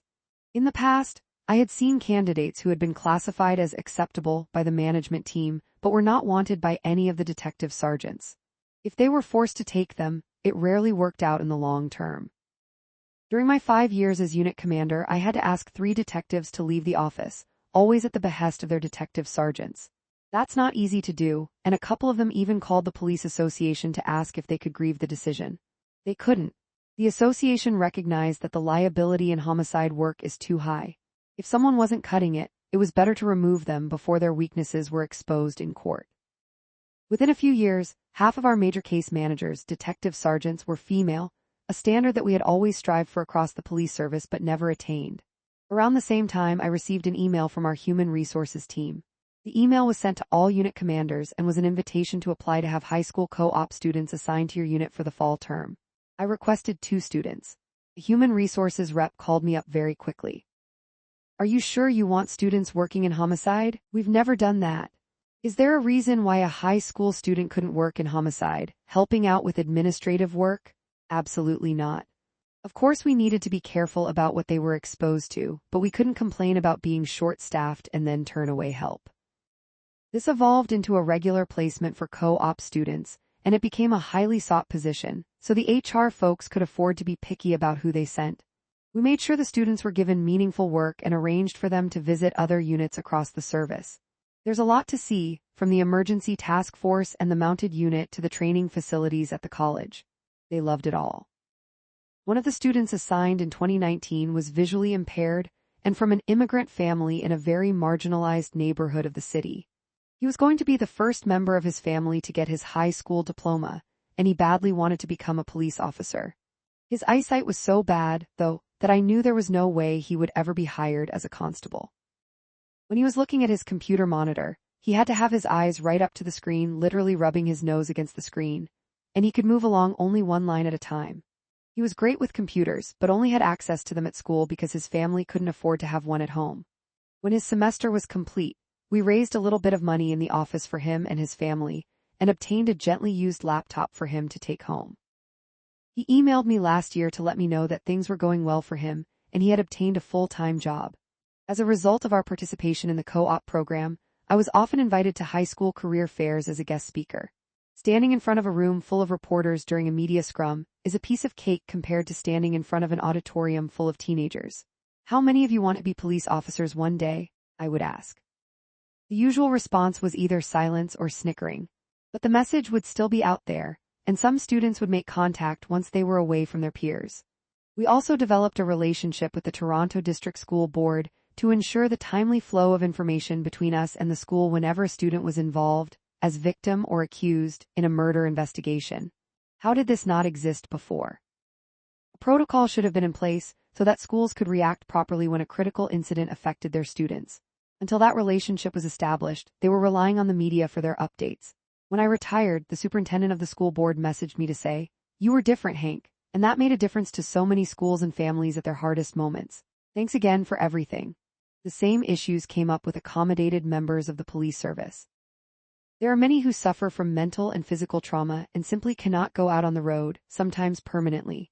Once human resources saw that I was willing to have co-op students helping us out, they started asking about accommodated members. A lot of these people are in a work limbo. They want to do meaningful work, but the opportunities are scarce. I knew I could use them, so again, our unit became a sought-after spot for these members. We couldn't take them all, but we would usually have 1 or 2 in the office, helping out and feeling valued.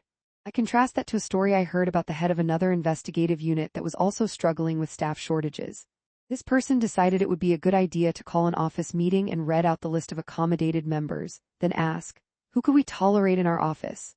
Members of that unit were the ones who told me that story. The risk of PTSD was very high where they worked, and this incident made them realize that confidentiality meant nothing to some senior officers. Several told me that they would be very hesitant to seek help if and when they needed it. Think about that for a second. Can you imagine being a member of that unit and listening to your commander call out the names of accommodated members? What if you were struggling yourself and thinking about seeking help? How likely would you be to do that now? Would you have any trust in the system whatsoever? Once in a while, other unit commanders would send us someone they just wanted to get rid of for the 1-year constable training program. We didn't have the luxury of picking and choosing. Every 6 months, when we rotated half the constables out, members of the office would come up and say, "Here's someone from such and such a division who wants to come here and would do really great." Fine, I can ask the unit commander of that division, but if they have someone else in mind, it's their choice. Most of the trainee constables succeeded in the high-pressure environment of homicide investigations thanks to the culture we had developed. Once in a while, though, they would just put their hands up and check out. That was fine. we would send them back to their division and put the onus on the unit commander to send us a replacement. Some of those constables were on the verge of being accommodated due to stress and PTSD from their divisional work. I don't think that any of those who gave up and returned to their division ever resented the homicide squad for it. I particularly remember one officer who had military experience and tried his hardest to succeed before throwing in the towel. I shouldn't have been sent here in the first place, he admitted to me. I actually talked him into staying and giving it another shot, which he did. But when he gave up a second time, that was it, he had to go back. He eventually left the service entirely on a disability, and we remain friends to this day.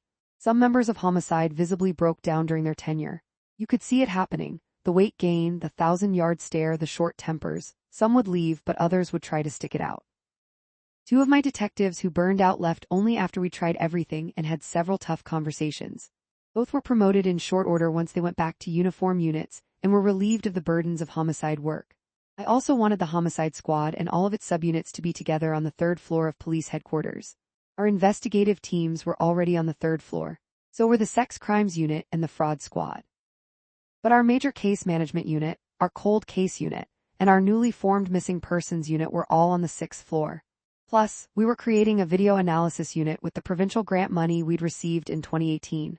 Where were we going to put them? Proper supervision in the subunits was a very live issue. The major case management team was mostly made up of civilian employees. Managing civilians is different than managing sworn officers, but they still need to be treated as adults. They're very aware of the accommodations given to police officers, and all they expect is to be treated equally and fairly. That wasn't always happening in the subunits. So in late 2018, I brought our staff superintendent down to the 3rd floor and walked him around the unused spaces, outlining where I wanted to put all the subunits. Great idea. Make it happen. So I started moving people around. I brought the missing persons unit down to the 3rd floor, I put the new video analysis unit on the 3rd floor, and I moved the cold case unit into the homicide office. I still plan to move the major case management unit onto the 3rd floor, but in 2020 I briefed a new superintendent on my plans, and they said that they would take it over. It never got completed. We finished 2018 with 98 murders, although the 98th victim, who had been run over in the van attack, didn't actually die from her injuries until 2021. It was the busiest year for murders that I had ever seen. The previous record was 89 murders in 1991. From September to December, I participated in the promotional process and was formally promoted to the rank of inspector on January 1, 2019. That fall, I received an email from Toronto Life magazine telling me that I had been named one of their 50 most influential Torontonians for the year. The issue came out in November, and I was ranked 22. Idsinga started 2019 with a triumph, the magazine reported. Bruce MacArthur, the serial killer he apprehended, received a life sentence for 8 counts of first-degree murder. It was a career-defining moment, and as a reward, the 30-year police veteran was named head of the homicide squad. He's overseeing a new missing persons unit and a pilot video unit designed to extract footage from crime scenes, parse it, and prep it for court, a tool that was used to solve the MacArthur case and to reconstruct the 2018 Yonge Street van attack. I got tons of calls and messages from friends and associates in the corporate world, many of whom had featured on the list at one point in time or another. I still remember a text I received from the CEO of one of the largest corporations in Canada. He messaged me and said, "Congratulations, Hank, that's a big deal." There was zero acknowledgement from the command and executive levels of the police service for this recognition. Nothing. Crickets. I had worked very hard to develop positive relationships with media outlets and community members. To be recognized by the community for my work over the years was a pivotal moment for me. It was proof that I was perceived to be doing the right things for the right reasons in the eyes of the public. Project Houston and Project Prism had been featured in many newspapers and magazines. We had even been in publications like Rolling Stone and Vanity Fair. In August 2018, Vanity Fair had published an article about the MacArthur investigation and included a caricature of me in the issue. I was in Amsterdam with my family, visiting with my sister when it came out. We were walking around downtown and went into a local newspaper and bookshop. My sister asked me what we were doing there. There's a lot more to see and do in Amsterdam than visit newspaper shops. I picked up the issue of Vanity Fair and handed it to her. "Look at page 85, I said. She got a real kick out of that and of course bought a few copies right away. But those articles were about Bruce MacArthur. Toronto Life was about me, and I was very proud of the recognition. The Toronto Life reception was held at the Holt Renfrew store on Bloor Street one night in November. Also on the list at 41 was Matt Galloway, the host of CBC Radio's Metro Morning. I had met Matt in the spring of 2018 when Metro Morning put in a request through our corporate communications office to have me on the show to discuss the MacArthur case. It was my first real foray into radio, and the request had to go up to the chief's office for approval. Mark Saunders called me up to his office. "Have you ever listened to Galloway?" he asked. I hadn't. Mark said he would deny the request if I didn't feel comfortable. Matt apparently had a reputation as a real browbeater, and had made more than a few police officers feel very uncomfortable on his show. I felt that I could handle it though, and even though I'd had a pretty restless night before the show, I showed up bright and early at the downtown broadcasting center at 5:30 a.m. I sat in the waiting room with the famous English chef Nigella Lawson, and then did my interview. I guess I did well because a couple of months later, I was invited back on. For my second appearance, Matt took the discussion away from the MacArthur case and started asking me about gun violence in the city. Again, I thought I did fine with my answers, but when I got back to headquarters I was told by command to stay in my lane. I never went on Metro Morning again, but I had a great chat with Matt at the Toronto Life reception. Also at the reception, obviously a great place for networking, I was introduced to the CEO of a financial company. I was expressing concerns about the difficulty I was having communicating up and down the command pillar in the police service when the CEO asked, "Well, what do you use, Slack or Microsoft Teams?" Neither. I found out that although TPS had a license for Microsoft Teams, no one wanted to use it. We were still relying on in-person morning meetings and emails to communicate. Communication from the bottom to the top is so key. When a murder occurred and the chief wanted to know something specific about it, he would call his deputy chief, who would call the staff superintendent, who would call me. Eventually there would be a superintendent added to the mix as well. I would then call one of the investigators to get an answer if I could, and then the info would go right back up the chain. It was horribly inefficient, so I put in a request for our tech people to install Teams on my work computer. One of them called me right away, very excited that someone in the organization was actually showing interest in Teams. It seemed like a no-brainer to me. Imagine having the ability to create communication channels whenever a homicide occurred. Everyone involved could input relevant data, and everyone in the communication pillar right up to the chief would have instantaneous access to the same information. There were other inefficiencies as well. For instance, every time a murder occurred, the lead investigator had to fill out a survey for Statistics Canada, detailing particulars such as weapon used, time of day, age of victim, age of offender, and so on. These surveys were then sent back to Statistics Canada, but the information was not retained in any TPS database. I can't tell you how many times I would field calls from command officers with questions like, "How many stabbing murders did we have last year compared to this year?" I often had to ask our analyst to come in on his day off to dig up numbers and statistics for a high-ranking officer. Eventually, I asked our analysis unit if they could extract the data from the Statistics Canada surveys and populate a homicide dashboard with the information. The dashboard would put that information at their fingertips. It was all about leveraging technology to make access to information easier. These may sound like obvious initiatives, but neither one took hold. I sent multiple briefing notes up through the chain of command indicating that I had established these information portals and received zero response. It seemed that no one else was interested in using technology to make our jobs easier or more productive, both internally and externally. One emerging piece of technology that did catch on was forensic genetic genealogy. In 2019, officers from our cold case unit approached me with a subscribe to our channel for more amazing audiobooks and storytelling content. Requests for funding to pursue genetic genealogy in 2 high-profile cases. I didn't need too much convincing. The process was not expensive, and one of the first cases was going to be the Christine Jessup murder. In October 1984, 9-year-old Christine Jessup was kidnapped from her home in Queensville, Ontario. The initial investigation was led by the York Regional Police, but in December, Christine's body was found in a field in neighboring Durham region, so the Durham Regional Police took over. Guy Paul Morin, a neighbor of Christine S., was arrested and convicted of the murder after the then longest trial in Canadian history. But with the advent of DNA technology, he was ultimately exonerated. It became a notable case for the wrongfully convicted. I spoke about this case earlier during my early days in 14 Division. Using genetic genealogy, the real killer, Calvin Hoover, was identified by our cold case unit in the fall of 2020. He was proven to be the source of the semen found on Christine's underpants.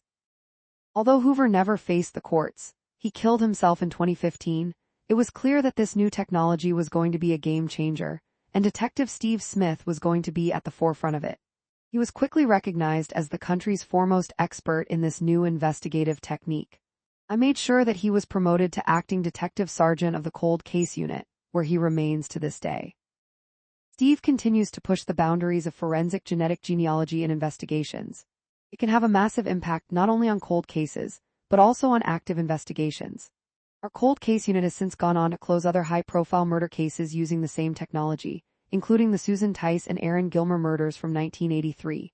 In that case, the killer, George Sutherland, was arrested and pleaded guilty to 2 counts of second-degree murder. More cases will be resolved with this technology, and our cold case unit has been instrumental in setting standards for its use. If you were paying close attention when York Regional Police announced in November 2023 that they had solved the Yvonne Leroux murder case after 51 years, you might have noticed that they thanked the Toronto Police Service for their assistance. This is subtle recognition, but the thanks from one police service to another speaks volumes about the excellent work done by our cold case unit. The homicide case I get asked the most about is the double murder of Barry and Honey Sherman on December 13, 2017. It wasn't my case. I wasn't even the unit commander of homicide when it happened, and I was busy at the time with the ongoing MacArthur investigation and other murders. Barry and Honey Sherman were one of the wealthiest and most well-known couples in Toronto. Barry was the chairman and CEO of a major pharmaceutical company and was worth billions of dollars. He and Honey were found on the floor of the pool area in the basement of their lavish home. Both had belts tied around their necks and to a metal railing that ran around the perimeter of the pool. They had been dead 2 days when their bodies were discovered. There was an awful lot of criticism from the public and the media about the way the investigation was handled by police. People were especially frustrated that investigators seemed to believe the deaths were the result of a murder-suicide. It took weeks before that possibility was eliminated, and the major case manager, Detective Sergeant Susan Gomes, announced that they had in fact both been murdered. Gomes left Homicide in 2019, and the case was taken over by Detective Sergeant Brandon Price, who had been the original primary investigator in 2017. As the unit commander, I caught up on the investigation through the search warrant affidavits, which were still ongoing, and through briefings with Brandon. Members of the Sherman family had hired a prominent Toronto lawyer, who in turn contracted a private firm to conduct a parallel investigation to our own. The family had also offered a reward of $10 million for information leading to a conviction. The private investigation went nowhere, and the firm was dismissed in late 2019. This came as no surprise to me. The people best equipped to solve murders are the police, as long as the assigned investigators have the skills and experience needed. When I first started in homicide, Jeff McGuire always reminded investigators that he would remove them from or leave them off investigations if he didn't feel they were competent enough to handle them. That was a nice luxury to have when the squad was adequately staffed. Unfortunately, most of the time it is not. When I took over the unit, I did sometimes have to have tough conversations with investigators. I would keep abreast of developments as the investigations unfolded, and if I saw something I didn't like, I wouldn't hesitate to take it up with the major case managers. More often than not, they had it covered anyway. But sometimes they would take advantage of the knowledge and experience I had to offer and make adjustments. My rank didn't mean that I was a better investigator than others in the office, though Gary Giroux, for instance, had been in homicide for over 20 years and was probably the most experienced detective in Canada. Do I know more than him about how to conduct an investigation? Of course not. But he would still keep me up to date and bounce ideas off me. Conversations were always a two-way street. Investigators had to feel comfortable voicing their opinions, and consensus was always reached. Because of the privately offered reward in the Sherman case, a lot of information and tips went to the private investigators instead of the police. Once they were dismissed, we gained possession of their files, and we wanted to be sure not to miss anything. So on December 16, 2019, I held a press conference and encouraged anyone who had called in information to the private investigators to please call us and pass on the same information. I also reiterated that the reward still existed, and it was being handled by the Sherman family, not the police. That was my only involvement in the investigation until December 2021, when I encouraged Brandon to release video of the suspect, a man seen walking in the neighborhood in the direction of the Sherman's house shortly before the murder. To date, this man has not been identified. The massive media coverage, which is ongoing, must make life difficult for Barry and Honey's family and friends. The best bet for the case to be solved, however, is still the Toronto Homicide Squad. It always has been. While I recognize that private investigators can play a role in some cases, the primary responsibility for investigating homicides should always rest with the police. 25 Mike Austin. When I was a sergeant in 51 Division, one of the officers on my platoon was Mike Austin, badge number 7608. He was our traffic enforcement officer. Every platoon had one. He was responsible for responding to traffic accidents that occurred in the division and keeping the enforcement numbers for the platoon up. One of the hardest working police officers I ever met. He pulled over a lot of cars and wrote a lot of tickets. And as a result of pulling over a lot of cars, he also made a lot of arrests. He used to keep track of his total drug seizures and compare them to the seizures made by the entire drug squad. Although the traffic enforcement officers were supposed to investigate any accidents in the division, there weren't enough of them, and it wasn't uncommon for priority response units to get stuck with accident investigations. Mike would always try his hardest to take care of all of them, though. He was incredibly committed. Mike was married with a young daughter, and he would often bring her and his wife, who worked for a downtown Toronto bank, to platoon barbecues. One time after I had been transferred to headquarters, he called me up out of the blue and said, "Hey, my wife got tickets for the Raptors and we can't go. Do you want them?" My wife and daughter and I enjoyed a night at the basketball game thanks to Mike. That was the type of person he was. We weren't working together anymore, but he remembered that I had a passion for basketball. Sadly, in 2015, Mike lost his daughter when she was only 19 years old. He struggled with her death and had to leave 51 Division. He was transferred to the operations center at headquarters. I would often see him in the change room and would always take the time to sit and chat. Those conversations almost always ended in tears for him. He just couldn't get over the death of his daughter. On February 7, 2020, he started his evening shift at headquarters. He wrote a lengthy suicide letter, emailed it to a number of people, and then went down to the underground parking garage and shot himself in the head. The week before, one of my former colleagues from 14 Division's Major Crime Unit, John Moreira, badge number 4424, had succumbed to cancer. I had just gone to his funeral on February 6. I still have an email John sent me on February 8, 2018 in the middle of the MacArthur case. "Hey Hank," he wrote. "Letting you know you are presenting yourself very well in the media. The media attention is unbelievable. It is truly a case like no other I ever heard of. Do what you do best, pal, and good luck. John." I visited John in the hospice a couple of days before he died, but he was already sedated, and I didn't have the chance to speak to him one last time. When it came to the funeral service, I actually sat in the parking lot and missed the first 20 minutes before I got the nerve to walk in. I just sat off to the side in the church by myself and left right after. Like I said, I can't stand funerals, but sometimes you need to go. Now, as I came to work on February 8, it was with the realization that another friend was gone. Mike had also sent me an email about MacArthur, the day after he was arrested. "Hi Hank," his message began. "Not everyone is happy about how we have been portrayed in the media over the last few years, including me. Your news conference yesterday really contradicted that. It's the first time in a while that I felt incredibly proud. Thank you for the work that you do. Mike." Chief Saunders himself had been called in when Mike shot himself, and in a move that not many police chiefs would make, he took control of the scene. Mark didn't want any other officers to be exposed to Mike's suicide. I assigned one of our detective sergeants, Carrie Fernandez, to conduct the investigation. At one time, officer suicides were investigated by professional standards, but once we realized that a lot of officers kill themselves because they are under investigation by professional standards, the onus shifted to homicide. Carrie had been a part of Project Prism and was now having a great stint in the homicide squad. Later that morning, Mark called me up to his office. He knew that Mike and I were friends, and he asked me to go and speak to Mike's wife. Surely she's been notified. She had been, but she hadn't been given any details yet, so I drove out to their house to see her. Thankfully, Mark also sent along one of the inspectors from his office, a female officer named Darla Tannehill. When we got to Mike's house, it was full of friends, family, and members of the Toronto Police Association. Darla and I went to the basement with Mike's wife and explained that he had shot himself. She looked at Darla and me and asked, "Can you tell my daughter?" Mike and his wife had another daughter who was just 8 years old. Mike's wife couldn't bring herself to tell her that her dad was dead, so Darla and I went up to the living room and sat her down. I started to speak but couldn't get one word out. Thankfully, Darla stepped in and explained it to the little girl. When I went to the visitation the following week, I saw the little girl again. "Do you remember me?" I asked. "How could I forget? Hands down the worst notification I ever had to make." I'm sure that having to deal with Mike's suicide also partially contributed to Mark Saunders' decision to resign later that year.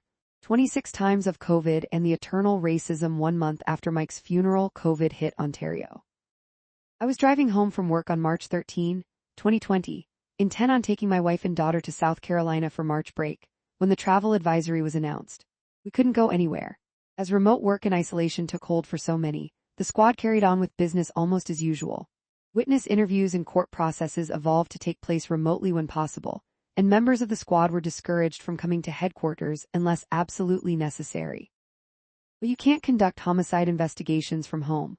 About a month after COVID hit, there was a positive video story on our internal intranet about a divisional officer. I happened to walk up when a senior officer was watching it.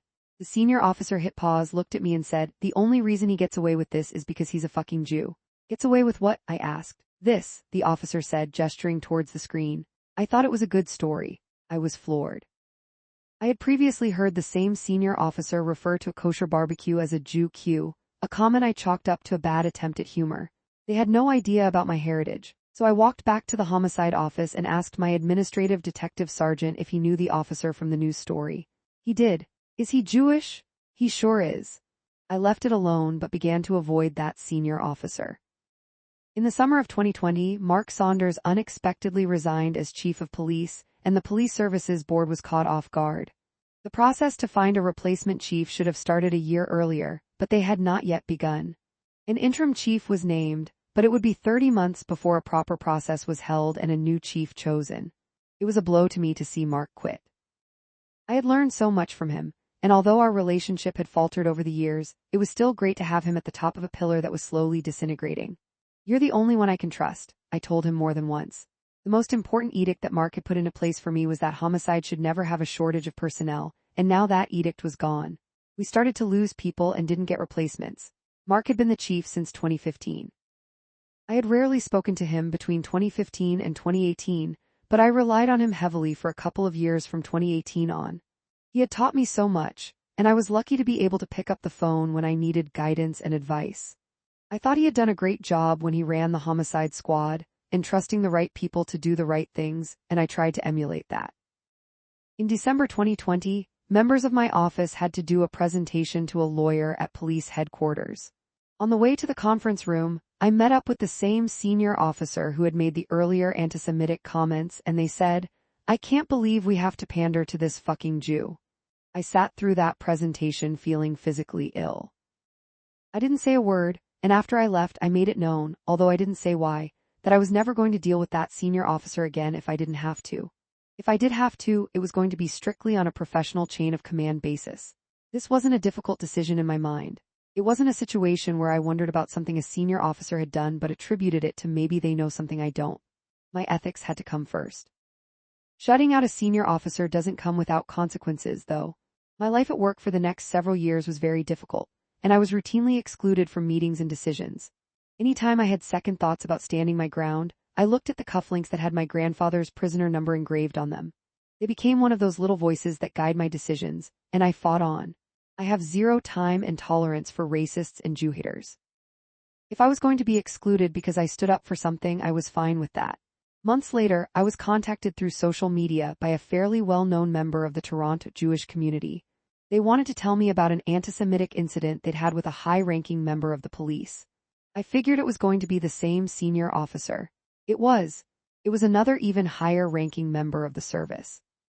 It's amazing how a few bad apples can absolutely destroy the reputation of an organization that numbers in the thousands.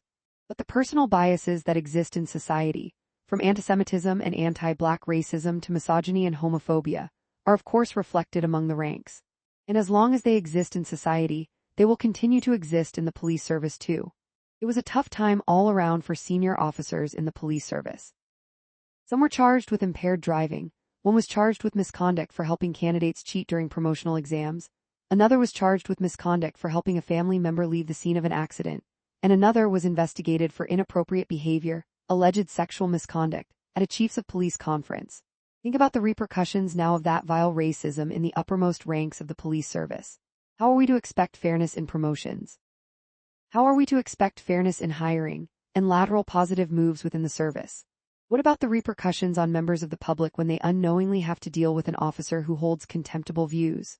Think about 2023-24, when the community was relying on TPS to provide fair, unbiased policing for the anti-Israeli protests that followed the Hamas massacre of Israelis on October 7. If the public was aware of the antisemitism within the police service, would there be any trust whatsoever in the institution? I'm not perfect, far from it. But I always recognized the effect of biases, including unconscious biases on my decisions and my work ethic. I still remember the summer of 1990, when I was a brand new constable in 14 Division, walking the beat with an older officer. One day we were strolling down Dunn Avenue south of Queen Street in the heart of Parkdale when a young black male rode past us on his bike. "Come here," said my partner. The young man came over to us and my partner gave him a ticket for riding his bike on the sidewalk. Why? Only because he was black. What can you do as a young probationary constable when you witness something like that? Years later, I worked with an officer who was black. He came into work late one day and I asked him what had happened. "I got profiled." "What do you mean?" He told me he had been pulled over on his way into work. No reason, just because he was a black man driving through Toronto early in the morning. I drove through Toronto every day for 34 years. How many times did I get pulled over? Never, not once. At one point in time, I had 12 detective sergeants working in homicide. 2 of them were black. Guess which 2 were summoned, more than once, to a particular superintendent's office to be lambasted over minor perceived offenses?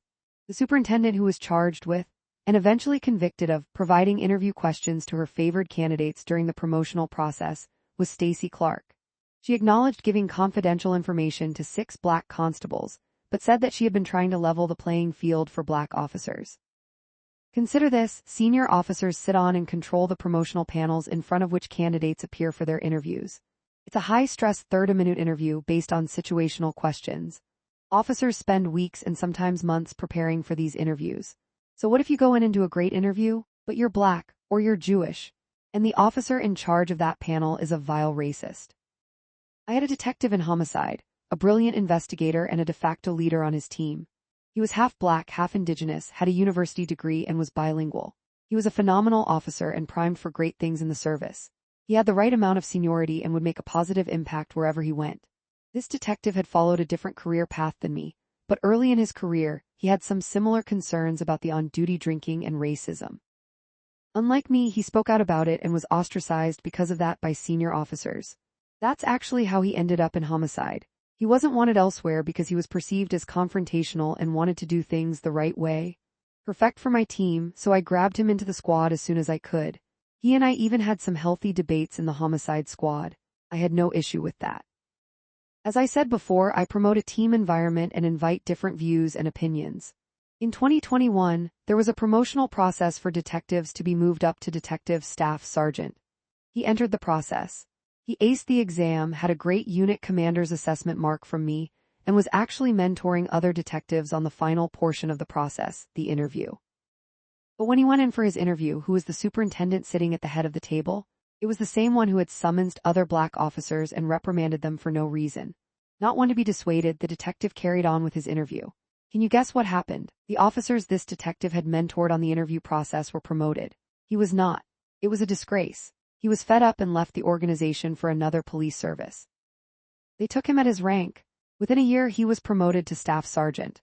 2 years later, he was promoted to inspector. It was an incredible loss for the Toronto police. We remain friends to this day as he continues to pursue his career and his PhD. So what about Stacey Clark? Did she do the right thing? Absolutely not. Did she do the wrong thing for the right reasons? Absolutely.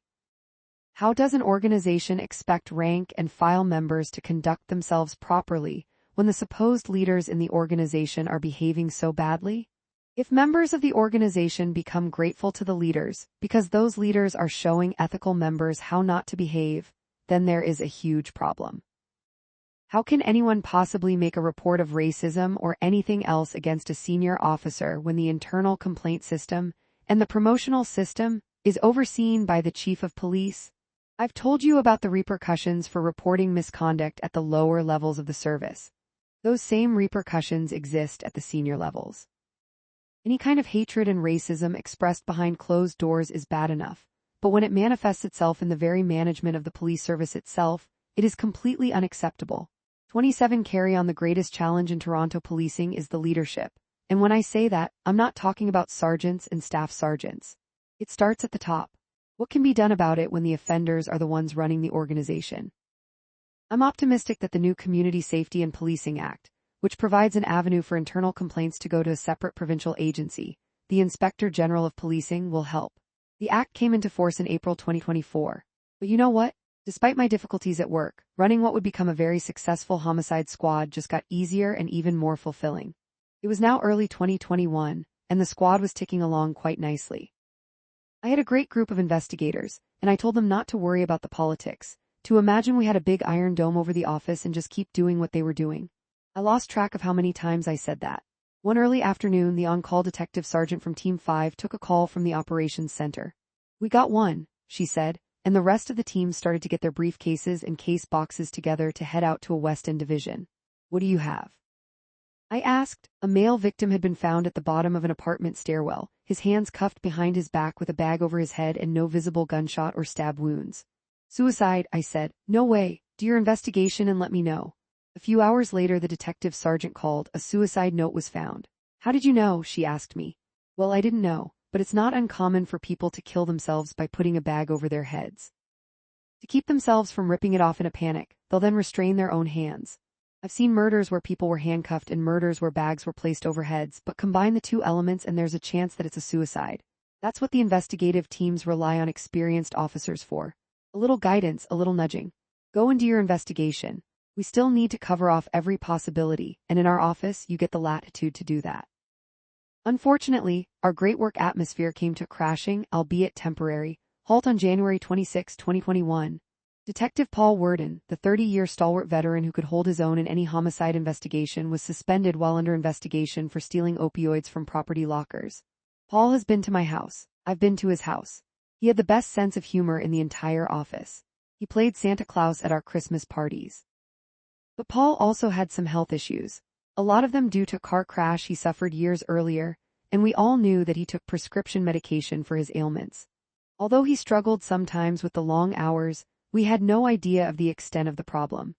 It turned out that with his supervisory access, he had been getting into locker systems across the city and removing drugs he thought nobody was going to miss.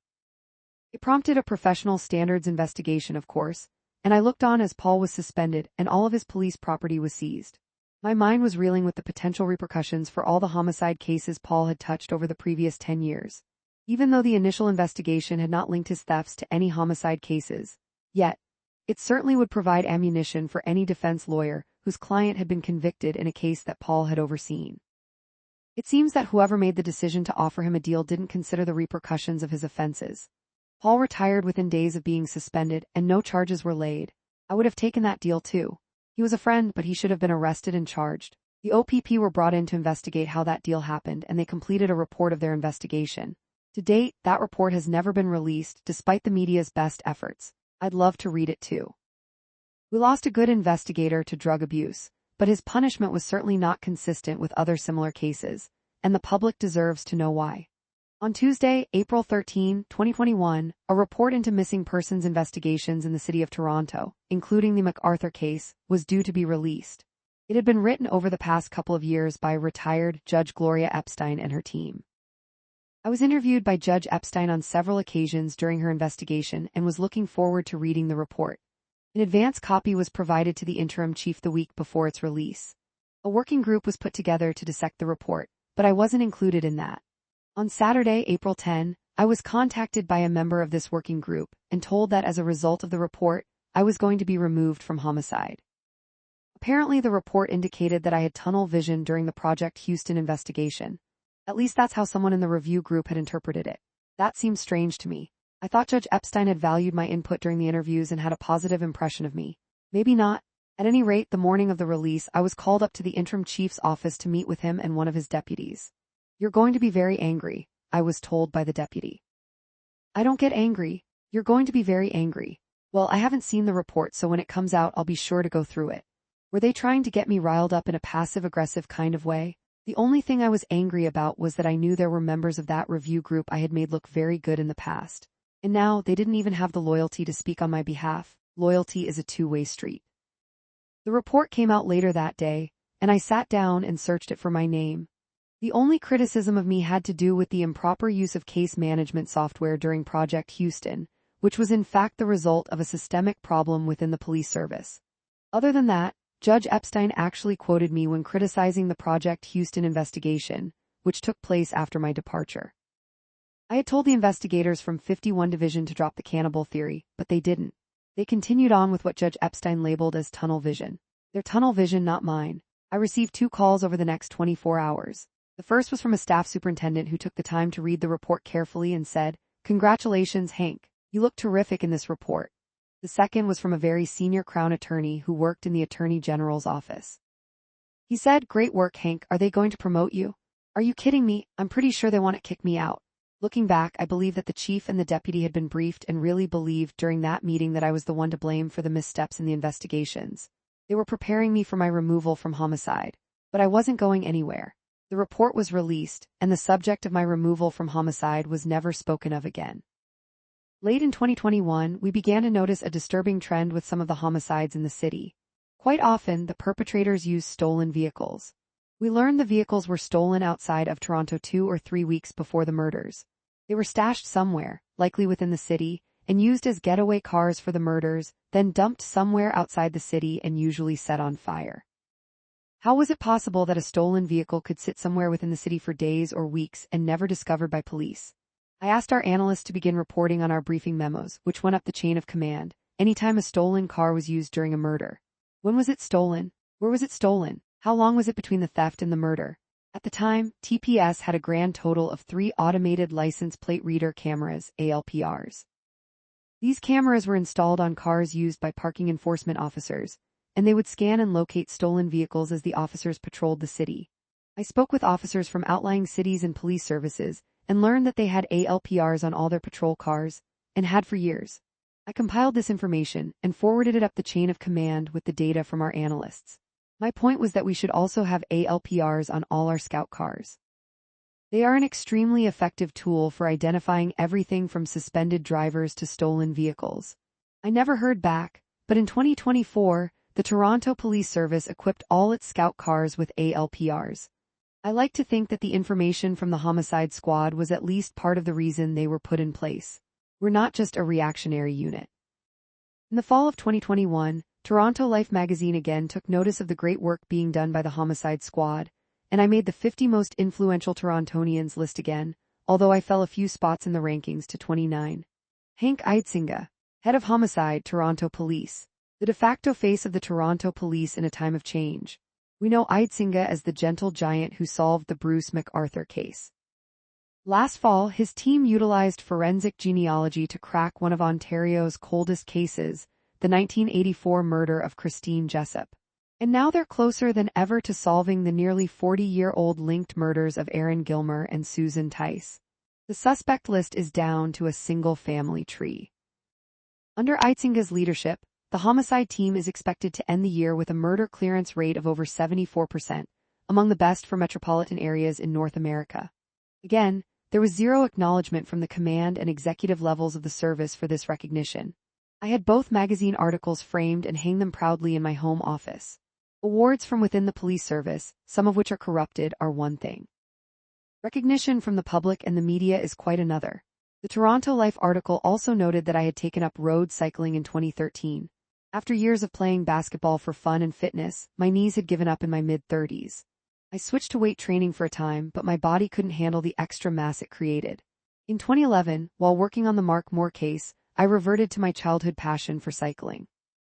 I started off using an old hybrid bike for rides. Although I cycled regularly and built up my endurance, I would regularly get passed by cyclists on their lightweight road bikes. So in 2013, I bought my first road bike. Late that year, I was introduced to a group of cyclists who met every weekday morning at Rosedale subway station at 6 a.m. We rode a 30-kilometer circuit and finished just before 7 a.m. Many of the members of the group are very high achievers in the private sector, including CEOs, bankers, and lawyers. Those people have become some of my closest friends and acquaintances. I ride with them to this day. One of the most valuable benefits to the group for me is that it gives me the opportunity to sit and discuss management and leadership in the public sector, policing world versus the private sector world. The consistent theme I find is that private employees are family. Everyone is treated fairly and with respect, and I try to emulate that in the Homicide Squad. Within this group, I've seen CEOs of companies jump in and make coffee for their employees. I've seen company owners help kitchen staff when preparing meals. I usually start laughing to myself and think, wow, you would never see anything like that in the police service. Everyone from the chief down should be willing to pitch in and help with the most basic tasks, but it's not uncommon to hear we've got people for that. Remember what I said about Ron Taverner's willingness to jump into a scout car if we were short-handed? That was an anomaly. Quite a contrast to what is seen in successful private companies. One day, a very successful CEO of a large corporation called me to talk about an employee who had been reported missing. He wanted to chat with one of the investigating officers and needed the contact information. Apparently, this employee had gone missing in the past and had been found safe and sound after a days-long heroin binge. "Why don't you fire this guy?" I asked him. "He's part of our family." They wanted him back safe and sound again, and they were determined to get him through a rehab program. Inspirational and challenging are the best words to describe these relationships.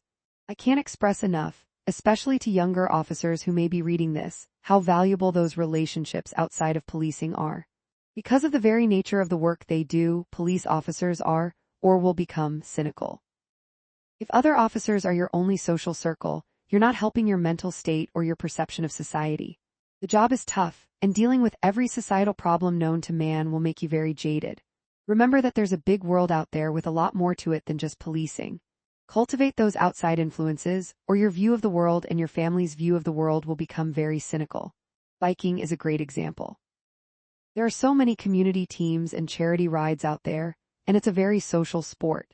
The police-centric memorial rides and clubs serve a purpose, but there is much more satisfaction to be had by participating in community-centric rides and events. I realized this years ago with the police basketball team, and it was only reinforced when I rediscovered cycling. Since developing my obsession with road bike cycling, I've participated in numerous charity rides, and I'm always trying to mix police officers with community riders. Every morning in the winter, I can be found in my office at 5:45 a.m., riding my bike on a smart trainer. Every year, at least 2 or 3 young officers would be motivated by seeing me ride every day, and they would come to me to arrange bike purchases of their own. The physical and mental health benefits from having a regular hobby and routine are huge. Occasionally, our morning cycling group would deviate from our usual 30-kilometer circuit and cycle through the city. I found that I couldn't go more than a couple of blocks at a time without pointing out an address. I worked a murder there, or I chased a guy down there. My fellow cyclists would usually get quite a kick out of that. They were otherwise oblivious to the seedy underbelly of the city they were passing through. I was even lucky enough to reconnect through cycling with a friend I hadn't seen since we were teenagers, Dr. Michael Sharp. Unbeknownst to me, he worked right around the corner from police headquarters at Princess Margaret Hospital. Whenever one of us was having a bad day, we'd fire off a quick email to see if the other was available, and then go and have a sit-down coffee. Sadly, Mike, Sharpie, passed away from cancer in 2016, but his circle of cycling friends became part of my circle of cycling friends. In 2020, George Floyd was murdered in Minneapolis by police. A young cyclist in Toronto, Matthew Cuesta, was deeply affected by the murder and set out to ride 46 kilometers every day for 46 days in tribute to George. Floyd was 46 years old when he was killed. I began following him on social media, and one of the members of our cycling group reached out to him and invited him out for one of the morning rides. The first time I met Matthew, I was nervous to tell him that I was a police officer, so I preempted the conversation by letting him know that my wife and I had ridden 46 kilometers one day on the weekend in support of him. July 15 was the date of the 46th ride, and Matthew wanted to hold it on the grounds of the Canadian National Exhibition. It was a Wednesday morning. I called the unit commander of 14 Division and asked him if he could spare some scout cars that morning to help support the ride. When I arrived at the exhibition grounds, there were uniformed police cars at each signalized intersection. People who were participating in the ride thought that the police were there to shut it down and that they would be enforcing the stoplights. As I stood talking to one of the officers at the first intersection, the other riders were coming to full stops. The officers had to wave them through and show them that the intersections were being blocked for them, not against them. Dozens of riders showed up, and the final ride was a huge success. Matthew later posted this on social media. "That tall guy right there in the white jersey is Hank Idsinga, head of homicide for the Toronto police. Hank was the face of the Bruce MacArthur case here in Toronto. I've known Hank probably 3 weeks, maybe a month. I first met him on a ride I was invited to join by Tim Hockey.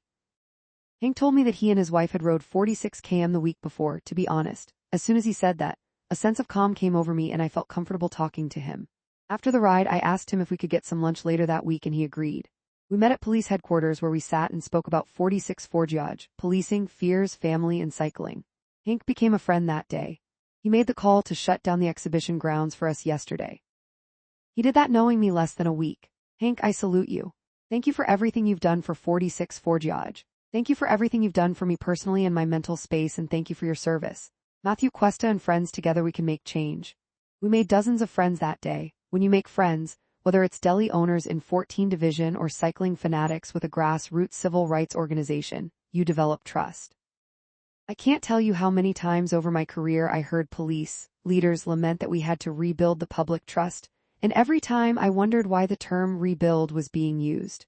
When did we ever have the public trust to begin with? Police need to build public and internal trust every single day. The more friends you make, the more trust you will have. The leadership mindset I developed, shaped by the influence of the cycling group and community leaders like Matthew, combined with the selection of several promising new members in the Homicide Squad, led to a banner year in 2022. We investigated 73 murders with a clearance rate of 84%. It was probably the highlight of my career. It was a phenomenal accomplishment for the team we had assembled. Not since 1996 had the Toronto Homicide Squad seen a clearance rate over 80%. In that year, they were dealing with only 38 murders. For a major metropolitan city in North America, this was unbelievable. It wasn't my accomplishment, though. It was the accomplishment of the men and women of the Homicide Squad. All I did was nurture and enable them. Video surveillance was also a big part of it. Our video analysis unit, which we had been building since 2018, was doing great work. Our investigators were getting information out to the public via the media more quickly and more often than they had before, and as a result, we were getting record numbers of tips. Witnesses from the community, empowered by their newfound confidence in the Homicide Squad, were being more cooperative with investigators. Our recruitment efforts had been so successful that every single investigator in the Homicide Squad had either been brought into the office by me and my management team or promoted while in the office. We were in step with the goals of the police service. Half of our detective sergeants were female, and they were leading 3 of the 6 teams.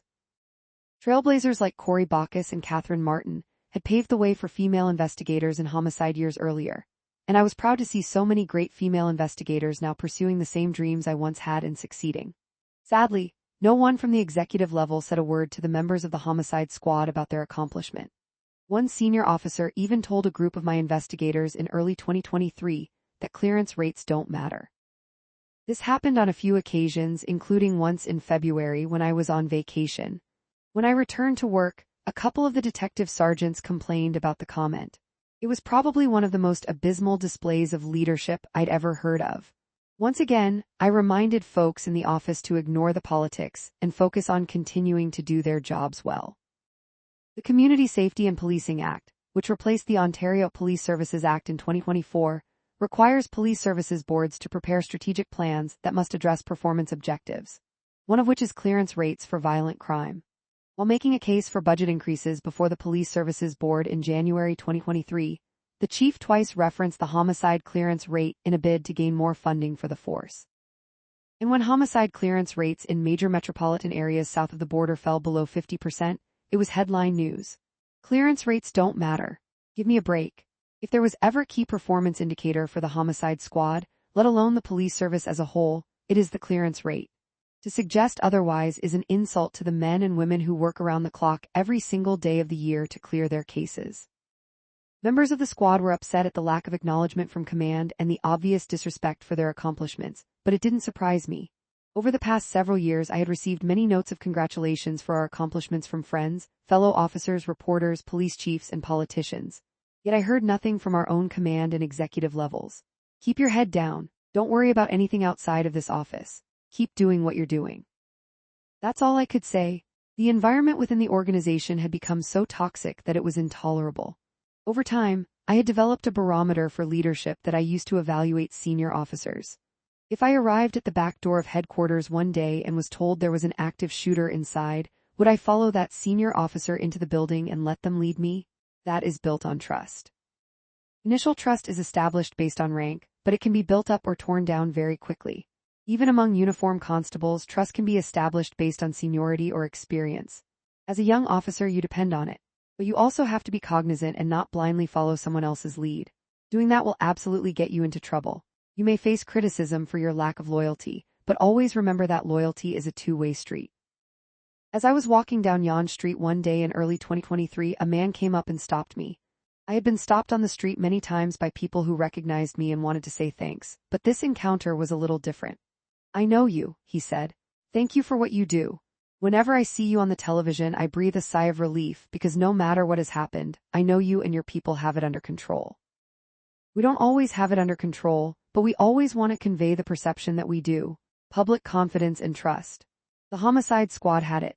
I was extremely proud of the investigators who had accomplished so much, despite being short-handed and dealing with the aftermath of the pandemic. Police agencies across Canada continue to reach out for assistance with cold cases and other investigations. In the late summer of 2023, a homicide investigator from Eastern Canada called me about a case he was working on and asked for some guidance. I just told him exactly what we would do in Toronto. A week later, he called me back and was ecstatically thankful. He had solved his case by doing exactly what I had told him to do. Anytime. But even as I made friends and built relationships, I had made enemies within the service. Because I stood up for something, I was excluded by the command and executive levels of the service. The last few years of my career had become increasingly uncomfortable, and I knew the time was right to leave. Friday, September 22, 2023 was my last day in the office.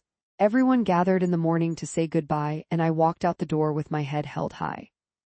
After the record-breaking success in 2022, the clearance rate stood at 86% the day I walked out of Homicide. It remained high enough over the next several months to finish the year at 82%. My wife and daughter had put up with the long hours, the stress, and the sleepless nights for years. When I was promoted to inspector, and the realization hit that it would be foolish not to work for 5 more years, it wasn't a happy moment. As I said earlier, the plan had always been to work for 32.5 years. That turned into 34. It was great to come home to them on the night of September 22, knowing that I never had to go back. Terry Brown organized a bit of a going-away party in the office for me on the morning of the 22nd. I didn't want a retirement party at all. In fact, Terry joked to everyone that if I'd had things my way, they probably would have just showed up for work on Monday morning wondering where I was. "Oh, he retired on Friday, didn't he tell you?" But the party was nice enough. We had some cake and I received a very nice bottle of whiskey, a gift card for a local bicycle shop, and a limited edition framed print of Bruce Springsteen, my favorite. No drunken debauchery, no ego inflating, it was just right. There were 3 murders and almost a 4th the weekend after I left. Despite that, a homicide case conference was called by a senior officer for the following Wednesday morning. Of course, more than half of the detectives were out on active investigations, so attendance was poor. People were criticized by email for not attending, and I already started to get calls. "Please come back." Nope, it had been a great career. It was exactly what I was meant to do. I received a lot of farewell emails and kept a couple of them, including one from an officer who had worked as a constable in the Homicide Squad. It stuck out to me because I'd seen him struggling with his peers. He was a military veteran who suffered from PTSD, not the same one I spoke of earlier who quit. Given the chance in our squad, though, he excelled. His message to me said this: "I have just heard that you retired last Friday. I and this city will be very sad to have you no longer at the helm of the coveted Homicide Squad. However, you have earned this and should be so incredibly proud of yourself. There are very few senior officers in this organization that I have felt truly reflect our core values and competencies. You, sir, have been the outlier. You consistently do the right thing. You have developed yourself and others. You have led and inspired me and so many others. Most importantly, you have had an impact.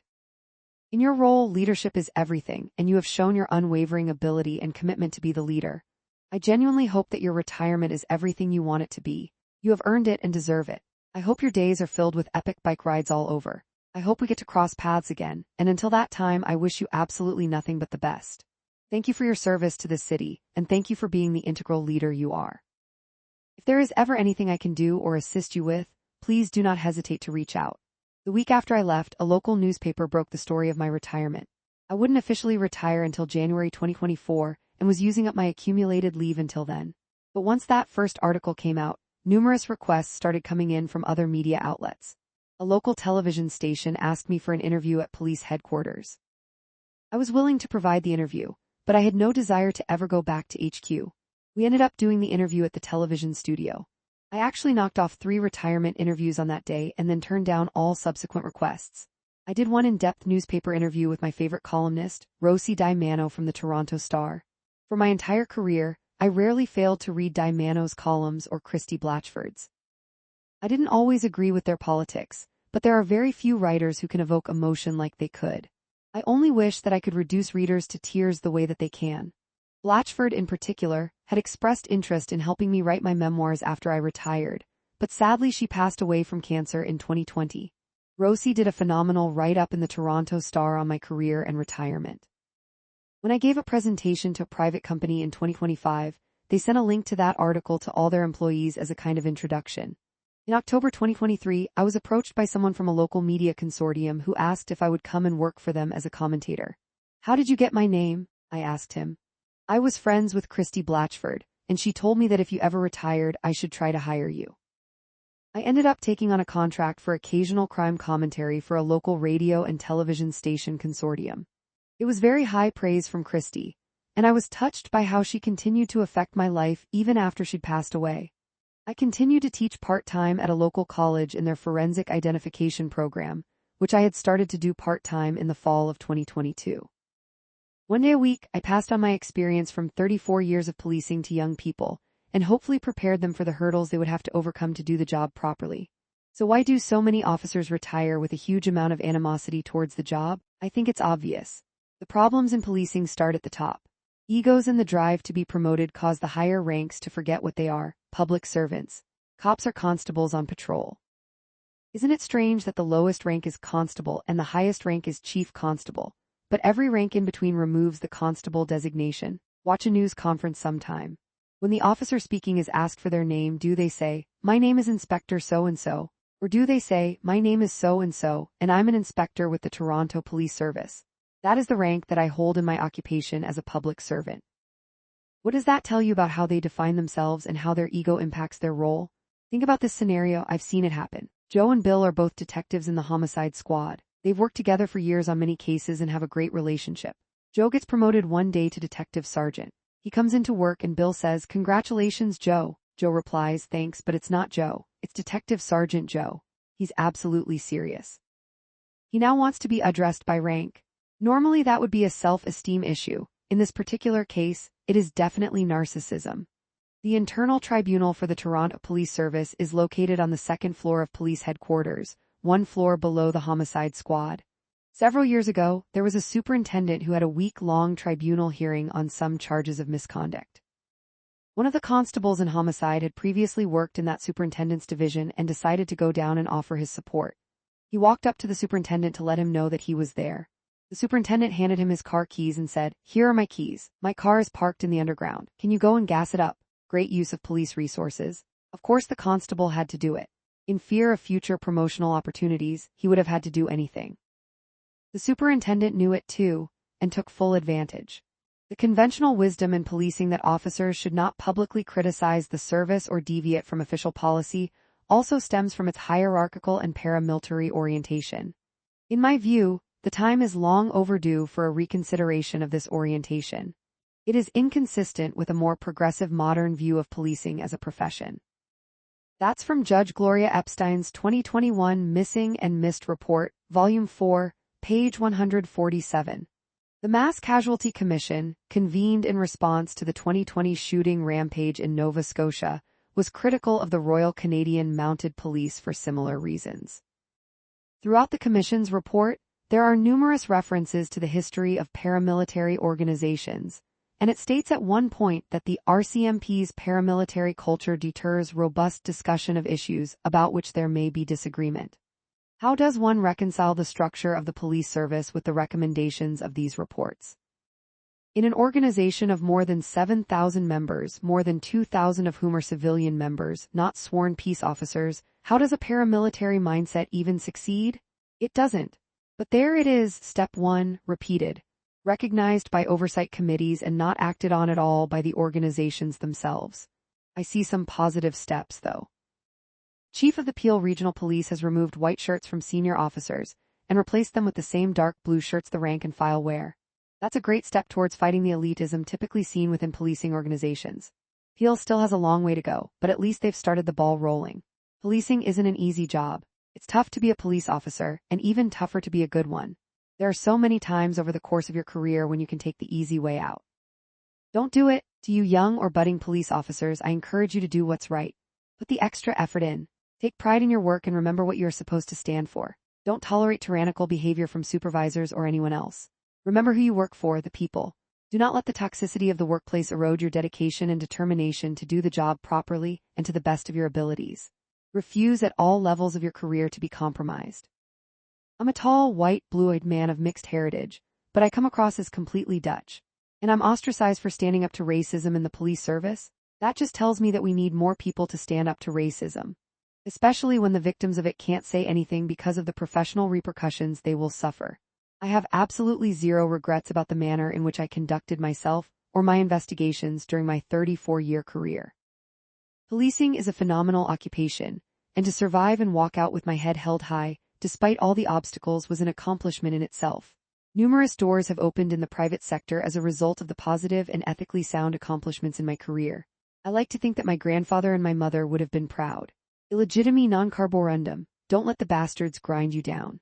I think I finally figured out who they were referring to. In November 2023, I was contacted by an editor at Simon & Schuster Publishing.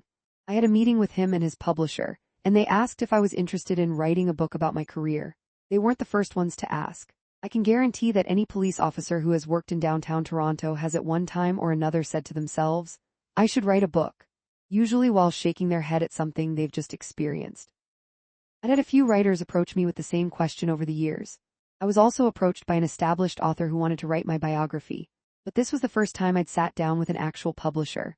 What exactly are you looking for? I asked. A book of stories about your cases about working for 34 years for the police service. There's so much more to it than that, though. The journey began decades before I was even born. The job of policing is without a doubt a fantastic job. Books are written, television shows are filmed, and newspapers are filled every day with stories about the police.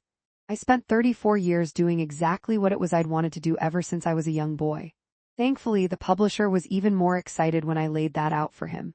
But when I first contacted my soon-to-be agent, she initially responded with, I don't do police procedurals. Despite the interest in the war stories, people tend to be apathetic when it comes to stories about the inner workings and struggles of the members of the service. Just be there when I call 911. That's all most people need to be content with the police service.